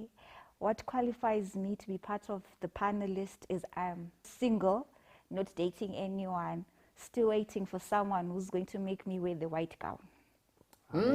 Okay. Thank you so much, Maggie. We are happy to have you on the panel. Thank you. Yes, that's right. And then I'll go to my extreme left. Who do we have over there? Thank you, Pastor. Starangu Donzi Lucky Jonas, ndiri jaya, ansandarora. Saka nyaya iyi inyaya yandiri kurarama mairi, ndo zvinoita ndikwanise kuva nekodzero yekuti ndinge ndichitaura pamusoro penyaya iyi. Thank you so much, Mkoma Jonas. We are so happy to have you on the panel. And then to my immediate left. Thank you for inviting me again. My name is Rose Mandepu. I am 41 years old and single. I'm hopeful. Amen. Okay, thank you so much, Rose. And we had a program with Rose the other time, and it was like just a discussion, the two of us, and she was sharing her experience.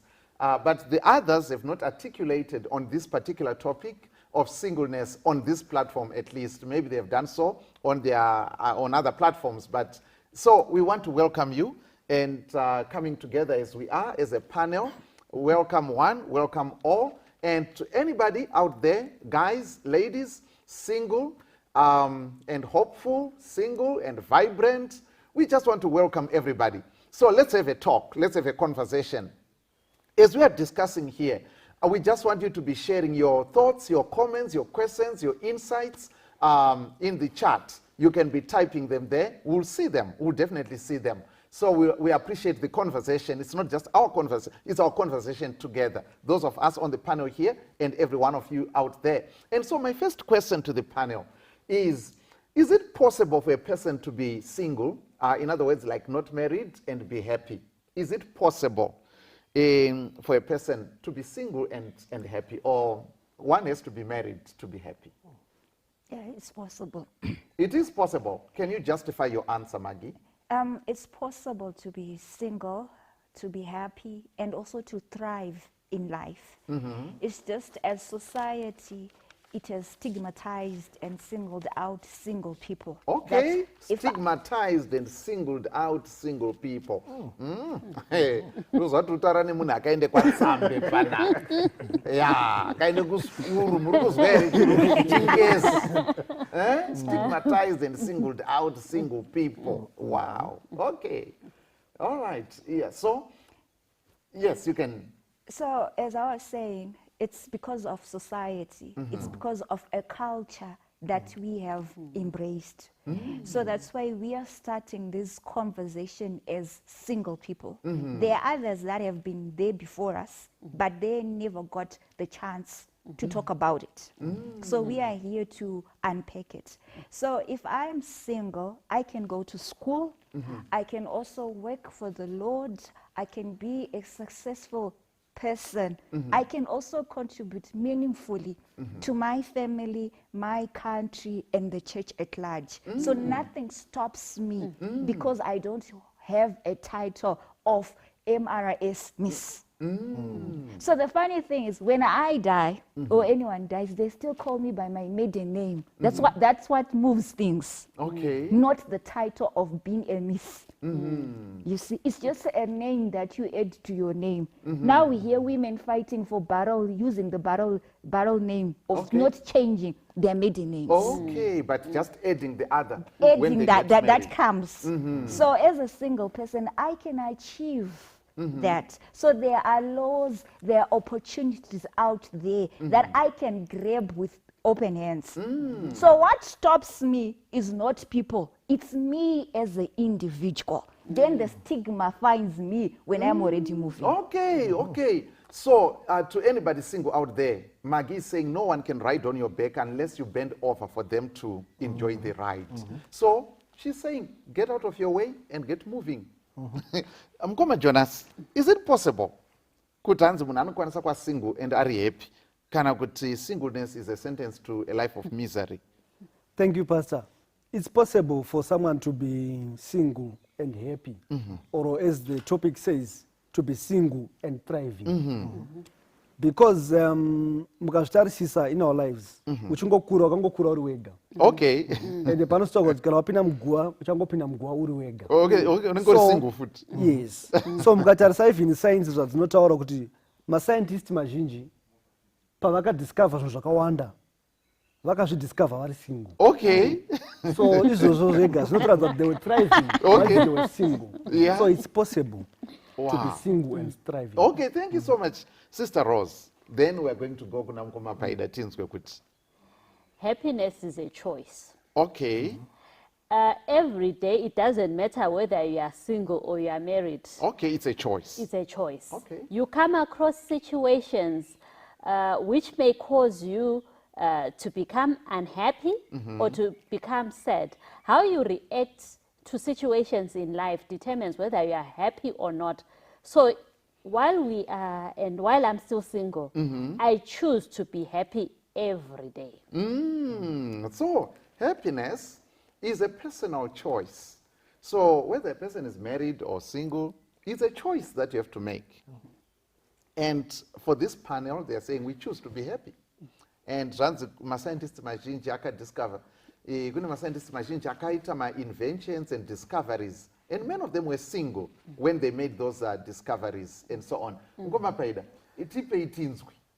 Thank you so much, Fundis. Inindoda kuti ndapindura kuti can you be single and happy? Nditangire pakuti chii chinosakisa kuti unge uri single. Okay, which is zviri kutobatana next question.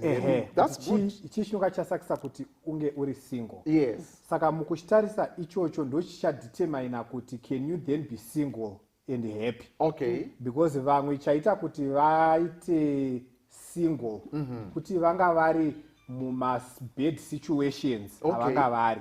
Saka kuita single kwavaita kwaita kuti vafare. Vamwe vanga vari muma-happy situations. Vasiri single. Vobva vaburitswa through circumstances in those happy single, in those happy circumstances. Saka zvaita kuti vave single and not happy. Saka I think zvakudependa. Inzwai manje nyaya yakukumuchwa nemasenior council. Takakudza kuti mukaudza magweta pazvirongwa zvakadai hazviperi mushe. Muri kunzwa makumuchirwa yakuitwa. Saka zvakudependa. Kuti iwewe kuita single kwauri isituation ipi, that's number one. The other point yatotaurwa kuti zvakudependa futi nekuti happiness is a choice that you make. Happiness ndogara ndakataura kuti ini ndinomuka ndiri mugear number 10. Ndichimuka mangwanani ndichivhura maziso ndotongotanga kutongoimba ndatoku number 10 handiti zvekuchinja magiya ndinomuka wari mukamudzi. Saka happiness chinhu chaunotosarudzwa ichimuka kuita makuseni. So also singleness chinhu chaunogona kutongosarudza kuti ndiri single kudai I want to be happy, ndiri single kudai I want to be sad. Saka singleness you can definitely be happy and single. But if you decide, if you choose, you can be single and very traumatized and very depressed. So it's a choice, but I actually think that you can be single and be happy in that situation if you choose to be. Yes, single, happy and thriving and so on. So you have actually introduced us to our next question.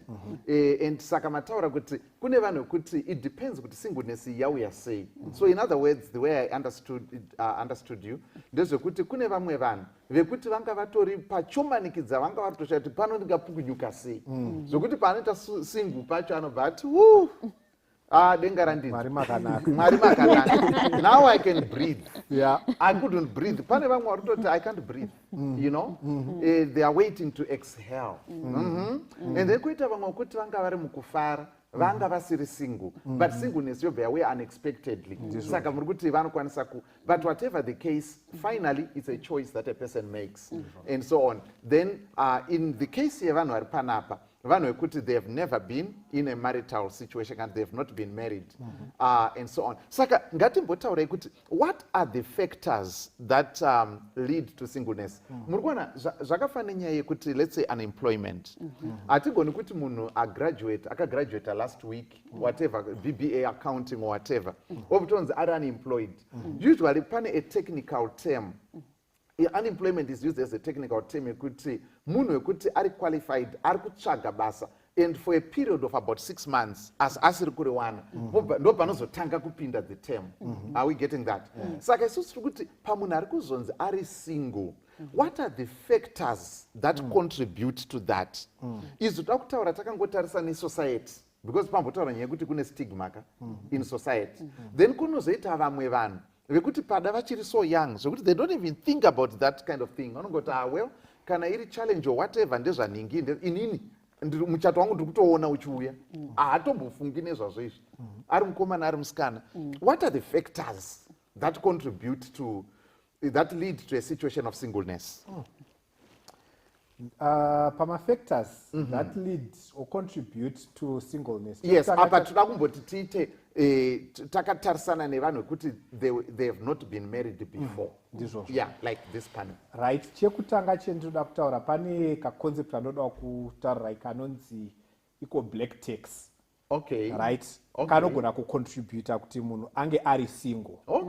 Chii chinonzi black tax ndiwe Jonas watangawo kwaJonas kuti waenda kuchikoro wagweta wabudirira wabva watopiwa mutoro wekuti vese vari kumashure kwako they are now looking up to you.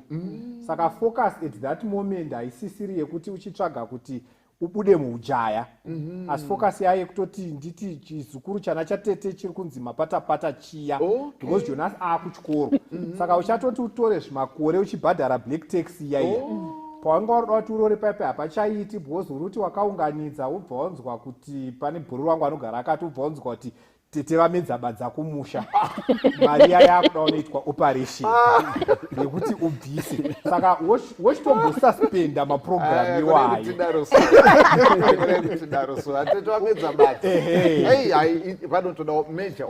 major operation saka wakususpenda mapurogiramu ese wanga uinawo saka vamwe ndo zvinovaita kuti vange vari single masituations avanonga vari makore otofamba paya kweunoda kuti uzoti upumuke ubude musituation iyoyoyo dzimwe nguva makore atoita sei atofamba saka that can be a factor inocontributa mukuti vanhu vange vari single maybe ukatendera tingotaura yechituya chekuti chimwe futi chinogona kuitika ndechekuti kune vamwe vanonzi malate developers kana kuti malate runners malate bloomers muupenyu saka asati zvatonyasa kuti zvati zvabluma vachiri kuda kumboti vanzi sesekedze kurumurwa chaiko kurumurwa hakusingori kwevachecheka kune vamwe varume vakuru nevakadzi vakuru chaivo vanotoda kurumurwa saka vachiri under the care yekutoti uri toona kuti apa paresponsibility yekuti vabereki chavo toti kuti apa arorwe uyu kana kuti arore panoita disaster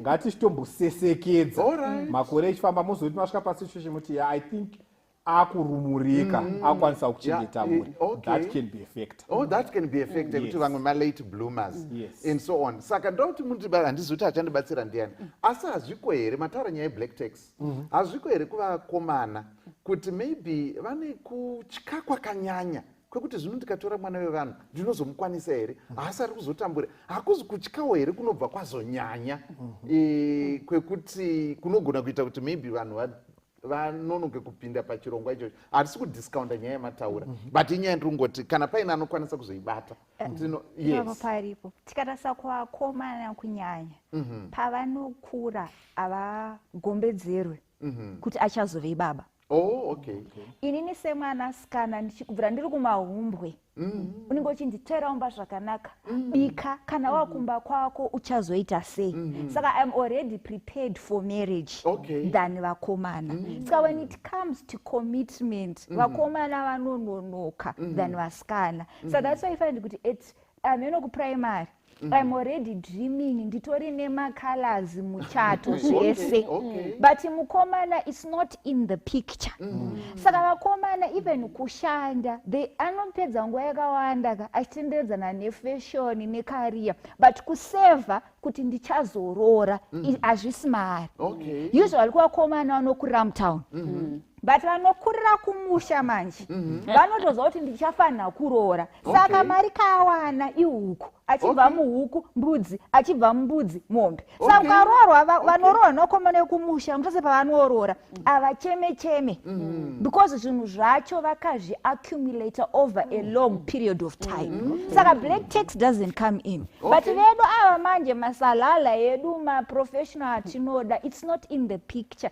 the career is first marriage is last saka ndinosangana naye panongoti magi ndakuda ini ndatoona ndatokandwa pakicheni iye ari kungoda munhu wekungomuvaraidza panguvayo zvangu zvatoita zvatorongeka saka relationship yacho inozonetsa kuti inini I am ready for marriage but iye haasati haisingori nyaya here magi yekuti imimi hamuna chamuri kutarisirwa kuunganidza but iye haangosvikika ari kufanira kutouya aka ende tichitoziva kuti igweta aiwas tinenge takatomirira gweta riri kuuya but tiri kuda kamombe anofanira ndosaka muchinoti vakomana vazhinji havadi kubuda mudzimba dzevabereki vachiri neentitlement but ndiri kuti inini semusikana handiti mentality mindset it's I'm going to be a wife I'm going to be a mother I'm going to be a daughter-in-law saka every day pandiri kukura these things are being engraved in my mindset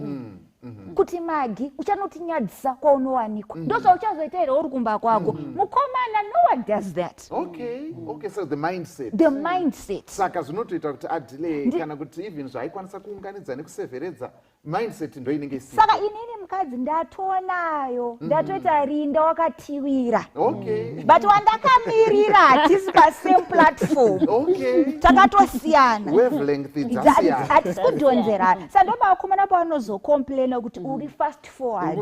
Wazi ndozokuvhunza kuti tiri kuitei, tiri kuenda kupi, uri kufungei nei. Wakundisira pressure. Ziva kuti pauri kuuya kuna Magi. Magi atomirira ukandwa pakitchen. Kana usiri kunkanda pakitchen, beta ugare zvako. Because ndichakuvhunza. Pane kureza maoko. Ndo inozonzi namai white tripling of hearts. Okay. All right. Serious. Jonas. Yes, Pastor, another also cause of singleness. It can be the mismatch problem. Okay. By mismatch problem, we mean we must also remember that the devil is in the business of matching and mismatching people. Okay. So, unengo wapinda mumashurugwi. Okay. You know, and wapinda muya, probably you were not prepared because of the pressures and the forces from the family, from society, from work, from school. Everywhere there is pressure. Okay. You don't have a girlfriend. Why don't you have a girlfriend? Okay. You see. So at the end of the day, you end up being in a relationship. Probably you're not yet ready for the relationship. You're not yet prepared. Okay. Even the people who put pressure for you to get into the relationship, they don't prepare you. Okay. Our society doesn't prepare us. So at times, you know, wamanya ma relationship mwana chiri form 1 or you're not yet prepared wasangana muna Syria. And then friends watching ina chat zoma relationship. Okay. You see now. So it's because of that mismatch problem. And then the other also problem or the other factor that causes that contributes. That contributes is choice. Okay. Freedom of choice. Someone can choose to be single. Okay. Kaudoka kanekari mauri. Yes. Kekuti umwe munhu agone kufunctionary ega. You need to be married. But kuna umwe, probably his career might be all he wants. Okay. So as a choice, I'm going to my relationship. Yes. Because that satisfaction, that in companionship, in romance and the like, in sports. Okay. Yes. Okay. So it can be a choice. Money, you akamukamba kuseni soccer bet. Yeah, okay. Ari kuita zve soccer bet achita zvese zuva ratodoka ari mumu. Yes, it's a choice. It's a choice yekuti mwe munhu zvokuti anogona ngari kutonetseka nazvo ndisu tiri kumuona asi yatori right. Okay. What another factors Rose? Maybe even touching on ladies kuti pane here zvinganzi zviri uniquely kuma ladies. It's also as ladies we wait to be approached. Okay. Saka at my age right now. Vacho vari kuuya vacho. Vari kutomboya zvavo. Vacho vari kuuya vacho ka. Yeah. Sometimes inotofira paloading. Yachona kuti uya anoita here.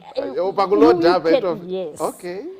Then also sometimes emotional intelligence. It has a big factor that it plays. Kuti wapinda relationship macho. Yes. Autozivi kuti what should we be doing at this point? Autozivi what is expected. Society expects you to be in a relationship. Okay. But iwewe kana wapinda relationship machona zvekuti what must you do in the relationship? What are the steps that you must take? Autozivi. And but would that be something expected of someone ukunzi anenge ari mature like the people on this panel? Pane munhu wekuti anenge asiri kuziva kuti relationship inoitwa sei kana kuti munoitwei? Tikupusiswa out there, pastor. Tikupusiswa. What do you mean? Panouya munhu so anokuvhiringidza. Anopinda in your life so pekuti you don't know kuti you are coming, you are going, magari kupi, kuti musoro wako is it the right way up or is it the right unotovhiringika. Aripo munhu pasta anokupinza mugumbezi kuti now 8 o'clock dzemakuseni unogona kufuga gumbezi. Okay. Aripo. Wow. And unotoshaya kuti ndodii munhu uyu. Okay. But anenge atoripo. Then munhu iyeye aenda anogona kukusiya uri devastated kunge tsunami yadarika in your life. Wow. Wow. That is, you don't even know kuti kana uchimuka ipapo, if the next person comes achiti I'm interested in you, ukafunga zvawakaitwa the previous person, so unomboti chimbonimirai. Okay, regai zvipora akabva mukutsva. Okay. So it's possible kuti izvi zvekuti if you are mature, hapana munhu anogona kukuvhiringa brain. That's not true, Pastor. Unogona kutovhiringika zvekuti unoshaya kuti saka apa what am I meant to do? Okay. Unotoshaya izvozvo. Unotozishaya izvozvo. Okay, nice. So, right, I think one other factor that may be there kuti the kana tikatarisa demographically, almost in all countries, we always have more ladies than men. I think demographically, more boys are born than girls, but then more boys die in infants than girls. So at the end of the day, we have more women. So I don't know whether nature intends it like that or what, but they patongorine that kind of situation. I mean, can I take that one? Okay, yes. That one is very true. And as the years go by, you begin to appreciate kuti why am I single? Okay. Unenge wakutozvibvunza kuti saka denonda ndakaroorwa, who would do what I'm doing right now? Okay. Saka sometimes you then begin to understand kuti not all of us may marry. You remain hopeful. But the reality, you accept it, because unenge uchiona kuti saka inini ndikazororwa ndiani achasara achitakura mutoro wandotakura ini. Okay. Pane murume usingakwanisi kutakurika here kana munhu aroorwa mutoro wacho? Pandichazotanga kutaura kuti pane mwana watete vasekuru vanhingi vanenge arida kunzwai, pane murume anozvibvuma here izvozvo? Okay. But we are doing it right now. Pane zvinhu zvatiri kuita. Zvisina bureaucracy yakanyanya. Pane zvinhu zvaunenge uchitoita as you are living right now as a single person. And sometimes I wonder kuti whether someone will be able to accept fully to say this is the baggage that I come with. Okay. I'm not sure. Oh, you're not sure there. Okay. That's all right. That's right. Ameno tinyorerei kana mchifunga kuti pana unokwanisa kutakura baggage. Tinzwe kuti munotakura matanzi mangani. I wanted to add on. That's all right, Maggie. And then we'll come to on kuti pane nyaya yema health challenges anoaffecta vasikana. Okay, so now we are moving to challenges. Before we move to challenges, Paida, did you want to speak to issue factors? Yes. Okay, then we'll come to you, Maggie. Our next issue will be what challenges, what are some of the common challenges that are experienced by people who are experiencing singleness? Okay, that's all right, Paida. Ndandoti nditaure panhau yamataura yekuti dzimwe nguva mademographics chaiwo. Yes. Besides mademographics being ekuti kuzvarwa vasikana vanonowanda, varume voita vashoma. Panotoya challenge yekuti even in adulthood, pane yatinoti catchment area. Okay. Right? Catchment area kwauri kuvhimira kana uri mukomana. Okay.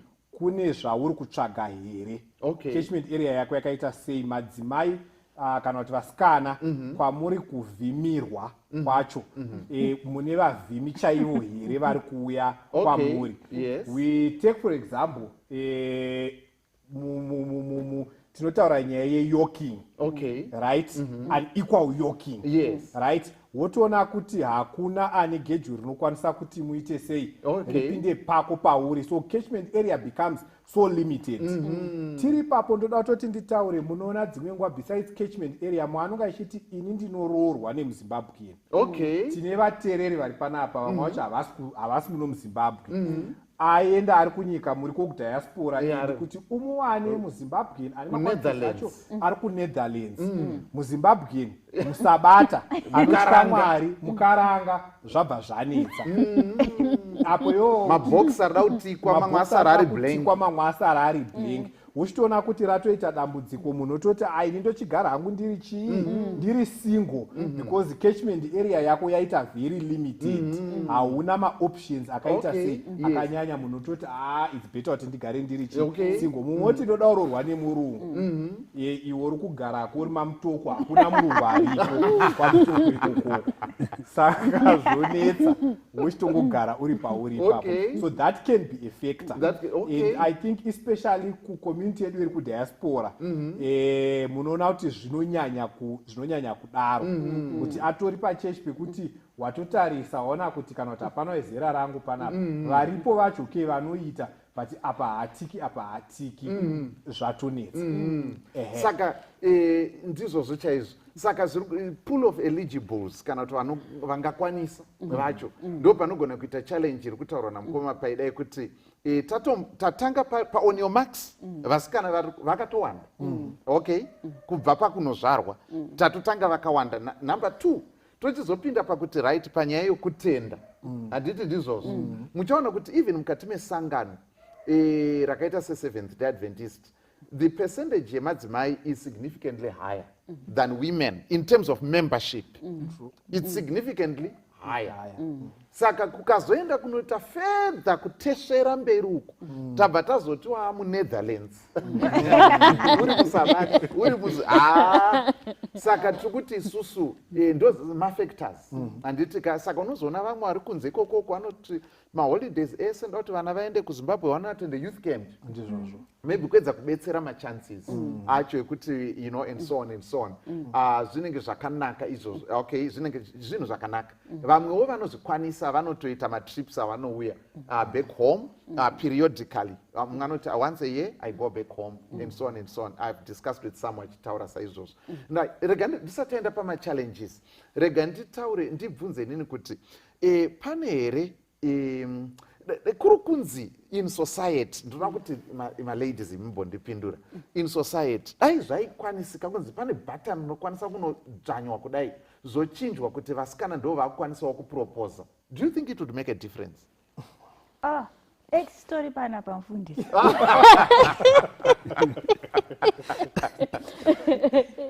okay this story pana because ndichikura I never expected kuti ndakutona nayo ra 40 ndichiri kumba kwa wachikuri it was not in the plan it was not in the picture my age mates angu vane vana vakutopedza form 4 handiti but inini ndichiri kuimba rinda wakadini wakatiwira ndichiri ne1 prayer request 10 zikozowa rini saka dai zvaigona kuitika nguva yandaidaka ndakatopresa button but izvozvizvi ndakutosana nereality yekuti I might not get married saka that question kareka unenge uchinzvenga but panororwa vanin'ina it's different kana ari mwana weku next door ari shamwari churchmate but kana ari munin'ina wako that's a different ball game ina experience tikuti I told my sisters ready kuenda kumurume ngaende hake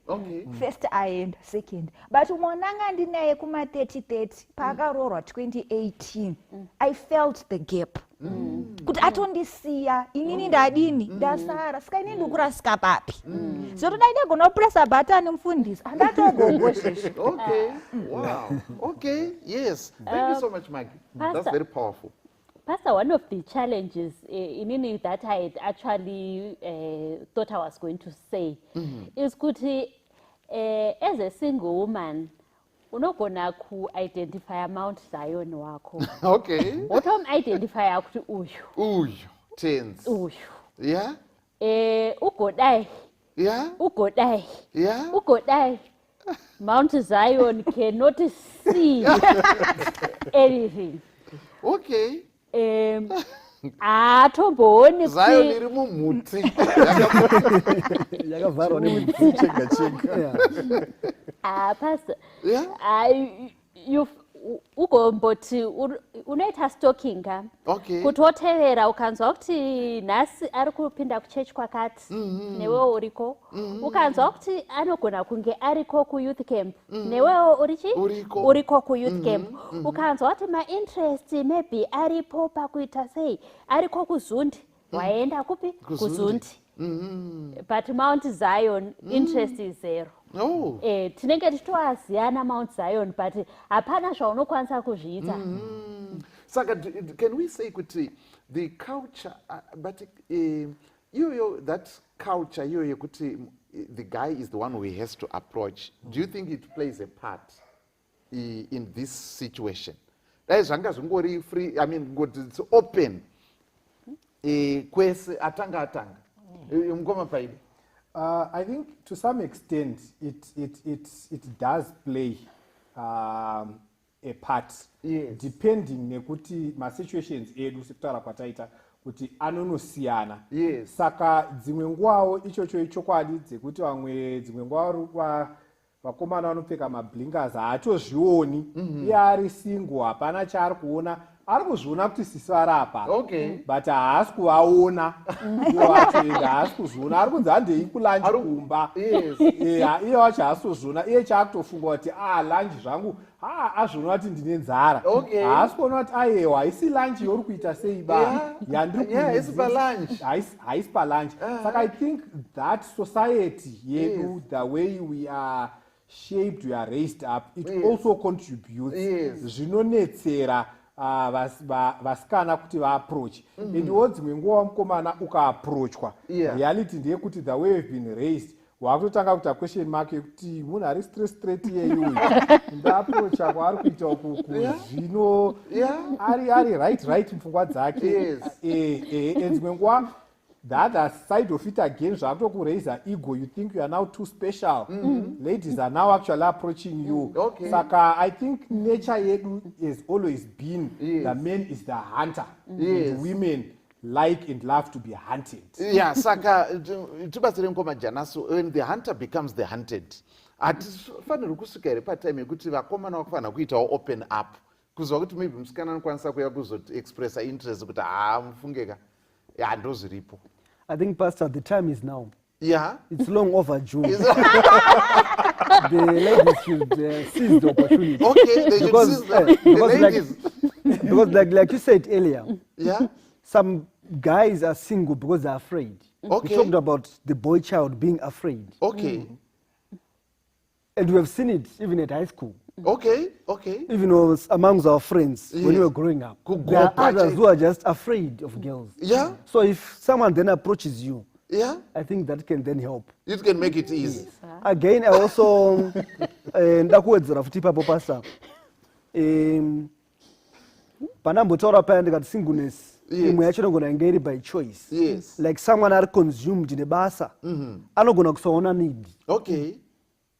But when someone then approaches you, you might then realize, but there's a need. It's something that I'm missing. Companionship. Yes. Because kuna mama nangoja kangopinda mchurch. Let's say for example, tiripa church. Angopinda mchurch eta Sabbath school. Akawana Jesu Buddha. Ande kuti nesing ota kuti nesing. Anogona kusaona that need. Kuti mukutaura nevasikana nyaya nechinchi. So when the hunter becomes the hunted, it might open up. Then there are other issues. Some people are not going to go without a single. Anongati low self-esteem. On the side, especially good anamari, and black text. But if a lady then comes, I got show interest. I got any black text yako. I have no problem. Ndokudachi wakadaro. Alright. Ambotogwa nyaya healthy. Yokuti some people, nyaya health. Inogona kuaffecta munhu even kuti vazopinda maisha ma relationships nezvakadai and some disabilities.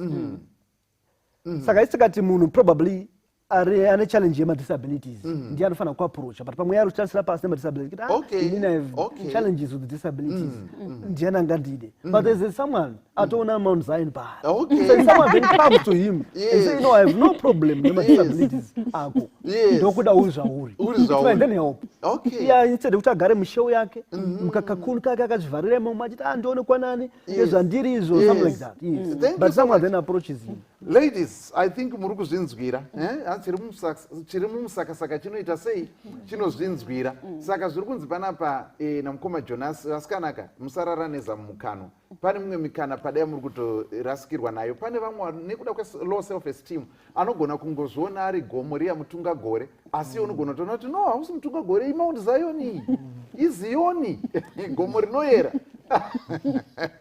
saka it's okay tinotenda zvikuru challenges yes sis Maggie manga muchida kutaura about challenges. What are some of the challenges you experience in the time of singleness? Singleness many challenges mamwe are specific to the girl child. Okay. Ekuti as you reach your early 30s, late 30s, you start having gynecological problems. Okay. You experience you grew up with experiencing painful periods. Okay. So from GP next year is sitting in the gynecologist's office and the gynecologist is telling you, Kuti, you've got a fibroid, you've got a cyst that's growing within you. So before you get there, situation yaunayo une hormone imbalance. Saka tora control pill kubalance sachi ma hormones. Okay. Saka here I am single. I'm not married, no children, but ndakuiswa pa control pill. Saka word in the street has it. Ukangotora chete mapiritsi wayo, usina mwana, awite mwana. Saka mwana nyenyedze fertility, it's big issues to us as girl children. Because from birth, like I said, I'm a nature. And it was in chazoita mwana wani wangu. Saka anything chinongo hinder that ndrova ndaita say ndaramba. Saka mano betama problems anozo develop wane ma fibroids wane ma cyst. Saka these operations you need an operation. Some of them anototi chibereko chitobviswa. Wow. Okay. And pane anonzi partially, they might partially remove the cyst or the fibroid. But in order to preserve your life, they might remove the whole womb. Wow. So imagine, Pastor, I'm sitting in the doctor's office and bad girls have children. Good girls have fibroids. And a major cause in there kuti my body is not getting a hormone yandofana kuwana from a man because there's no sexual intercourse. That's why these problems are more common. Saka chakuti kana chakuti ndabviswa chibereko chachi kandofana kusign because I'm an adult now. I'm supposed to sign for it. Saka most girls out there are scared kutwa ma operation iwaya. What's going to become of me? Kana ndisesa kwanza kuita sei kuzvara ndakutopinda kamu menopause apa ndisati ndaziya murume but menopause is staring at me. Now telling a guy like Paida, my learned friend, as you see me here, my womb has got a scar.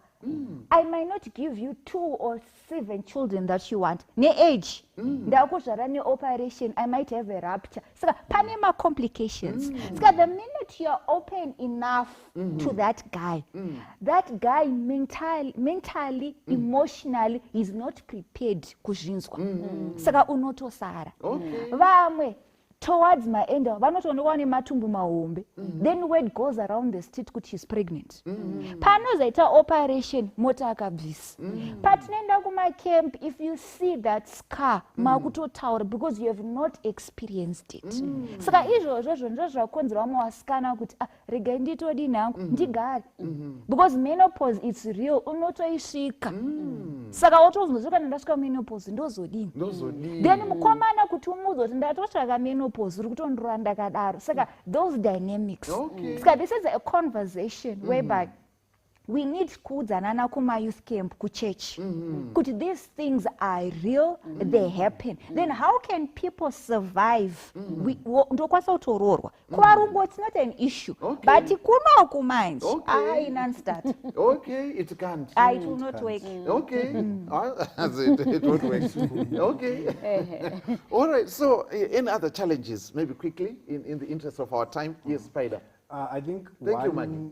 I think one challenge iripo for both males and females ndongoisummarize nekuti challenge yedenga. Okay. Zvekuenda kudenga chaiyo.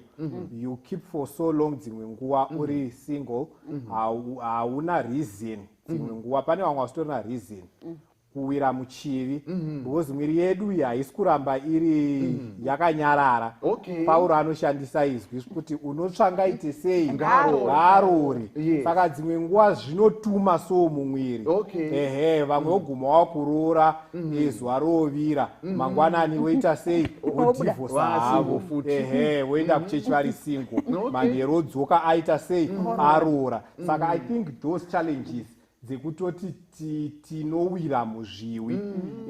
Mungopedzisira I think pane mufundisi akazonditi mumwe musi zvikanzi mumwe musi tichangosvika pachechi tokutorai mese vanhu vari single nguva yadivine tokuisai kuvhesiti tokuvharirai tokurovai stere then tozokubudisai after divine service nekuti hamusingori single vamwe wenyu, vamwe maane more experience than vakaroora muri single kudaro. Ndozvetinonga tichikuroverai.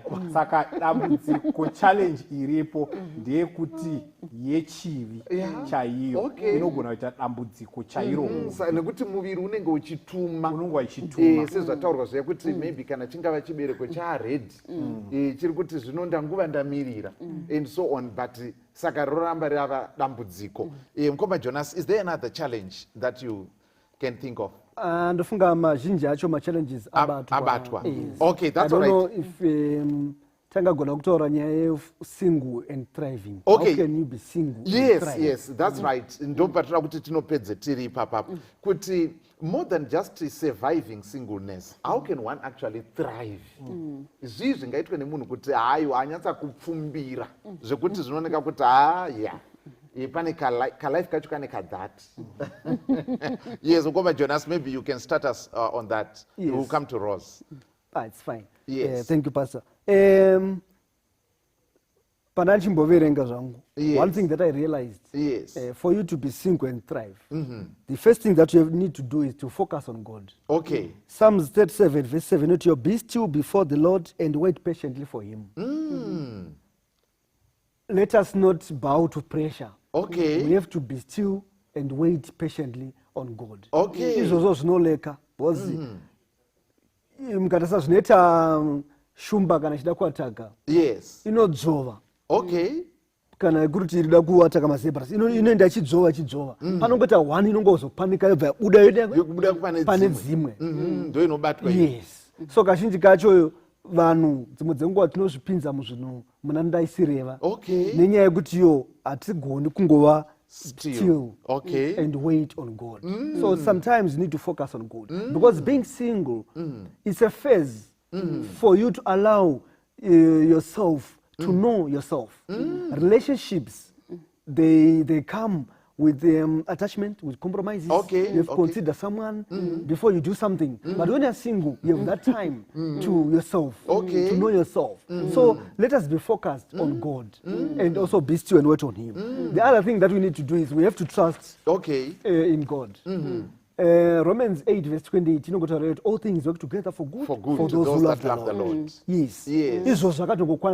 Okay. So we need to trust God. Oh yes. Kuva ndiri single pari zvino pamwe ndikurowa ne-black tax, pamwe it's by choice, pamwe there are all those issues. Zvese izvi zvinoita zvichisangana nenyaya yekuti yochi all things work together for good. Okay. Because vazhinji tine dambudziko rekuzviblema. Okay. We look back and then we keep blaming ourselves. Why me?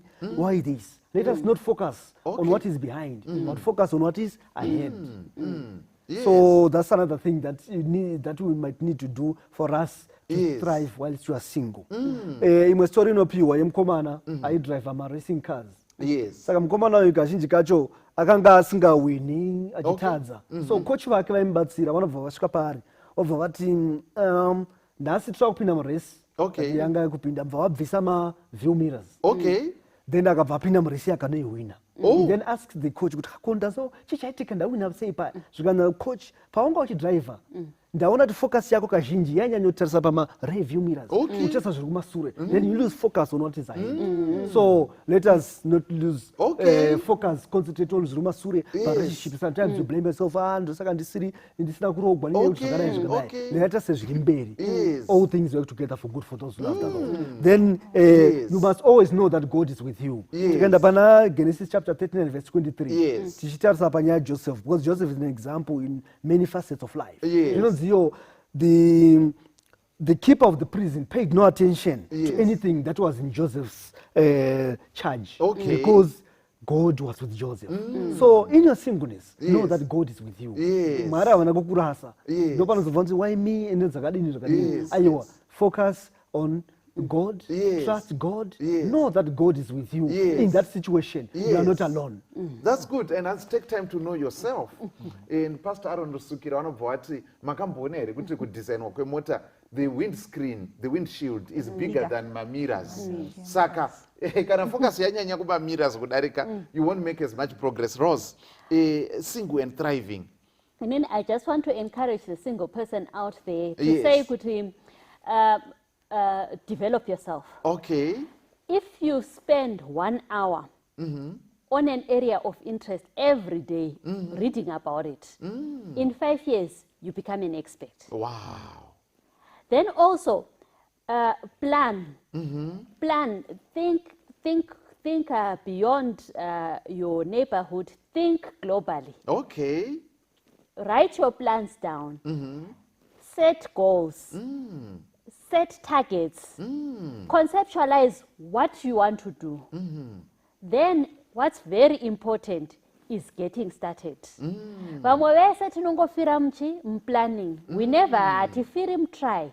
Tinofira planning.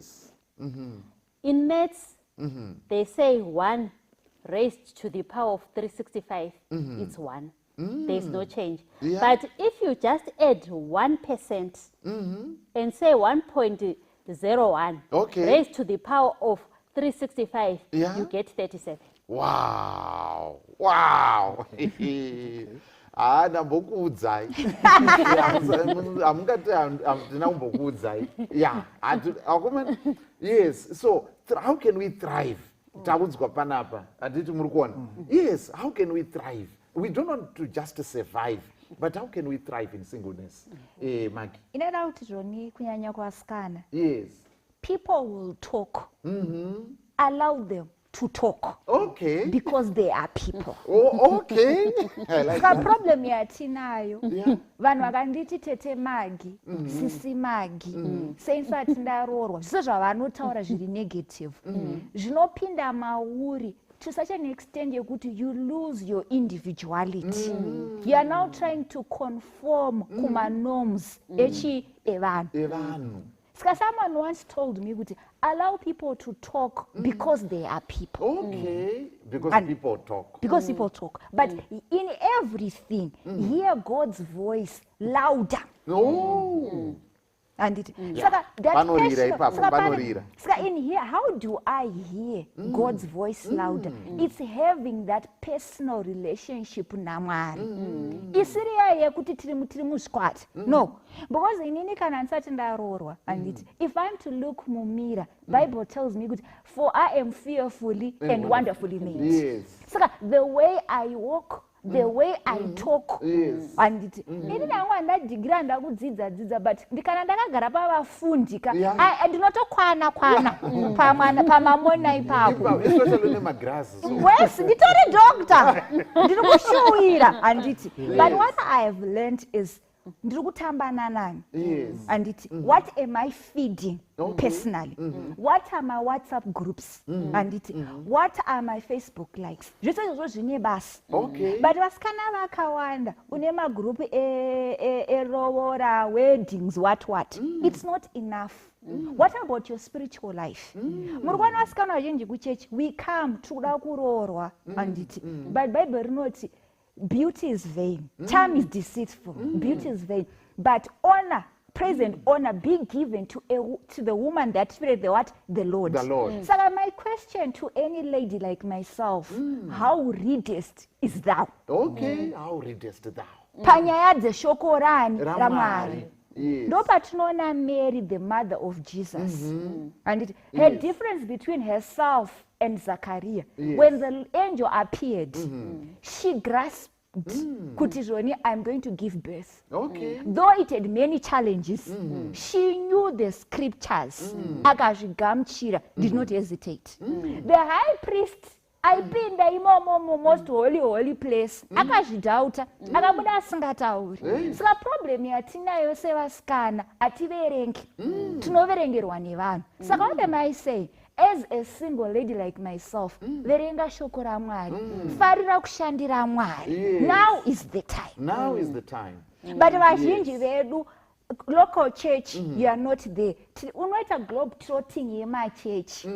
Kusvikira rini? Because izvozvo tatenderera hakusisina machechi neCovid, lockdown. Unoonekwa nani? Handiri murikona. Saka ndiri kuti kuti all beside that loneliness, and you need to know kuti I belong to Christ first before I belong to any man.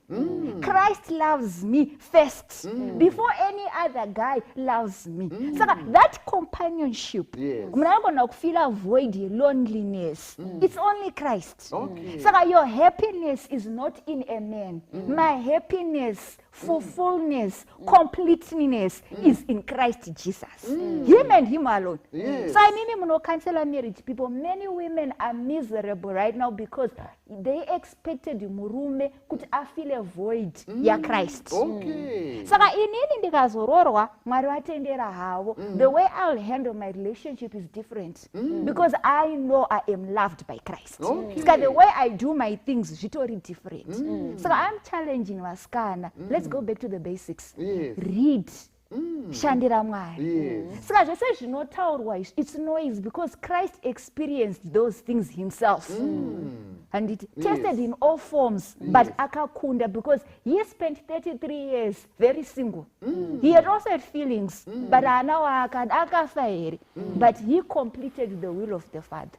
What about you? Kudenga tikumbonotonga kunzwa akarorwa here. But chance and opportunity that I gave you, what did you do? You only one prayer request, I want a man. Okay, thank you so much, Maggie. Those are strong words. Yes, we now need to wrap up. Wakuma nguva ndo inoita shanje kana nyaya ichifamba zvakanaka nguva inenge ichikwikwidzana nesu but mashoko ari kuuya akadaro kuti kuita wivhi yakanaka hazvina kumboipa, but is that enough? Zvinodawo kuti tive neukama hwakanaka naMwari, taudzwa nenyaya yekurongeka nekuplana nekuziva kuti ramangwana rakamira sei. Zvikanzi tanga wazviziva iwe, ngoma paida zvii zvimwe zvingaitwa kuti munhu athrive, uye zvakare kana paine mumwe wanoti there's so and so wandinoadmire anga ari single but akaita zvekuti nezvekuti. Briefly as we now aim to wrap up. chekutanga ndingada kutangira paperera Magi panyaya yeloneliness kana kuti pakutoita happiness is not found without, it's found within. Iwewe saka haubudi mukati mesingleness kuti unotsvaga happiness.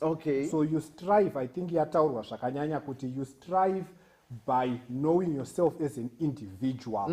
If you can be happy as an individual, iwewe pauri, then you can be able to thrive. And kutozvinzwisisa iwo wacho kuti situation yangu yakamira so and how do I handle it inini wacho.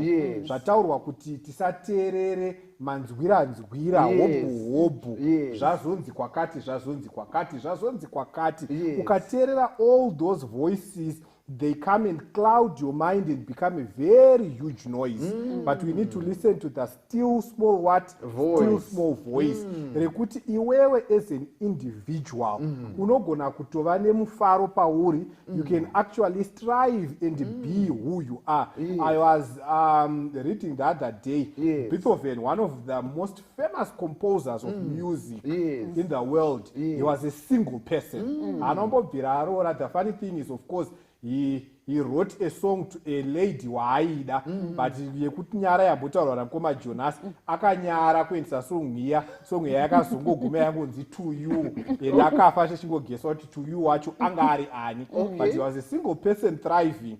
Isaac Newton, one of the greatest scientists, he never married, was a single person. Yes, I didn't know. The Wright brothers who went to the moon. Yes. They were never married. Guys, aeroplane. Yes. They never got married. Both of them? Both of them. The Wright brothers. That's a single person. Great people. Vasina Mbira vaita sei. Varora vamwe kwete kuti vasina Mbira vamwe, they lived in singleness for quite a long time. Pavakazorora pacho papapo, they are quite happy people in their old ages. Right? Vazosvika ikoko. So I think ngatisa handingadi kuti society musaise pressure because this society ndobasa rairisa pressure asi iwe uri kuisirwa pressure usabvume kuisirwa kuisirwa pressure live mukati mezveuri kuziva because iwewe ndiwe unozvinzwisisa zvauri izvozvo. Tinotenda zvikuru kwazvo. I would have wanted for our panelists to have another round of, just one word, but our time really is not allowing. Tinotarisira kuti in some future program tichadzoka zvakare tigokurukura nhau iyoyi.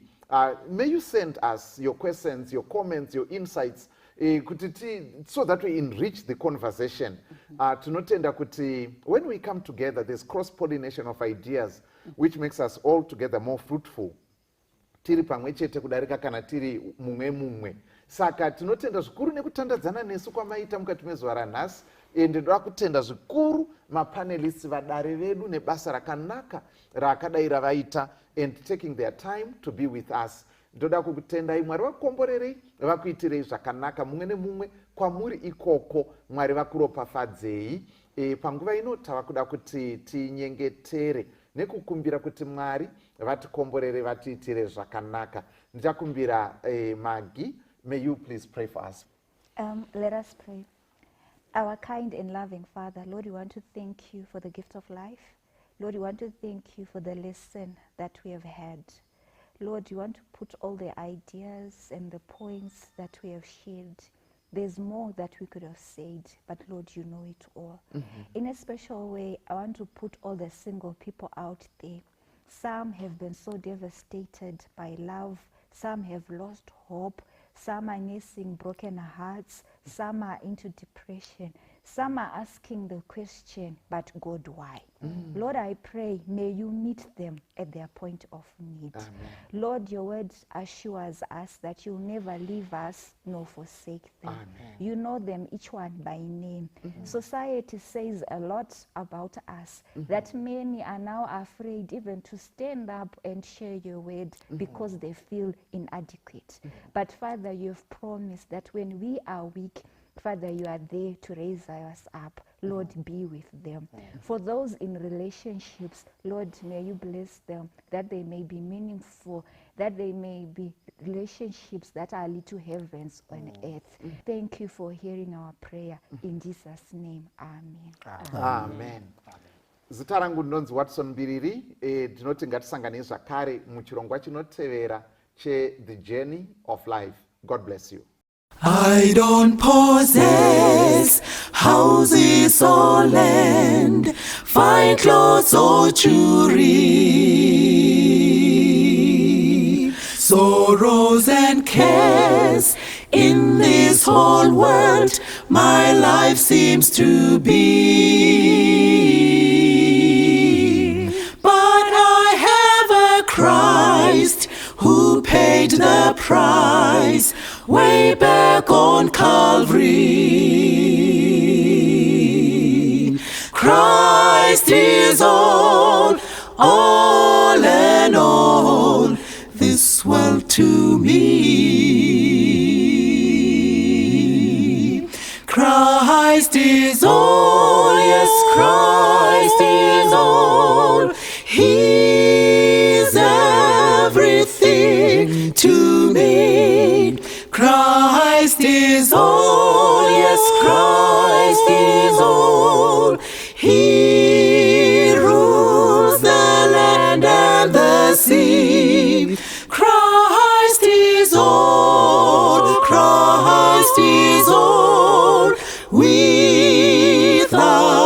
him, nothing would be. Christ is all and all, this world to me.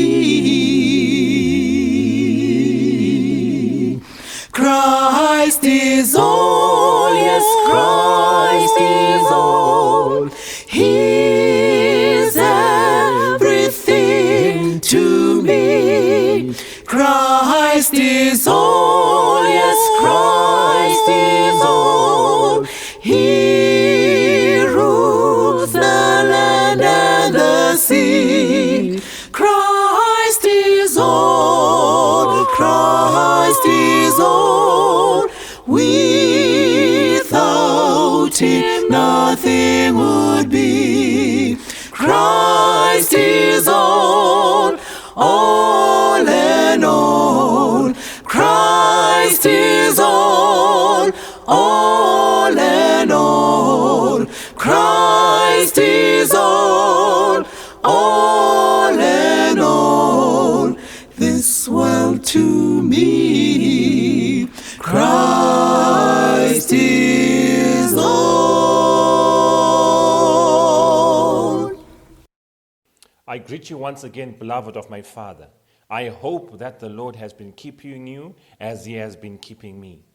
From the first time that we started talking to each other, from the first time that we started dialoguing on issues of the Word of God, we found ourselves in the book of Genesis.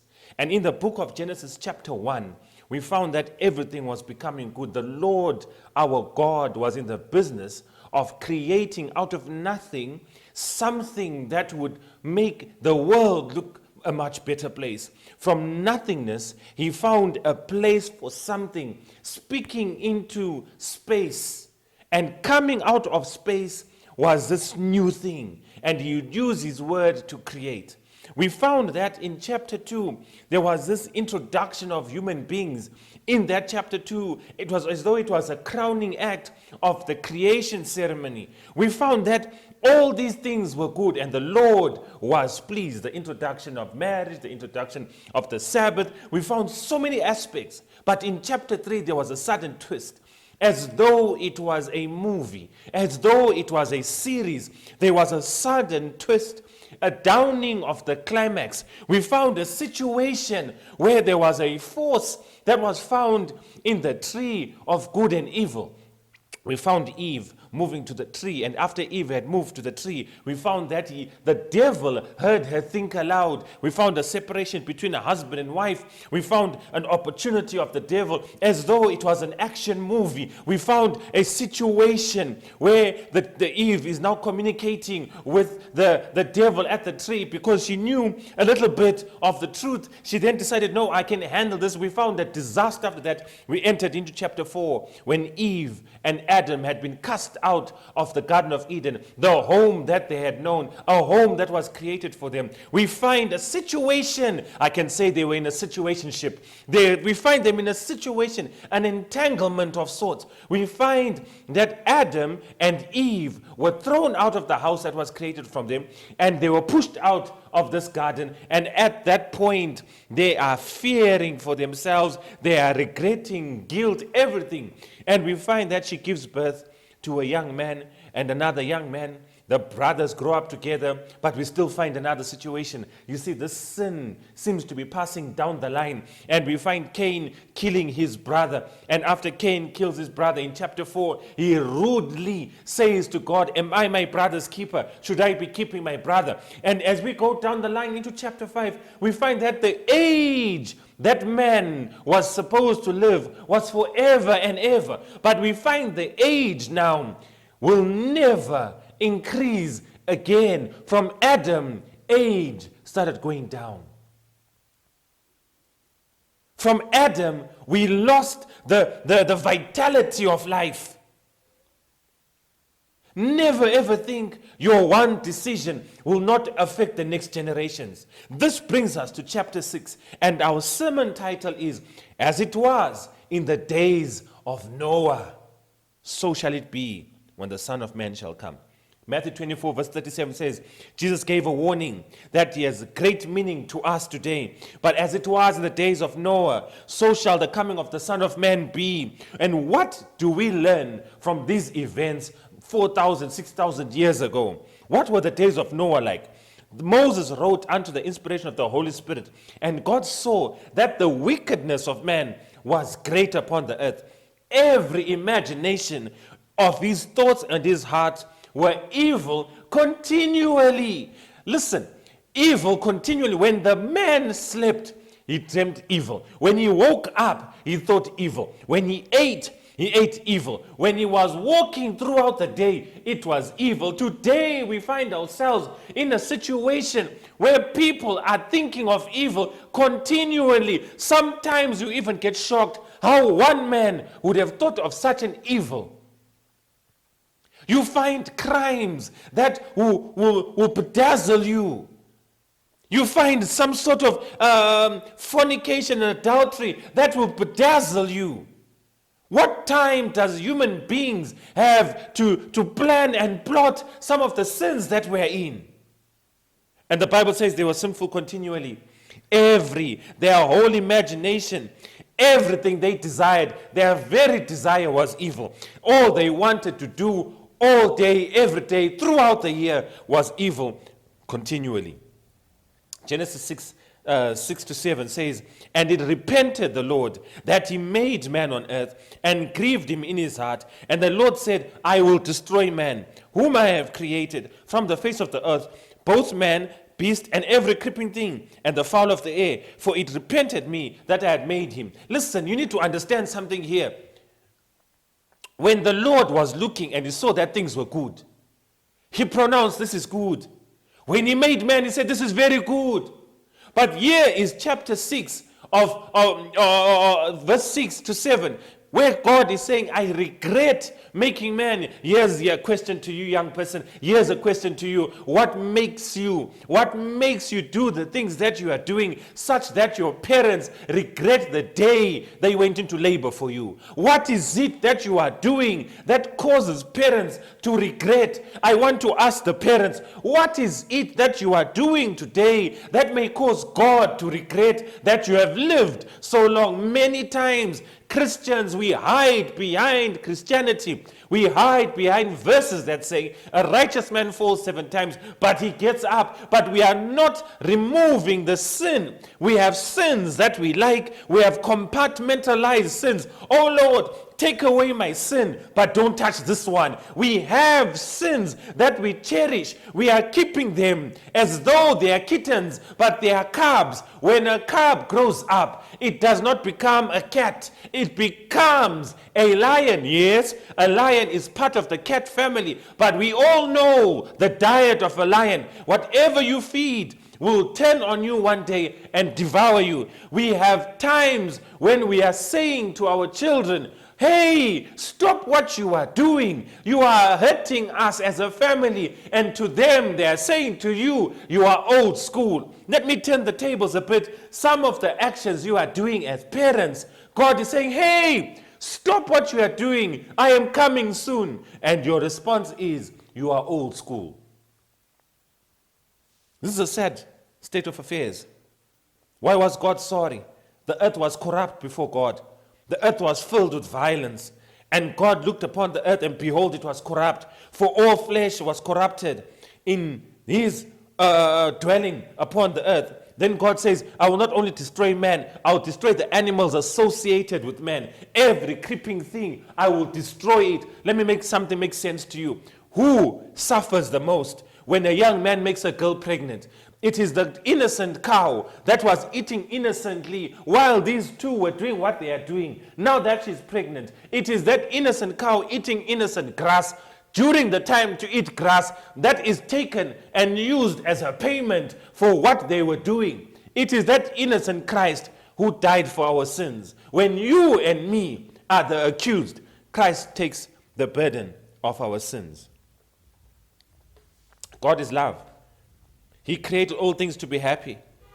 Now the evil and the violence of men was destroying all possibility of happiness. Men delighted in killing, in torturing both animals and people. The cries and the groanings of the oppressed and suffering rose up to the living Creator. There are times where you think you are getting away with it, where you are making someone suffer, where you feel like you are a boss by bringing down other people. The cries of the suffering are going up to the Savior. God saw man would soon destroy all the earth if he did not intervene. And God said unto Noah, at the end of all flesh is come before me, for the earth is filled with violence through them. And behold, I destroy them from the earth. This is Genesis 6 verse 13. God saw that unless he intercepted to put a check on it, the growing tide of evil will blot out every man on the planet. What led to this horrible evil? The man turned away from his God. Now, when a man turns away from obeying God, he starts the process of death. When you stop following God, you start the process of death. And sometimes it may not be instant. Sometimes it may even be slow death. The time you move away from the Lord, you're starting the process of death. You're starting the process of moving closer to the devil. The race that lived before the flood was nothing like ever seen before. They lived hundreds of years. Their minds never forgot what they learned. And they were rich from the natural resources given to them by God. There was nothing beyond their capabilities. The heights of evil rose that we can't even imagine. Now you must understand. These people used 100% of their brain. The most intelligent person maybe used 15%. These people used 100% of their brain and they never forgot what they learned. They started playing with things like DNA. They started mixing fish and human DNA. And this is where we get the hybrid called mermaids. They started mixing horses' DNA and human DNA. Now we've got the Satyrius. They started mixing this dinosaur and that dinosaur, or these big animals and those big animals, which we call dinosaurs. They started mixing them to get a hybrid. And yet God had commanded everyone unto its kind. Man was crossing the kinds. When God makes, he makes male and he makes female. Man crosses the two. The wicked race of Cain. In Genesis 4, we saw the story of the son of Adam, who grew up to be arrogant, self-willed, and rebellious.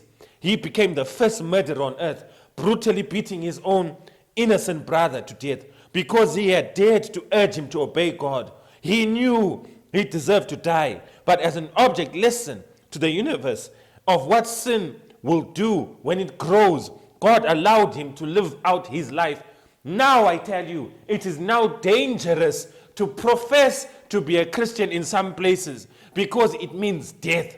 Because of these things that Cain allowed to enter into him, these spirits that Cain allowed to enter into him. When you urge someone, my brother, you are going the wrong way, you will be killed for telling the truth. But alas, I say to you, I'll rather die at the foot of the cross than to live in the presence of the devil. Cain married one of his sisters and moved away from his parents. There he built a city.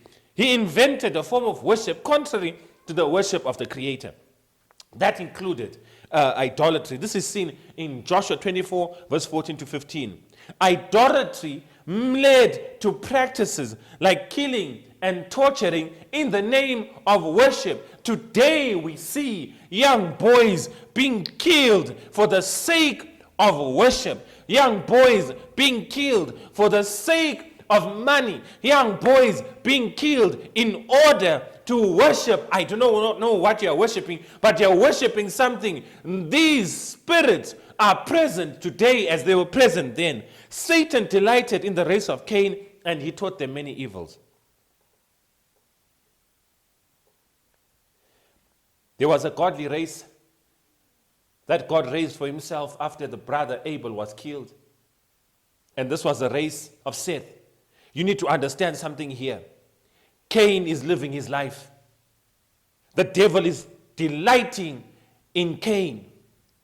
And they are worshipping things, killing and torturing for the sake of what seems to be worship.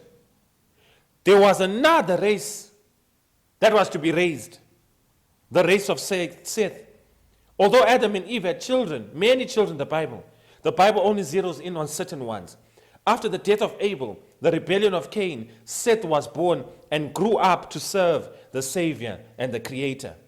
His descendants were called children of God. The descendants of Cain were called the son of man. I know there are so many people who say it's angels who came to sleep with the children of God, and then there were giants in those days. The children of God were from Seth. The sons of men were, the sons and daughters of men were from Cain. So, these children of God lived a more agricultural life in secluded areas to be away from the violence of Cain and their false worship. They gathered on the Sabbath to offer sacrifices and worship before the gates of Eden. Let me make something very clear to you. Lockdown or no lockdown, church close or church opening, you've got to worship God on your own. You've got to be worshiping God on your own. Whether the situation permits or doesn't permit, you've got to send a prayer on your own.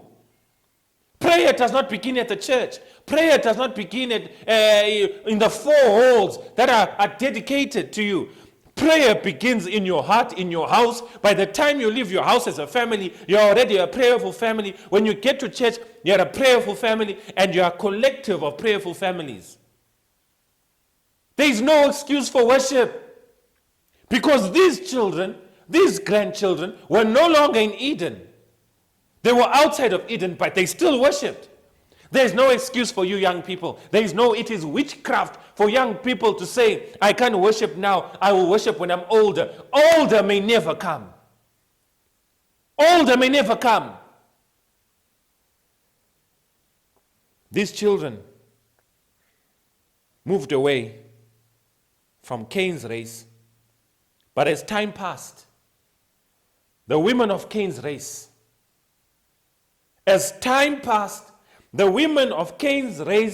learned many seductive practices. The women of Cain's race learned many seductive practices. They learned to make themselves very appealing to the urges of men. And they knew they couldn't get these men on fair. So they knew that these people are too holy for us to get them. But holy as they are still men. So they studied. And they wanted to make themselves more appealing. I wish one of these days we just spend time on what they did in order for them to be more appealing. When you use artificial means to identify as beautiful, when you use artificial means to look a certain way when you are not a certain way, they made themselves look lovely. They made themselves more appealing. And we are told that the sons of God saw the daughters of men, that they were fair, and they took them wives, of which they chose. Genesis 6 verse 2. The Bible says don't be unequally yoked to the non-believer. You need to yoke yourself with someone who believes the God that you believe. Let them bring prayer on their own to the relationship.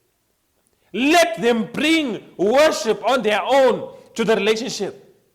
It's high time you call a spade a spade. We are sick and tired of people that come with nothing and take everything in a relationship. People who can't pray together but can flirt together.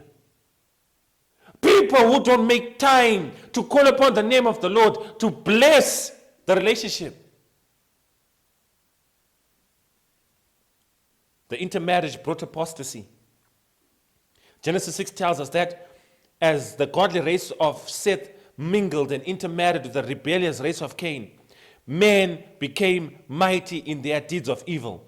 Giants in both stature and intellect, they pursued pleasure and lust until the state that was reached that we read about earlier. When you intermarry and you take this one's thing that he believes, you bring your thing that you believe, there's going to be a mingling of beliefs. But one thing I can tell you is the devil's belief will triumph, because it seems that the children of man overtook the sons of God.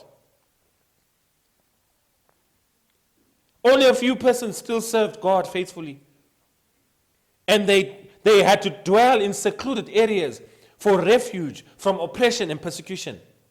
But even that wicked time, we have an example of a man who lived so close to God that he was actually removed from the earth.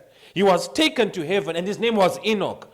Enoch was Noah's great-grandfather.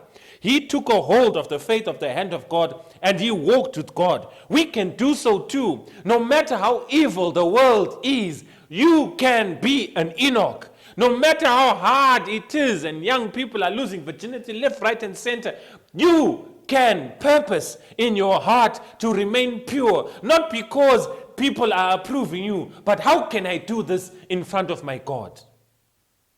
You can remain pure. What things did Jesus point out about the people in the days of Noah? For in the days of Noah, the days before the flood, they were eating and drinking, marrying and giving in marriage, until the day that Noah entered the ark, and knew not until the flood came and took them all away. So shall the coming of the Son of Man be. Eating and drinking and marrying and giving in marriage, these are not wrong in themselves, but this is showing that these things were the focus of their lives, and there's such an intensity that evil came and they did it continually. There's nothing wrong with marrying, there's nothing wrong with eating, but when it becomes your focus of life, you will find that you will break the Sabbath for a plate of food. Likewise, as it was in the days of Lot, they did eat, they drank, they bought, they sold, they planted, they built. But the same day that Lot went out of Sodom, it rained fire and brimstone from heaven and destroyed them. Luke 17, verse 28 to 29. Let eating and drinking not be the focus of your religion. Let God not be confined. As long as he gives me a plate of food, he's God. Whether he has given you, whether he has not given you, God is good all the time. And they knew not until the flood came and took them all away. In Matthew 24, verse 38 to 39, the Son of Man will come like a thief in the night. Why did the people not know? Didn't God warn them? For 120 years, Noah faithfully preached to the world the message of the coming of the flood and the safety to be had in the ark. He was building at God's command with every blow of the hammer on that ship. He testified to his belief in the word of God, and it took all the possessions that Noah had to build this ark. 120 years. The man preached the same sermon. No one had seen rain before. Water would come out of the ground to water the ground. Everyone thought, this is a madman. Today we speak of Christ's second coming. Sermon after sermon after sermon. The preachers may differ, but the message is still the same.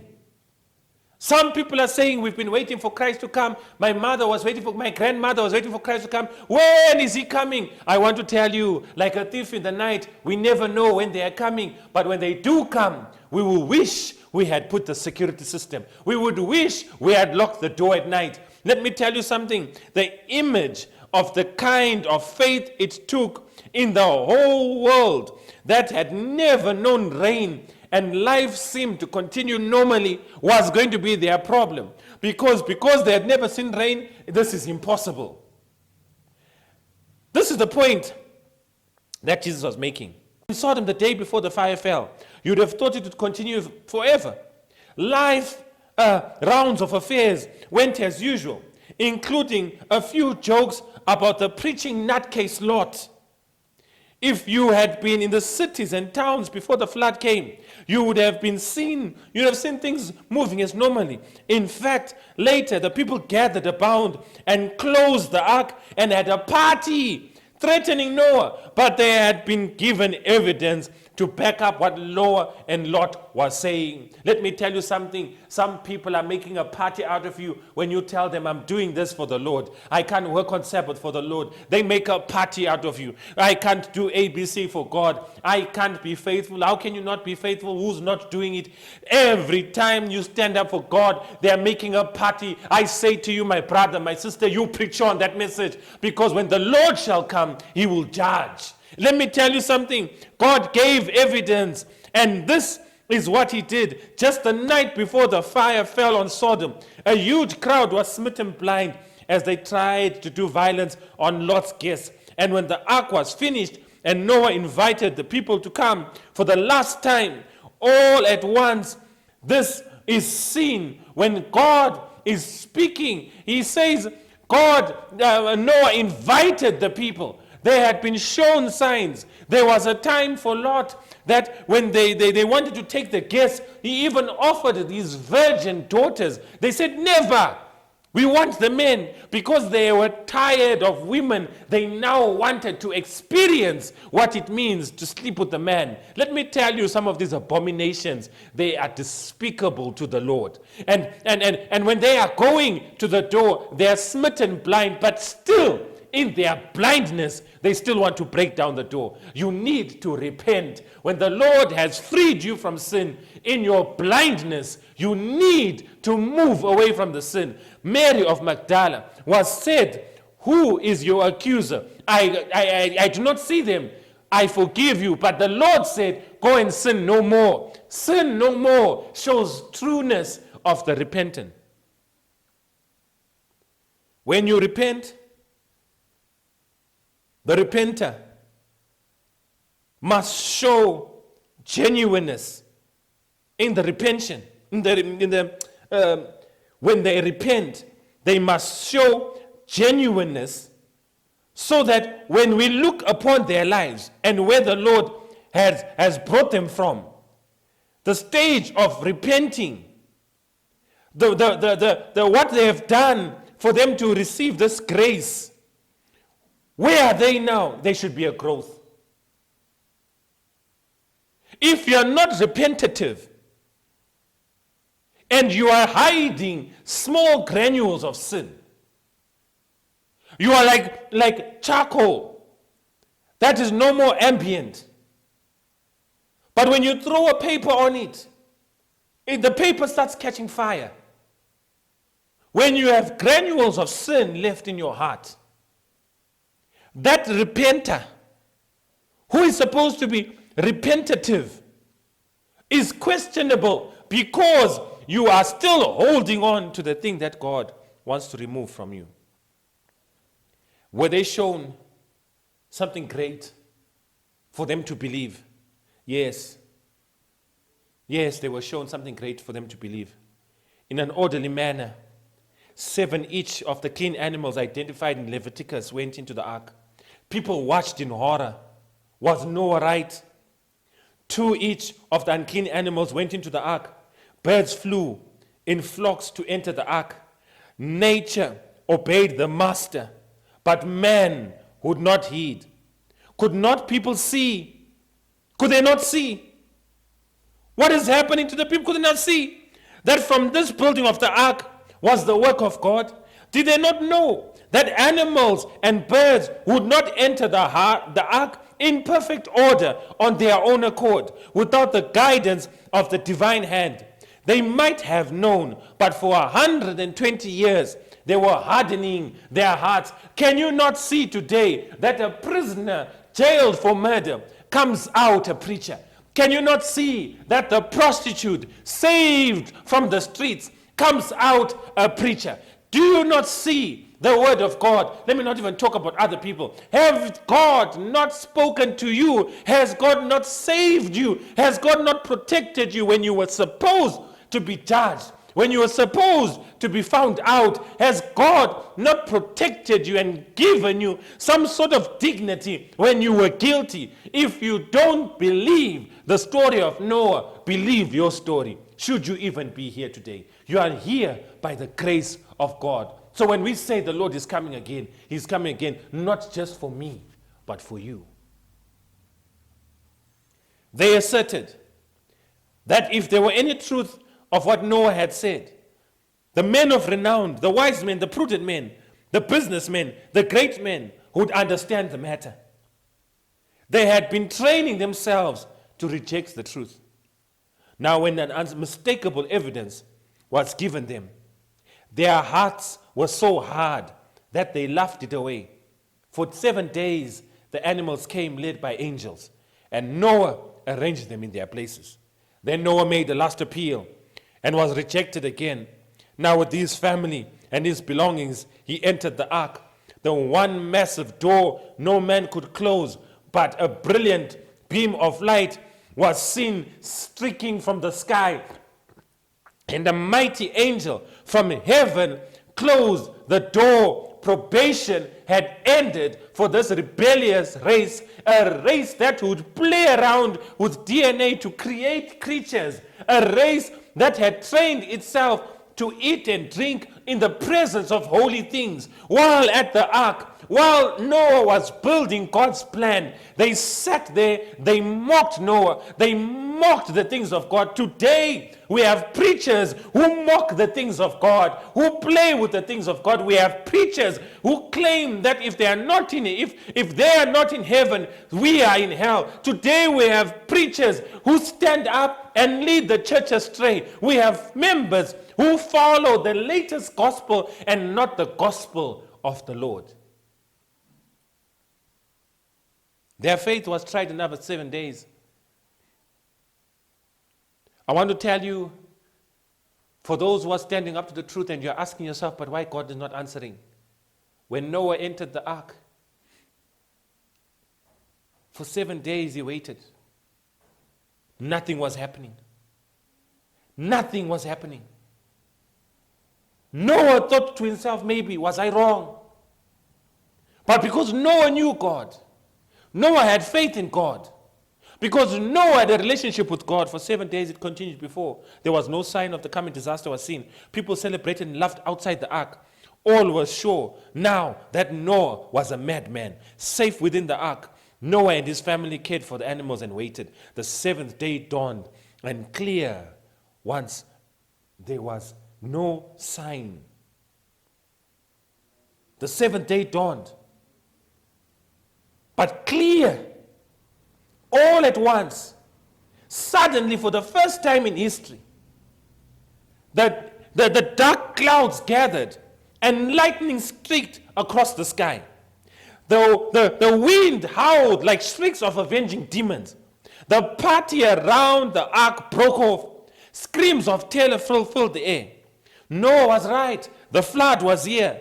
Men saw their proud edifices of idolatry destroyed by fire from heaven before their very eyes. And then the rain came. That mansion that separated you from God, then the rain came. That lovely car that separated you from God, then the rain came. That little money you have that makes you have small houses, small houses, all the houses you can think of, then the rain came. That little pride you have because you are using an iPhone 12 Pro Max, then the rain came. That little pride because you managed to get a degree, a master's, a PhD, then the rain came. All the certificates were drenched.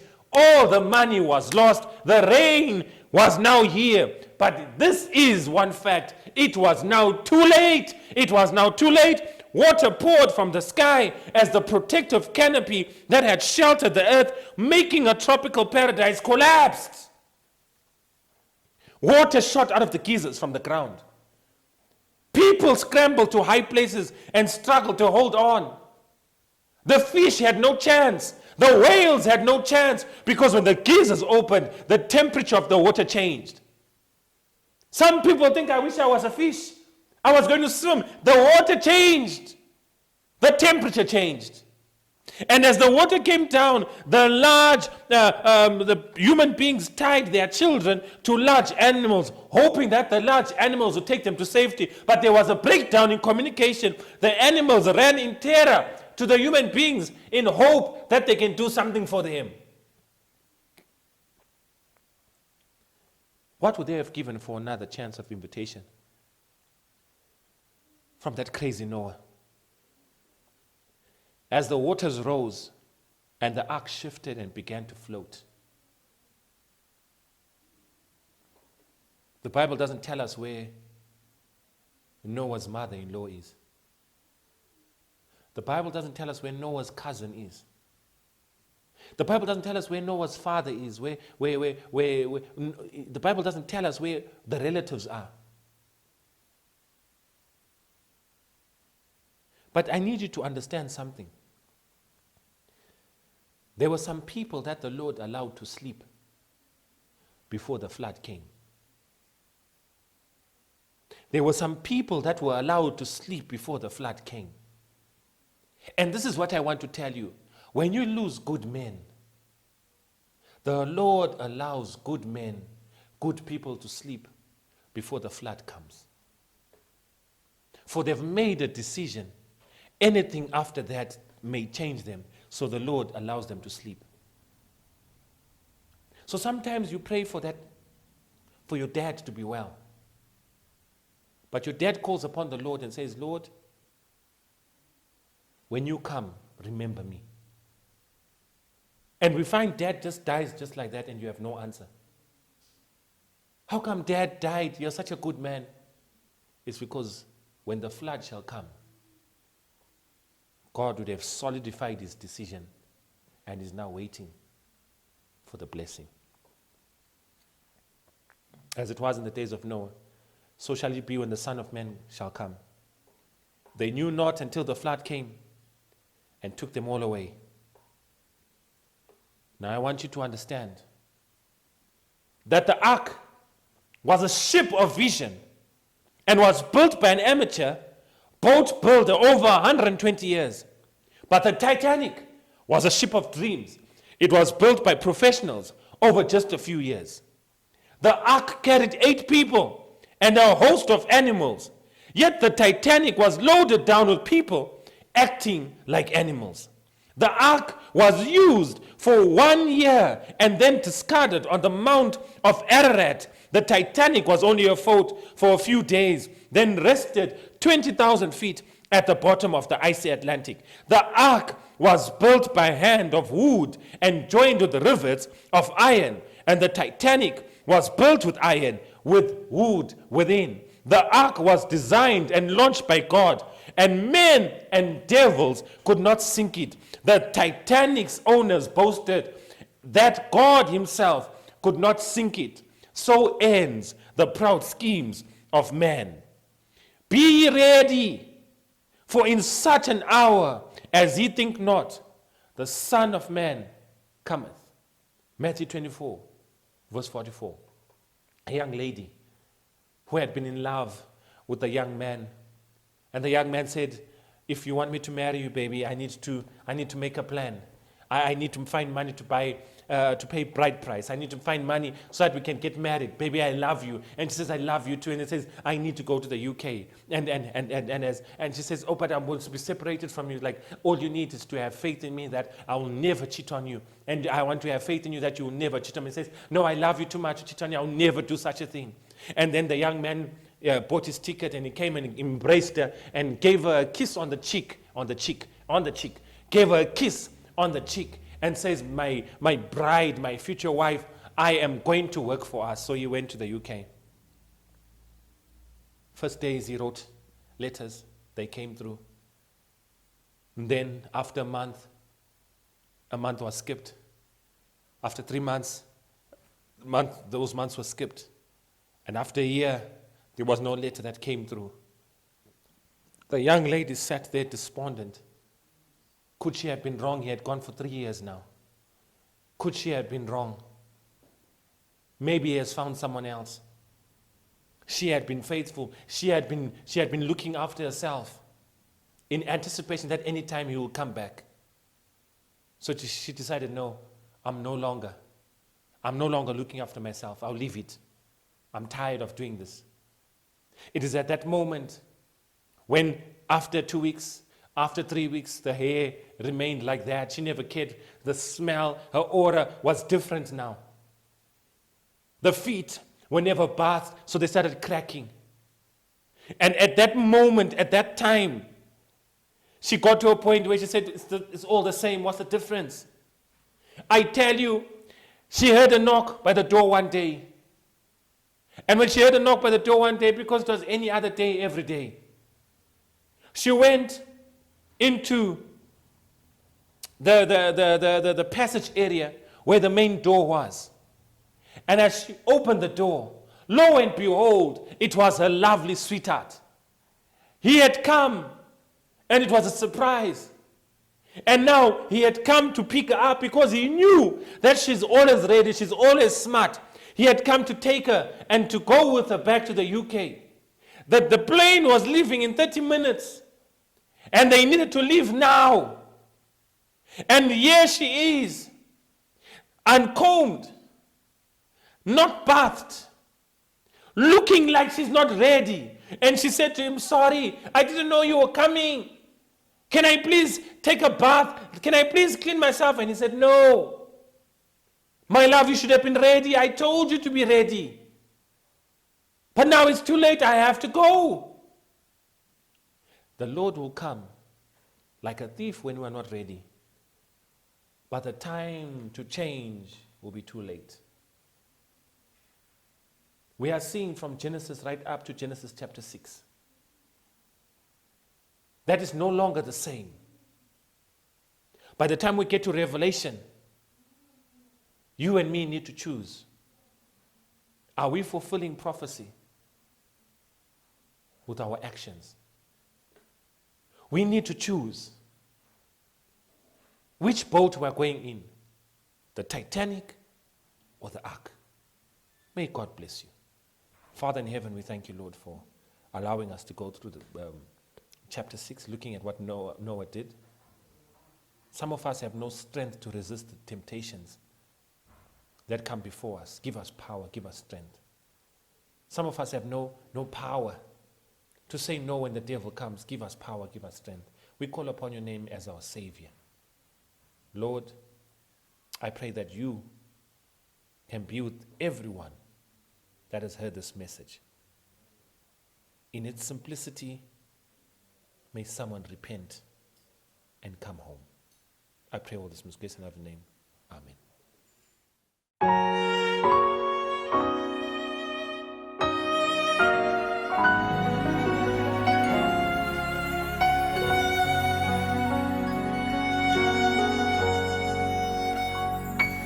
When peace like a river attendeth my way, when sorrows like sea billows roll, whatever my Lord thou hast taught me to say, it is well, it is well with my soul. It is well with my soul. With my soul. Oh, it is well. It is well with my soul.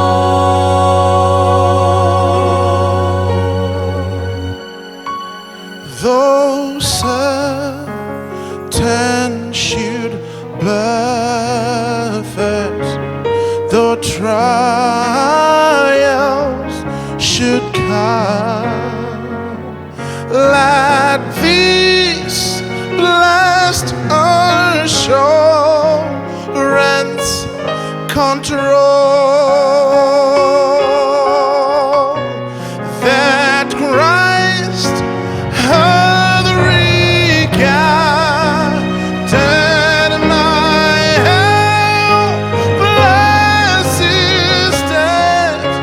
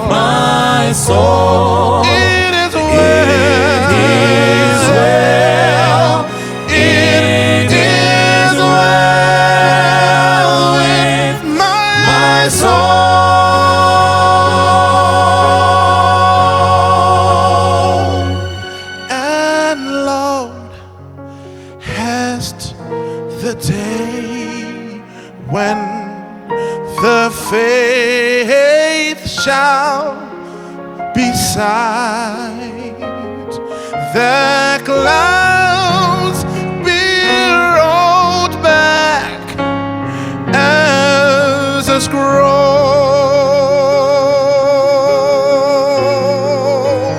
The trump shall resound, and the Lord shall descend. Even so,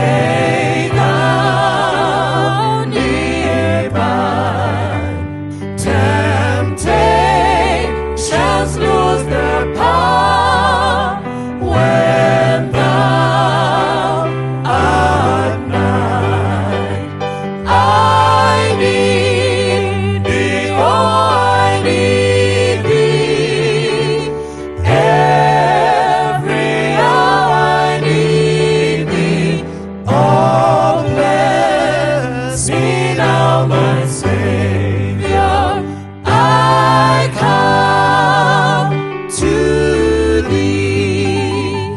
I need thee every hour, in joy or pain. Come quickly and abide. All life is vain. I need thee, oh, I need thee. Every hour I need thee. Oh, bless me now, my Savior. I come to thee. I need thee every hour. Most Holy One, oh, make me thine indeed, thou blessed Son. I need thee, oh, I need thee. Every hour I need thee. Oh, bless me now, my Savior.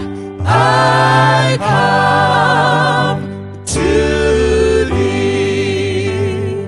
I need thee, oh, I need thee. Every hour I need thee.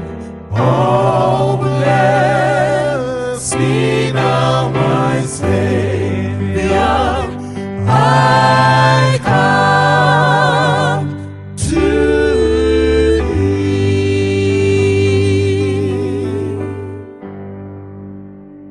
Greetings. Thank you so much once again for joining us on this program, on this platform, as we talk issues to do with stewardship, and our focus is on business and money.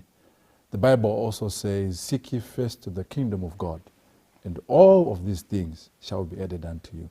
So we believe in God, God who can bless us, and the God who is always there in our lives. Now, on our program today, we have none other than the advocate of no compromise, if I may say, Advocate Mandara. How are you, my good brother? Baba, how are you? I'm well and blessed. Thank you so much. Happy Sabbath. Yes, happy Sabbath to you. Tinotenda Mwari. Mzora nasi tine musorero wenya uri kuti yo start. That's the title for today. When I heard this, I had to my pimples. Ndakatanga kummerera. Kutautara nyaya start. I was waiting kuti nasi tinonzwa kuti kudini. But before we go there, there is one of our listeners. Oh, wonderful. There are many of them, but maybe as we go from a program, we'll be reading Vamanda kubetsereka vachiva nemibvunzo yavai now. And hopefully in future we'll be having a live discussion where we'll be discussing, people asking questions about their business and how they can run their businesses. Now there's someone here, of course they don't want to be mentioned their name. True. But they said, I follow you on Mandara SDA Business Forum, and I must say my husband and I are benefiting a lot.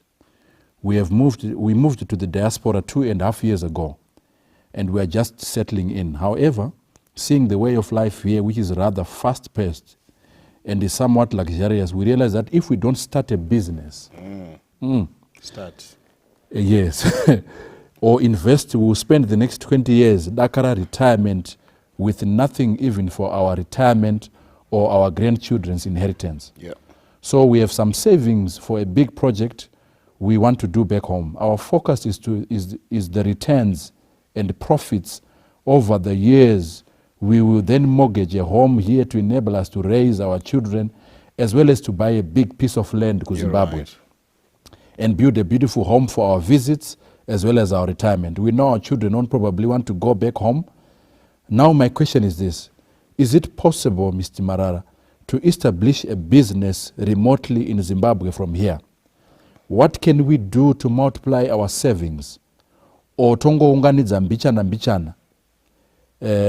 We are also looking to build an empire in the transport, construction, and mining industry back home. We don't want to kusvika 55 years tichingopushana nevarwere muzvipatara. So this is one of our viewers. Yeah. And they have a good plan. That's true. And they have questions here. Maybe you could just answer them, and then we get to the business of the day. You're right. I think you actually mentioned something very interesting. It says they have a good plan. Yes. The Bible in Proverbs chapter 21 verse 5, NLT, says Yes. good planning and hard work Yes. lead to prosperity, but hasty shortcuts lead to poverty. So I think the fundamentals Right. for any business success is to understand something called good planning. And that refers to good strategic planning. And the hard work bit speaks to execution. It's not just work, it's hard work.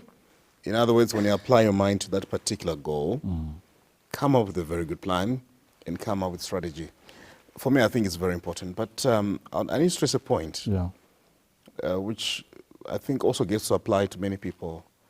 I really want to commend this couple for getting to that level where they seriously reflect about where do we want to be financially?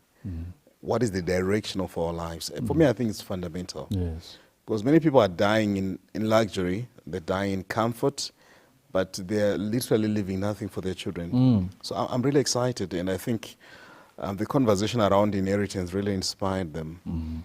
A good man leaves an inheritance for his children's children. So the question is, which they're asking, amongst the many, can we establish a business remotely? Do we necessarily have to be here to start a business? I'll be very honest with you.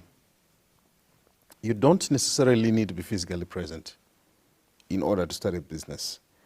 What makes a business, Baba? My systems. Don't know the business. You can have hundreds of properties in Harare. Right. But if you lack systems, you can be running losses. You can be having magonyet, hobo, but all along route ndrongo birwa. So eventually the question comes to the systems. What systems are you putting in place to run your business? I'll give you a very common example of a guy who controls your life, whether they like it or not, called Strive Masiwa. I don't know the last time I was in Zim, but I think it's been a long time. And if you read those stats, he's on number 11, richest black person, not in Africa, in the world. This is a guy who is not even in Zim. This is a guy who has managed to amass considerable wealth from Zimbabwe. This is the guy who has managed to foresee and oversee Iconet becoming the leading communications company in Zimbabwe, expanding regionally, globally as well. But how is he able to do it when he is not in Zimbabwe? Systems. Systems, yeah. So right now, even if he's not going to come to Zimbabwe for the next 10, 20 years, Econet is still going to be going on. Why? Systems. Systems are in place. Kentucky Fried Chicken was started some years ago by David Alan Sanders in Kentucky. Now we have what Kentucky Fried Chicken in Zimbabwe. Several other places in Africa as well. But why is it years after this guy is gone, the guys are not stopping. They're actually expanding systems. McDonald's, I'm giving common international examples here. Right. McDonald's, they've put in place systems that ensure that even in places where they found themselves never stepped foot, they can still be establishing themselves. They are in South Africa, they're in many other places in Africa. Globally, they're there. And those guys are making millions every day. Right. Systems. So I think we need to understand that business is all about putting systems in place. Right. Those systems are going to be able to ensure that you get the results that you particularly want. So It's very possible to be in Zimbabwe and seeing your business collapse. It is also very possible to be in the diaspora and running your business successfully. So what systems would you put in place in order to ensure that you can run your business successfully? This relates as well to the hiring itself. Who are the people that you're going to put in place? What are the accountability systems that are going to place?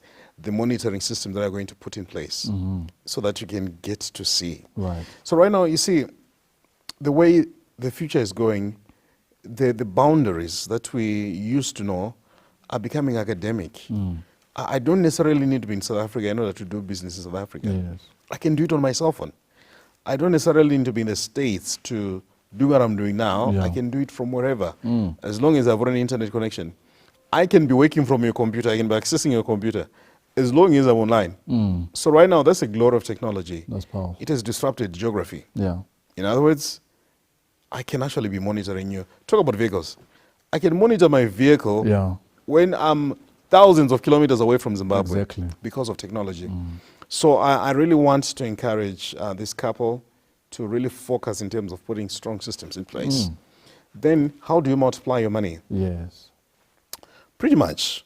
You can invest if there are other options that are so reliable that can give you decent interest rates, but also that can actually secure that investment. There are many options that you can actually explore. Other option is entrepreneurship. If there are some opportunities that you can take up, which might not necessarily be in the greatest scheme, but something that can actually help you multiply your money, you can do that.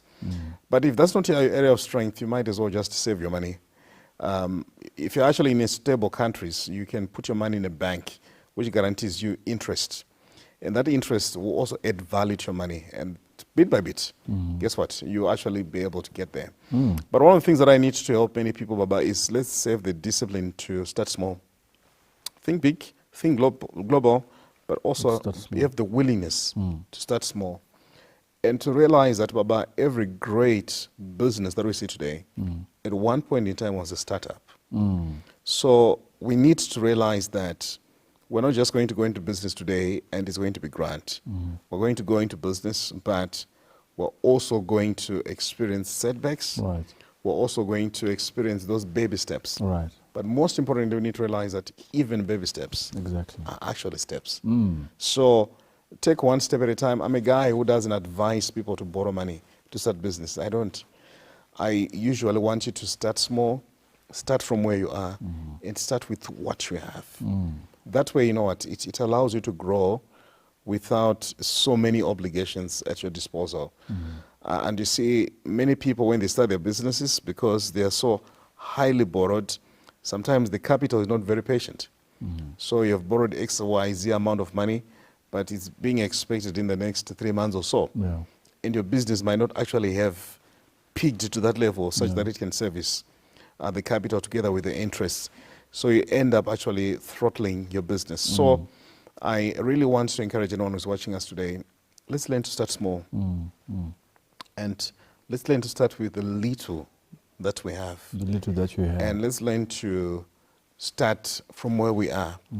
That way, it's going to enable us to go through the process of growth without necessarily crippling ourselves or setting ourselves up for defeat in terms of the obligations that would have accumulated at the start of our business. Right. Wow.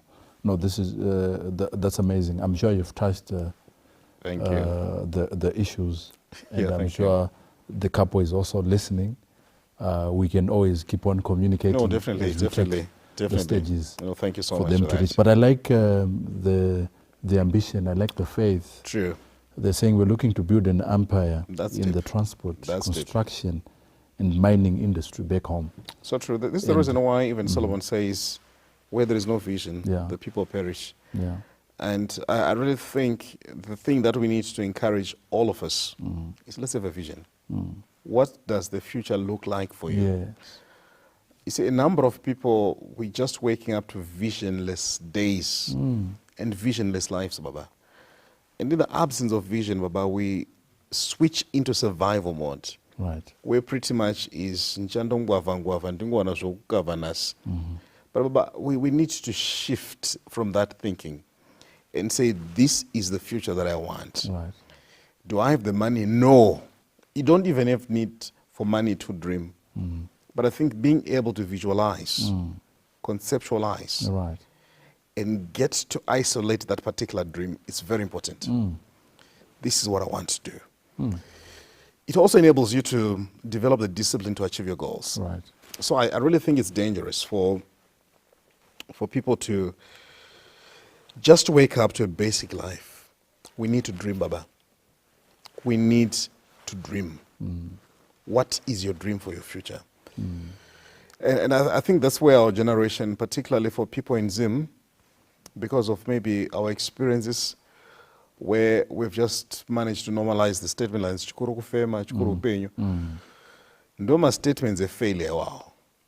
It can't be chikuru upenyu, chikuru kufema, tararama. But you see, our Creator also expects us to manifest the greatness, to be fruitful, to multiply, to replenish in whatever area that we do. Beautiful.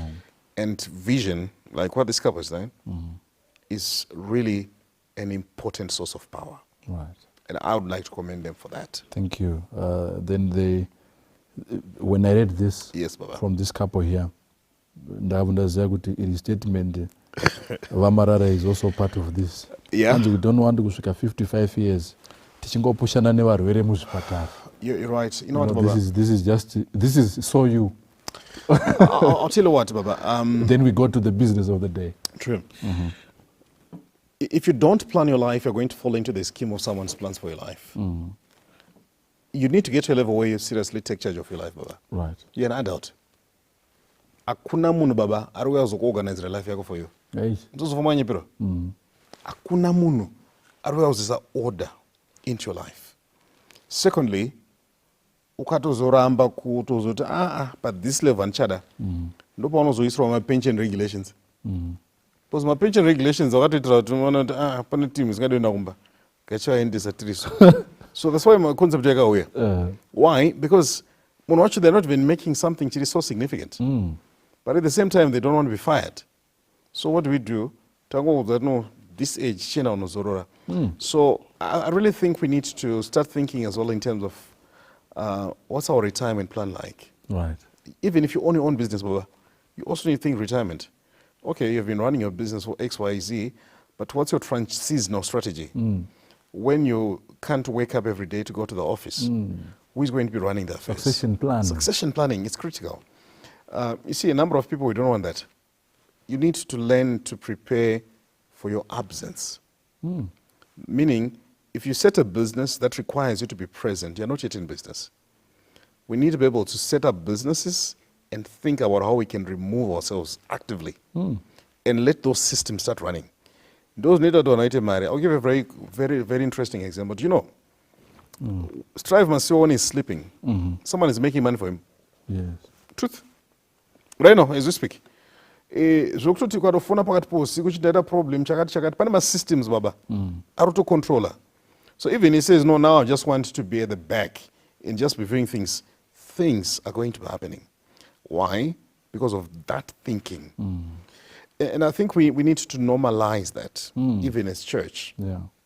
Say, guys, but my business, whatever we're trying to do, right. Let's also do that with succession in mind. Tisafane ma business edu. Wanakonda kufana ma business. Next thing baba fa business rafa unza ngakaromba. Akusukuromba. It's because mam torine absence yema systems. Apatorina succession plan. And the next thing muriese to the surprise okay ndo zvaitwa na baba. So if you've got children, mentor them in business. If you identify talent that you can rely, mentor that talent. Inobatsira baba kuti tive nema businesses are generational. But you see, a number of us were not going to be able to create my generational business because I can't madiri. And we need to distinguish madiri and business. Madiri chamuka nyama. Businesses were coming up with things. Systems in place. Structure. Yeah, that's why, you know what, besides this operation in Mbinga mtondo. Awana ma systems on isa. Awana ma system babaga, awamba kuzindri Mbinga. Kana, no, they are really busy minding their business. Kune madira. Madiri. So a business. So wanarum business yao awana noise. Madila ndo ane noise. Look at that. So go on social media. Vanhu vanoita noise madhila nevanoda kupretenda kunge zvinhu zviri kufamba but vanhu vari mubusiness yavo baba havana time yese yepi awana they're busy. I think, Mr. Mandara, the advocate, Yeah. we will need to do another lesson on succession plan. I think we should actually do that. And I'm sure in the Bible there are stories about succession. So many of them. So we will need to discuss those. Let's do that. But yeah. then let's get to the business of the day. It depends. Let's do it. Start. Sure. The Indo ya nas. So what is interesting. it all about starting? It's simple, Baba. You just have to start. You see, a number of people will tell you, no, I want to do 1, 2, 3, 4, 5. Oh, no, no, rara. Nothing is going to happen until you start. All right. Simple. Write a license. Start doing the things that will give you a license. Simple. Go and register for a provisional license. Prepare.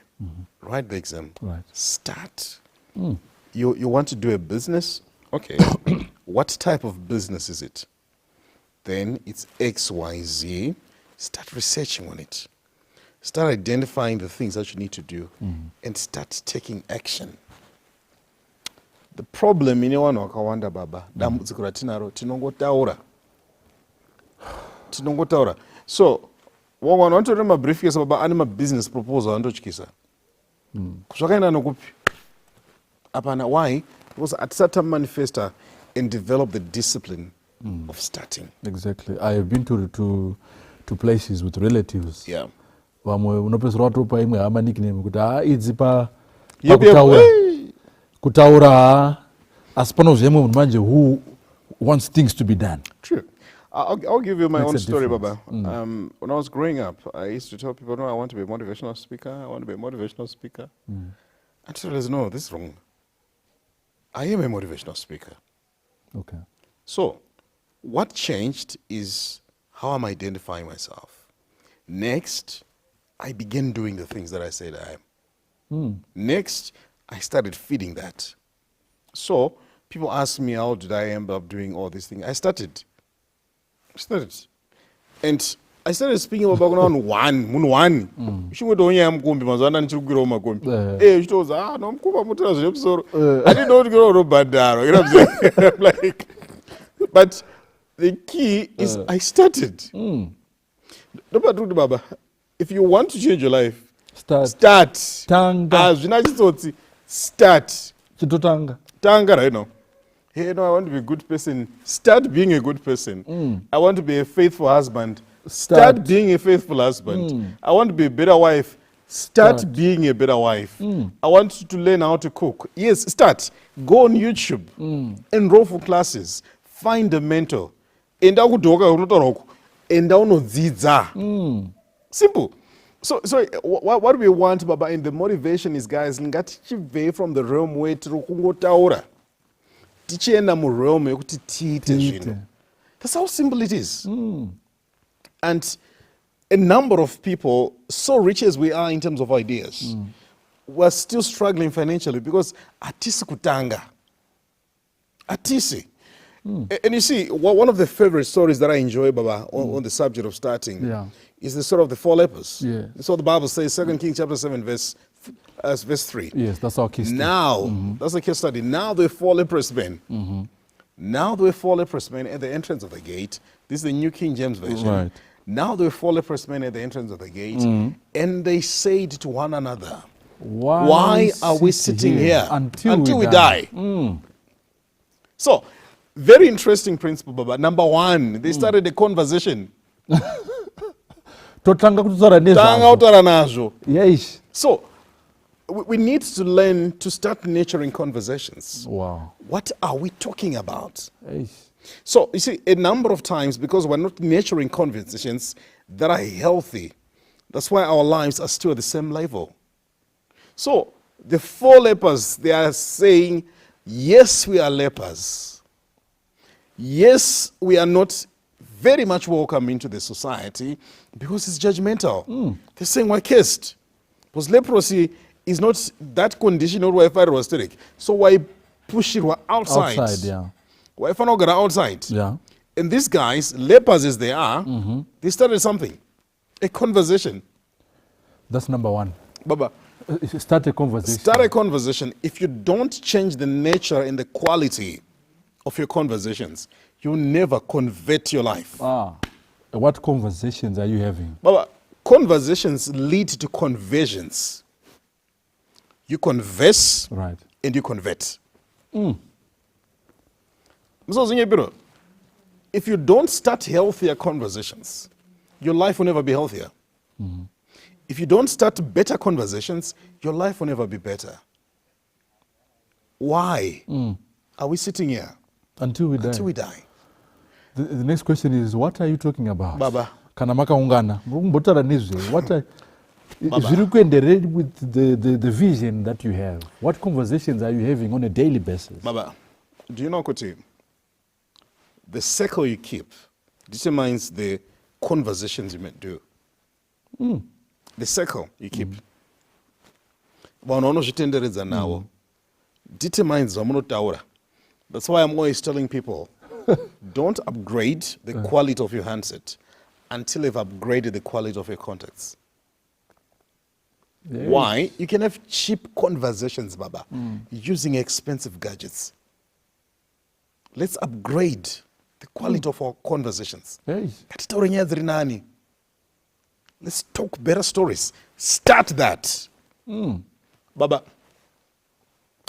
there's a definition of a type of organization. So a group of broke people talking about people is called a non-profit organization.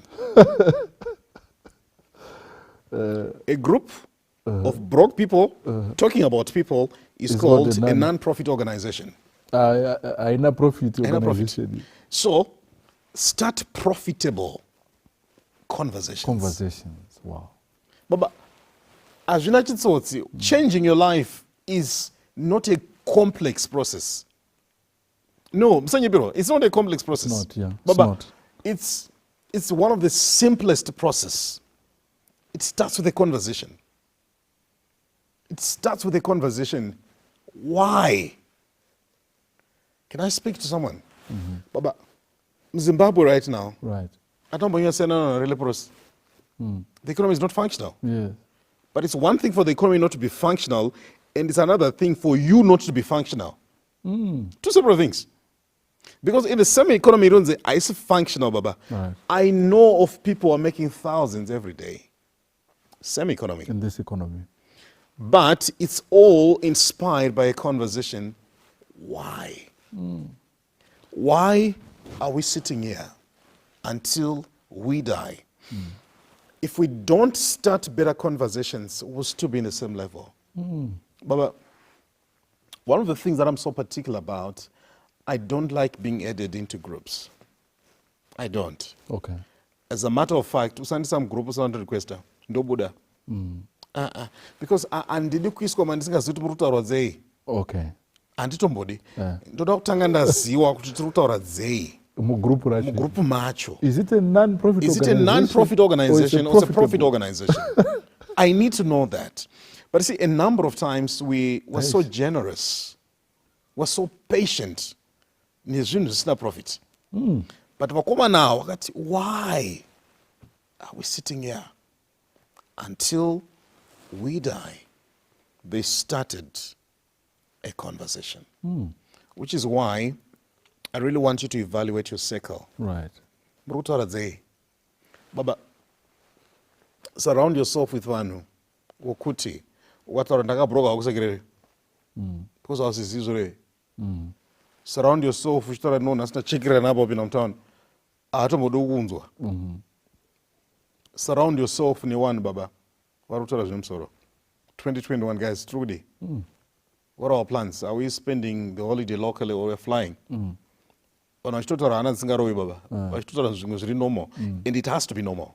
Why? Because the circle you keep determines the answer. Imagine these four lepers. Yes, Baba. Pawanga vasangana vakagara. Why? Obvatanga ngoti pakaipa. Uyobvata pakaipa. Uyasingoti group round vanogara singoti pakaipa. Baba, you actually be shocked. One thing that really wrecks my heart, it really pains me, Baba, is I want you to look at the views on this short right now. We're talking life-changing material here. Yes, true. But in Dai, when there's some funny pages on Facebook, on Instagram, Paruito Makuwa, Parunyewa one, 7,000 likes, 7,000 viewers, 850 shares. 850 shares, 8,000 shares. It is spread all over. The next thing, when you find something, chirokitwa viral, it's because maybe paramuna dongo batwa batwa. Those are true. But guys, nema dura rokita data baba. Why are you wasting it on things that are not going to change your life? Why don't you use that data to watch my good friend Elder Machano? Vachikupa my points. Right. Guys, why don't you watch wisdom? Right. I want us to make normal these conversations. This conversation, true. Kuti baba augoni kusora uchitamba nevanhu vasina zvari kutamba zvari kubata zvine musoro. Augoni. Start positive conversations. Start life-changing conversations. And start upgrading your contacts. Baba, if you surround yourself with 9 broke people, you'll be number 10. True. As you see, Baba, one of the things that I need you to learn to realize is you need to be very selective about your inner circle. Very selective. Do you know Jesus said to pick 12 people? 1, 2, 3, 4, 5, 6, 7, 8, 9, 10, 11, 12. The circle is important. So number 1, let's start a conversation. Let's start a conversation. Why? Then I want you to learn to start taking responsibility as well. So I'm a leper. I'm an orphan. Guys, I want to help you. If you're watching me right now, as an explanation yeurombe. Ngazvinyadzise iwe wane mazino kaya. Uri tokwanisa kutojusa data manje. And they're explaining urombe, the failure of our parents. But right now, you know what? One of the problems that Trugitam society, and the one was through without total responsibility. Talk about these guys. Baba, they had a perfect explanation why they were where they are. Guys, life is not fair. People don't like us. To treat us as second-class citizens. Baba, they could. And I want to help you as well, guys. The conditions may actually be perfect to explain where you are, but it doesn't change where you are. Yes. Yay. You might have very good excuses, very good explanations. That's not going to change where you are. So look at the number of times I interact with people I'm speaking on radio. Hey, life. Learn to speak for yourself. Stop asking questions for people who are not there. Speak for yourself. Take responsibility. Baba, Zimbabwe, guys, let me be blunt. Zimbabwe, the conditions are right and they are ripe for Chirombe.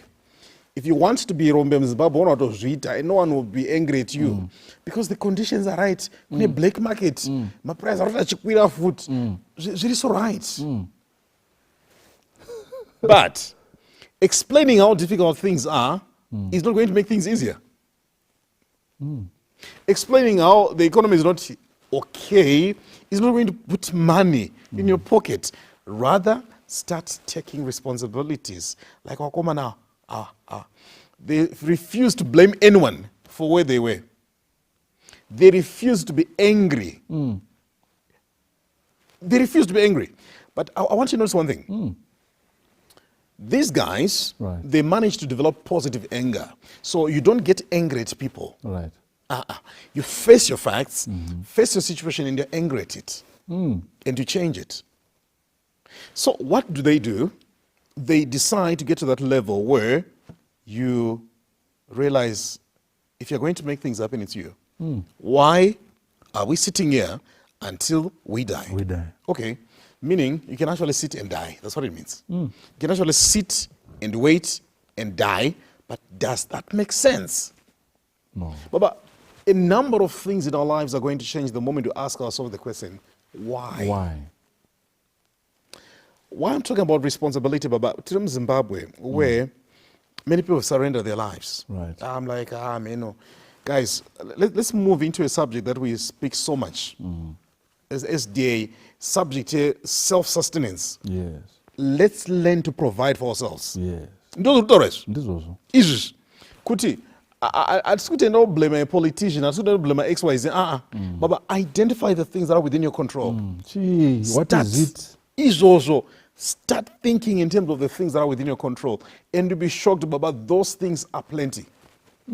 Baba, those things that are within your control, they're so plenty. Baba, there's no politician who determines how many hours you sleep. There is no politician who tells you who and where to spend your time. There is no politician who tells you light TV. Akuna. It's within your control. There is no politician. Baba knows that it's some bundles ku data instead of a small business. Spinamari, Tanganamari Shoma. I want you to be me, Baba. Ukataza with a business $100. Don't think you do it with 1,000. Hey. It's the discipline. It's the discipline. The discipline, Baba, to start with little, to start with nothing, and to say, I'm going to create something. But it requires me to take responsibility. Moses, what is in your hands? What is in your hands? And I want it's so interesting, Baba. I want you to realize how God starts addressing you and my excuses. Moses says, no, doka kama. And God addresses that. Jeremiah, no, I'm young. He addresses that. Isaiah has issues. God addresses that. Yeah. Why? Because he's saying you are enough. Yes. You are enough. If there was anything else that you would need, he would have given you. You are enough as you are. But he says somehow we've been programmed to think, no, Andina 1, 2, 3, 4. No, Baba, you are. You're the man for the job. Enough. You are the right person for the job. Gideon. Why are we sitting here until we die? Let's start better conversations.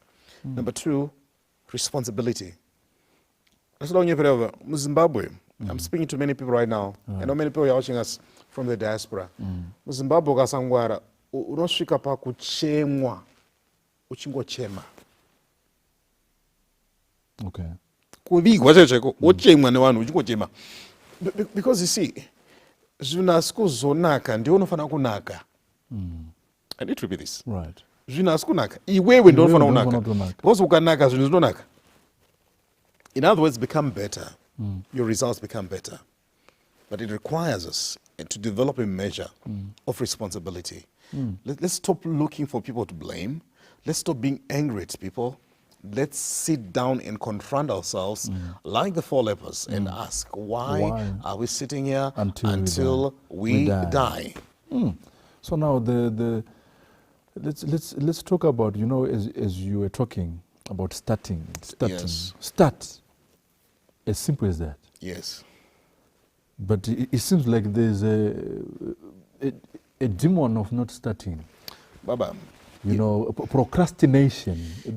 Because if you are someone who can write down ideas, there are some people who are failing to put a schedule, to say, but they don't do it. I'll tell you what, Baba, there's something called discipline. It's very critical. And I'm always telling our boys, guys, Zimbabweans, they don't necessarily need discipline, deliverance. They need discipline. We don't need deliverance, we need discipline. Many people, what I actually need is discipline. Discipline, Baba, is forcing yourself to do what you don't feel like doing. That's discipline. So you don't feel like reading, discipline says read. You don't feel like going into your computer, checking those emails, replying those emails, discipline says do it. You don't feel like writing that project, which you know very well that you need to write, discipline says do it. Do you know about Africa? We pray for everything. Yeah. Some are even praying for starting. Anyway, Baba, you don't need that. I want you to notice one thing, and I'm going to show you just now. The bulk of the things that we're praying for, we don't need to be praying for. My God. Baba, you don't need to pray for your car to start. Service it. Inomuka. Inomuka. Think about. Kana fuel yapera, you don't need prayer. Okay. And down is a fuel. Okay. But you see, some or many people, panoda kunamataka, ndo patoda kushanda. Okay. Panoda kushandwa ndo patoda kunamata. Azubudi. Ways. So we need to have an understanding that discipline is key. Let's go to these guys. This case study. Why are we sitting here today? Conversation. 2, they refuse to be victims. They take responsibility. Right. Thirdly, I want you to notice one thing. Right. They nurture a decision. So they've made a decision that we're not going to be victims. So what do? They say, no, guys, if we sit here, right. If we decide to go back into the city, I'm not miramushu. Tofa foot. And I want you to read the Message Bible. This is what it says. Now, let us take our chances. That's what the Message Bible says. Now, let us take our chances and throw ourselves at the camp of Aram. Do you know what they're doing? They're starting to weigh their options. Yes. Okay. Everybody. And they go problem. So these guys were besieged. That's what was happening. Nothing is coming in, nothing's going in. Right. So nothing is coming in, nothing is going out. So they're besieged. So now they're saying, Andy, problem. Yeah, this is sweet. Let me just read it here. It says, if we say, we will enter into the city, then the famine is in the city, and we shall die there. And if we sit still here, we die also. Now therefore, come and let us fall unto the host of the Syrians. If they save us alive, we shall live. And if they kill us, we shall but die. Baba. Read Read the Message. It says, let's take our chances, throw ourselves. Right. We have got nothing to lose. That's what the Message have Bible. nothing to lose. Nothing to lose. Baba. Wagara wakabhuruka iwewe. Wagara hauna. If you start a small business, watosimudza an opportunity to change your life. Start learning to take more risks. The reason why many people are going to remain poor is because we're not willing to take risks. We are stingy. Baba, asitorina mari anzi ndozovharwa kozvikafela iwo but urikufela ka. Hey, so what did this guy say? They realized guys in one way or the other totofa. Right. Don't know uchija quality yokufa kwacho. In other words, instead of waiting here to die, it's better to monofira ukuku. Kana wazoti awona dabra na msoroka. It's better to fira ikoko. And imagine the eulogy. Dai vakaenda over vanofa. Baba. Vanhu vaivavige vaitaura kuti varume vakatraya. Baba. You would rather die uchinzi muchinda uyu aizama. And that's so deep, eh? And I want you to notice what happens from that story. These guys didn't end up at talking one day. I want you to read the Bible. Just read the next verse. Read the next verse. And they rose up in the twilight. They rose up. That's starting. That's action. They rose up at twilight. Baba. Aona kugumira mukutaura. Aona kuti takupinda mu prayer band. Tapedza kutaura. Let's act. Action. Dai muri muAfrica muna nawo boys awa. Mainzi wanzi tanga watomboita imwe session. 30 hours vachibinda the devil. Mwemadzinza ema-ancestors and so forth. But wakomana wapedza kutaura. They said, okay, tataura. So what's the best time? Twilight. Let's do twilight. At least we can save energy. Right. We can go there. They rose. And this is what many people need to do, Baba. We need to rise. Start. Now, I want you to notice one thing that happens. And they rose up in the twilight to go unto the camp of the Syrians. And when they were come to the uttermost part of the camp of Syria, behold, there was no man there. Read the Message. It says, surprise, surprise. There was no one. I want you to notice one thing.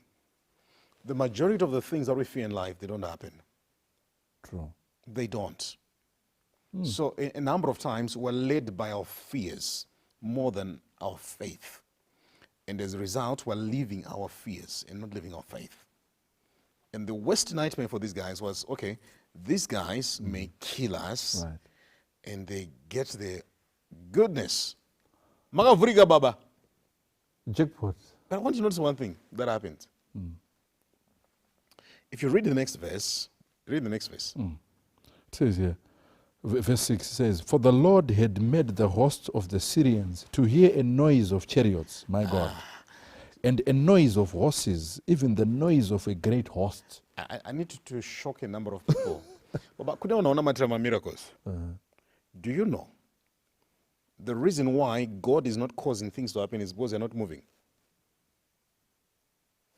The miracle took place when the lepers rose. So tsoka dziedza dzemalepa baba dzakaita kuti Mwari uku kukembo kuvaite kuti vanhu vanzwe nzi kune mabhiza ari kuuya, because there were people who took a step of faith. So people are delaying their own breakthroughs by not starting. Take that step. So I want you to realize one thing. When boys are not saying camp, the Syrians remained in their camp when these guys were talking. Right. But the Syrians ran away when these guys started walking. Yeah. So you are delaying yourself by not starting. The miracle is in starting. The breakthrough is in starting. Why? Because you see, there's something that action does. Right. It's a confirmation of faith. True. It's a confirmation of faith. And you see, there's nothing that excites God as people with faith and who take action on the faith. And I want you to realize one thing that happens with these guys. They changed the story for the entire city. Because when these guys went to the camp, lots of food, and they even say, guys, mwaranga mbotufari tikangonzita chikatega. Ngatitumire shoko. Ngatitumire shoko. Kuti guys, kuno kwanani. Kwavurika. And guess what? The people who were supposed to be a program and the beneficiaries of a social welfare program, they turned the matrix, then they are now responsible for feeding an entire city. Baba, where you start is not where you're going to end. It's a consequence of an understanding of the power of starting. Is it easy? No. Do I have to do it? You're doomed if you don't do it. You're doomed, Baba. You need to do it. What is it? Got a number, do it, start. Start. Start. Start. 1 or 2 new skills. Start. Take that step of faith. Start something that will liberate you. You see, Baba, I need to help people. Right. What God has done by giving us the word is to give us principles. Do you know what he expects us when he gives you principles? Right. Activate them. Activate them. But I'm yet to see when I end up kitchen, I got some ingredients. Father, I command sadza. Akuna baba. But what do we do when you go home kitchen? When I'm saying I'm cooking, you are activating a process. Yes. That's what's happening. And many of us, it is one, we're trying to command the sadza. You see, this is the failing of our continent. This is the failing of our continent. Why is it God-loving people are failing in life? And I want you to know one thing that happens, Baba. God opens the Red Sea for the Israelites. Right. But he doesn't lift the leg of any of the Israelites. That's powerful. No, he doesn't. He doesn't move the legs of any of the Israelites. He wants them to start. He wants them to take that step. Move the next leg. Move the next leg. Verenga that story. Akuna munhu akasumudzwa naMwari akatakurwa paipai. Famba yana boys. Ngatifambe. But you see, when I go to Red Sea, tosumudzwa on top of that. Kuti kana makatomira somoti zvani mwari vhurai red sea yovhura mati mwari chindisimudzai chindisimudzai ndo level yatinaona wakawanda tiri kunamatira breakthrough mabusiness edu we're not investing in our businesses tiri kunamatira financial breakthrough we're not doing anything connected to financial wellness we're not doing anything we're not hatisi kuverenga mari tiri kurara baba kukombitana vanhu vakafa baba then tofunga kuti we're going to be successful in the land of the living nemarariro aya ekuti unokomblena madzikira iwo uchitsvage mugumbezi nemabhurokero wakaita nayo baba vanhu vakawanda tiri kuita mari but we're not willing to make the sacrifices tinoiti one warikuita mari start realizing that things are not just going to start until you start greatness is in beginning if you want to be great if you want to be successful begin start and that's how simple it is so you see a number of times many people my resolutions akanaka gore chitanga and they fail why they're not starting and that's my challenge to everybody. That is an African problem really to say tatanyora my resolution action hapana baba this is the reason why I was saying even wamwa todanana nemunhu cha action ekuroora hapana baba pane zvakadai we are not men of action you see but of planning tiriko I think this is where we miss it because even look at my businesses they invest lots of money in strategic planning sessions they hire my facilitators hire expensive venues come up with my blueprints guess what taenda kubhekwa basa tongorivhara hatina basa nazvo next thing let's do a review realize hapana zvaitwa hatina discipline follow through so what did you set up to do? One. Number two, when are you going to do it? Number three, who is your accountability partner? You need to have my accountability partners, baba. How far? Zvinodiwa izvozvo. Baba, you don't need motivation in life. You need to be serious. If you need motivation, right. You need to be serious. You need to be serious. That's why I'm always telling people, and did I message Jones, you can do it. And that message, could I message you can do it? That's not my message because I know you can do it. Be serious. No, be serious. I know you can do it. Why are you not doing it? That's my message. Why? Because I know you can change your life. Right. I know you can grow your business. I know you can develop your business. Why are you not doing that? Discipline is needed. Discipline for you to get to the next level because you realize that many times you are moving from here, you're going to the shops, osangana noamwana vari kuenda kwavari kubva baba then auchaende kumashops that's like discipline and you end up following maplans evamwe vanhu true because you don't have discipline. That's lack of discipline. And you know what, I want you to ask yourself right now, if you had been more disciplined in your life, where do you think your life would be right now? Look at your finances right now. Right. If you had been more disciplined in the way that you do your things, where do you think your life would be?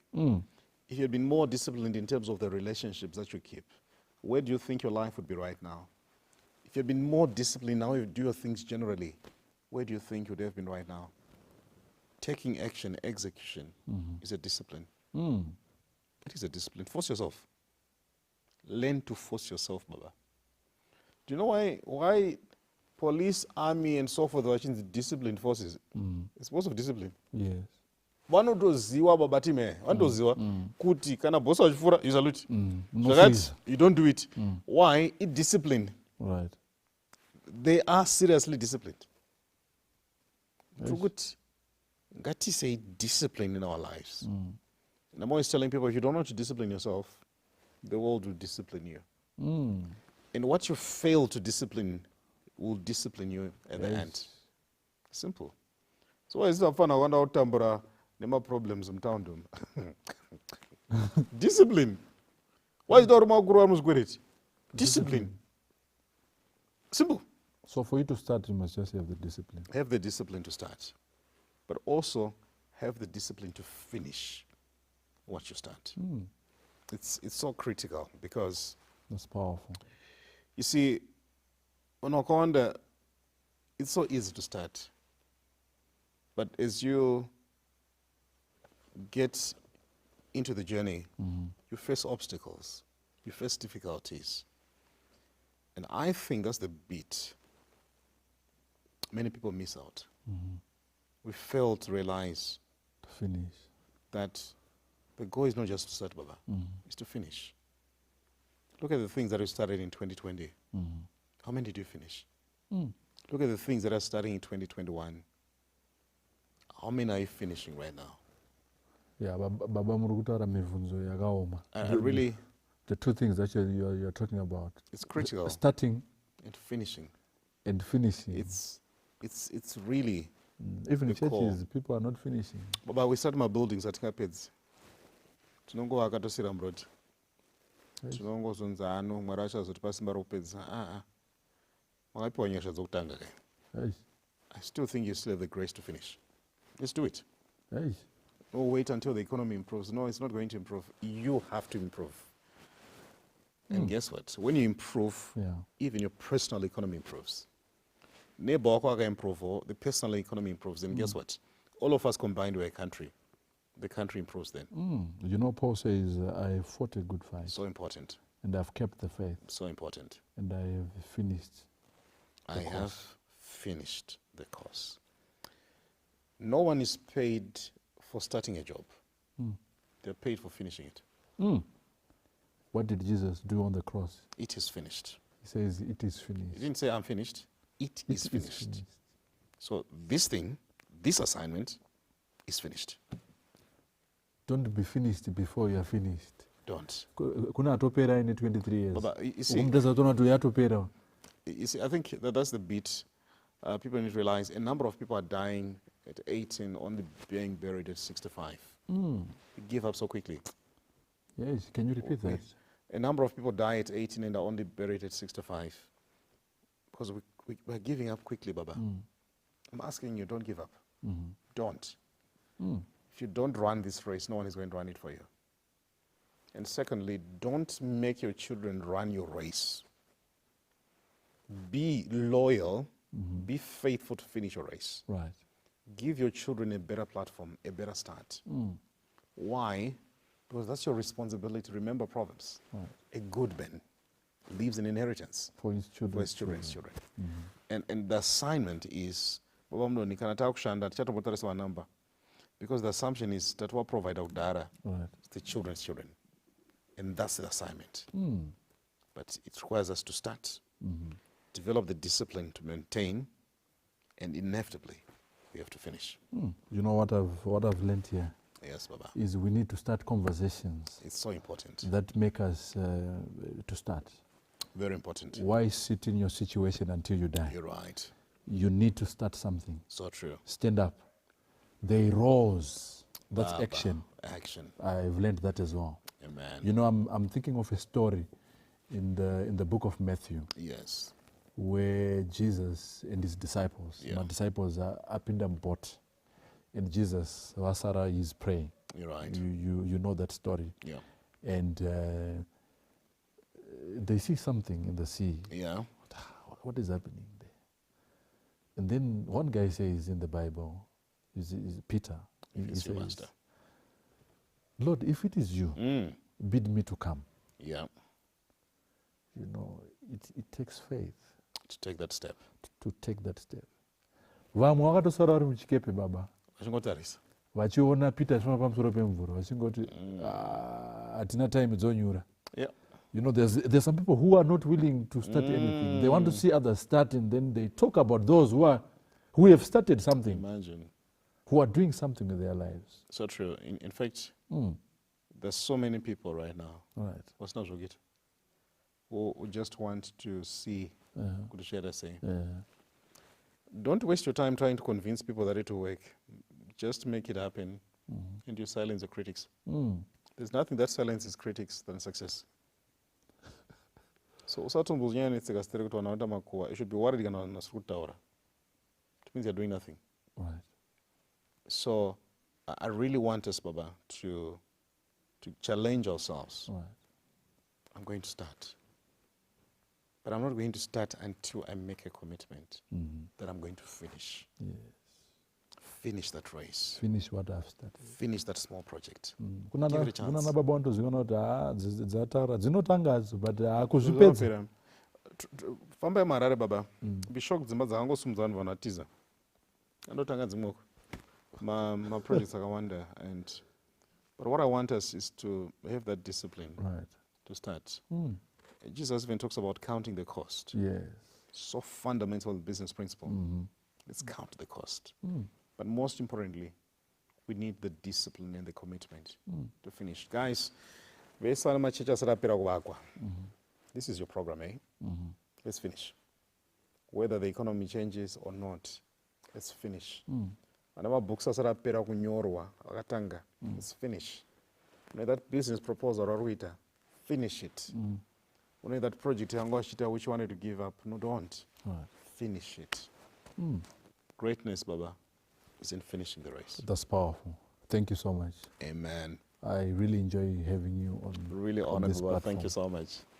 Starting is something else. Amen. And finishing again It is something else. You're right. Azvidinganga Zoda tingotanga tipedze zvatinenge So true, we need that. Mwari anotibetsera. Amen. Toda kutenda vana vaMwari, we believe that you have been blessed. The power is in starting. Whatever you are into, just start. And those who have already started, let us finish what we have started. And God will surely bless us. Shall we pray? Baba wedu amsoro kudenga toda kutendai. Thank you so much for the powerful word. Thank you for these lessons. Give us the wisdom and the knowledge for the time such as this. Hallelujah. Why sit here until we die, O Lord? We want to rise up. Amen. We want to go places. We want to dream. We want to be men of action. We want to be women of action. Amen. When all is said and done, Lord, we want to leave an inheritance for our children's children. Amen. You say in your word, Lord, there is nothing that is impossible to those who believe. And as we pray right now, we are believers and we believe in your word.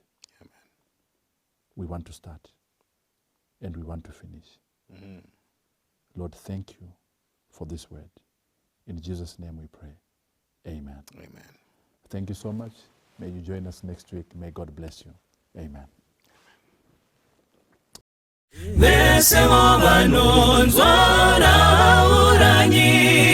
Sokora kanaka murese pasi kuti vanhu vese ngarinzveri uyo unoda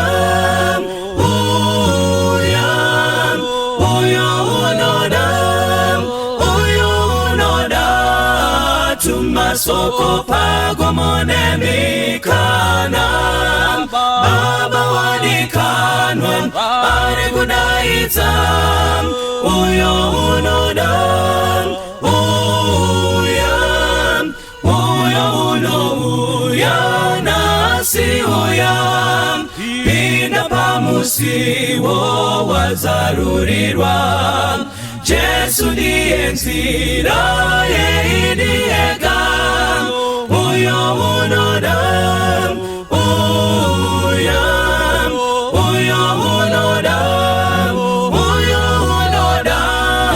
tumasoko pagomonemikana baba wadikanwa ari kudaidza uyo unoda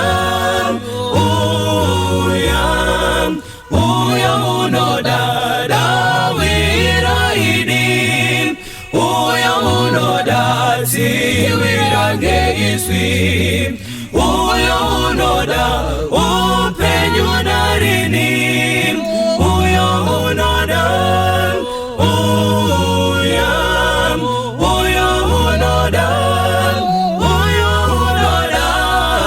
tumasoko pagomonemikana baba wadikanwa ari kudaidza uyo unoda